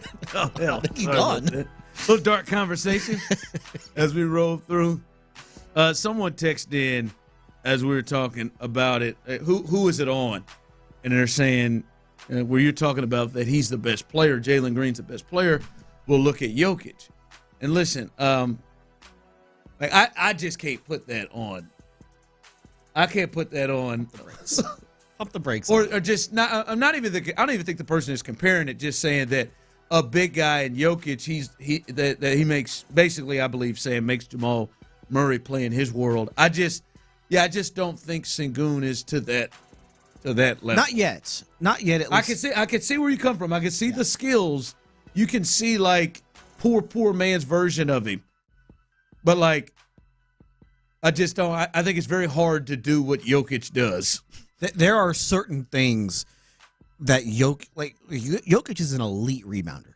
Sengun is not that. Sengun could be there. Yeah, Jokic is so big and he's got such good hands, and he's just bigger than Sengun is. So yeah, like there are certainly those skills, and you've heard the comparisons. Like I was hearing Sengun Jokic comparisons after his first summer league game 3 years ago. Like, so that stuff's always been there. I don't quite on that level. He's still very good, and he played at an all-star level in the first half before he got hurt. But there's some ways to go. Yeah. I don't think that. That's why I say I still think it's got to be more on Jalen. Like, to me, like Kobe and Shaq could coexist, and I'm not comparing those two to them, but I'm just saying Kobe and Shaq could coexist, and I think a lot of it had to do with Kobe being the one to make life easier for Shaq to be able to play within his orbit until he got tired of it, and that's why I think it's on Jalen to try to figure this out. You got to be able to, because I've seen it now. Like, it wasn't just a deal of Jalen getting his own shots. Jalen was able to create for others as well in that stretch that he's had. You got to be able to do that with him because he's just too skilled. Now, I think you spoke about the shooting. Sengun's got to improve his shooting too. Like that's a big thing with Jokic and Murray too. Like, Sengun shot every bit about as much or probably lesser, 29% from three than Green did, and Jokic shoots like 37. And Sengun has to be a little bit more willing to take that shot. But I asked Udoka last week, like, okay, so what do you guys want Sengun to focus on this summer? And shooting was at the top of that list. It's shooting and basically just continue to work on the body, continue to get stronger, continue to get. His body is much different than it was time last year. Like, I gave him a lot of credit for working on it, working as hard as he did over the summer. But yeah, the shooting is the one thing that he's got to get better at. Yeah. What do you think he did, Tyler, to work on that body? Just pumping iron? I know the best way he could have gone about it. Which way is that? What are you talking? What? Yeah, what way is it? You know. Look at my eyes. Look at me. Tyler, sex is not going to allow him to get stronger. What? There's no what? No, sex does not. What are you having sex with weights? I mean, you could to spice up the workout. Are you picking up? No, sex get more out of it. No, sex could maybe improve his endurance or his flexibility, depending on what he's doing. He's very flexible. He's very flexible. See, you can, but not his strength. You can develop some muscle in the bedroom, man. He gave his flexibility credit for why the injury in Sacramento wasn't as bad. 713-572-4610. Those of you on YouTube and Twitch, do you agree with Tyler that you can gain good strength in the bedroom? Hey, Houston fans, I am so happy. I mean, at the most, maybe core. But I mean, I'm talking. I'm not saying it's not, but we're talking. But like he is strength. He has become stronger He's not able. A lot of that's though the legs and the core. Hey man, you ever opened a Kama Sutra? I hate Adam. Man, you're just gonna roll with. No, I'm serious. No, don't even. Hey, now you getting serious. I'm not saying your everyday, missionary type of action is gonna result in a bunch of muscle mass being added on, but you can. He's not wheelbarrowing. Like I just that's what I was thinking. I can see it in your eyes. I know you. He's not squats. Best way to get a good Text workout, line, man. Ron, core strength can be improved with sex. I said I get the most. I give you core. We're talking about overall, especially the upper body and the legs. You just really gotta be purposeful with how you're spending your time. He's European, so it's different. Great point. Stop it. No, great point. They do stuff across the pond in the sheets that some Americans have never thought of. Idiot said across the pond. I'm just saying. Guy's been to the UK and now it's across the pond. Hey, he went to London last year. So you learned some things on your trip. Wow. The Eiffel Tower. That's not just a nickname for JP France people. Saying, wow, I'll tell you, man. 6 months of this, and I tell you, my legs have never been stronger. Like, God, look at this guy. I mean, you can't move him off the paint. I'm saying. Shut up. I want to say this, and I give, and I didn't have a dog in the fight. And honest to God, I believe there were maybe some Astros fans. Maybe you all just laughed at it, but I don't think it was a very laughing matter in what was happening to the game because you were getting just beat down. But I'm not going to lie to you. If I were Bruce Bochy, that Angel her bat with the Wyatt Langford kid. My God, that was one of the worst things I've ever seen. And Angel has a blooper reel that is right. Some of his best work. I've never seen him do it better than he did there. It wasn't just his last strike he took. His last 3 strikes. Like Angel, like it was like, listen, man, JP, man, I know you're struggling out here, man. So I'm gonna give you this one. Those balls were so far outside of the strike zone, it was ridiculous. I'm serious, Adam, Tyler. If I were Bruce Bochy, I would have done one or two things, and I understand one of them would have taken a long, long time. I would have either walked out there. I'm not even going off. I would have walked out there, and I would have got down and sat on home plate until we rectified this. I'm serious, because we've got replay system, we've got everything. We have got to get this right. It was like Angel was challenged, throw it further away, and I'll call it. Throw it further away, and he just kept doing this. And I don't give it to the Wyatt kid for being nice and handling it well. The hell with that. If I were Bruce, I'd have walked out there and sat on home plate, or I would have gotten every single thing in that dugout and thrown it as far as I could onto the field of play. From the bubble gum, I would have had a long time cleaning that stuff up. And I would have got up there and blocked any of the helpers, the security staff or whoever it was to try to clean it up. Because I would block all the bat boys to try to clean it up. No, Angel, you clean this up.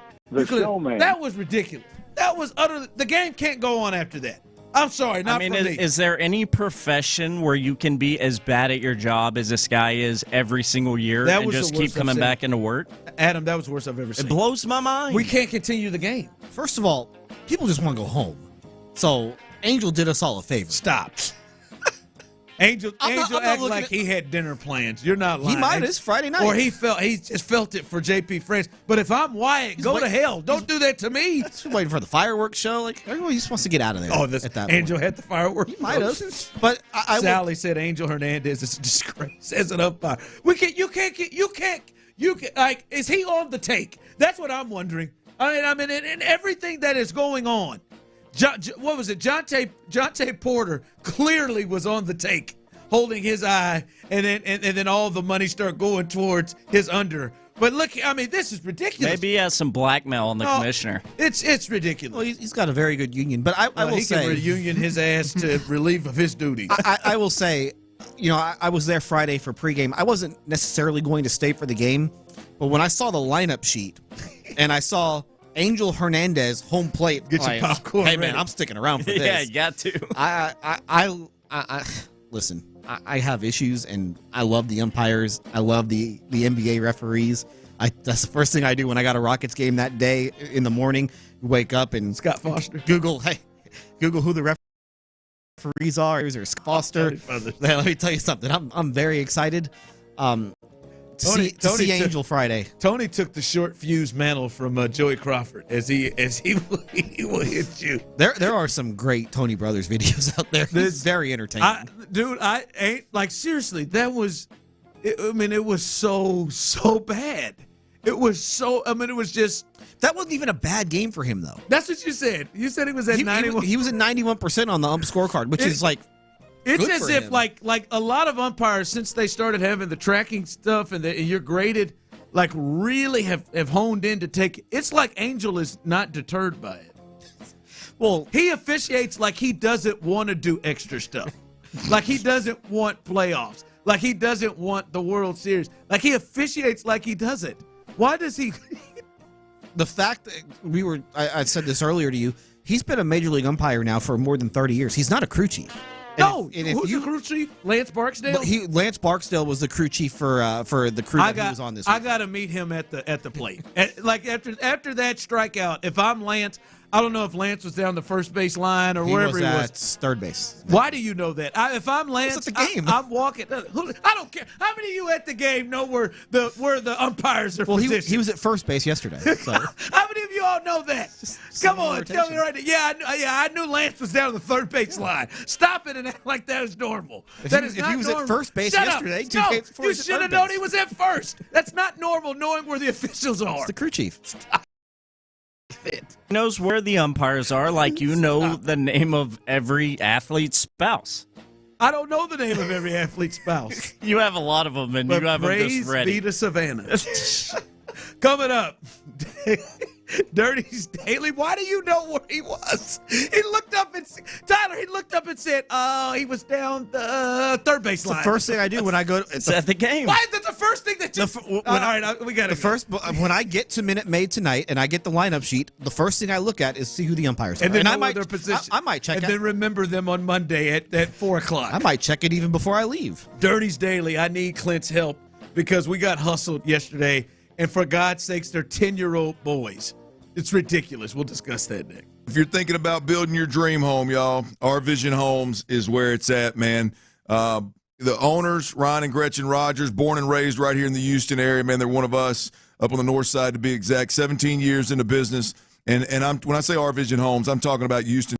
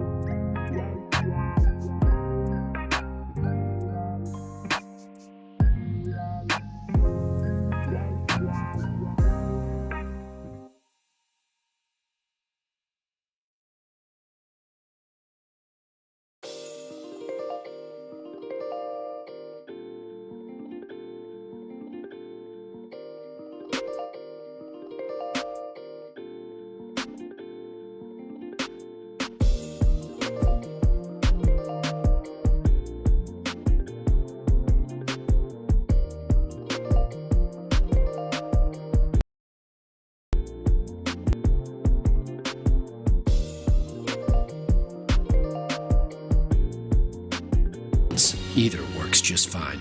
Blue skies, open roads. Wrangler, for the ride of life. KILT FM HD2 Houston. Insider access. Exclusive content. The Texans play here. Always live on the free Odyssey app.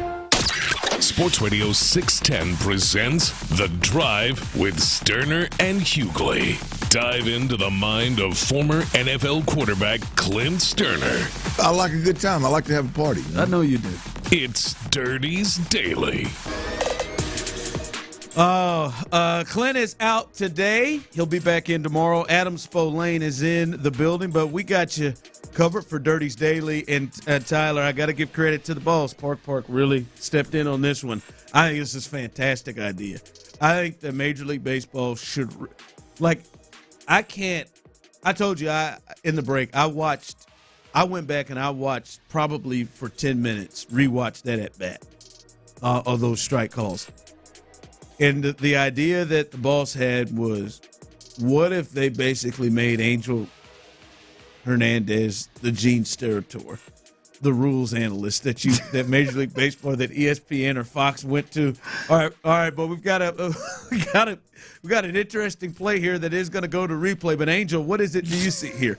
That would draw. That would be great TV. They don't have a rules analyst. Like you look at the World Series, they just have Joe Davis talk. Yeah, and remember the interference call against Trey Turner in the World Series a few years ago. They did not have a rules analyst. Oh, could you imagine if if that was Angel Hernandez? Just give me a rules interpretation. Guys, I don't really see anything here. I'm not quite sure I've got it. What do they have him as? Safe? I got him out here. It's from the replay that I see here. Oh my God, that would be a great spot for Angel. By the way, Phil Cuzzy on the crew for Astros Braves this week.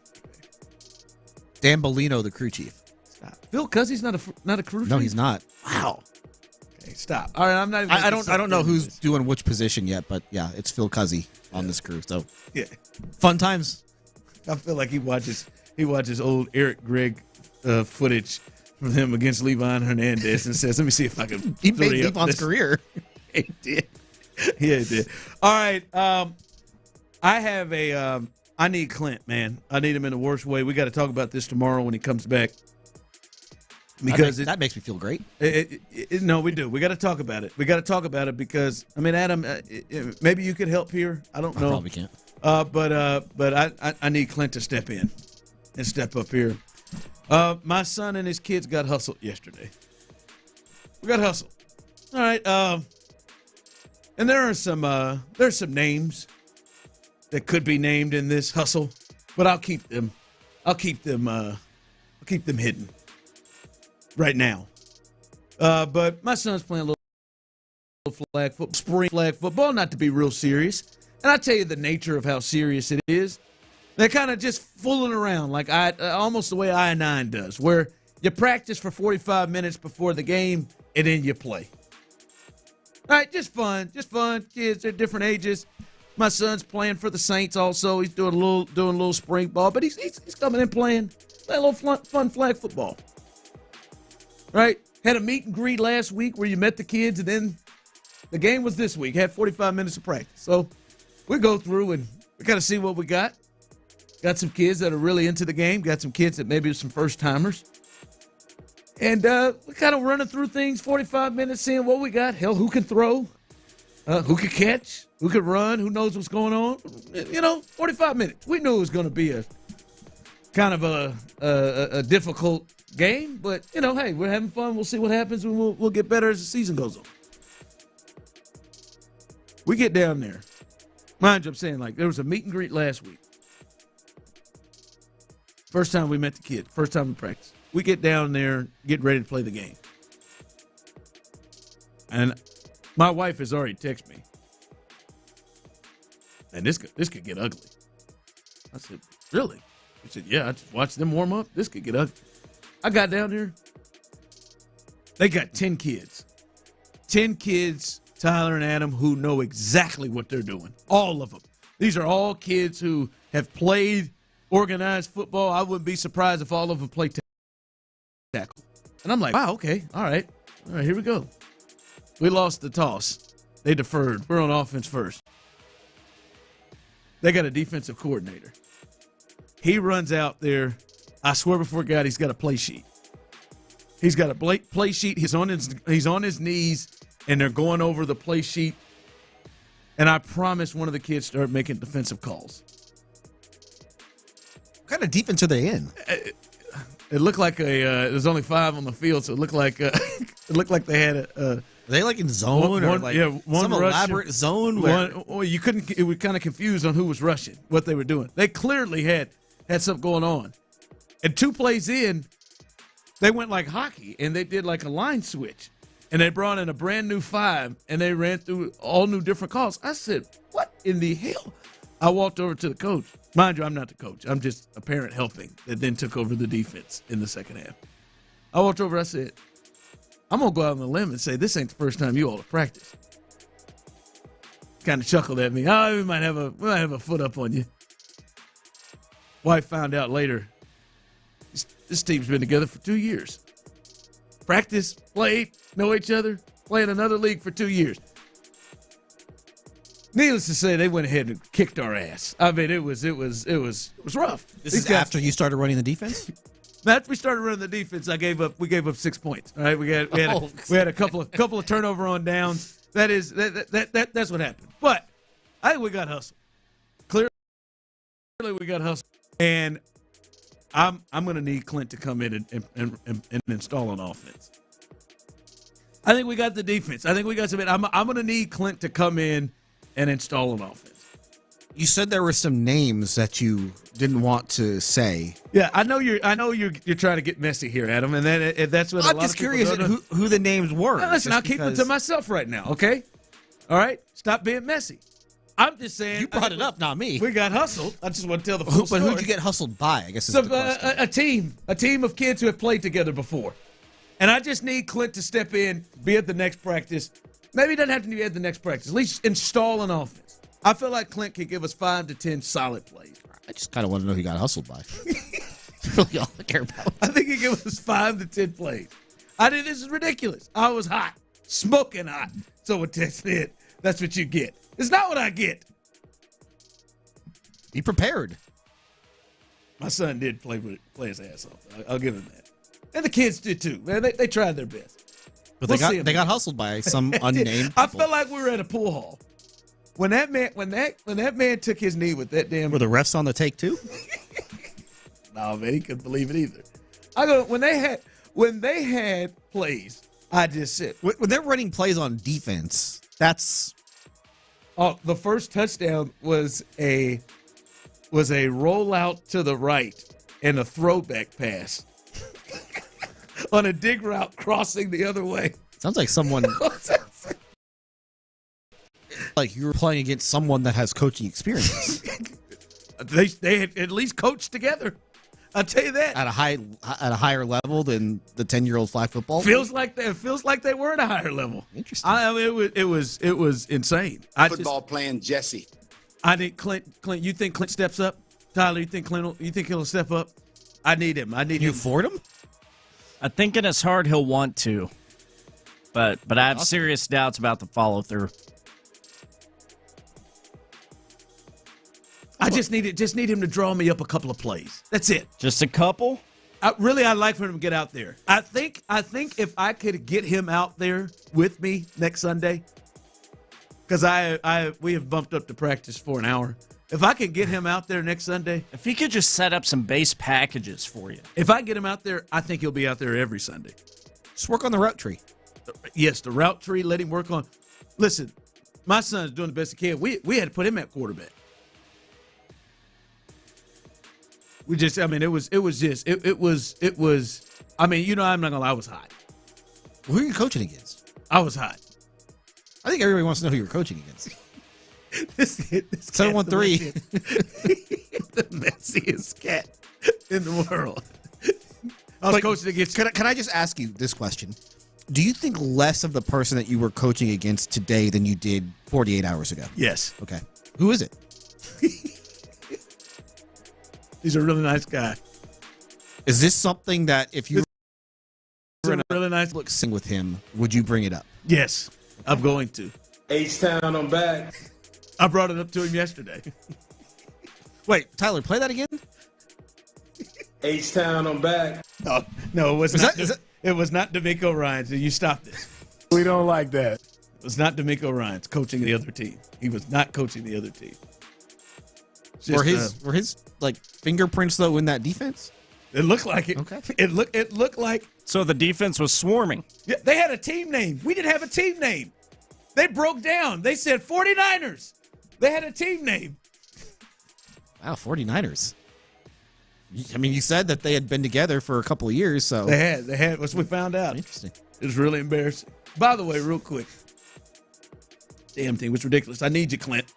All right? I need you. Come on, put together an offense. I know you're listening to this. I need you. Put together an offense. By the way, the Astros, they got a big series coming up. I'm just curious from you all. Who do you have the most confidence in, these starters the next 3 games? Whew. If you had the most confidence, Spencer Getty gets the ball tonight, Hunter Brown, and then J.P. France. Not Hunter Brown. Hunter Brown's dead last? Yes. As of right now, yeah. It depends on like confidence, like to do what exactly. I think of the 3, J.P. France is the most reliable guy. Now, after that, Eric Getty was pretty good the first 2 innings in Kansas, and he just couldn't get out of that third. Hunter Brown has been pretty bad though. So for mine, it's damn near not Hunter. He's got the highest ceiling though of the 3. He does, but not right now. The floor is not quite the next that high. I think it's Spencer. Of the 3, you're taking him? For me, it's just for me. He doesn't throw enough strikes. For me, the only saving grace is maybe he was just really nervous, and that was his first. And that was his first outing, and then he. But then when the first 2 innings have been bad, like the first 2 innings were pretty good. And they were all right, but I'm just saying, like, just the whole thing. Maybe he settled down after his first start. These other 2 right now, Hunter just doesn't have it. And J.P. France, I mean, that. Just the look in his eyes, that was just. I'll take J.P. France. Oh, you got J.P. I think Spencer's the one. I feel like I think I probably go with him just because of the more unknown. And the hope that maybe he was just nervous. Maybe he was just nervous and crossed fingers. Now he takes a deep breath and he faces the Atlanta Braves lineup as opposed to that Royals lineup. But he faces that Braves lineup and he takes a deep breath and he feels better. Texter texts in on the text line, who's the coach?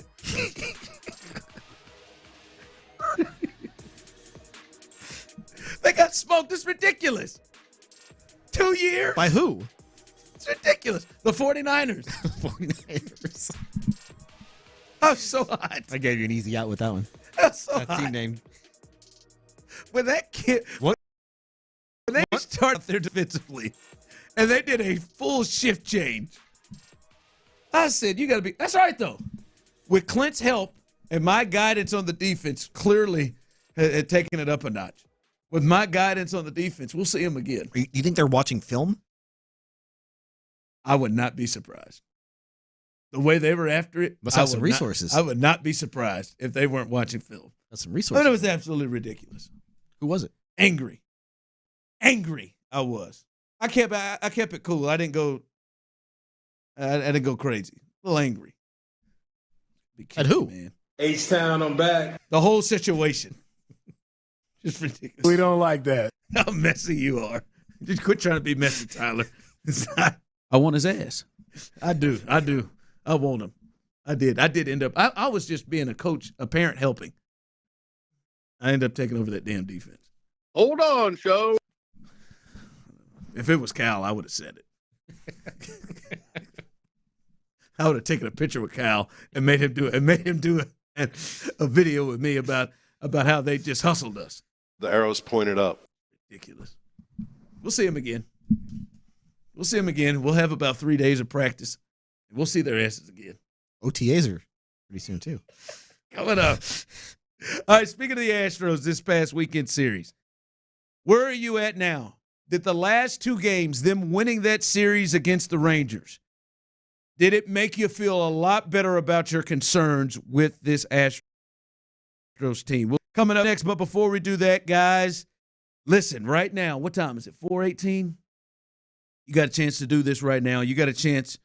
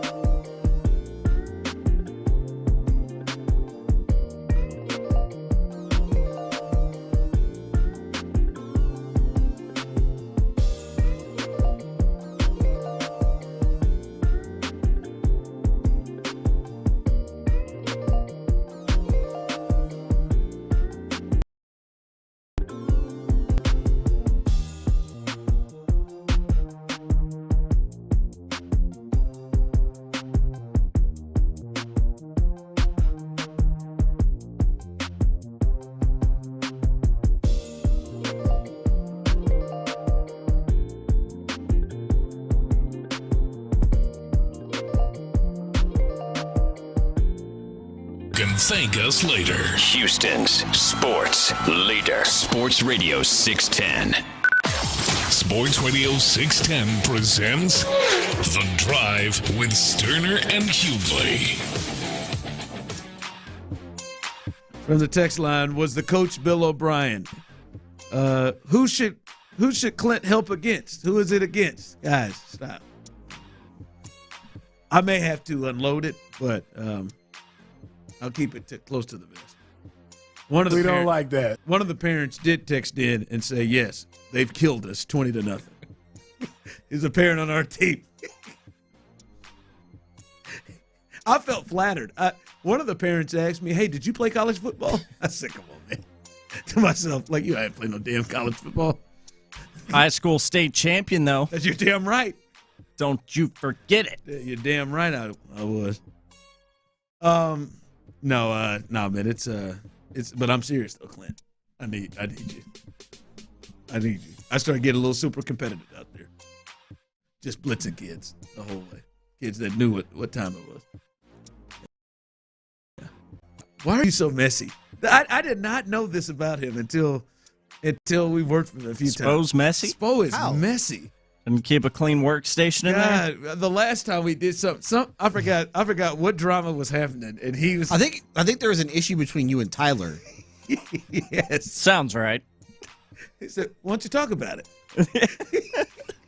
He just steps in and steps out. I mean, it's hard for me because I'm not in here ever, so I never know what's going on. Sure. So it would be nice to kind of get briefed on any drama or anything that's kind of simmering between the two of you. So you can like the Super Bowl thing, like because you didn't want Tyler to go to the Super Bowl. That's not true. Damn. Damn. That is not true. This is where we're going today, huh? Yep. You're just like the Area 45 guys.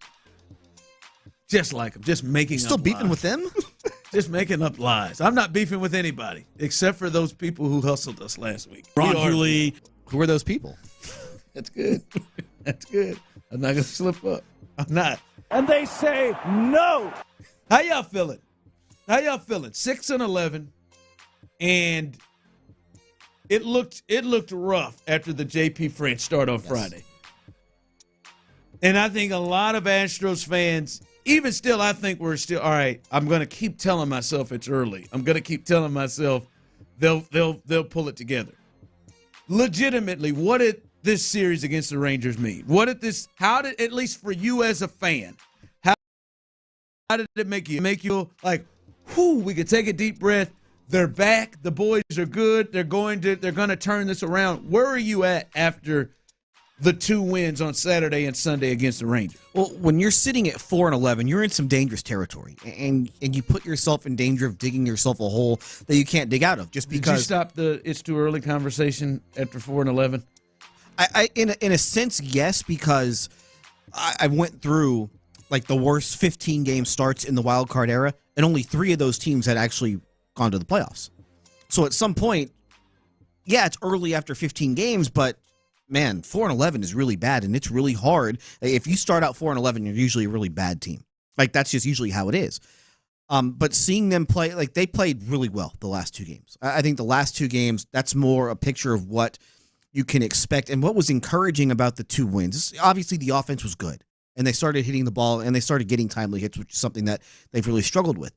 But seeing Ronel Blanco have back-to-back good starts against the Rangers, like it's one thing to do it once against a team. Yeah, it's one thing to do it once against a team that doesn't know you all that well and to pitch well against those guys. But to do it again 5-6 days later, it showed that this start by him might be real. Because there's some skepticism, I think, about Ronel Blanco. When it was 2-0 in that first inning, I was like, "Oh hell!" The fact that Here they go again. The fact that he went through that lineup 3-4 times in Arlington and then got better in the second start, that shows a lot, and that shows that he has the stuff that's going. One issue with Blanco is that he's going to start getting into some innings territory that he hasn't gotten into, but we'll worry about that down the road. So the fact that he pitched well against that team for the second time, and the fact that Christian Javier is off to a really good start, I think that's some real reason for optimism, especially when you consider Verlander's probably going to start a game this weekend. Framber Valdez is due back pretty soon, and so it feels like that maybe they have gotten through the worst of this. Yeah, listen, I thought it was a big win after they were able to come back from the five-run first inning from Blair Henley. They were able to come back and win that game. I thought that was a big win. And I thought the last 2 days were too, man. Because if you lose that series, right, and now as you said, man, they won those last. You're staring at the very least 5-12, right, and that is like. And now the negative mojo keeps going, and then you got this Braves team coming in as well, which a lot of people look at potentially them and the Dodgers as the favorites. So I thought it was huge, just like that was. Someone from the text line, this past weekend's wins are irrelevant considering we won with our two best pitchers this season. The next 3 games will truly gauge where we are at the end. I'm not optimistic at all. I don't think the next 3 games will truly gauge because I don't know how many of these 3 guys are going to be pitching when the guys that come back healthy get in, right? Like Verlander comes back, which we could see Friday. Somebody's leaving. I'm guessing it's Spencer leaving. When Framber comes back in, one of those 2 are leaving. It's not Blanco at this point now. I think you got to keep him in. And, hell, I think whenever Keedy would have come back, if these guys are still pitching the same way they are, they'll probably be gone. So I'm not going to say it means nothing because, hell, you don't want to just get swept, and it being 6-14 out of this Braves series. But I do think what is sustainable is the bats waking up. Right, and I don't know if Altuve is just going to go crazy like he is, but Altuve, Alvarez, Tucker are all really, really good hitters, and it is real, right? And the lineup can be that. And now Bregman is going to come back. He's feeling better to see if he gets down. Yiner, this is starting to be real. Like this lineup is real. And I'm not saying they're going to put up 8, 10, 11, 12 runs, but like if your pitching can just give them a chance and not have them down 9-0, when they take the plate the second time they come up like they were against the Royals, or just blowouts and it's just out of control, then this offense gives you a chance. I think that's very, very real. So I do feel good about it. Now I'm not saying the concerns are gone. Like I'm out, but I do feel better about the fact what we saw, I think, is something they can replicate if they just get any kind of solid, decent start. You feel like they should. Like you feel like the track records of these guys is good enough, at least the guys that are coming back, to where they should be okay. Now, the bullpen is still, like you saw this, the one negative of the last 2 days was Seth Martinez kind of blowing up in the 9th inning yesterday, so that forced Espada to have to burn Hader. Like, that's not what you're looking to do. So that middle relief core is still an issue, and they've been a little bit better since that rough first week, but it's still something that you've got to watch out for. First base right now is bad, and Jose Abreu has been bad, and there are really no signs of that getting any better anytime soon. So they're in a better position today than they were in Friday night. There's still some concerns there, absolutely. Absolutely, yeah. So we'll see. But this did the way they won, that you said, the way they were able to play Saturday and Sunday has to give you some feeling that some real signs of life are being shown. Now, as the texter said, we could get up here on Wednesday and be like, good God Almighty, they have got to hurry up and get the reinforcements and the rotation back. These are some big starts for these 3 guys. Yes. And like you said, the Astros are going to get some guys back, but you would like to know that if somebody else gets hurt down the road, you have some depth that you can really count on. And I think right now you sit with this rotation, and after those first 4, if we get a couple more guys hurt, then there's some real issues. And they don't have other ways the organization to improve their starting rotation if they need to down the road. Like, all their reinforcements have to be from within because they just can't really trade for anybody at this point. Yep. They don't really have that in their farm system. All right, coming up. Are you, as Texans fans, are you comfortable with all of the hype from everybody, it seems like, for what they believe the Houston Texans are capable of doing next year? Are you comfortable with all of the hype?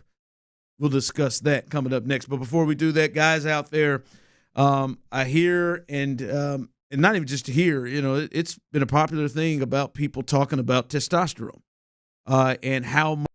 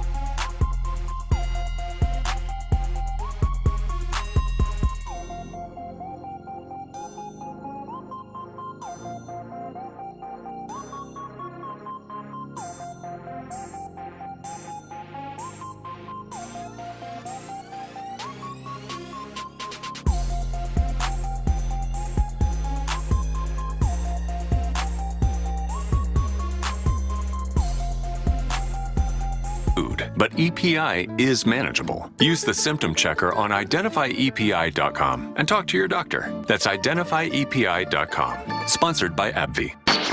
Live from the Twin SportsRadio 610 presents The Drive with Stoerner and Hughley.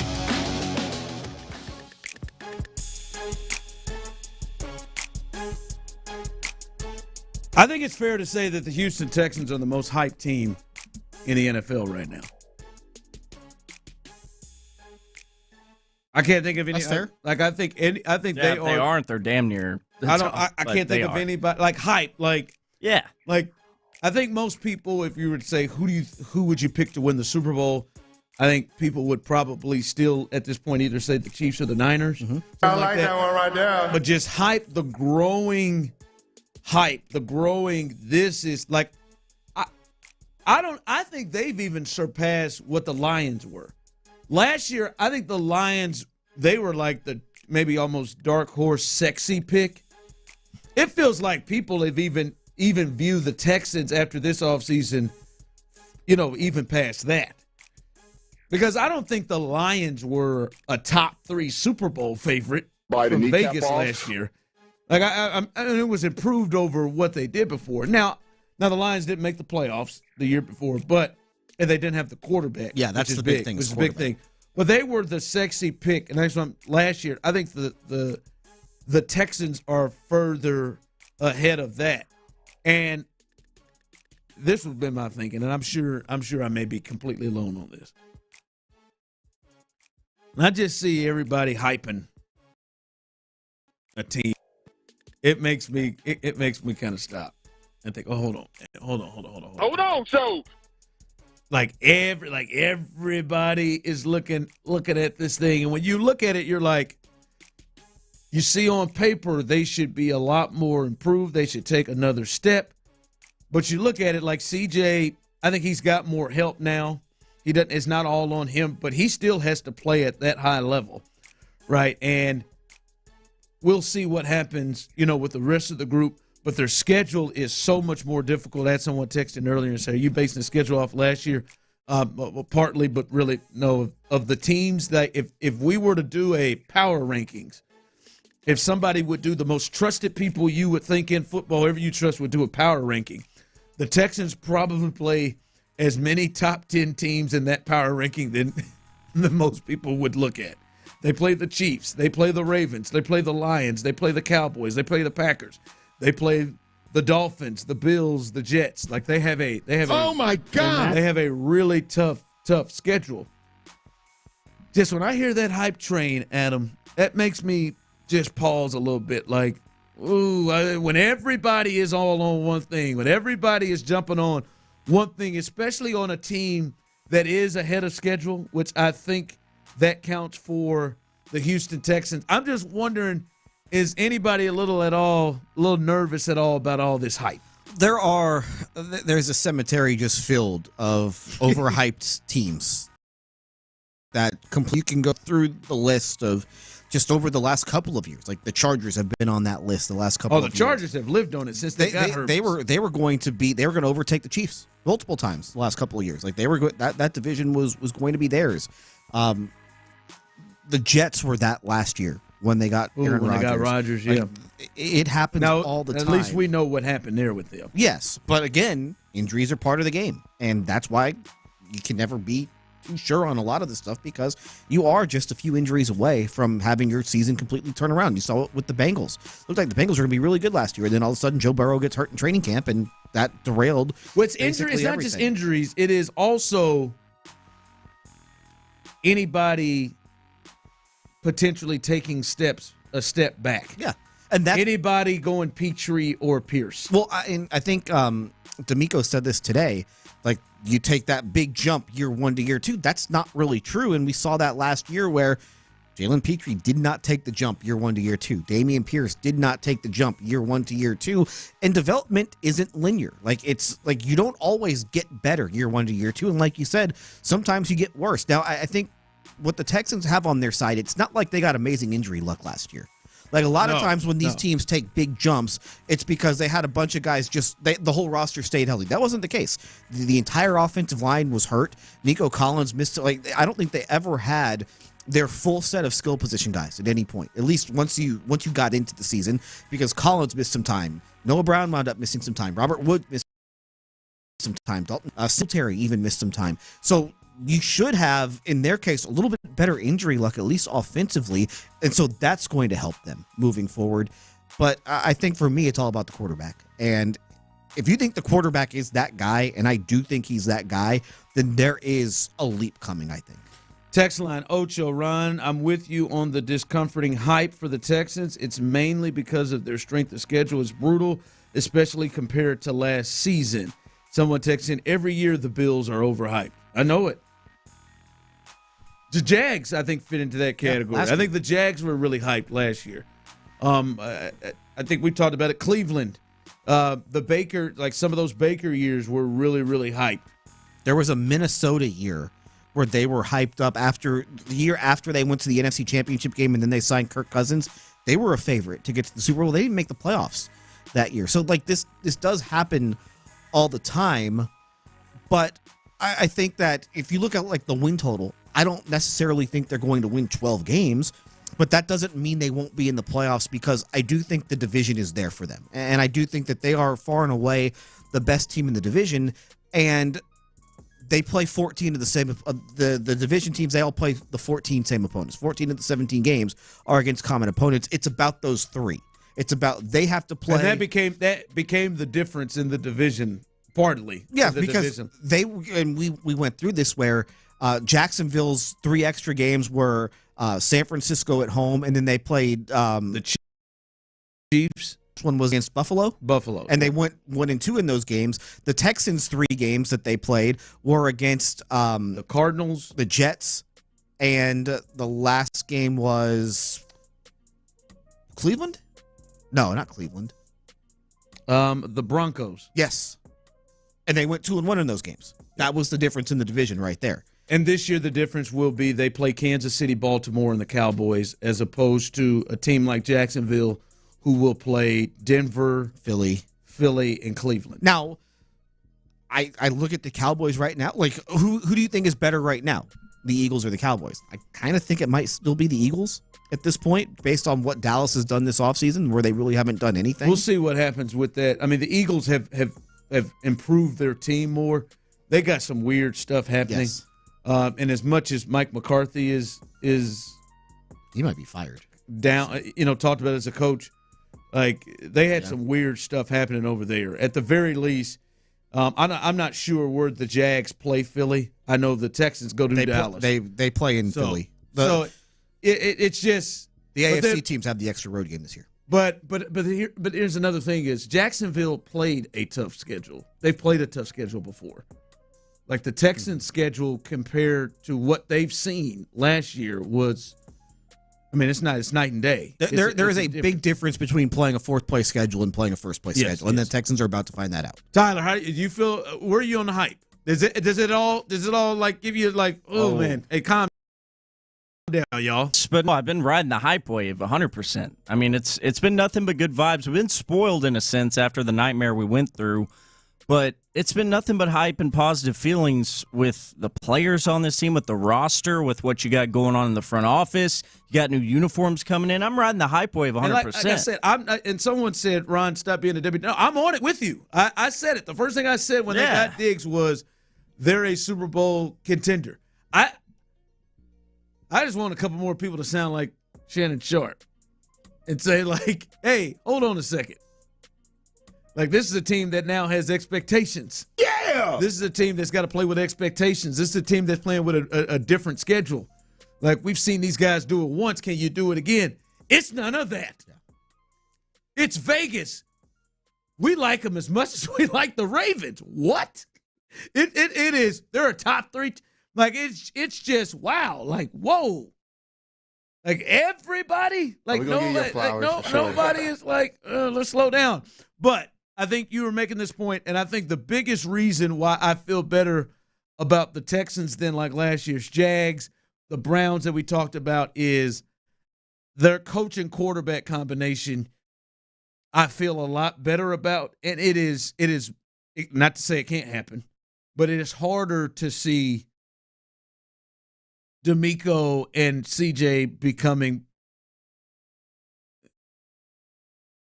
what Doug Peterson and Trevor Lawrence becoming what Kevin Stefanski became the next year, or becoming what Brandon Staley and Justin Herbert became, where they just have a hard drop-off.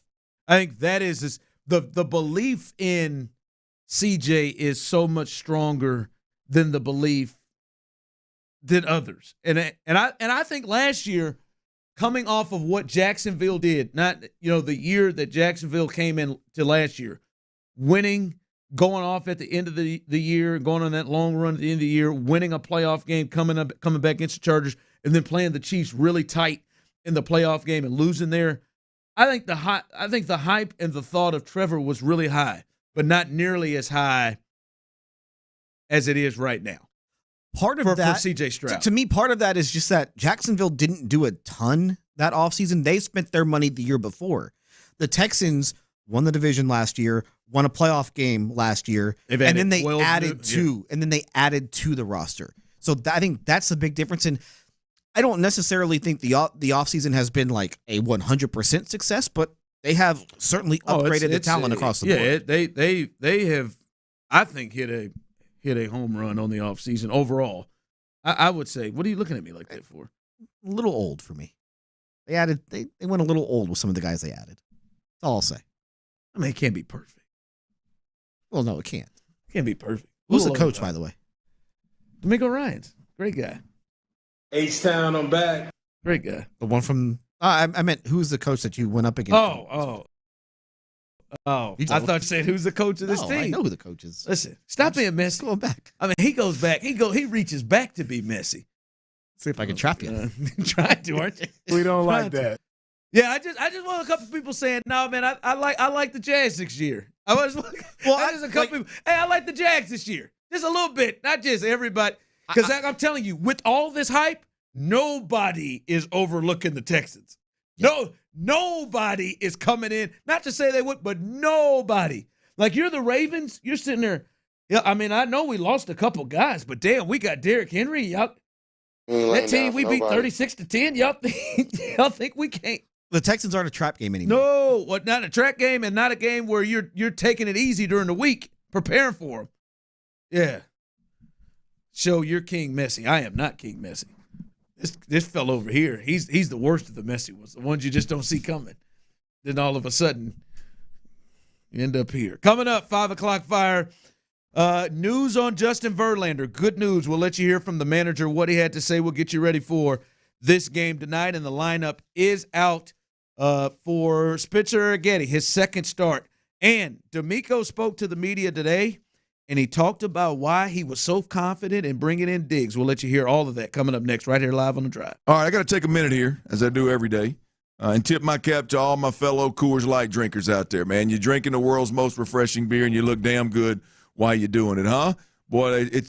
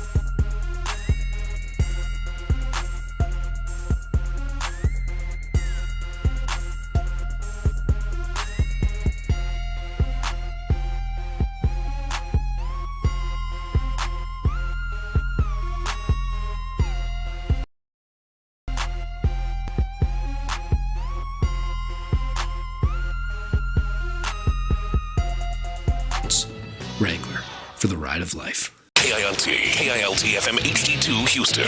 Insider access. Exclusive content. The Texans play here. Always live on the free Odyssey app. Sports Radio 610 presents The Drive with Stoerner and Hughley. It's the 5 o'clock fire. It is 5 o'clock. Congratulations. Hopefully you're off work. Luckily for you, we have the latest, and the latest is Clint Stoerner. He is out today, but luckily for you, old Spo and the DILF. The big DILF. Psycho T / T Mill are in the building for you, and first and foremost, 5 o'clock fire is brought to you by Kirk Holmes. And good news, as the Astros, they were able to win those final 2 games of the series. More good news coming. Here is Joe Espada, the manager, giving an update and timeline on his ace, at least one of his aces, Justin Verlander. So he's going to throw his side tomorrow, and if that goes well, he'll pitch this weekend in Washington. Based on what you heard from him and others, what are you thinking about? He's in a good spot. He's in a good spot. He feels good. He feels confident. He wants to contribute. He knows that we need him on the mound. We need his presence, and right now he's right where he needs to be. I will not minimize how big a deal this is for the Astros. You've covered sports for a long time. You've covered baseball in particular. Tyler, you've covered sports, watched it. I have. Many of you listening, you have watched it and probably covered it for free yourself. There is something about one having a guy that everybody believes in back on the mound. Nobody believed in Blair Henley. Is it Blaine or Blair? Blair. It's Blair, right? Nobody believed in Blair. I mean, it's all right to the kid. They may lie. Nobody believed in him. People are shaky tonight with Spencer Arrighetti. Let's just be honest. Not proving it. This dude right here walks in the door. There's just mentally a deep breath of, all right, our dude is back in here. Our dude is, and I think he's more of our dude on the pitching staff than anybody. Our dude is back. I know he gave up 6 runs in his first rehab start. He had a rough one yesterday too. He had a rough game yesterday as well. That don't matter. Rehab, whatever. Sugarland, Corpus. Their guy is back. And I think for them, mentally, that is huge for a group. This is a dude they've won championships with. This is a dude that at the very end of it was the guy that they went to with the speech when they won the ALCS, when they went to the ALCS for the 7th straight time. Like, this is their dude. I think it is a very, and I don't think you underrate it, I think it's a very, very, very big deal club out. I wouldn't worry about the stats from the minor league games. Frankly, they don't really matter in a rehab game. The goals are very different for the pitcher and for the hitter in that sort of a situation. So don't worry about that. The other thing that is important when it comes to Verlander, you look at what happened last week. Henley gets chased in the first inning in Arlington. Arrighetti had the short start on Wednesday in Kansas City. Hunter Brown gets chased in the first inning on Thursday in Kansas City. And then J.P. France has the short start on Friday against the Rangers. The thing that Verlander does is that he is going to give you innings every time out. You don't have to worry about your starting pitcher getting chased in the first inning and throwing your bullpen underwater when he's on the mound, because he's going to give you a professional outing. He might get roughed up every now and then, but he is still going to give you those innings, and he's going to save your bullpen. And I've gone back to this many times before. I think one of the most important starts that Justin Verlander had for the Astros was a loss. It was Game 5 of the ALCS in 2019, where they had no off days. There were no off days from games at the end of that series because of a rainout at Yankee Stadium. Justin Verlander gave up 3-4 runs in the first inning. He still gave them 7. It saved the bullpen for the next night when they had a bullpen game against the Yankees back here in Game 6. They were able to win that game because he helped save the bullpen. That's the sort of stuff that guys like Justin Verlander do. They give you a professional outing every single time. No, I'm with you. And damn sure better than the combination of, Blair Henley and Spencer Arrighetti and what Hunter Brown has given you and what J.P. France has given you. Let him in and take one of those out, that is a change. That is a change of things because you could have, these three guys, him, Blanco, and Javier going right now more than half your rotation, and you could feel like you got a real chance every night. I think they have lost a lot of leaders in this locker room. Say what you want to say about Maldonado, but he was a huge leader in this locker room. Correa was a huge leader in this locker room. Springer was a huge leader. They've lost a lot of guys. Brantley, off just last year, Maldonado and Brantley. They lost Dusty, a big voice that they trusted and a leader in that locker room. So I'm sure there's some people out here saying it's clubhouse, whatever. But you bring in this guy, and I just think the belief that he brings to this group is something that is a big deal. A big deal, let alone his performance, right? I mean, he's gonna at the very least, you would think, consistently flirt with quality start. Ver's gonna be Ver. These next three guys in this Atlanta Braves series, I'd almost be willing to put money that none of them have a quality start. six innings, 3 runs. I don't have very good confidence at all. This is a guy that does that routinely, at least flirt with it. So Verlander potentially back against the Nationals this weekend. If you had to guess, he would Friday against the Washington Nationals. So that is big news. Now Jose Urquidy, who we heard was throwing today, Framber Valdez, he wasn't a part of that, was he? He was. He ended up being. He wasn't supposed to be, but he was feeling good today, so he did some light catch work. Which is, again, he said he was going to play catch on Tuesday, tomorrow. So, obviously, he's feeling good. And he said yesterday that he would not need a live BP or rehab start. So, if all goes well. Oh, is that what he said? If everything went well today, then he could maybe be back as soon as this weekend also. I'm probably pushing it a little too much, but at least on the road trip. Yeah, we'll see here. So, things starting to look better. Jose Urquidy throwing the ball. Things are starting to look better potentially with this Astros rotation. Justin Verlander. 5 o'clock fire. All right, they host the Braves tonight, and this is a tough series when you look at what they have on the mound and what the Braves can put forth with their lineup and their offense. It's arguably the best offense, the best lineup in baseball. When they're rolling in, their best player isn't even swinging the bat great right now. Arguably the best player in the league, at least hitter, in Ronald Acuna. But with Spencer Arrighetti, they're going to need to score some runs. You just want to assume that this doesn't feel like it's not going to be a 2-1 game. Doesn't feel like a 2-1 ball game for them. But Altuve, who is swinging the bat crazy. Best start of his career. Best start of his career, yes. He is swinging the bat crazy, followed by Yordan Alvarez, Bregman, Diaz, McCormick in left. He's back in the lineup. Pena, Abreu, and then Dubon is in the lineup. That is what they're going to run out there. And this is maybe the best lineup. I guess John Singleton has been swinging the bat better than Jose Abreu because, hell, who hasn't? But this feels like the best lineup they can put forth right now. And I mean, they got to score runs tonight and in the rest of this series. I agree. It would be helpful. Scoring runs is helpful.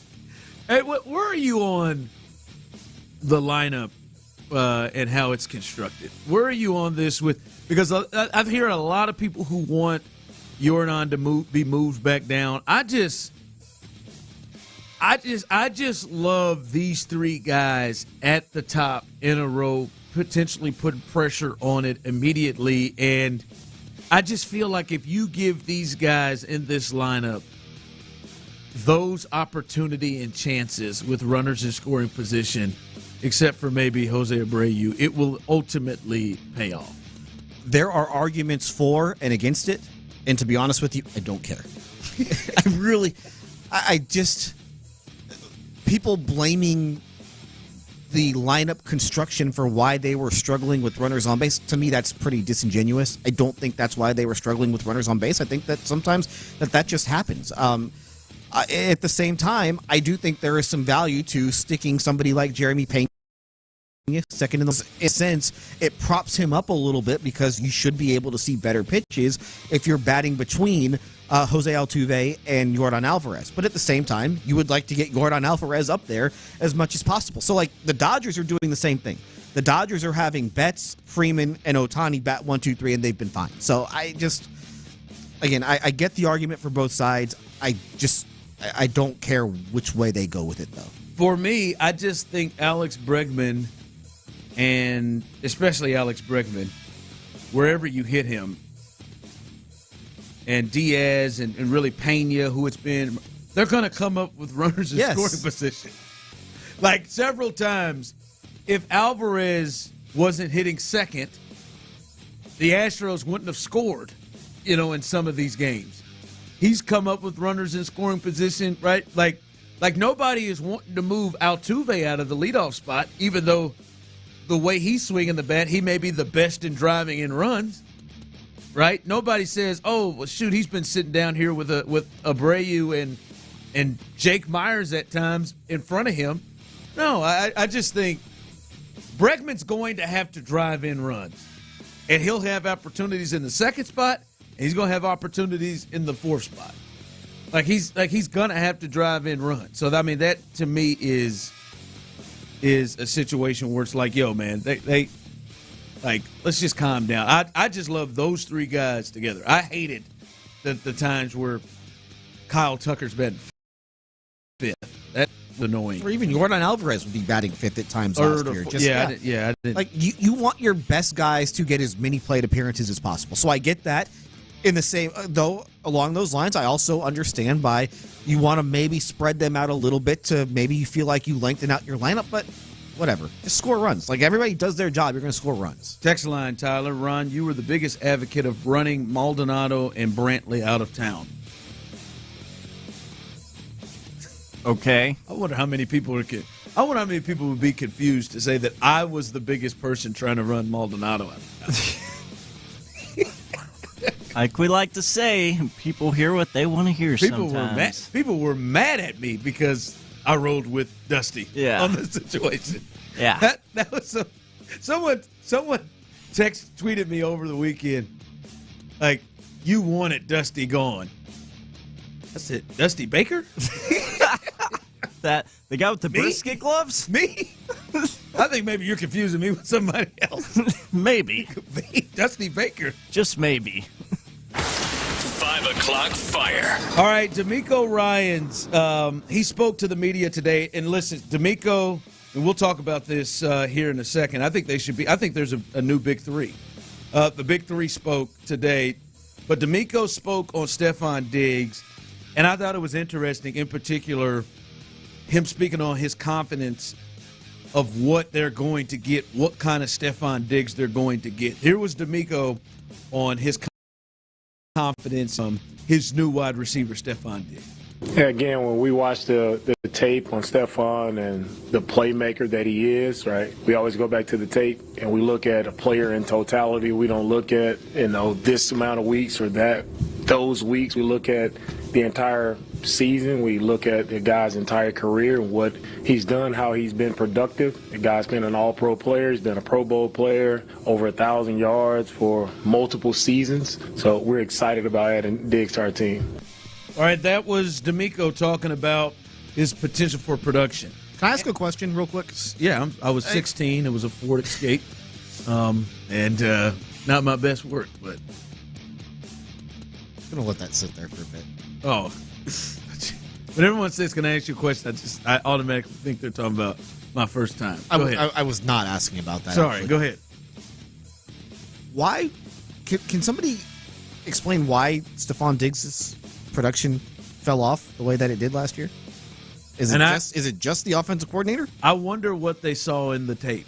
When D'Amico said that, that's the first thing that comes to my mind. Okay, you saw the tape. Well, why was the production not there? And you might already know this, Spoke, just to give the listener a little background, too. The question asked before that cut, they referenced specifically his quick start last season, but then Diggs dropping off the back half of the year. So that was 13 ball games when you add the 2 playoff games included in that when he said we looked at the tape. So did he address the production fall off?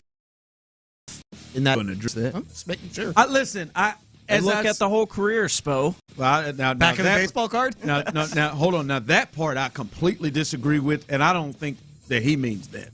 All right, right. Like we can look at the whole career on some players, but there's some players that, hey, he's 31 years old. We're not going to keep looking at the whole career. We don't like that. Like, listen, I know we could look at Adrian Peterson's whole career, but we're not bringing him back now. Yeah. As we look at his whole career, like some of that early stuff, you got to kind of look at more the current when you got a guy that's turning 31. Listen, as I've said, I think it is absolutely worth the risk, and I think especially when he's coming here with C.J. Stroud, this style of offense with Bobby Slowick, and the two other guys around him. But that one is a serious thing. Like, and I know we have been ones that have talked about it and guilty of it on this show, but I think more of the conversation, not just with us, but overall with Stefon Diggs, is the what's going to happen, sideline antics, that like what he adds, and not as much to, hey, Doug. Like, basically, man, they didn't need you in those last 7 games that they went off on that run. I mean, not that that's unfair that they didn't need you. I'm sure some of the coverage he helped other guys get open without the attention people were placing on him. But there is some deal of, yo, boss, I became more James Cook-centric and ran the ball more. That don't mean a number one receiver was under 35 yards 6 different times. At least give me 100-yard game. like you didn't have 100. You haven't had a 100-yard gain since October 15th. I think more of it's made of the outside stuff, and I'll say we're guilty of that too, than the production part. So I think that is valuable. Once again, I think it is worth the risk, and I think there are still things, as they probably see on tape, where you can say, with the 3 guys, we can really create something. But someone turning 31 years old, if you just took the name and you said it out loud, I got a guy who's turning 31 years old in the middle of this season who has been really, really good. The last 13 games of the season, he dropped off a damn cliff. And the last image we have of him is a potential to make a big play in a playoff game against the Chiefs at home, and there's a deep ball that his quarterback puts right on the money, and it goes through his hands. Like, there would be a different feel. Again, I think it is worth the risk. All right, the new Big 3 in Houston. The new Big 3 in Houston. We'll discuss that coming up next. It's truck season in Texas, and it's truck season at Ron Kraft Chevrolet. Got huge savings right now on Chevy Silverado 1500s, man. Also, GM.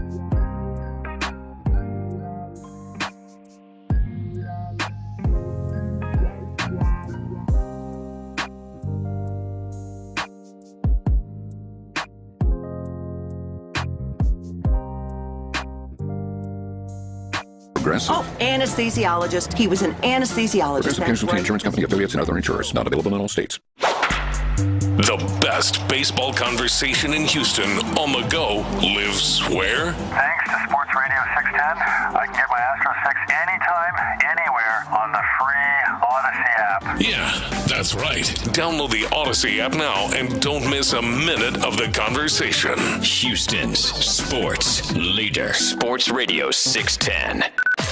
Sports Radio 610 presents The Drive with Stoerner and Hughley.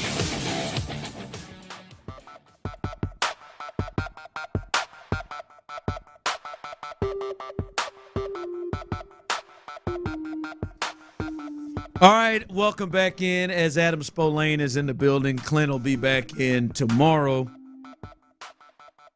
The Big Three spoke today. That's what they should be, the new Big Three. And that's on the field. Obviously, the McNair family with Cal Top, with this organization, and then Nick Caserio. But in terms of the Big Three on the field, D'Amico Ryan's the head coach. C.J. Stroud, the quarterback, and then Will Anderson. Those were the three who spoke today. And when I was listening to In the Loop, and if you want to catch everything all three of them had to say, you can listen to it in the loop. They were on earlier today. You can go to the podcast page and listen to that after the show. But when I listened to that, fellas, I couldn't help but to think, you know, in a lot of organizations, there are the untouchables. The untouchables, and we give them different names, like the core, or these are the guys, or some teams call them what are the Yankees call them? The core four. Some teams call them the loosey goosey. Like each team has, you know, their core, and it feels like those three are the guys that I almost could guarantee in 5 years. And 5 years in the NFL is a long time. They'll all be here. There's no way any of those three are gone. Hell, I'd even push it to closer to 10. Just injury stuff, but those guys weren't. I think, potentially for me, I think anybody else on the roster could come or go. And I'm talking about as high profile, the Tunnels, to the Titus Howards, to the Nikos, Tank, Danielle Hunter, you know, any of these guys, I think this is it. I think these three are the core here that everything kind of circles around that you know are going to be here. I think there are maybe some guys that are close, but I think these are the ones that will be here, and I don't think it's an accident at all that these are the three that spoke today. I bet you that coming up this year, this will be the kind of grouping when we would hear from Bill O'Brien, and then we'd hear from Deshaun Watson, and then we'd hear from J.J. Watt. I bet you this is what we see moving forward with this three. And for me, there isn't anybody else on this on this team that I think fits that I could legitimately say in the next 5 years, like I without a shadow of a doubt I know they're going to be here. I think this grouping right here, and we see with a lot of teams, right? I think the Chiefs fit that. Andy Reid, Mahomes, and Travis Kelce. Those are their core. The 49ers maybe a little bit different. I think probably Fred Warner is somebody that jumps in there for them that they really, really believe in, along with Kyle Shanahan. Debo. And they made it a fact to make sure they kept him in state and made him stay. We see it with a lot of different teams. I think this is the three. I would add one more. And it's not an accident, like you said. These are two guys that were picked. C.J. Stroud was picked 2nd overall last year. Will Anderson was picked 3rd overall. They are both terrific personalities. Like they are, they are guys who they're everything that they want. Those are guys that about. Yeah, you want those guys to be the face of your organization. I would also throw Derek Stingley in there. I think that from a talent standpoint, he is right up there with them. Again, draft pedigree also with the 3rd overall pick, and everything that I saw last year when he was on the field, and again, when he was on the field is a big part of it, but he played at a very high level. So that's why, and he plays a position that you need to have. He plays a very important position that, with the way the league is played right now, is a premium position. So to me, I think those three, plus D'Amico, they should be on that same level. Derek Stingley. You add Derek Stingley to that list, Tyler? I don't like think you can definitively believe that in the next 5 years he's going to be here.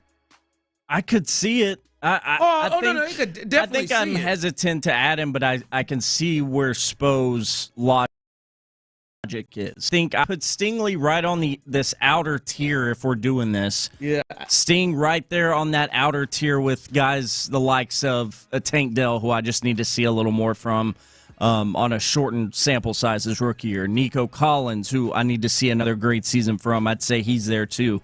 I think there's a handful of these young guys that you can put just right on the outside of it. Because you bring up the point, and to the point you're making with what Spo had to say, Tyler, the draft slot of him being 3rd overall, just like as high as those other two, makes a big deal. The thought is, you draft a kid 3rd, you better be a star. You want him to be a star, and you want to bring him back for a second contract. You're a Tiger, but now you're a Texan, man. But I just don't trust him the way that I trust the other two. Like, I don't trust him to stay on the field. Like, I've gotten to a point where I say, if Derek Stingley is healthy, he is a legit above-average starting corner in the league. If he's healthy. But the health part is a big deal.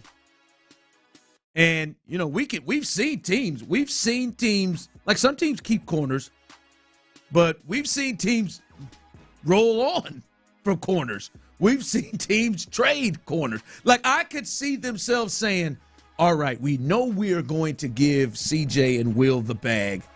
A year after, potentially, we can give the bag Stingley. Or a year or two that we can give the bag to Stingley. God, he's got this injury situation. He's been hurt from time to time. Like, I can see the scenario in which they say, we maybe move off of Stingley. And I understand the position, the premium position. Like, to me, if he has another year where he misses a major chunk of the season, that the trust level is hard to go there. And that is clearly up in the air to me. And like, he's a quiet kid, and everybody doesn't have to be leader. But these two dudes not only are performing on the field, they are everything, your voice that you want him to be in the locker room. That's why I just feel like he is different. Hell, I almost put Christian Harris as much in that area. I feel like he's like going to be playing a position where he is a major voice in that linebacker part. where I can see him here for the next 5 years potentially, as much as I could see a Derek Stingley.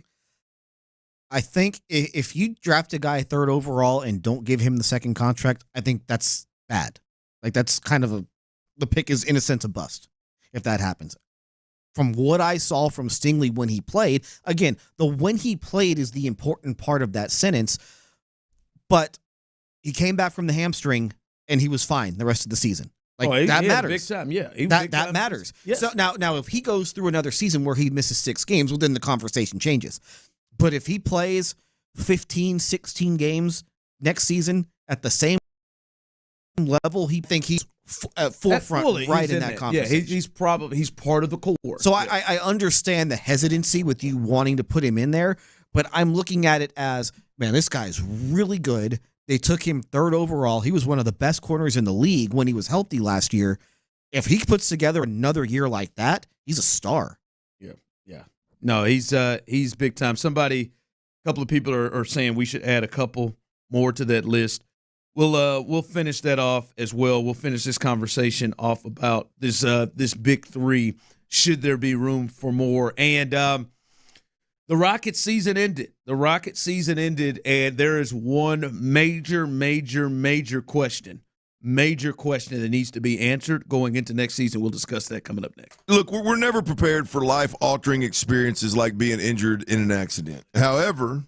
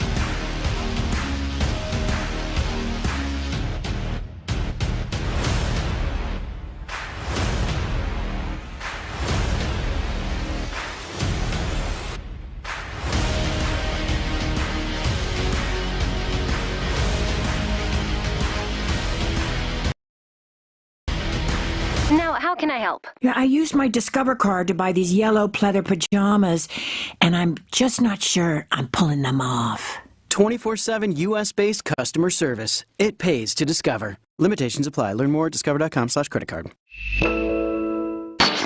Live from the Twin Peaks studios, Sports Radio 610 presents The Drive with Stoerner and Hughley.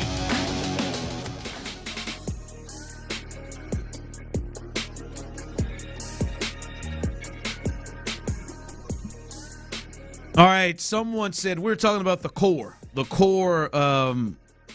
three, and I don't think it was an accident who spoke, and these guys, I think, are the guys that are going to be here unless something really bad happens. There may be a lot of different coaches, a lot of different players that revolve around, but I think the untouchables right now, they will do whatever they have to do to re-sign these guys, to make these guys happy, to keep on this team, and that is D'Amico, C.J. Stroud, and Will Anderson. And I know Adam said he would add Derek Stingley to that list. Someone texted in and said they would add Tank to that list. Tank Dell, barring the injuries. Yeah, I can't go with that one. I mean, I would, if I'm not adding Nico, I don't think Tank has shown enough to just be like untouchable. Like a guy that you're going to sign no matter what the hell happens. I don't think that is the one that plays a position where, you know, you could find different, you may find different options, find different ways to move around and do something else. I think Tank's really, really good. I'm not saying he can't and won't be here. I think he does have a great connection with the quarterback, but I wouldn't put him in that come hell or high water. Like right now, we know they're going to sign C.J. Stroud.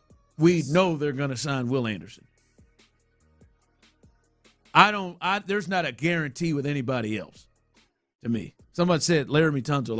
Laramie Tunsil, I don't think they're going to give Laramie Tunsil. What would this be, a fourth contract or a third? I think it'd be a third. It'd be a third. I don't think they would give him. So he's already signed 2 contracts with the Texans. I don't think they would give him a third. They might check on a year. Again? Maybe. You know, their teams always restructure and things like that, but he's older too. That's what I'm saying. Now he's gotten older to this point. The timeline is different with him than it is for the other two. The other two are in their second year. Like that's a very different timeline than the guy who was drafted in 2017. Yeah. Speaking of Will Anderson Jr., one of those big three, he will be on Texans All Access tonight. So he'll be on with John and Mark, and you can stay tuned and listen for that. Will's always pretty entertaining. One of the leaders and top guys on this team. He'll be on right after us from 6 to 7. Will Anderson will be on Texas All Access, so stay tuned for that as well. All right. The Astros got back on it, and their season is now off and running. The Rockets' season ended yesterday, and it was their last game. They got a win to end the season. They finished 500. They won against the Clippers, who gave it everything they had yesterday. The Clippers did it. I mean, gave it everything. Was James back from Vegas? I didn't get to watch the game because I was at Astros. Was James on the bench, or had he not gotten back from Vegas? I think James was on the bench. Okay. Which is not good enough. but no, they got the win anyway.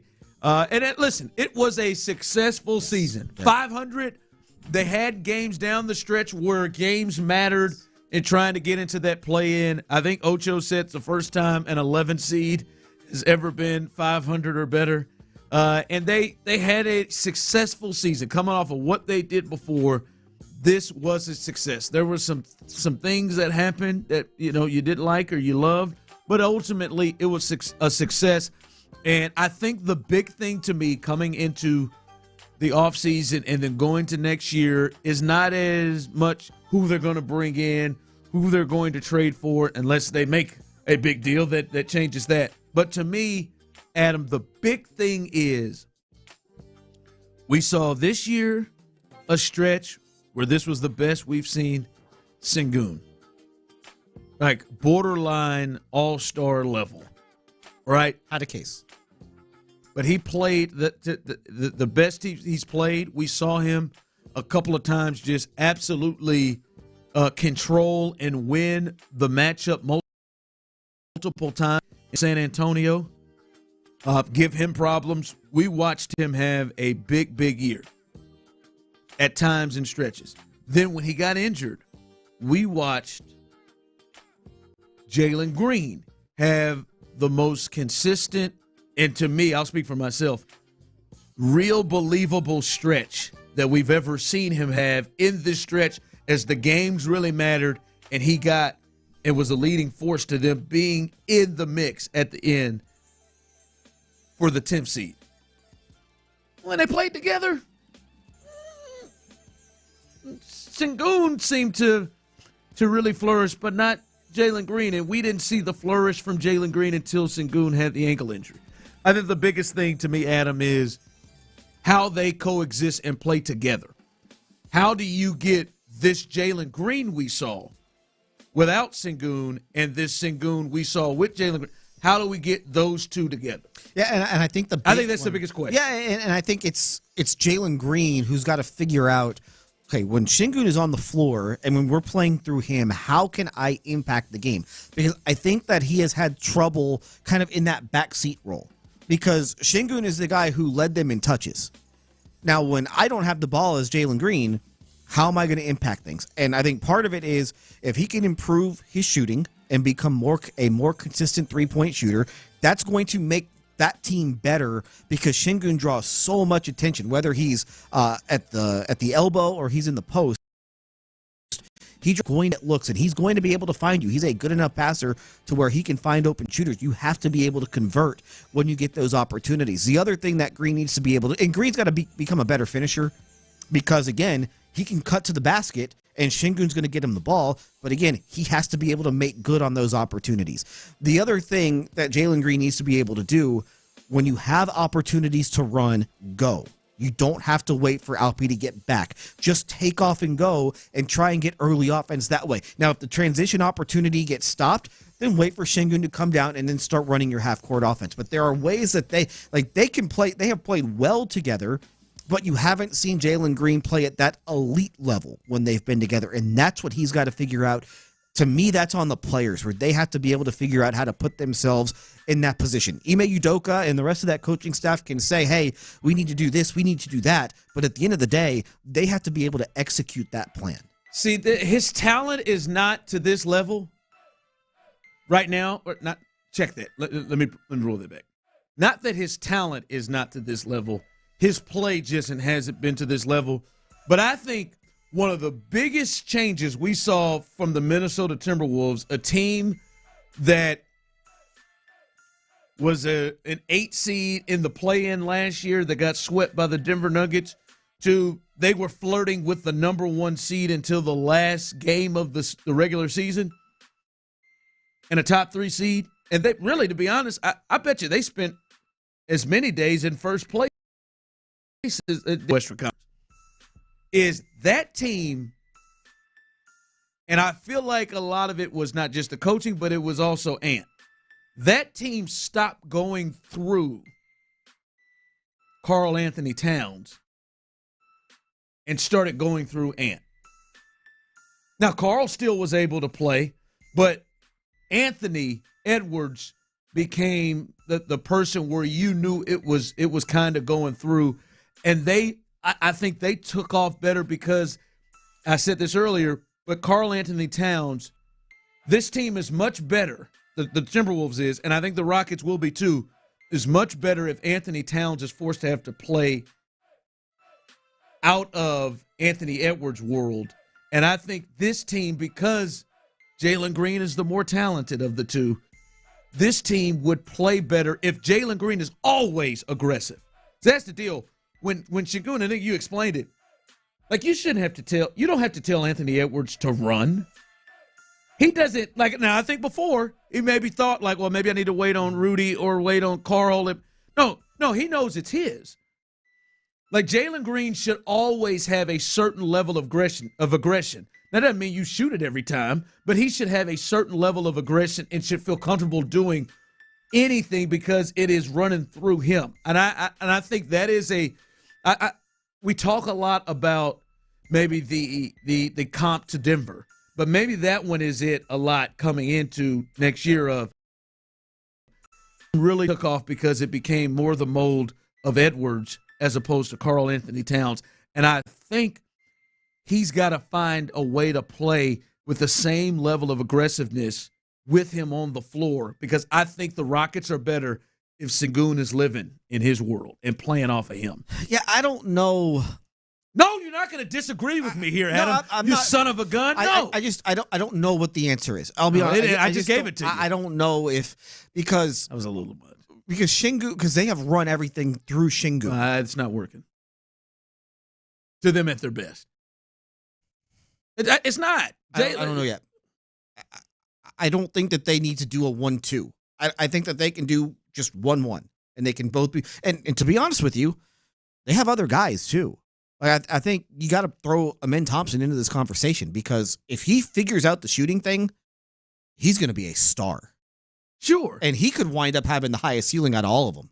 But he also may be the person handling the ball. He may be the starting this thing out. But like his ceiling, like next year, like he could, but I don't think he's just going to be the guy taking off like that. And I think you're going to probably shoot. Oh boy, I think you're going to run things between those two anyway going into it. I just for me he can't. And I thought you mentioned, and I know you cover this team and watch them all the time as much as anybody. He should never be in a point of should I run. It should.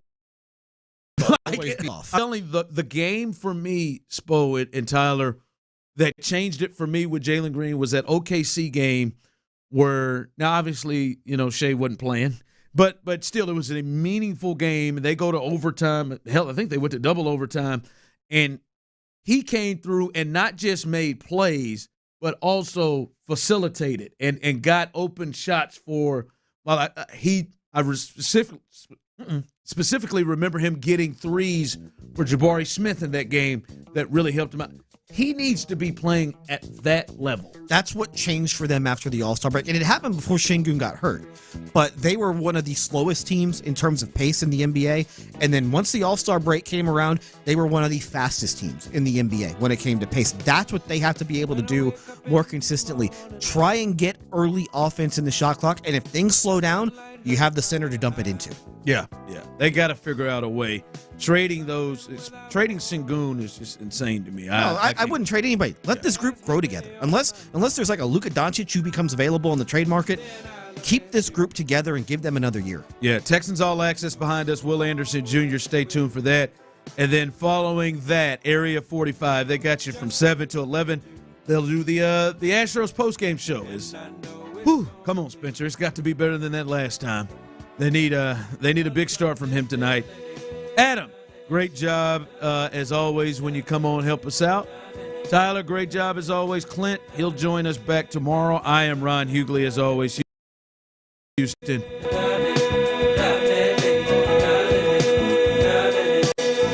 He's not wheelbarrowing. Like I just that's what I was thinking. I can see it in your eyes. I know you. He's not squats.